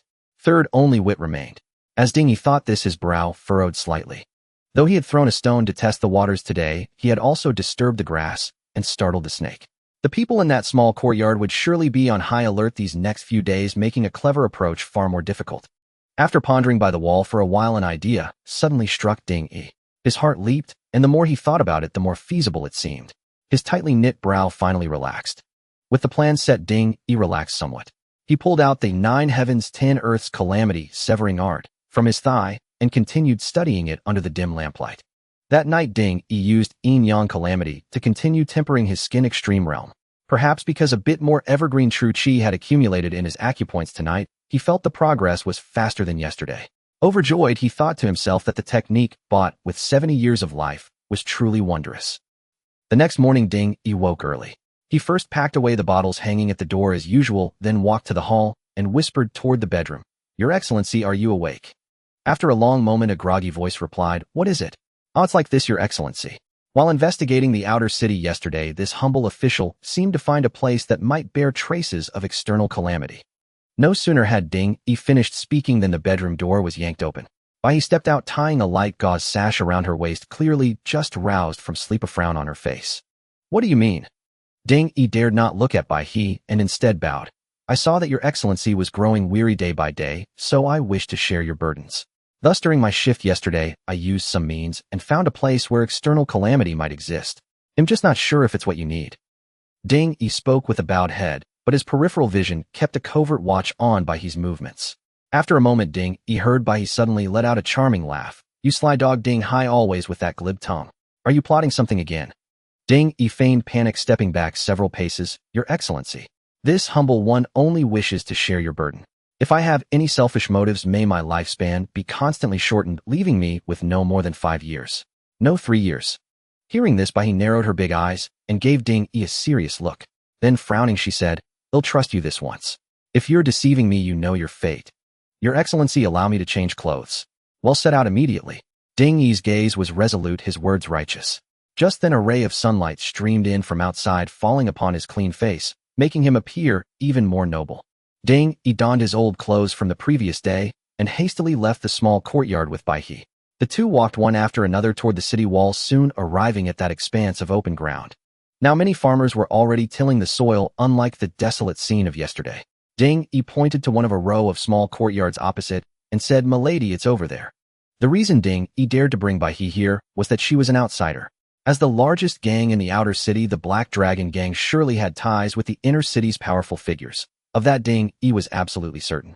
But Bai He was different. As an envoy investigating the Outer Calamity incident, Ding Yi believed that even if the Black Dragon Gang was backed by the surveillance department, she would show no mercy.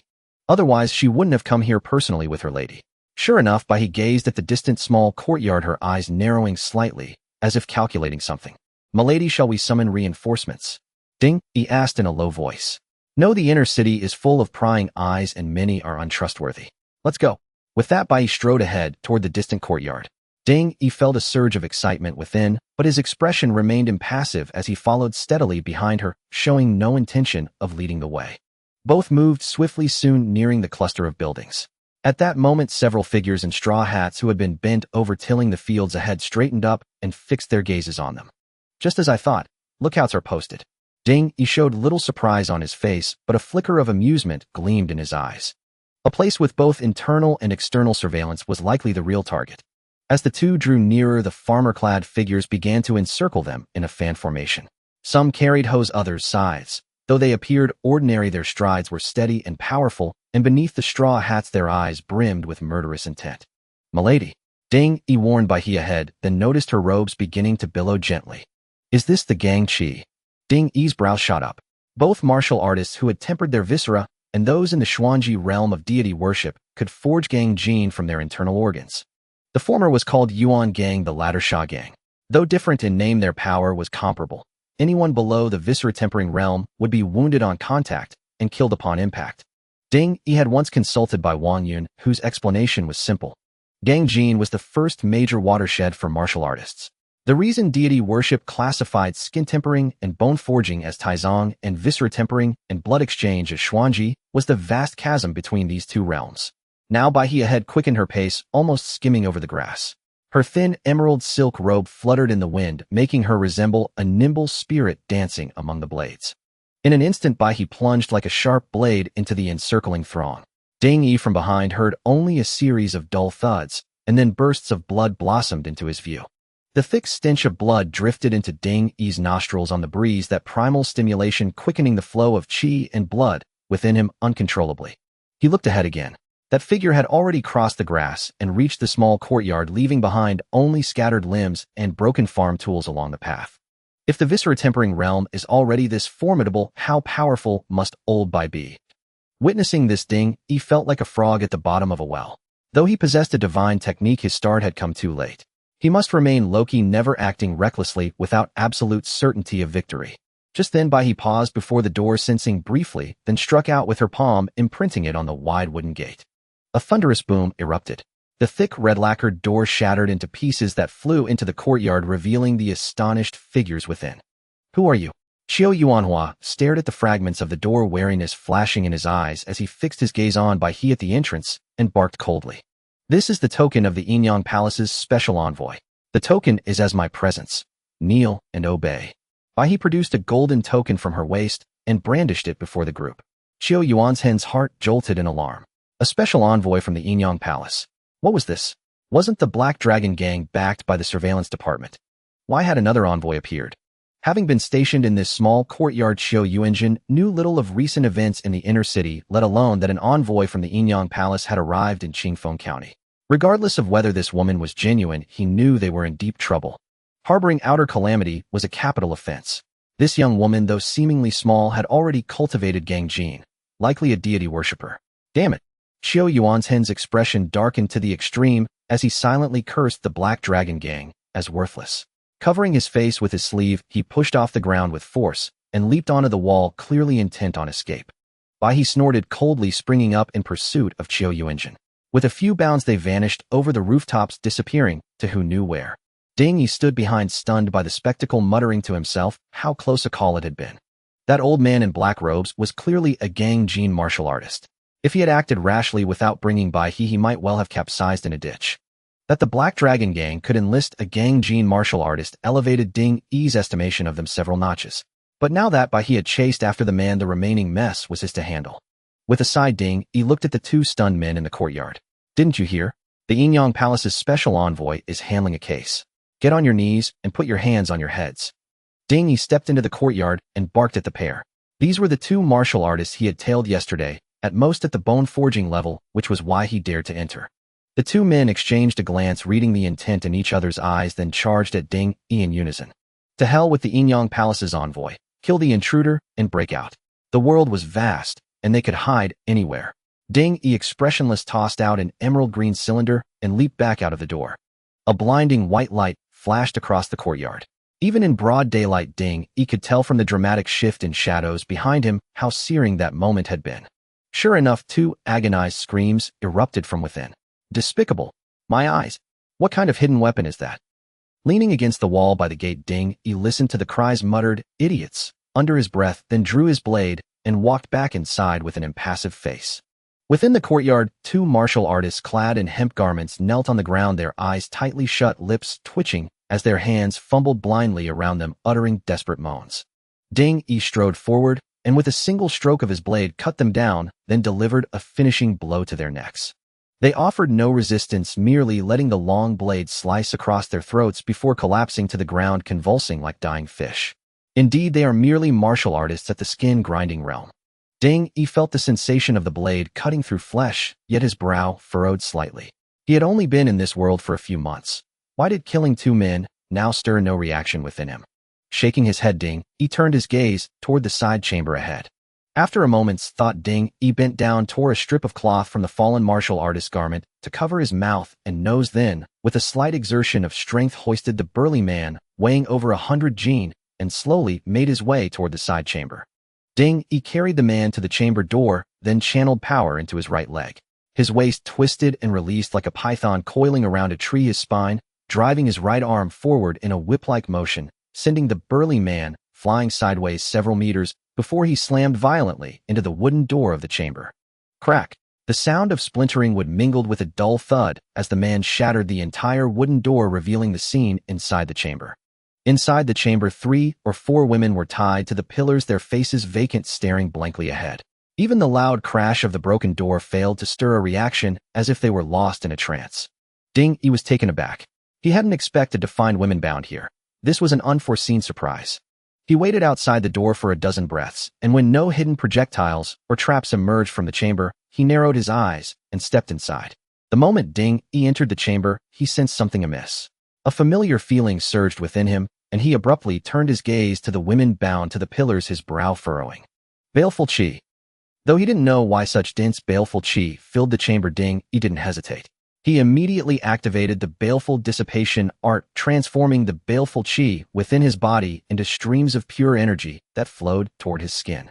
The unending influx of baleful qi made Ding Yi sense that his skin extreme barrier was loosening, progressing at about twice the speed of last night's yin-yang baleful refinement. Delight flickered in his heart. This trip had indeed been worthwhile. Meanwhile, Ding Yi didn't remain idle. He held his long blade before his chest and slowly began inspecting the chamber. The rear courtyard side chamber was quite spacious, with 2 smaller rooms on the left and right.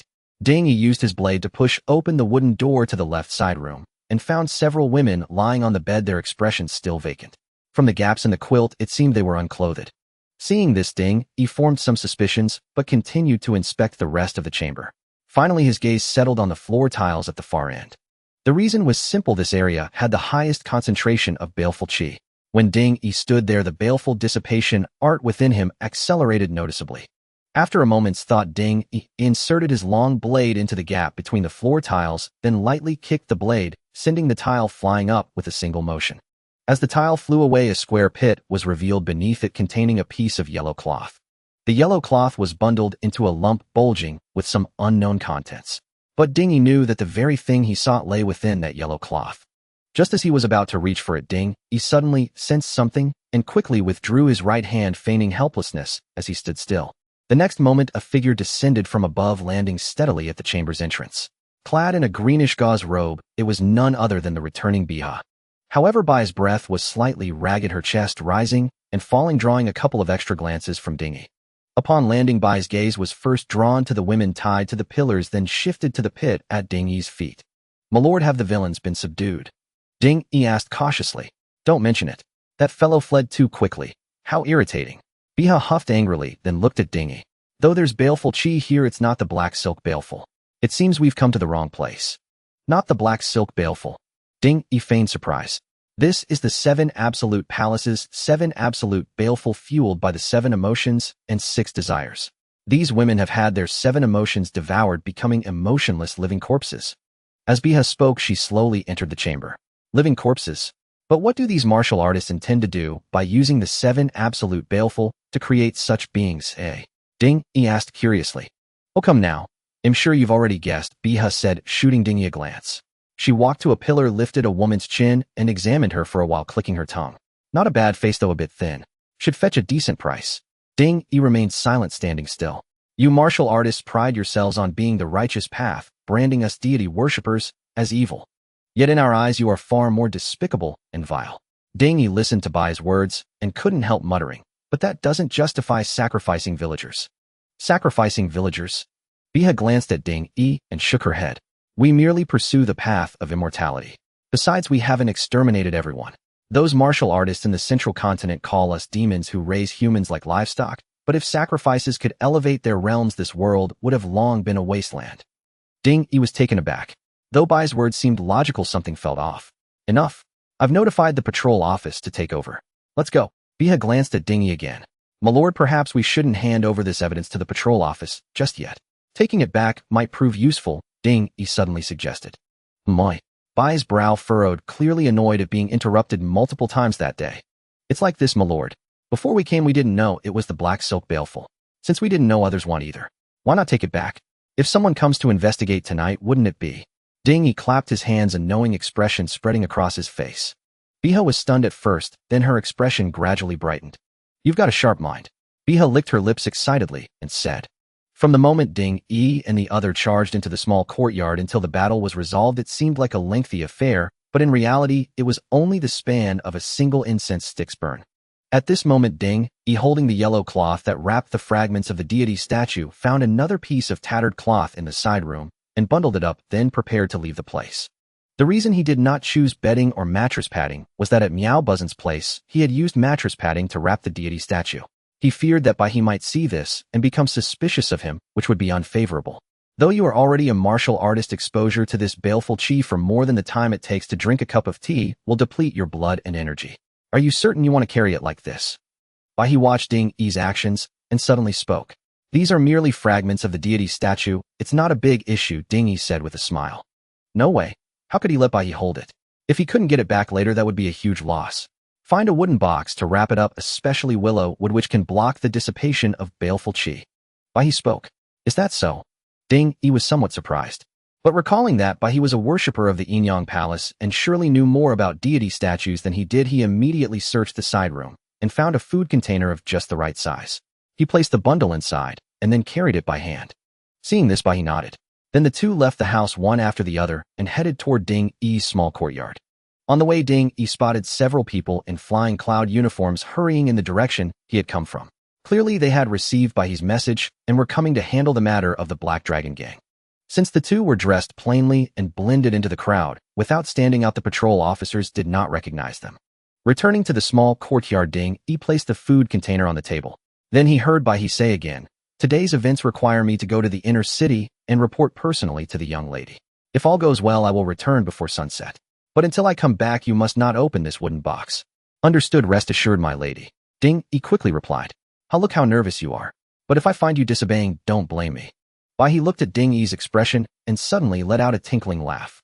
Though by he now seemed like a girl next door, Dingy knew that if he truly opened the food container early and was discovered by this enchantress, the adorable young woman before him would not hesitate to kill him as easily as slaughtering a chicken.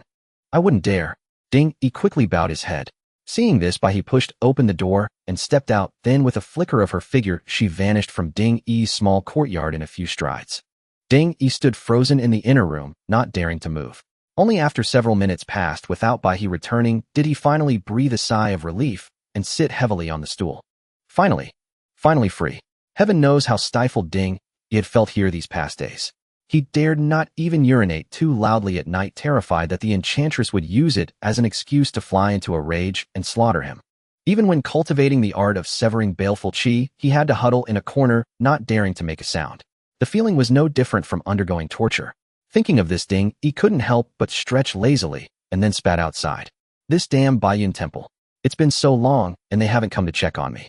Do I have to bring something back myself to give you hints? After venting, Ding-y closed the wooden door and returned to the table, opening the food container just a crack. Instantly, the dense, baleful chi inside surged out through the gap. Ding-y was overjoyed and pressed his palm against the opening while activating the art of severing baleful chi. An endless stream of energy like a gurgling brook coursed through Ding-y's meridians and finally reached his skin. The ultimate realm of the skin barrier seemed even more difficult than Ding-y had imagined. Even though he had felt some loosening, Ding-y still sensed his skin was like a bottomless abyss constantly devouring the purified baleful chi. Thus he did not know how long passed. Seeing the sky outside darkening, Ding-y reluctantly released his palm and gently closed the box. Standing before the table, Ding-y circled the food container, ensuring there were no signs of movement or marks, then sat back down to await the enchantress' return. Just as the sun fully set, a knock finally came from outside the courtyard gate. "Master, I'm back." Hearing the familiar voice, Ding-y muttered a regretful, "What a shame," inwardly, then put on a smiling face and hurried toward the courtyard gate. He pulled open the wooden door, and standing behind it was Bai he, who had left at noon. Ding-y quickly stepped aside, motioning for her to enter. With a creak, once Bai he was inside the courtyard, Ding-y swiftly closed the wooden door and followed closely behind her into the house. "How was it? Any problems?" Bai he first glanced at the food container on the table, then asked in a calm tone.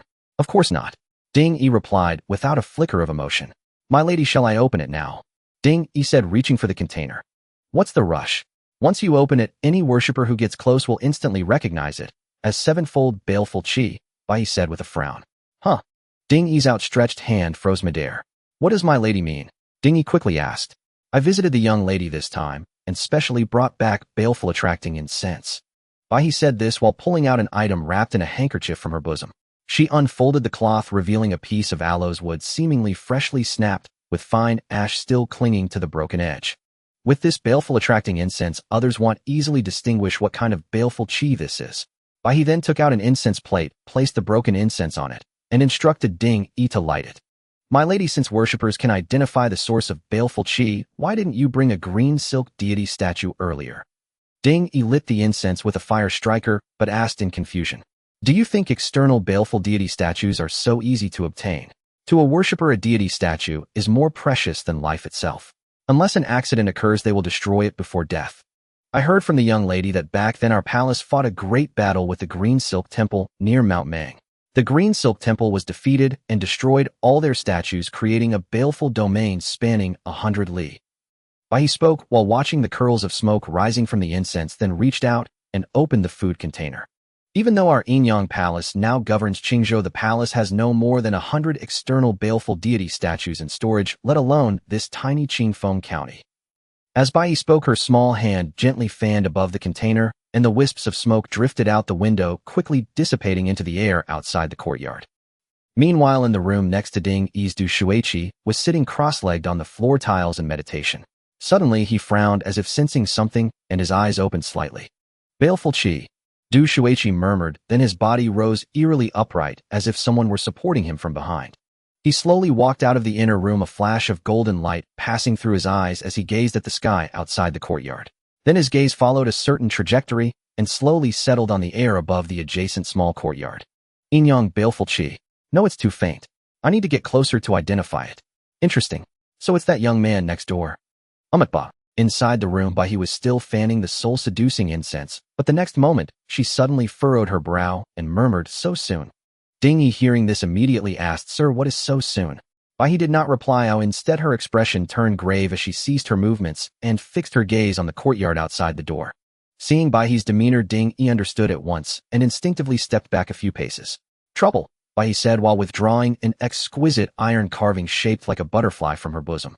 Bai He gently turned a small tab on the iron carving's head, and immediately its two wings began to vibrate at a furious speed. "Sir, what is this?" Ding Yi asked, puzzled. "A sound-transmitting butterfly. It informs the young lady that something has happened here," Bai He replied, placing the butterfly on the table. Upon hearing this, Ding Yi silently retreated half a step further. He now understood that the approaching visitor's strength was immense enough to exert tremendous pressure on Bai He. Indeed, with a crisp creak, the wooden gate of the courtyard slowly swung inward, revealing a standing silhouette. Even with a fleeting glance, Ding Yi felt his scalp tingle, his ears ringing with a hollow silence, as if he could only hear the pounding of his own heart within his chest. Xuanji grand completion. Bai He's pupils constricted, but she quickly regained her composure. Her garments rustled without any wind, clearly indicating she had activated her Sha Gang. Seeing this, Ding Yi retreated a few more steps and discreetly took some white paper and a writing brush. Facing the figure outside the door, Bai He paid no heed to Ding Yi's actions. She struck first, charging out of the room like an arrow released from a bowstring, hurtling straight toward the silhouette at the gate. Which deity dares to act recklessly within the domain of the Yin-Yang Palace? Bai He's clear voice rang throughout the courtyard, causing the tiles on the roof to rattle. It was both a warning and a display of intimidation. Yet the person outside stood silently at the gate. All sounds diminished by 70 or 80% once they passed the courtyard's bounds, as if an invisible barrier enveloped the entire space. From the inner room's door to the courtyard gate was a mere dozen paces. Bai He, having gathered her strength, covered the distance in an instant, striking her palm toward the figure at the gate. Bai He cultivated the charming maiden small origin art from the Yin extreme palace of the Yin-Yang sect. This technique allowed cultivation from the early embryo concealment stage to the Xuanji perfection, making it a highly commendable method. Leaping midair, Bai He executed the 8-9 mysterious Yin palm from the small origin art. Her palms struck out in rapid succession, each carrying Sha Gang, like butterflies flitting among flowers, targeting 10 major acupoints on the figure's body. The newcomer remained unmoved, extending both hands flatly to precisely catch each of Bai He's palms. Bang, bang, bang. Muffled sounds exploded like thunderclaps in the courtyard. The shattered Sha Gang scattered in all directions, leaving bullet-like holes on the ground. Inside the room, Ding Yi listened to the commotion outside with a calm expression. Holding his breath and focusing his mind, he moved his brush like a dragon, inscribing exorcism runes one after another on yellow talisman paper. Simultaneously, he reversed the operation of the degree evil art, continuously absorbing the evil qi emanating from the inner room. You have refined a trace of 7 absolute evil lifespan 0. 5 days. You have refined a trace of 7 absolute evil lifespan 0. 5 days. On the wooden table in the inner room outside the kitchen, the iron butterfly's wings flapped faster and faster, nearly ready to take flight. The collision of the two Sha Gang in the courtyard grew increasingly fierce. Within half a tea's time, a delicate figure crashed through the window with a loud bang, landing in the inner room and spitting a mouthful of blood. Bai He was now in disarray, her breath erratic and most of her wide sleeves torn, revealing her fair arms. Her vision grew increasingly blurry, but she still turned her head to look around, as if searching for something. When she saw the empty room, a flash of fury crossed her face. That damn slippery brat, he actually ran off. Outside the courtyard, clear footsteps approached from afar. One could imagine the newcomer strolling unhurriedly, a leisurely pace born of absolute confidence in his own strength. Xuanji grand completion was equivalent to a martial artist's blood exchange grand completion. The entire Buddhist qi and energy coalesced into one, allowing the release of Gang strength up to 3 zhang. Such a figure represented the highest combat power in a single county, capable of fending off 100 ordinary skin-tempering cultivators, earning them the title of Grandmaster. Lying on the ground, Bai He felt a sense of despair. She was but a novice, made naive in her thinking. If she had prepared some countermeasures in advance, she would not have ended up in such a plight. Just then, another set of footsteps reached Bai He's ears. As she turned her head to look, she found her mouth covered from behind. Ding Hai. Bai He rolled her eyes upward and saw the newcomer. Ding Yi's expression was calm, as if the person outside was not a Xuanji grandmaster, but an ordinary man. Though Bai He was puzzled and wanted to speak, she found her mouth tightly sealed, unable to utter a word. At that moment, Ding Yi, gazing at the silhouette outside, fell into deep thought. Kill Bai He. A Xuanji realm cultivator like her would surely yield tremendous rewards, perhaps even 50 years of lifespan. Then he could frame the person outside. Who would suspect him? But Ding Yi glanced at the iron-winged butterfly now slowly rising into the air on the table, and his furrowed brow gradually relaxed. In such a situation, Ding Yi knew, without thinking, that the reinforcements he had summoned would likely arrive soon. This was certainly not the right time to kill. With this thought, Ding Yi sighed, inwardly preparing to knock he unconscious before dealing with the visitor outside. But perhaps he had covered her mouth too tightly, or he was too severely injured, just as Ding Yi was about to act, his eyes rolled back, and she fainted outright. Damn it, Ding Yi muttered, still uneasy. He reached into Bai's clothing, but finding no reaction halfway, confirmed that the enchantress had truly blacked out. Laying Bai aside on the ground, Ding Yi slowly rose to his feet, staring at the figure outside the door, lost in thought. The person was shrouded in shadow, their features indiscernible, yet Ding Yi felt a vague familiarity, as if he had seen them somewhere before. Young friend, please hand over the item, the figure said, halting in the courtyard. Ding Yi said nothing, instead hurling a bamboo flash bomb, before quickly turning away and shutting his eyes. With a muffled thud, Ding Yi opened his eyes and looked back at the courtyard. This time, hearing no familiar screams, his heart sank. In the courtyard, the figure remained motionless. Though the flash bomb's white light had halted his advance, he seemed largely unaffected. Holy crap, this is the first time I've seen a flash bomb fail, Ding Yi muttered. Though he had expected little effect before throwing it, witnessing it firsthand still shocked him. How did this guy manage that? The man stood in the courtyard gazing at Ding Yi before him, and spoke slowly, a peculiar hidden weapon, but if you think it can save you, that is nothing short of wishful thinking. The figure stood in the moonlight, shrouded in a veil of shadow that concealed his face, yet it seemed this very layer of darkness nullified the flash grenade's effect. Ding Yi said nothing, raising his hand and waving it. In the next instant, a talisman of Bane flew from his sleeve, shooting straight toward the man. Boom! The enhanced Great Inyang talisman of Bane detonated just 3 inches before the figure, unleashing a muffled explosion. A talisman of Bane from the Inyang Palace. No, its power is far too strong. Amid the smoke, the figure took another step forward, but his tone now carried clear astonishment. Young friend, do not resist. You went to great lengths to lure me here, yet such paltry tricks will not suffice. Or hand over what you found in Miao Buzin's dwelling, and I might spare your life. As the man spoke, an oppressive aura surged from him, making Ding Yi feel as though he faced not a man, but a tiger cloaked in human skin. I did not kill Miao Buzin. Believe it or not. Under that overwhelming pressure, Ding Yi remained unflinching, his voice calm. Then do not blame this humble one. With those words, the man's form flickered, and he lunged toward Ding Yi inside the room. But Ding Yi, standing in the inner chamber, curled his lips into a sinister smile. He then tore open his shirt, revealing a chest plastered densely with talismans of Bane. Kneel before me. Ding Yi shook his body, and the talismans fell from his garment one by one. Midair, drawn by the man's baleful aura, they transformed into streaks of light and shot toward him. The man in midair pressed his palms together, and a faint golden membrane shimmered around him. In the next instant, dozens of talismans of Bane like frenzied bees crashed against his body. Ding Yi's courtyard erupted like a fireworks display, blinding flashes of light, cascading in rapid succession, culminating in a searing radiance that illuminated half the sky. Even Ding Yi, sheltered within the inner room, sensed the explosive energy in the courtyard. He quickly rolled backward, ducking behind the wall. Big sister, which deity did you summon? It's been so long, why hasn't anyone come? Leaning against the wall, Ding Yi glanced at Bai, lying on the ground, a hint of helplessness in his heart. Though the talismans of Bane seemed to provide suppressive fire, Ding Yi had received no kill notification, meaning the outsider was still alive and well. Truly a master of the Xuanji realm, enduring such relentless bombardment. Had it been someone like Qin Jianzi, they would have been reduced to ashes long ago. After a few breaths, the light outside faded. Simultaneously, the familiar footsteps echoed again. Young friend, why engage in such futile resistance? There is no mortal enmity between us. What do you fear? The voice drew nearer, and by the last word it seemed to whisper in Ding Yi's ear. Damn you, you act as if you're the victim. Ding Yi cursed loudly. As he prepared to flee with the fragments of the divine statue through the kitchen's back window, the iron-winged butterfly on the table suddenly emitted a piercing screech. At the same time, a bone-chilling cold enveloped the entire courtyard, making Ding Yi, drenched in sweat, suddenly feel a shiver of frost. Which deity dares to act recklessly on the Inyang Palace's territory? A languid voice came from nowhere, causing Ding Yi's heart to leap. Reinforcements from the Inyang Palace had arrived. At this thought, Ding Yi felt a wave of relief. He quickly rose and peered sideways through the window. In the courtyard outside, a woman in palace robes and gauze, barefoot, had appeared. She held one hand in a lotus gesture, facing a gaunt figure in a tense standoff. Isn't that the special envoy from the Inyang Palace I saw at the tavern? She came herself. Recognizing the newcomer Ding, he was quite surprised. The figure in the courtyard seemed to sense Sun Shower's formidable strength, no longer acting with the same arrogance. He stood still as if deep in thought.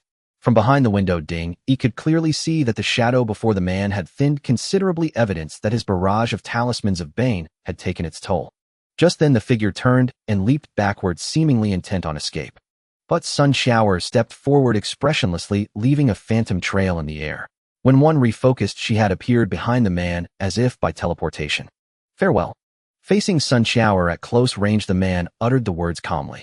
Then his form accelerated, transforming into a black line that shot over the wall before vanishing into the night. Sun Shower's form flickered in pursuit, following him out of the courtyard. Ding Yi's heart raced, muttering that Sun Shower was a fool. What if the shadow was using a diversionary tactic? He would be doomed.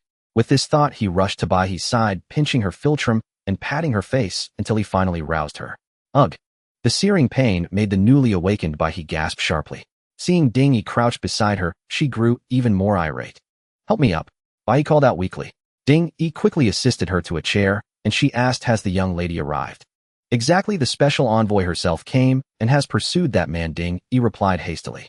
We're safe now, Bai He sighed in relief, unlike Ding Yi. Milady, who was that attacker? How could they be so strong? Ding Yi inquired. I don't know. They followed the path of deity worship, but deliberately concealed their appearance and techniques. Their cultivation was a level above mine, otherwise I wouldn't have fallen in 10 moves, Bai He said, flushing with embarrassment. Milady, have you considered that if they hid their techniques, why also hide their face? Could it be someone you know? Ding Yi asked abruptly. Bai He was taken aback by Ding Yi's words, and the figure of Yu Rongwang crossed her mind, but she quickly shook her head. I think not. Even if it were an acquaintance, a mask would suffice. There's no need to shroud oneself in baleful aura. Ding Yi thought to himself, my lady, can't you deduce a step further? He had never expected the person from the Baiyun temple mentioned in the letter to be so formidable, existing on an entirely different plane from Yao Bujin. This meant he and the Yinyang Palace were now in the same boat. Unless the Yinyang Palace dealt with this Baiyun temple agent, how could he live in peace?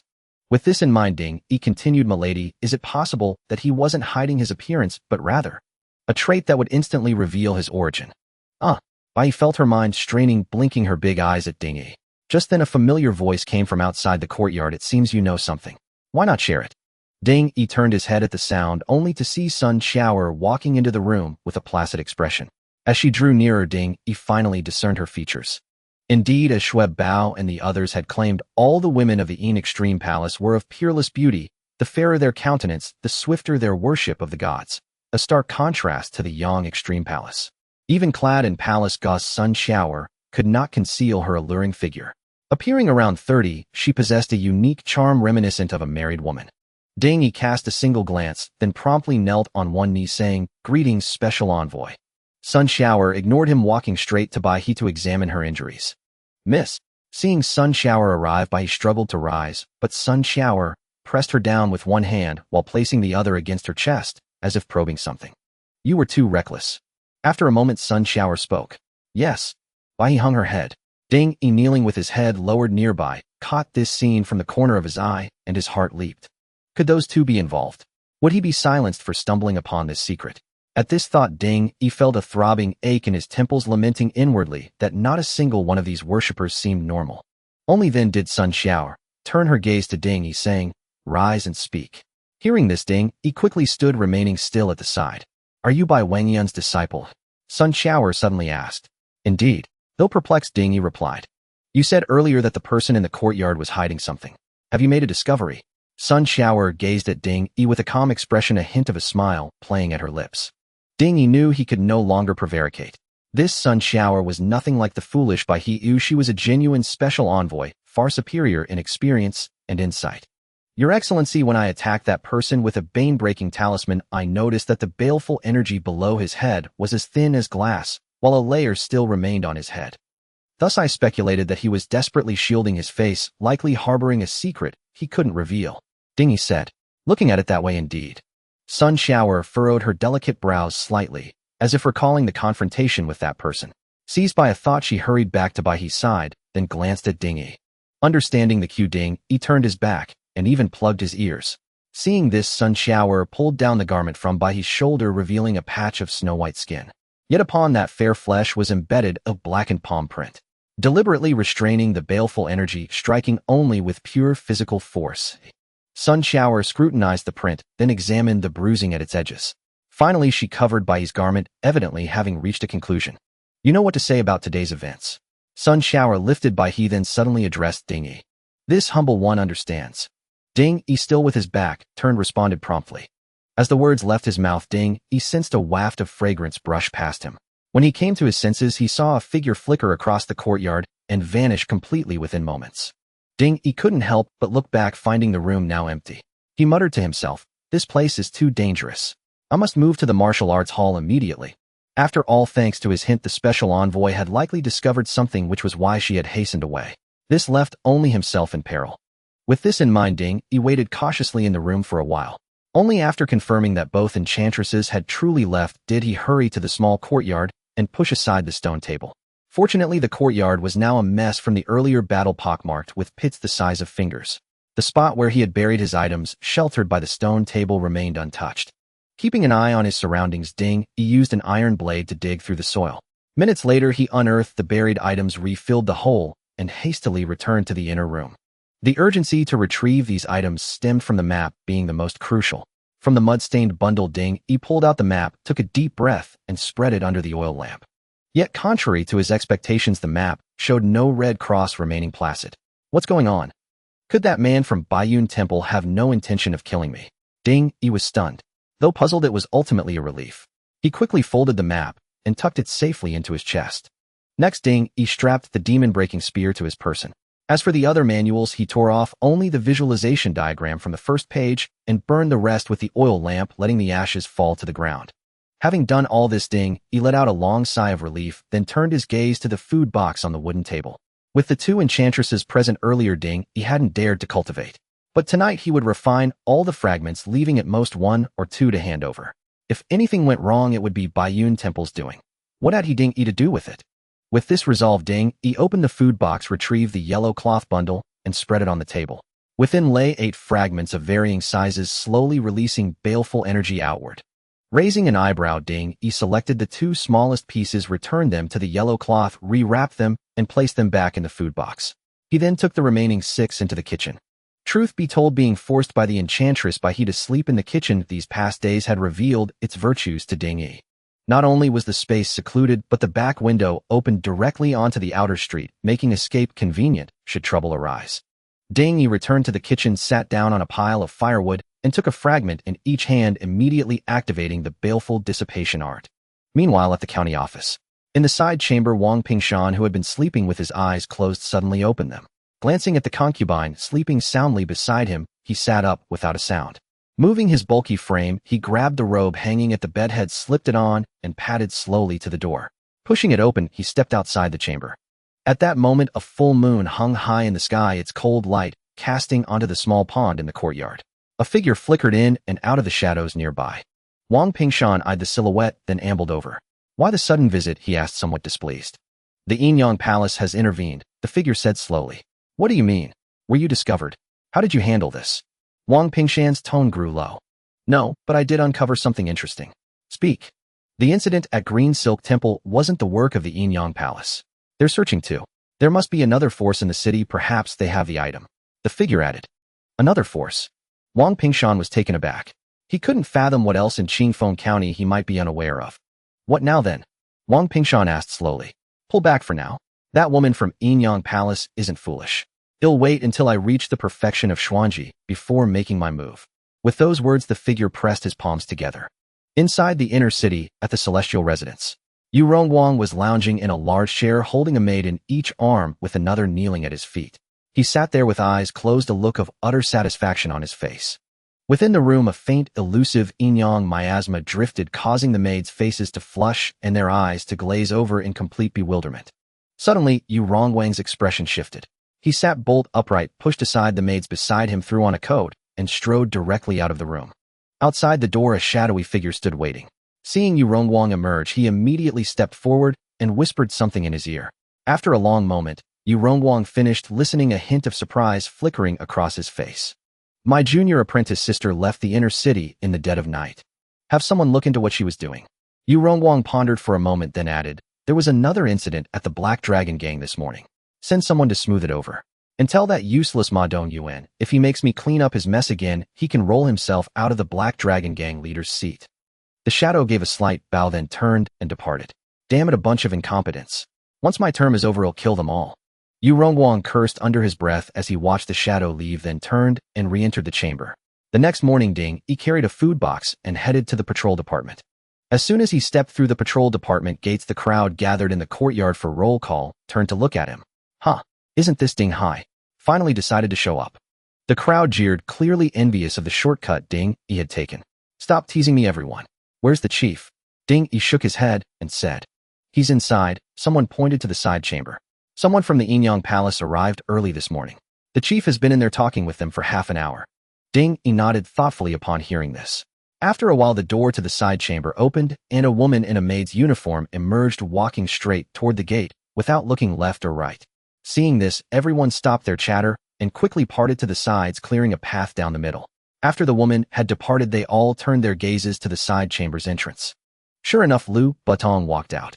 His expression was unreadable, but he gave his usual lecture before dismissing everyone to their tasks. But as he was leaving, Lu Batong spotted Ding Yi and waved him over. Ding Yi approached, and Lu Batong looked him up and down before quietly giving him a thumbs up. Kid Ding, impressive. You served that lady from the Yinyang Palace, well, didn't you?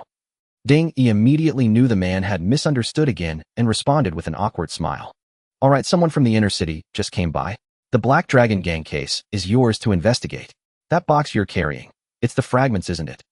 Lu Batong pointed at Ding Yi's food box. Yes, Chief, Ding Yi said. Get rid of it quickly. Even with the wooden box containing it, there's still an effect. Go register it in the archives, then finally Baojing. He'll tell you what to do.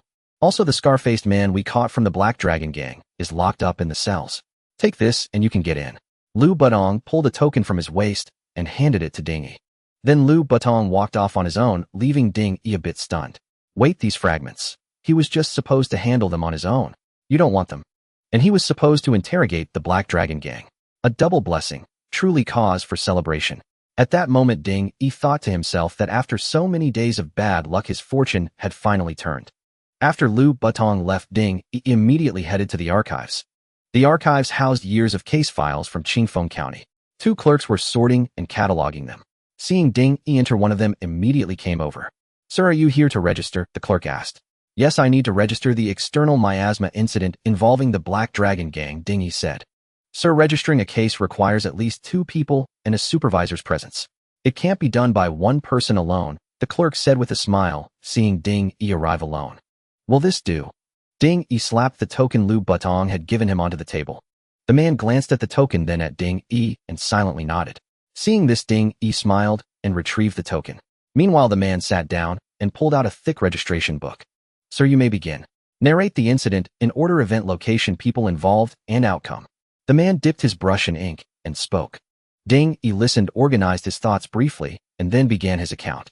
After the time it takes to drink a cup of tea, Ding Yi finished his narration and added at the end, the deity's statue fragments posed a grave danger. I disposed of them the following day. The clerk looked up at Ding Yi upon hearing this, but said nothing, continuing to record. Finally, the clerk handed the registration book to Ding Yi, who pressed his thumbprint on it, officially closing the case. Ding Yi left the archives with a smile and went to find Li Baojing. Li Baojing was sitting at a tea stall on the street drinking tea. When he saw Ding Yi approaching with a wooden box, his brow furrowed. You bastard, you've been here less than a week, and you're already slacking off like me. Li Baojing cursed with a laugh as soon as Ding Yi sat down. Slacking off? No, the chief assigned me something. Ding Yi placed the food box on the small table and patted it. What is it? Li Baojing asked, puzzled. Deity statue fragments, Ding Yi whispered. Uffed. Li Baojing jumped up with a start and began cursing Ding Yi. You bastard. I only slashed you once back then, and you're trying to get me killed? Ding Yi, confused, asked. Why are you yelling so loud? Bullshit. You want to get me killed? Get that thing away from me. Li Baojing lowered his voice and said. The chief told me to come to you for a solution. If you want, handle it, he'll head back. Ding Yi stood up and pretended to leave. Fine, you bastard. Bring that thing and follow me. Seeing this, Li Baojing sighed in exasperation, grabbed his sword, tossed a few copper coins onto the stall, and led Ding Yi away. The two walked one after the other back to the patrol department post. Only then did Li Baojing say to Ding Yi, you dare to casually handle deity statue fragments. You must have a death wish. Ding Yi was confused. I'm using this wooden box, aren't I? Miracle energy is sinister stuff. You can't see or feel it, but that doesn't mean it doesn't exist. Go destroy it now, Li Baojing said. Ding Yi listened and fell into thought. So it was just like radiation. If that was the case, the deity statue was a radiation source. Could he use the statue to create a miasma-like nuclear reactor and generate a continuous supply of miasma? After thinking it over, Ding Yi decided it was too fanciful.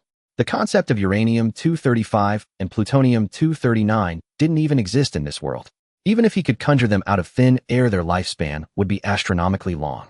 Forget it. Maybe you'll try another time, Ding Yi thought to himself. Brother Li, you haven't told me how to destroy these fragments yet. Ding Yi pressed, turning to Li Baojing. The room at the far end of the outpost is made entirely of willow wood. Destroy them in there. There's a circular plate in the room. Just place the fragments on it. The plate is connected to a formation set up by the Yinyang Palace, which will slowly erode the fragments. Li Baojing said. Huh, that's simple. Ding Yi was taken aback. What did you think? Were you planning to grind them down slowly with a bane-breaking talisman? Go ahead if you are the Yinyang Palace Master's illegitimate son. Li Baojing chuckled. Fine. You're not coming in with me. Ding Yi pointed at the room. Who in their right mind would go into that place? Asking for death. Li Baojing cursed under his breath. Ding Yi's heart leaped with secret joy. He suppressed the smile tugging at his lips, thinking to himself that with these last 2 fragments falling into his hands, fortune truly was unstoppable. Last night, he had refined 6 fragments, finally breaking through the skin barrier extreme. The calamity bypass art had officially entered the bone forging stage. In just one night, he had successfully forged 3 bones. Though it had consumed all the fragments, such speed was utterly astonishing. Having tasted the sweetness of this power, Ding Yi resolved that his priority must remain finding the divine statue. Once his own strength increased, all these evil forces would be nothing but illusions. With this thought, Ding Yi asked Li Baojing, Brother Li, when you went to Shaolin village last time, did you encounter any heretics from the flesh and blood sect? Li Baozing's anger flared anew. You bastard, you still have the nerve to ask. That white-haired old Taoist had reached the pinnacle of the embryo concealment stage. If I hadn't run faster, Grandpa Li would be a dried-up husk by now, drained of blood and flesh. Li Baojing cursed at Ding Yi, then turned and walked away, having no intention of spending another minute with him. Ding Yi watched him go, lost in thought. It seemed Li Baojing had indeed encountered by Yunzi in Shaolin village. But since a month had passed, Ding Yi conservatively estimated by Yunzi's cultivation at the early Xuanji stage. Wait until I break through the bone barrier and enter the organ refining stage before I come for you, by Yunzi. You'd better stay alive for me. Ding Yi recalled the helplessness he had felt in that Taoist temple that day. Suppressing the burning urge for revenge, he picked up the wooden box and turned toward the willowwood room at the far end of the outpost. Pushing open the wooden door and stepping into this room specially designed for dissipating baleful aura, Ding Yi was immediately struck by a peculiar woody fragrance. The intense, unique scent of willow wood was so strong it made Ding Yi dizzy. He quickly shook his head and walked toward the most conspicuous stone platform in the room. On the platform sat a stone bowl as large as a human face. Ding Yi examined it and noticed strange patterns carved into its surface. These patterns extended from inside the bowl, spreading across the entire platform, imbuing the whole structure with an eerie and mysterious air. Ding Yi studied the platform, then extended his hand, hovering it over the stone bowl. He began to circulate the calamity bypass art, hoping for a pleasant surprise. But after a few breaths, he shook his head in disappointment and lowered his hand. Clearly the formation here did not release baleful aura. Ding Yi hadn't harbored high expectations anyway. He took out the last 2 fragments from the food box, holding one in each hand. This time Ding Yi decided to reverse the process of refining the fragments, using them to extend his lifespan. After the fierce battle last night, though he had absorbed baleful aura and crafted bane-breaking talismans simultaneously, his overall lifespan had been significantly reduced. At this moment, he barely had a little over a year left, the closest he had come to death since his transmigration. Better play it safe. Ding Yi muttered to himself. The divine statue fragments in his palms began to tremble faintly, and streams of baleful aura were drawn into his body, transforming into strands of life force. You have refined a wisp of 7-fold calamity aura. Lifespan 0. 1 days. You have refined a wisp of 7-fold calamity aura. Lifespan 0. 1 days. Half an hour later, Ding Yi emerged from the baleful dissipating room. After making some inquiries, he headed toward the dungeon. The entrance to the patrol department's dungeon was located in a small courtyard directly behind the outpost. This was Ding Yi's first time seeing an underground prison of this kind. As he descended the stone steps, he was genuinely taken aback. Contrary to his preconceptions, the passage here was extremely narrow, allowing only one person to pass sideways. Anyone slightly plumper would have to struggle to squeeze through, let alone two people walking side by side. According to the warden leading the way, this tunnel design was specifically intended to prevent prisoners from escaping or jailbreaks. If anyone dared to storm down, guards outside could simply block the narrow passage with long spears, making it impossible to extract anyone. And that was before considering the heavy shackles and chains on the prisoners. The narrow passage stretched for several dozen meters. By the end, he felt suffocated, his body flooded with a restless, irritable sensation. This was a physiological reaction to prolonged confinement in a dark, cramped space. It made he realize that once someone was thrown into this dungeon, they were essentially finished. Fortunately, after the stairs ended, the dungeon space opened up considerably.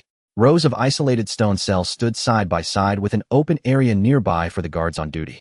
Chief. The guard on duty recognized the newcomer by the dim light of the cave and immediately snapped to attention.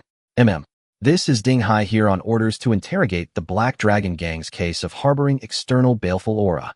The warden introduced Ding E. Understood, Chief. He'll cooperate with Brother Ding. The guard quickly caught on. Brother Ding, the prisoner, is in the second to last cell. You know this guy's mouth is iron tight. We've tried every method, and he still won't talk. The warden sighed. Have you tried water torture, drawing out the intestines, or the tin snake swim? Ding E asked. The warden was stunned by the question, his face turning pale. May I ask where Brother Ding served previously? The warden took an imperceptible half-step back, cupping his hands. Let's not speak of the past. Ding E gave a light laugh. The warden responded with an awkward smile, then shot a meaningful glance at the guard before hurrying away. The guard, having overheard Ding E's words, felt a chill run down his spine when Ding E looked his way. He couldn't help but gulp nervously. Master Ding, the prisoner's inside. He'll leave you to it. I want to accompany you. The guard stammered. Very well. Seeing that his purpose was achieved, Ding E chuckled and strode deeper into the dungeon. Most of the stone cells on either side of the corridor were occupied. The prisoners, men and women alike, wore tattered prison garb. With disheveled hair and grime-covered faces, they lay motionless on the ground as if dead. A thick, putrid stench assaulted Ding E's nostrils. He raised his sleeve to cover his nose and mouth, frowning as he pressed forward. Finally, Ding E arrived at the second-to-last cell and found the man he was looking for, the scar-faced member of the Black Dragon Gang. The scar-faced man was in a pitiful state. His bare torso was covered in bloodstains. He hung limply in the cell, his head drooping, with iron hooks piercing both his shoulders to prevent any attempt at escape. The patrol department's efficiency was commendable, but that was all. The organ refining stage martial artist guarding the mansion had not been found, nor had the mastermind behind the estate. They had only captured this minor leader. It seemed this man had been abandoned by the Black Dragon Gang, offered up as a scapegoat. The scar-faced man was named Guofeng Chun. According to the files, he had been driven by greed, colluding with outsiders to smuggle statue fragments and engage in human trafficking, profiting 300 taels of silver. When Ding E saw this number, he was utterly incredulous. 300 taels? Who the hell would risk so many lives for just 300 taels? And even hiring a skin-tempered martial artist. The number should be multiplied by 10. But disbelief aside, Ding E's aim was not to audit. It was to uncover the channel through which the Black Dragon Gang had acquired the statue fragments. With this in mind, Ding E took the key the jailer had given him, unlocked the cell door, and stooped as he entered the cave. The cave was dimly lit. Holding an oil lamp, Ding E approached the scar-faced man, lifted his drooping head, and called out, Guofeng Chun. Hearing his name, the scar-faced man's eyelids twitched slightly. He opened his eyes with effort and saw Ding E standing before him. A cold smirk immediately curled across his face. Don't look at me like that. I'm not asking who's behind you. I just want to know who you dealt with and where you got those statue fragments. Ding E frowned as he looked at Guofeng Chun and asked. But to his surprise, Guofeng Chun let out a strange, raspy laugh upon hearing the question. Then, like a rabid dog, he lunged at Ding E, opening his mouth to bite his face.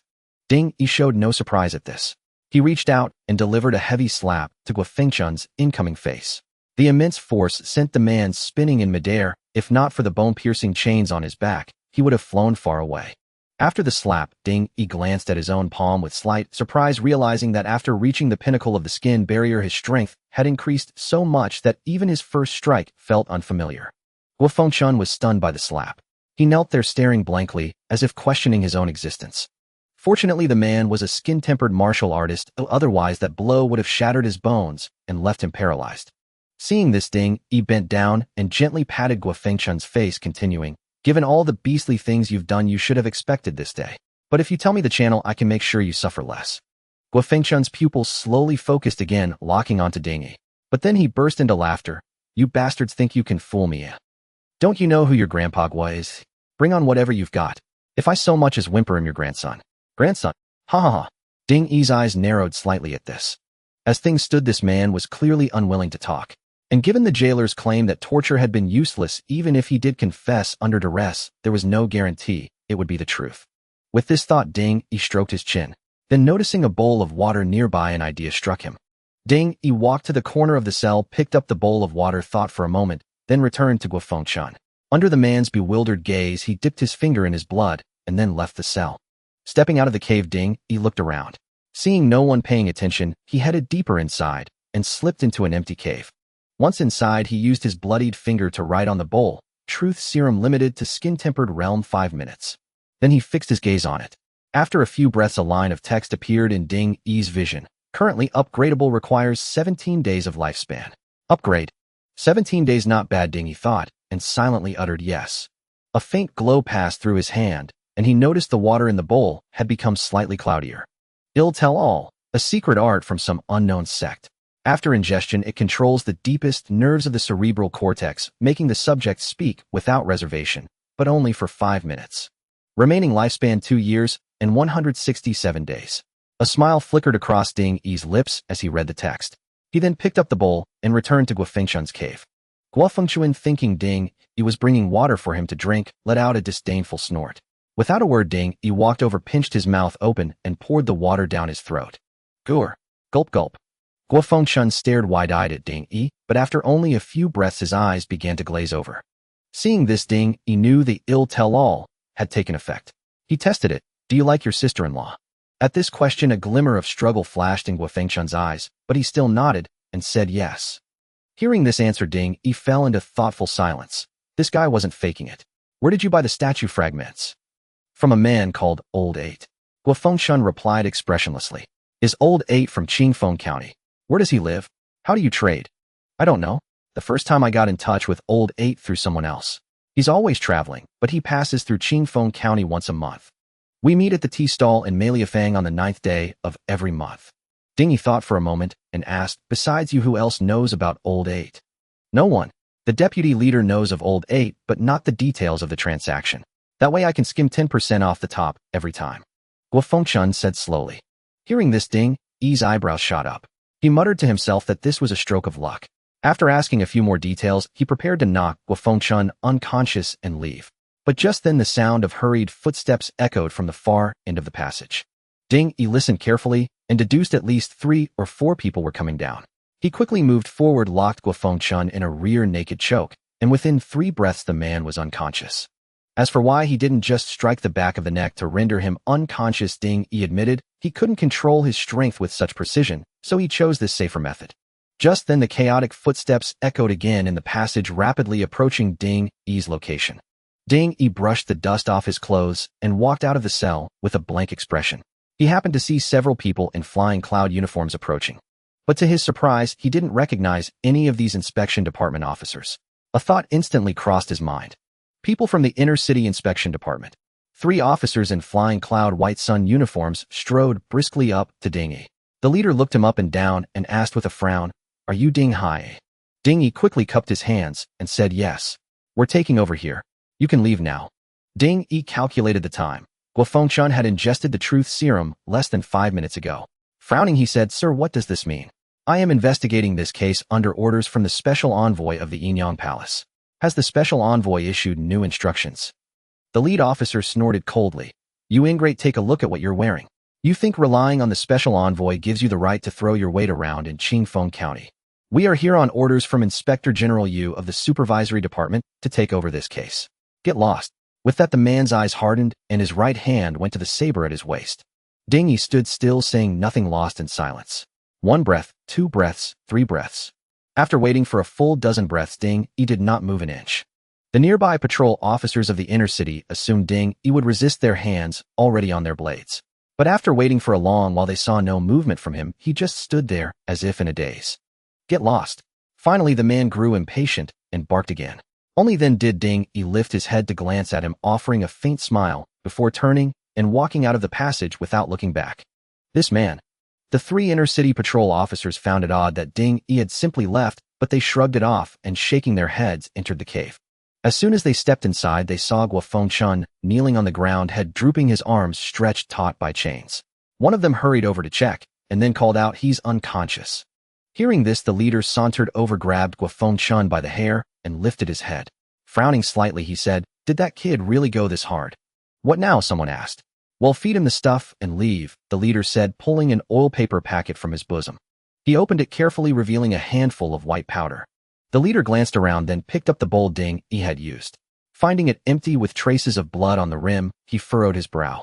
But then a cold smirk curled his lips. He pulled down his trousers and urinated directly into the bowl. After finishing, he pulled up his trousers, picked up the bowl, and walked back to Guofeng. Pinching the man's mouth open, he first poured the white powder inside, then forced the urine from the bowl down his throat. Having done this, the three began skillfully erasing all traces in the area.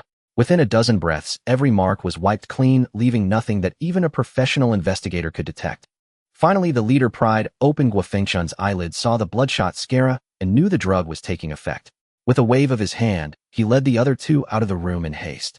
As they passed the rest area, the leader said to the jailer on duty, "The prisoner has fainted. We'll return when he wakes up." The jailer quickly acknowledged, knowing full well their interrogation methods were irregular, but these men were far too influential for a mere jailer to offend.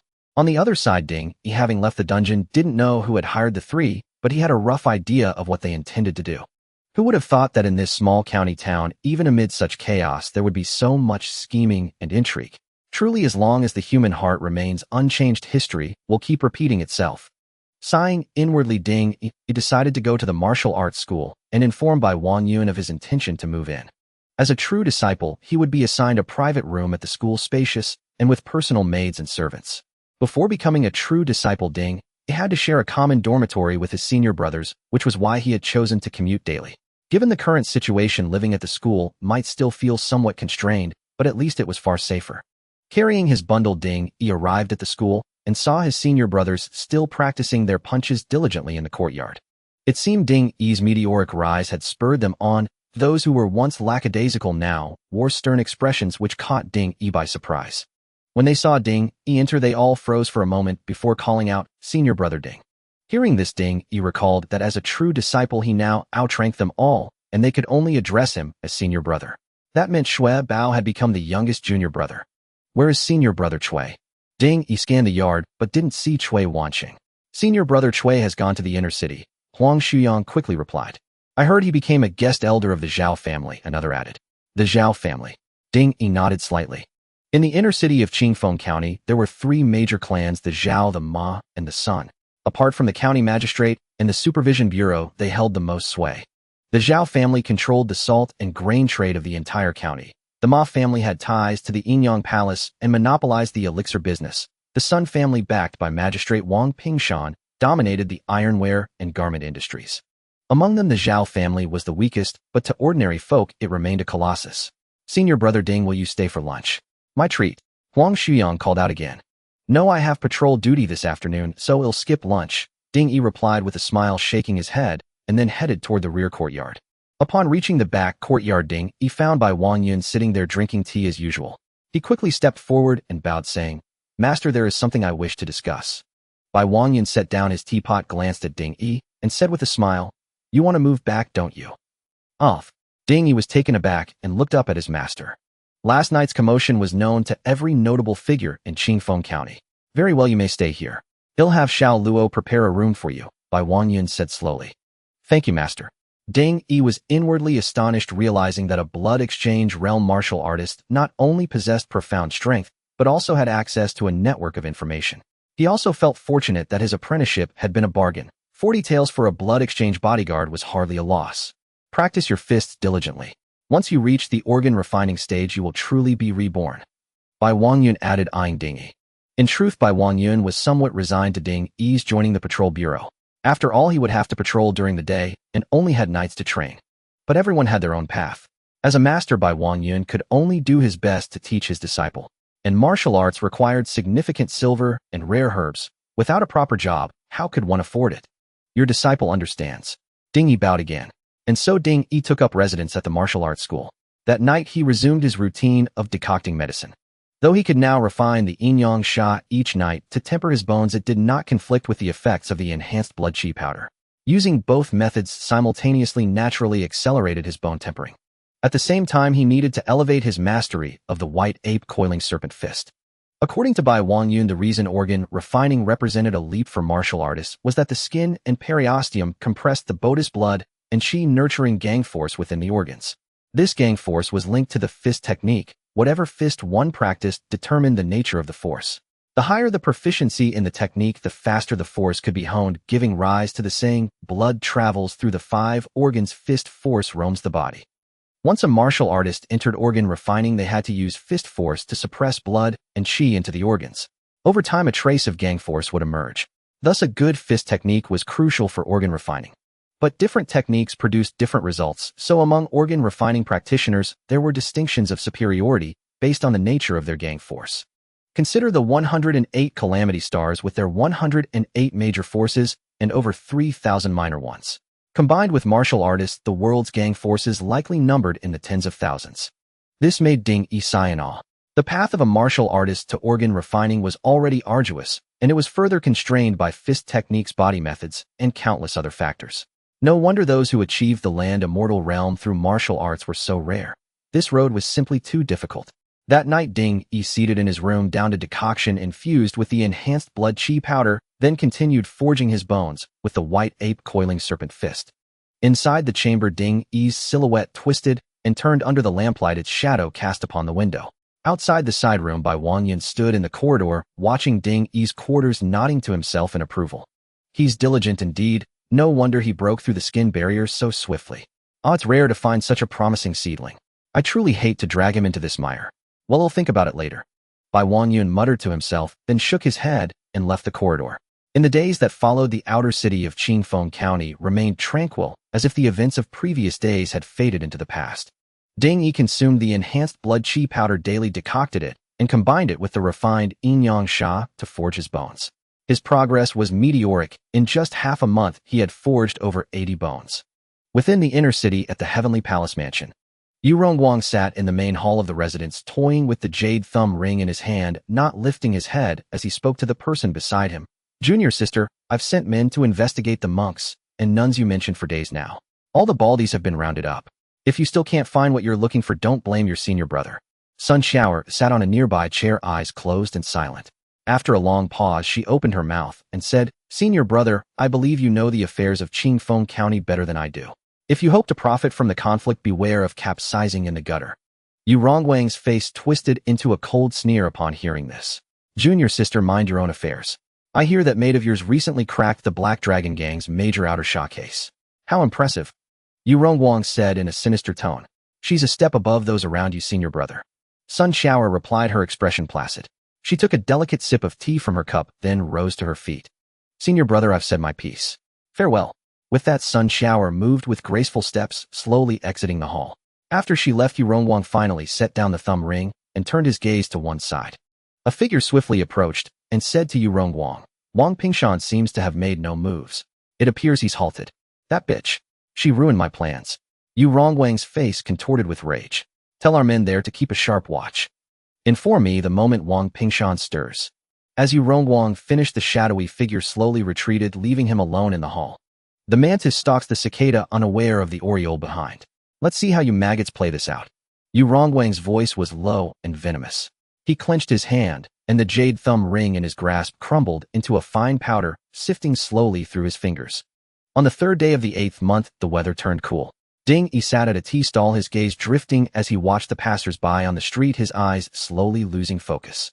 Unconsciously, over 2 months had passed since he arrived in this world. From nearly being drained dry to becoming a martial artist in the patrol department, the journey had been fraught with hardship. At this moment, he had already tempered 173 bones in his body, leaving only half a month before reaching the pinnacle of bone forging. It was hard to imagine that a task requiring 3 to 5 years for an ordinary person could be completed by Ding Yi in just 2 months. To outsiders, this would be nothing short of miraculous, beyond the label of genius. Just then, a gaunt man with 2 thin whiskers of a mustache also came to the tea stall, sat down, and began tapping the table with his fingers. Tap, tap, tap.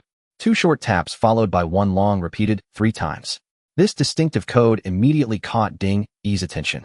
He looked at the newcomer, then extended his fingers and lightly tapped the table in return. Tap, tap, tap. One long tap followed by two short repeated twice. This gesture naturally drew the man's gaze to Ding Yi.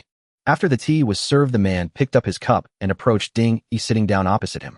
He looked Ding Yi up and down, raised an eyebrow, and lowered his voice. Where's Guo Feng-chun? Brother Guo's matters are now in my hands. But I don't work for the Black Dragon Gang. Ding Yi, wearing a human skin mask, replied expressionlessly. It seems old Guo trusts you. Fine, in my line of work, it's all about the money, not the person. What do you want? Sun Yin smiled faintly, asking Ding Yi. Old 8 was Sun Yin's alias, derived from his rank as the 8th child in his family. Same as Brother Guo. I want that thing, Ding Yi said. Have fair and square. 300 taels per piece. Old 8 said with a grin. Are you joking? That's not the price you gave Brother Guo. Ding Yi narrowed his eyes. Kid, I don't do business with just anyone. Take it or leave it. If it works, we're friends.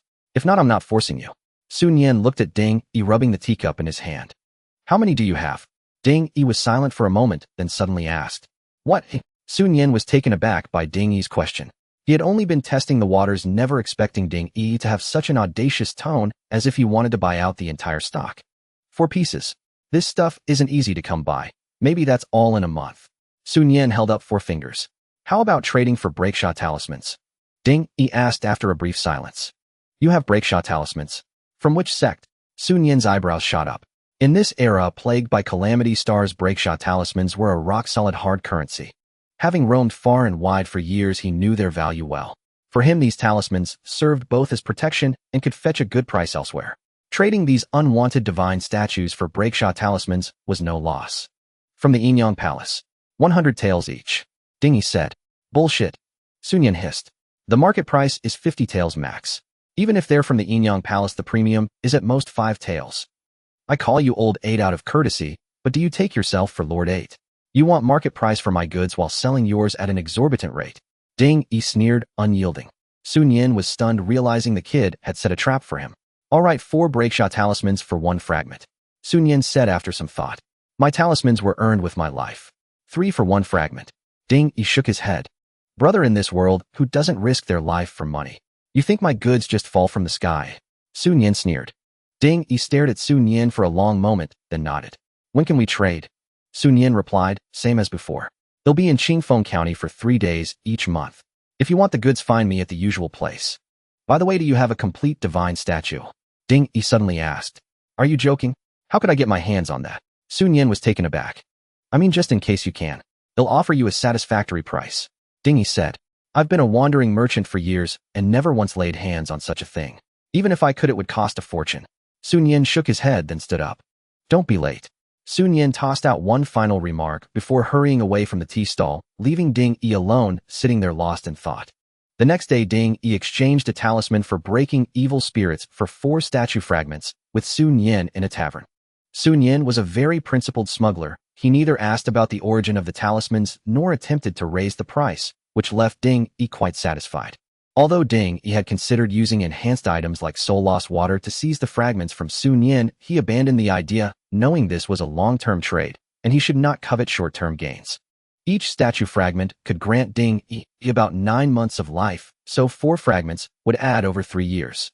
Deducting the half-year of life consumed to enhance the talismans, he netted 2.5 years. Unfortunately, he could only obtain 3 or 4 fragments per month, which made Ding Yi nostalgic for the sudden wealth he felt when he first acquired the green silk statue. When will another Miao Bujin come along? Ding Yi lamented in his heart. August 22nd, the autumnal equinox. That night, all 206 bones in Ding Yi's body were finally tempered. Standing in the room, his blood vitality was as heavy as mercury, his skin undulated like waves, and with each breath, white vapor surged from his nostrils, dissipating half an inch away. Feeling the surging blood within Ding, he sensed his bones connecting as one, an irresistible impulse rising from his feet to his head. With a twist of his waist and a reach of his hand, he executed the first form of the white ape overturning python. As the punch landed, Ding Yi's bones crackled and faint dragon and tiger roars echoed from within. A stream of white energy burst from his fist, lingering half a foot before dissipating. Is this the prototype of Gang Jin? No, that's not right. Gang Jin is formless and intangible, not this white vapor. This is merely the heat of blood vitality escaping through the pores of the skin. Ding Yi raised an eyebrow, then slowly withdrew his fist, and stood still, unable to hide his disappointment. These days he had diligently practiced the white ape overturning python fist and spent time visualizing the image of the white ape entwined with the python. Yet progress remained slow, only reaching a minor level of mastery. The fist technique, like a martial artist's realm, was divided into 3 stages: minor mastery, major mastery, and perfection. Only at major mastery, when one could introspect within, could the fist's force drive the skin and sinews to press blood vitality into the organs. 2 solutions presented themselves. The first was to follow the path of the god worshippers and cultivate their techniques, using evil energy to enter the organs and generate evil gang, bypassing the need for fist technique mastery. However, he had no blueprint for the god worshippers technique, and his lifespan was limited. Recultivation would be fraught with difficulties and might bring new troubles. The second was to push the fist technique directly to major mastery. Conventional, but the safest course. He paced in the room, weighing the pros and cons of both methods. After a moment, he made his decision. He would accumulate enough lifespan and then use the second method to enter the organ cleansing stage. The next morning, he found Bai Wanyun and expressed his wish to preview the organ cleansing technique for reference. Given that he had been tempering his bones for over a month, Bai Wanyun said nothing and handed him a book titled The 5 Organs Method from a chest. As per the rules, he could only read it once on the spot. Bai Wanyun instructed him to grasp the general idea, lest he become discouraged and lose motivation for bone tempering. He had no objections. He sat at the stone table, opened the book, and began reading. After only half an hour, he closed the book deep in thought. He returned the volume to Bai Wanyun and hurried back to his room. With the memory still fresh, he ground ink, took up a brush, and transcribed a simplified version of the 5 organs method from memory. Staring at the thin stack of paper, he gave a bitter smile. He now had the technique, but lacked the lifespan to use it. A mountain of gold he couldn't touch. Yet everything was in place save for the crucial element. On the 9th day of the 9th month, a cold wind blew. That night, he sat cross-legged on his bed, as usual, holding a fragment in his right hand, beginning to refine it. Yesterday, he had exchanged talismans for 4 more statue fragments from Su Nian, leaving only 1 remaining. The fragment in Yi's hand trembled with each breath, fine cracks spreading across its surface on the verge of crumbling into dust. Suddenly, a crisp crack sounded within Yi's body. His spine twisted like a dragon emerging from the sea. Blood surged from his marrow, and a rushing torrent washed through his extraordinary meridians. Sensing the anomaly, Yi's eyes snapped open, a flash of surprise crossing his face. He murmured, "The bone barrier's ultimate limit. Broken." In the next moment, all blood vitality flowed back to his heart. The pure energy from refining the evil force struck his organs. Recalling the 5 organs method he had read, he channeled the energy into his kidneys. As the energy surged into his kidneys, he felt a warmth at the kidney gate, like ants crawling, yet without itch. Only a profound comfort. Your realm has broken through. Lifespan 10 years. Remaining lifespan 14 years and 258 days. Holy crap. He, initially bewildered by his Bodis reaction, saw the prompt before his eyes. His heart jolted and his mouth fell open in shock.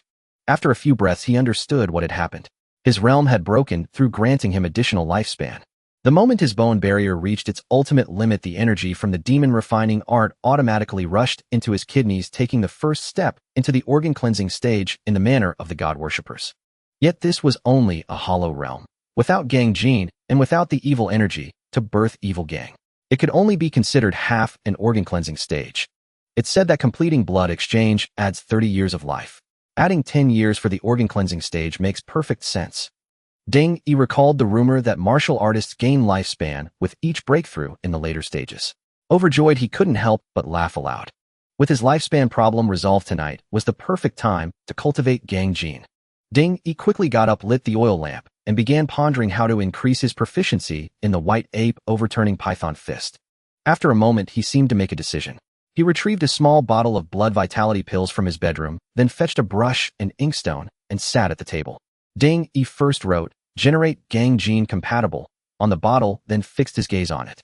Currently available for enhancement. Required lifespan, 20 days. Enhance. Upon seeing the prompt, he furrowed his brow. It was simple. The lifespan required for this enhancement was clearly wrong. He did not believe that only 20 days could allow him to generate the strength of a barrier, even if the materials were based on the blood chi pill. It seems the wording is incorrect. He pondered for a moment, then wrote down the entry 10 years of white ape coiling python fist experience compatible on the small porcelain bottle, and then focused his gaze back on it. This time, the required lifespan for the prompt directly changed to 10 years and 72 days. Now that makes sense. Ding Yi stroked his chin, pondering for a bit before pouring the blood chi powder into the bottle, exchanging it for the blood chi pill. This time, the required lifespan surged to 12 years and 114 days. It seems that the level of materials indeed has a significant impact on the enhancement. Ding Yi thought for a moment, then erased the entry on the bottle and rewrote it as Mastery of White Ape Coiling Python Fist compatible, then looked at it again. Currently available for enhancement, required lifespan 9 years and 15 days. Would you like to enhance? Looking at the prompt before him, Ding Yi was taken aback. It actually decreased. Good, continue. Ding Yi thought as he hurried back to his bedroom, taking out the visualization diagram of White Ape Coiling Python from the gap in the bed frame, copying it onto paper, and rolling the white paper into thin strips to place in the porcelain bottle. Once more, currently available for enhancement, required lifespan 7 years and 65 days. Would you like to enhance? Adding the blood chi pill, let's try again. Currently available for enhancement, required lifespan 7 years and 65 days. Would you like to enhance? Looking at the identical prompt, Ding Yi knew that the enhancement system had been pushed to its limits. Unless a cross-stage material was added, it would not decrease further. Thinking of this, he quickly poured out the blood chi pill, then upon seeing the pop-up prompt, he directly chose yes. In the next moment, a faint light flashed from the small porcelain bottle, and Ding Yi suddenly felt the bottle in his hand grow heavy. At the same time, a line of text appeared before his eyes. Spirit illuminating White Ape Heart Intent Pill. In the great dream of 3,000 realms, the spirit illuminates the flesh and bones. By returning to the White Ape Coiling Python Fist with the spirit illuminating, consuming it can lead directly to mastery. Remember, when consuming, press the medicine against the upper palate with the tip of your tongue and observe yourself. I can't believe it really works. Ding Yi was somewhat dazed. This system was too powerful, able to accomplish such timelines and memory enhancements. It was simply unfathomable. Suppressing the excitement in his heart, Ding Yi opened the medicine bottle and poured out what was inside, only to find it was a flat solid resembling a lozenge. Following the description in the text, Ding Yi went to his bedroom, sat cross-legged on the bed, placed the pill in his mouth, and pressed it against the upper palate with his tongue. In the next moment, Ding Yi felt a boom resonate in his mind, and then his entire being went blank for an instant. The scenery around him was rapidly pulled back like riding a train, and the pulling speed grew faster and faster. After a few breaths, it had already transformed into waves of fine lines. At the same time, dazzling white points of light appeared in Ding Yi's vision, gradually coalescing together to form colorful shadows. In a daze, Ding Yi felt as if he were a giant white ape running between mountains, accompanied by giant trees and befriending a great python. As day turned to night, the white ape sat atop the giant tree, watching the great sun rise and the sea of clouds surge. It seemed that years had passed, or perhaps only a moment, when Ding Yi suddenly regained his senses, realizing that his body was completely soaked in sweat, and the heart intent pill in his mouth had disappeared without him noticing. This feeling. Ding Yi clenched his fist, a primal instinct honed through countless trials surged within him. He leaped off the bed, and with a wave of his hand, a sound echoed in the air like the great sun striking thunder. Is this the strength of a barrier? Ding Yi felt the inexplicable power that had just flowed from his organs to his fist, and his heart stirred. He had unknowingly succeeded in cultivating the first trace of barrier strength within his organs, marking him as a genuine martial artist of the refining organs realm. Ding Yi felt excitement in his heart, but then thought of something and hurriedly walked out of the bedroom to blow out the oil lamp on the table. In the darkness, Ding Yi took a deep breath and once again executed the White Ape Coiling Python Fist. This time, Ding Yi felt as if he had practiced this fist millions of times. Each move was instinctual, and a powerful ape python strength surged through his bones, driving his blood chi continuously into his organs. After one round, Ding Yi took a deep breath, a glimmer of joy flashing in his eyes. Unlike traditional martial artists, at this moment, he had not only mastered the White Ape Coiling Python Fist, but also found that pressurizing blood chi into the organs could generate barrier strength without needing to cultivate blood chi, thanks to the Tao of the death avoidance technique completing this step.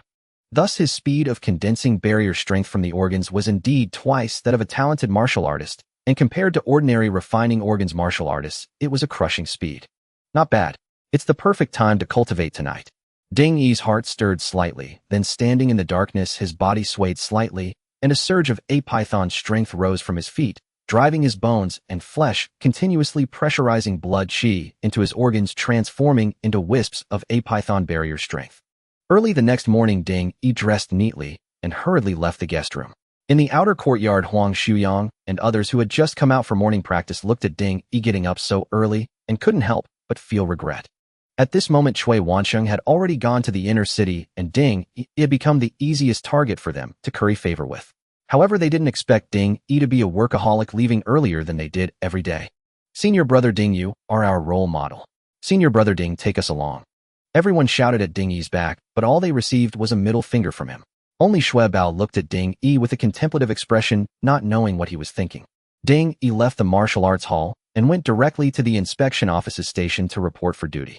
After hanging up his badge, he found Lu Butong and explained his intentions. What? You want to go to Shaolin village? Lu Butong was taken aback. Chief, I have no choice, I am too eager to improve. Ding Yi shrugged. In the inspection office, if one wants to rise, it requires concrete achievements. Resolving external calamities is one such achievement, and the higher the level of external calamity, the greater the achievement. Last time, Li Baozheng wanted to see if the external calamity in Shaolin village was something he could handle, hoping to take advantage of the situation for some achievements, but unexpectedly encountered a tough opponent and nearly lost his life there. Ding Hai, didn't Li Baozheng tell you about Shaolin village? The flesh and blood specter there has already reached the completion of its fetal stage. Are you going there to seek death? In a few days, when the inner city's inspection office sends out personnel, they will organize a raid. I will sign you up then so you can go and broaden your horizons. Lu Butong shook his head as he spoke. Rest assured, sir, if Li Baozheng can come back, I can too. Actually, when I came here, I left something behind, and I think a few months have passed. The specter should have long left Shaolin village, so I just want to retrieve it. Ding Yi said with a smile. Good lad, you are using the excuse of an inspection to take a vacation, aren't you? Lu Butong realized, and his expression turned displeased. Chief, I heard the newcomers at Zui Chun Lu are quite attractive. Ding Yi reached into Lu Butong's sleeve and quickly pulled it back. Lu Butong was taken aback, then weighed the weight of the sleeve, and then coughed, saying, well, it's just for 4 days. After leaving the inspection bureau, Ding Yi returned to the martial arts school to find Bai Wangyun, informing him that he would be away for a few days. Bai Wangyun said nothing in response, merely advising him that the outside world was not as safe as Chingfong County and to be cautious in all matters. Ding Yi readily agreed, then returned to his chamber, removed his flying cloud uniform, and changed into ordinary civilian clothes, even adding a layer of coarse linen beneath. It was now autumn, the weather growing cold. Ordinary martial artists with their abundant vital energy feared no chill, but common folk had already donned thicker garments. Ding Yi dressed this way to better conceal his identity as a martial artist, otherwise a thin robe would instantly reveal him as a practitioner of martial arts to any observant eye. Leaving the martial arts school, Ding Yi followed East Street southward and soon arrived at the city gate once more. It was the hour of Mao, and the guards on duty were pulling the winch to slowly open the heavy gate. Outside the gate, a long queue had already formed, waiting to enter the city. Among these people were traveling merchants, slave owners, and in greater numbers refugees seeking shelter. Ding Yi sighed inwardly at the sight. In Chingfong County, ordinary people became fodder for the Yinyang fiends, enduring daily torment from their desires to fuel the cultivation of the Yinyang Palace's worship. Yet even so, people continued to stream in from outside, which was enough to show just how hopeless the lands beyond Chingfong County truly were. Tightening his bundle, Ding Yi approached the gate and handed the guards the inspection bureau's travel permit. In Chingfong County, entry was free, but departure required official authorization. The traveling merchants who roamed far and wide typically held passes from the prefectural government. It could be said that Chingfong County was like a great maw, devouring all who entered whole without spitting out a single bone. Unlike the long line of those entering the city, few were leaving. After passing identity verification, Ding Yi set off on the road to Shaolin village. Unlike his arrival, Ding Yi was now a martial artist at the viscera refining realm. Unleashing his full speed with surging blood and energy, he could cover over 100 li in half a day. By traveling through the night, he could reach Shaolin village in a single day. However, since there were still many travelers near Chingfong County, Ding Yi decided to proceed at a normal pace, while occasionally unfolding and examining the quicksand map. The farther he got from Chingfong County, the more desolate the surroundings became. Ding Yi once again felt the despair of this chaotic world, but this time his gaze was calm, devoid of emotional fluctuation. Early the next morning, Ding Yi, now wearing a human skin mask, stood at the entrance of Shaolin village. He glanced at the map once more to confirm nothing was amiss, then took a step forward. The transparent film that had once shrouded Shaolin village had vanished. Ding Yi felt no obstruction as he stepped into the village. Before his eyes, most of the once orderly houses now lay in ruin. Every door was tightly shut, and the bleak autumn wind rolled weeds haphazardly across the dirt paths of the village. Has the blood sacrifice been completed? The thought crossed Ding Yi's mind as he continued forward, soon arriving at Old Man Wei's doorstep. The house was now more than half burned. Peering through the collapsed doorway, Ding Yi saw only charred earth and fallen blackened timbers, a flicker of melancholy passing through his eyes. The memory of his life and death struggle with Qinjianzi resurfaced. Ding Yi did not enter the house, but turned and walked on, pushing open the door of the next small dwelling.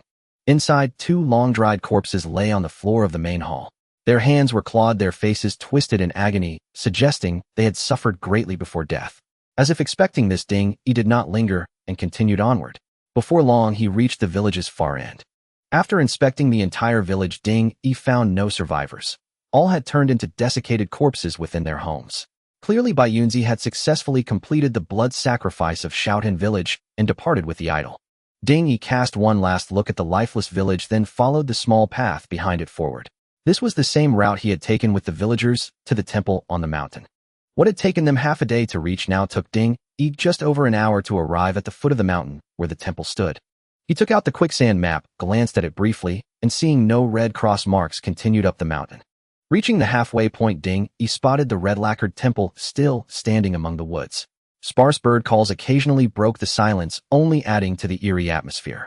Ding Yi ascended the stone steps slowly, and within the time it takes to drink a cup of tea, he stood before the temple's main gate. The gate was half ajar. Ding Yi paused at the entrance to listen quietly, and hearing nothing, he slipped sideways through the opening. It was noon, and the temple was as silent as during his last visit. Sunlight fell upon the bare brick floor, yet brought no warmth. Ding Yi produced a bane-breaking talisman, holding it reversed in his left palm, while his right hand rested on the long saber at his waist. Lightening his steps, he made his way to the rear courtyard. In the rear courtyard, the massive stone statue of a Taoist still stood at the center, but it was now covered in cracks, as if on the verge of collapse. Unlike before, a thick, rancid stench emanated from the statue, reminiscent of dead fish floating by a lakeshore. It seems Bai Yunzi has already left, Ding Yi thought to himself. He then returned to the courtyard and entered the main hall he had not explored during his last visit. Inside Ding, he discovered that the three statues on display were all faceless, each bearing a closed-eyed human face on its chest. Truly heretical demons. Ding Yi snorted softly, then proceeded deeper into the hall. Behind the statues lay a narrow corridor. Following the corridor, Ding Yi arrived at an open-air courtyard. Three adjoining rooms stood in a row, which Ding Yi guessed were where Bai Yunzi and his followers had rested. I wonder if I can find anything imbued with baleful energy. Ding Yi eyed the rooms, a glimmer of anticipation in his gaze. He chose the leftmost one, used his long saber to push open the wooden door, and after confirming there was no movement, stepped inside slowly.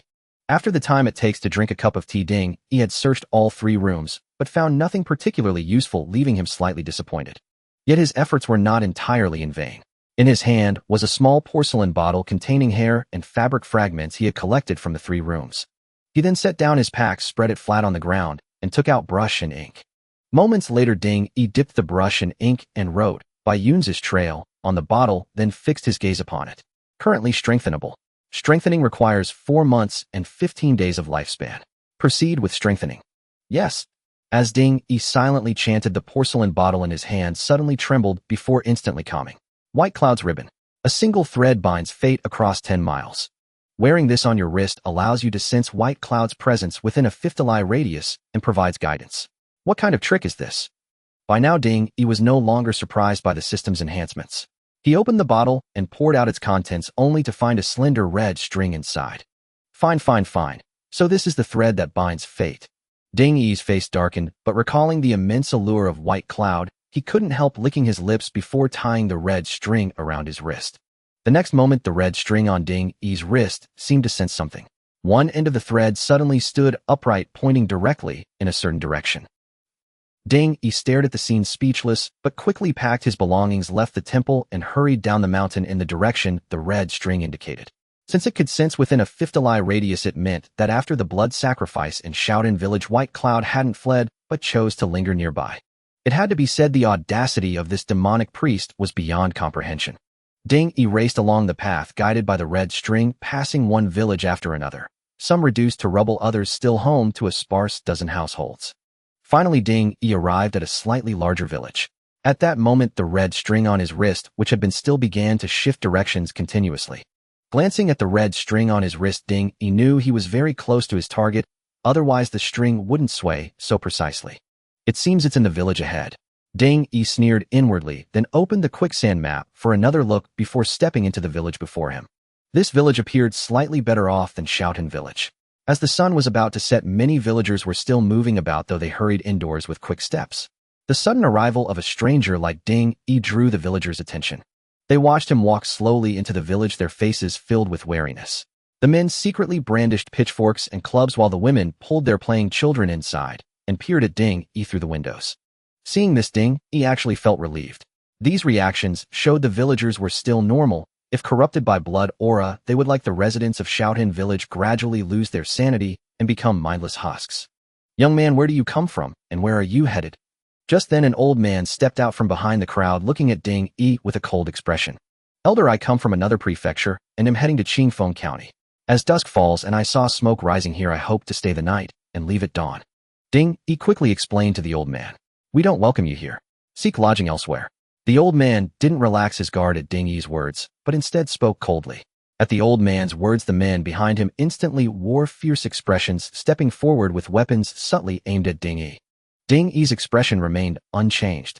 He reached into his sleeve, pulled out a gleaming white object, and tossed it directly to the old man. The old man caught the thrown object instinctively. Looking closely, he saw it was a small ingot of pure silver. The old man's eye twitched. He weighed it in his hand, estimating the silver to be about 3 or 4 taels, and his hands began to tremble slightly. "My lord, you are our honored guest of Yunchi village." The old man immediately broke into a smile and waved to Ding Yi. "If you don't mind, stay at my home for the night." A faint smile curled at the corners of Ding Yi's mouth at the old man's words. The men behind exchanged glances, but slowly lowered their weapons. Ding Yi subtly glanced at the slightly raised red string on his wrist and said to the old man, "Then it'll trouble you, elder." With that, Ding Yi followed the old man toward the back of the village. "By the way, elder, are strangers rare here? Why such caution?" As they walked, Ding Yi suddenly asked, "Oh, that's how it is. In these times, we can't just let strangers into the village. If we encounter those harbingers of doom, it's all over. Several nearby villages have been swallowed by them. Our Yunchi village might have to relocate soon." The old man sighed. "But recently a group of traveling merchants stopped here. They're not strangers. We rely on them to bring supplies from outside." "Traveling merchants?" Ding Yi murmured, then fell silent, following quietly behind the old man. Before long, the old man led Ding Yi to a slightly larger house. "In the village head. This is my home, and there's a spare room inside. Tonight, honored guest, you'll stay there." The old man introduced with a smile. "Much obliged," Ding Yi replied with a smile. The house was spacious, befitting the village head status. The room the old man mentioned was a secluded inner chamber at the far end of the house, small, with only a bed and a cabinet. Ding Yi entered, placed his bundle on the cabinet, and leaned against the bed, pondering the old man's words. If White Cloud was indeed here, he must be among those so-called traveling merchants. When night falls, he'll go check. Thinking this, Ding Yi got up to see if the window could be easily opened for escape. To his surprise, pushing it open revealed the outside had been sealed with wooden slats, catching him off guard. Just then the old man pushed open the wooden door, carrying a bowl of a sticky porridge-like substance. "It's to keep outsiders from climbing in at night." The old man happened to see Ding Yi examining the window and explained with a smile. Ding Yi glanced at him, a faint smile on his lips, then shifted his gaze to the bowl in the old man's hands. "Ah, my lord must be hungry after your long journey. Here, freshly cooked paste. Eat some to warm yourself," the old man said, extending the bowl toward Ding Yi. Ding Yi glanced briefly at the gruel the old man held, then suddenly smiled and shook his head. "Elder, I've already eaten before arriving. These are hard times for everyone. No need to waste food on me." Hearing this, the old man's smile faltered momentarily, awkward yet swiftly masked. "Very well, esteemed guest. Rest well. I won't disturb you further." With that, he turned and quietly closed the bedroom door behind him. Inside, Ding Yi watched the door inch shut, his own expression cooling into icy stillness. As night fell, Ding Yi lay fully clothed upon the bed, motionless, waiting. What a plump sheep indeed. 3 tails just like that. Let's slit him clean tonight. And mind this time, don't leave his clothes behind like last round. Father, he's quite handsome. I'd keep him alive to bear my children." A whisper thin as gnats seeped through the crack beneath the door, stirring a complex tide within Ding Yi's chest. He recalled Bai Wang Yun's enigmatic smile at parting, and the weary resignation flickering across his fellow officials' faces when word of the inspection tour spread. He remembered Li Baojing choosing solitary exile in a desolate village over dwelling among lantern-lit households. In this accursed age of chaos, the human heart is not always purer than demonic malice. The gravest cruelty often springs from the most unassuming hands. At that thought, a silent lock deep within Ding Yi's mind clicked open, an invisible shackle forged by his former world logic binding him to outdated notions of justice and mercy in this lawless realm. Huh. He exhaled slowly, releasing a heavy breath. The suffocating weight in his chest eased, if only slightly. Just then a slender blade slid silently through the door's narrow gap and delicately lifted the wooden latch. In the dim bedroom, faint light from the main hall spilled through the widening crack, stretching the elongated silhouettes of figures now gathered at the threshold. Outside, the old man hesitated, pushing gently against the wooden door, only to find it immovable. A soft, puzzled hum escaped his lips. In the next instant, an incomprehensible force slammed into the door panel. The old man shrieked, then flew sideways, carried along with the splintering door itself. From the shadowed bedroom strode Ding Yi, calm, deliberate, his gaze settling upon the three figures now frozen inside the room. Besides the old man, a young man and woman stood there, apparently husband and wife. Ouch! Ouch! The old man groaned feebly beneath the fallen door, instantly igniting panic in the other two. The man raised a firewood axe and brought it down toward Ding Yi's skull. The woman lunged low, swinging a sickle at his legs. Though neither was a trained martial artist, their coordinated assault, high and low, spoke of grim repetition of countless prior victims. Without flinching, Ding Yi drew the long sword at his waist. In one fluid motion, he parried the descending axe, blade meeting blade with a sharp ring, then kicked outward, sending the woman flying backward, her sickle clattering away as she crashed into chairs and collapsed utterly still. Arg! The man's eyes blazed crimson, veins bulged across his arms as he strained. But Ding Yi's right hand, gripping the sword with single-handed calm, did not tremble. A natural powerhouse. No wonder you dared attempt such a beheading trade. Ding Yi sneered, then drove a precise front kick into the man's chest, launching him airborne, spinning once before crashing heavily to the floor. Ding Yi surveyed the fallen pair, then stepped toward the old man, kicked aside the door, pinning him, and hauled him upright by the collar. Cough, cough. Master, spare me. Spare me. The old man pleaded, voice trembling uncontrollably. Ding Yi's blade pierced straight through the old man's heart, twisted once, then withdrawn. The old man's eyes bulged wide, his face contorted in unbearable agony, even as Ding Yi pressed him back down onto the floor. Gazing upon the convulsing body beneath his feet, Ding Yi felt a stillness within himself deeper than any he had ever known. In that moment, he had undergone a quiet metamorphosis. Not of flesh, but of spirit, the forging of unwavering selfhood amid chaos, the crystallization of truth that alone could sustain life. I am Ding Yi of Qingzhou. He looked upon the old man's fading form, then turned toward the remaining two. The man scrambled desperately to rise and flee, only for a flash of cold steel to split the air. The long sword struck true, impaling his chest and pinning him rigidly to the ground. A guttural scream tore from his throat, but he dared not move. The razor-edged blade seared through him with unbearable bone-deep agony, far beyond any mortal endurance. The woman, finally recovering, crawled frantically to Ding Yi's feet and began tearing at her own clothes. Lord, spare me. I'll obey your every command. Though her face bore the sallow pallor of chronic malnutrition, an exotic allure lingered in her features. Sister-in-law, I do not slay women. Ding Yi spoke unexpectedly. Brother, is this true? She stammered, trembling. Whore. The man roared, eyes bursting with fury. I'll grant you one chance. Never let me see you again. Ding Yi addressed the woman. Yes, I understand. I'll leave at once. She tried to rise, only for Ding Yi to suddenly close his eyes, then open them again. We've met twice now. Don't say I gave you no chance. He grinned at her stunned, vacant face.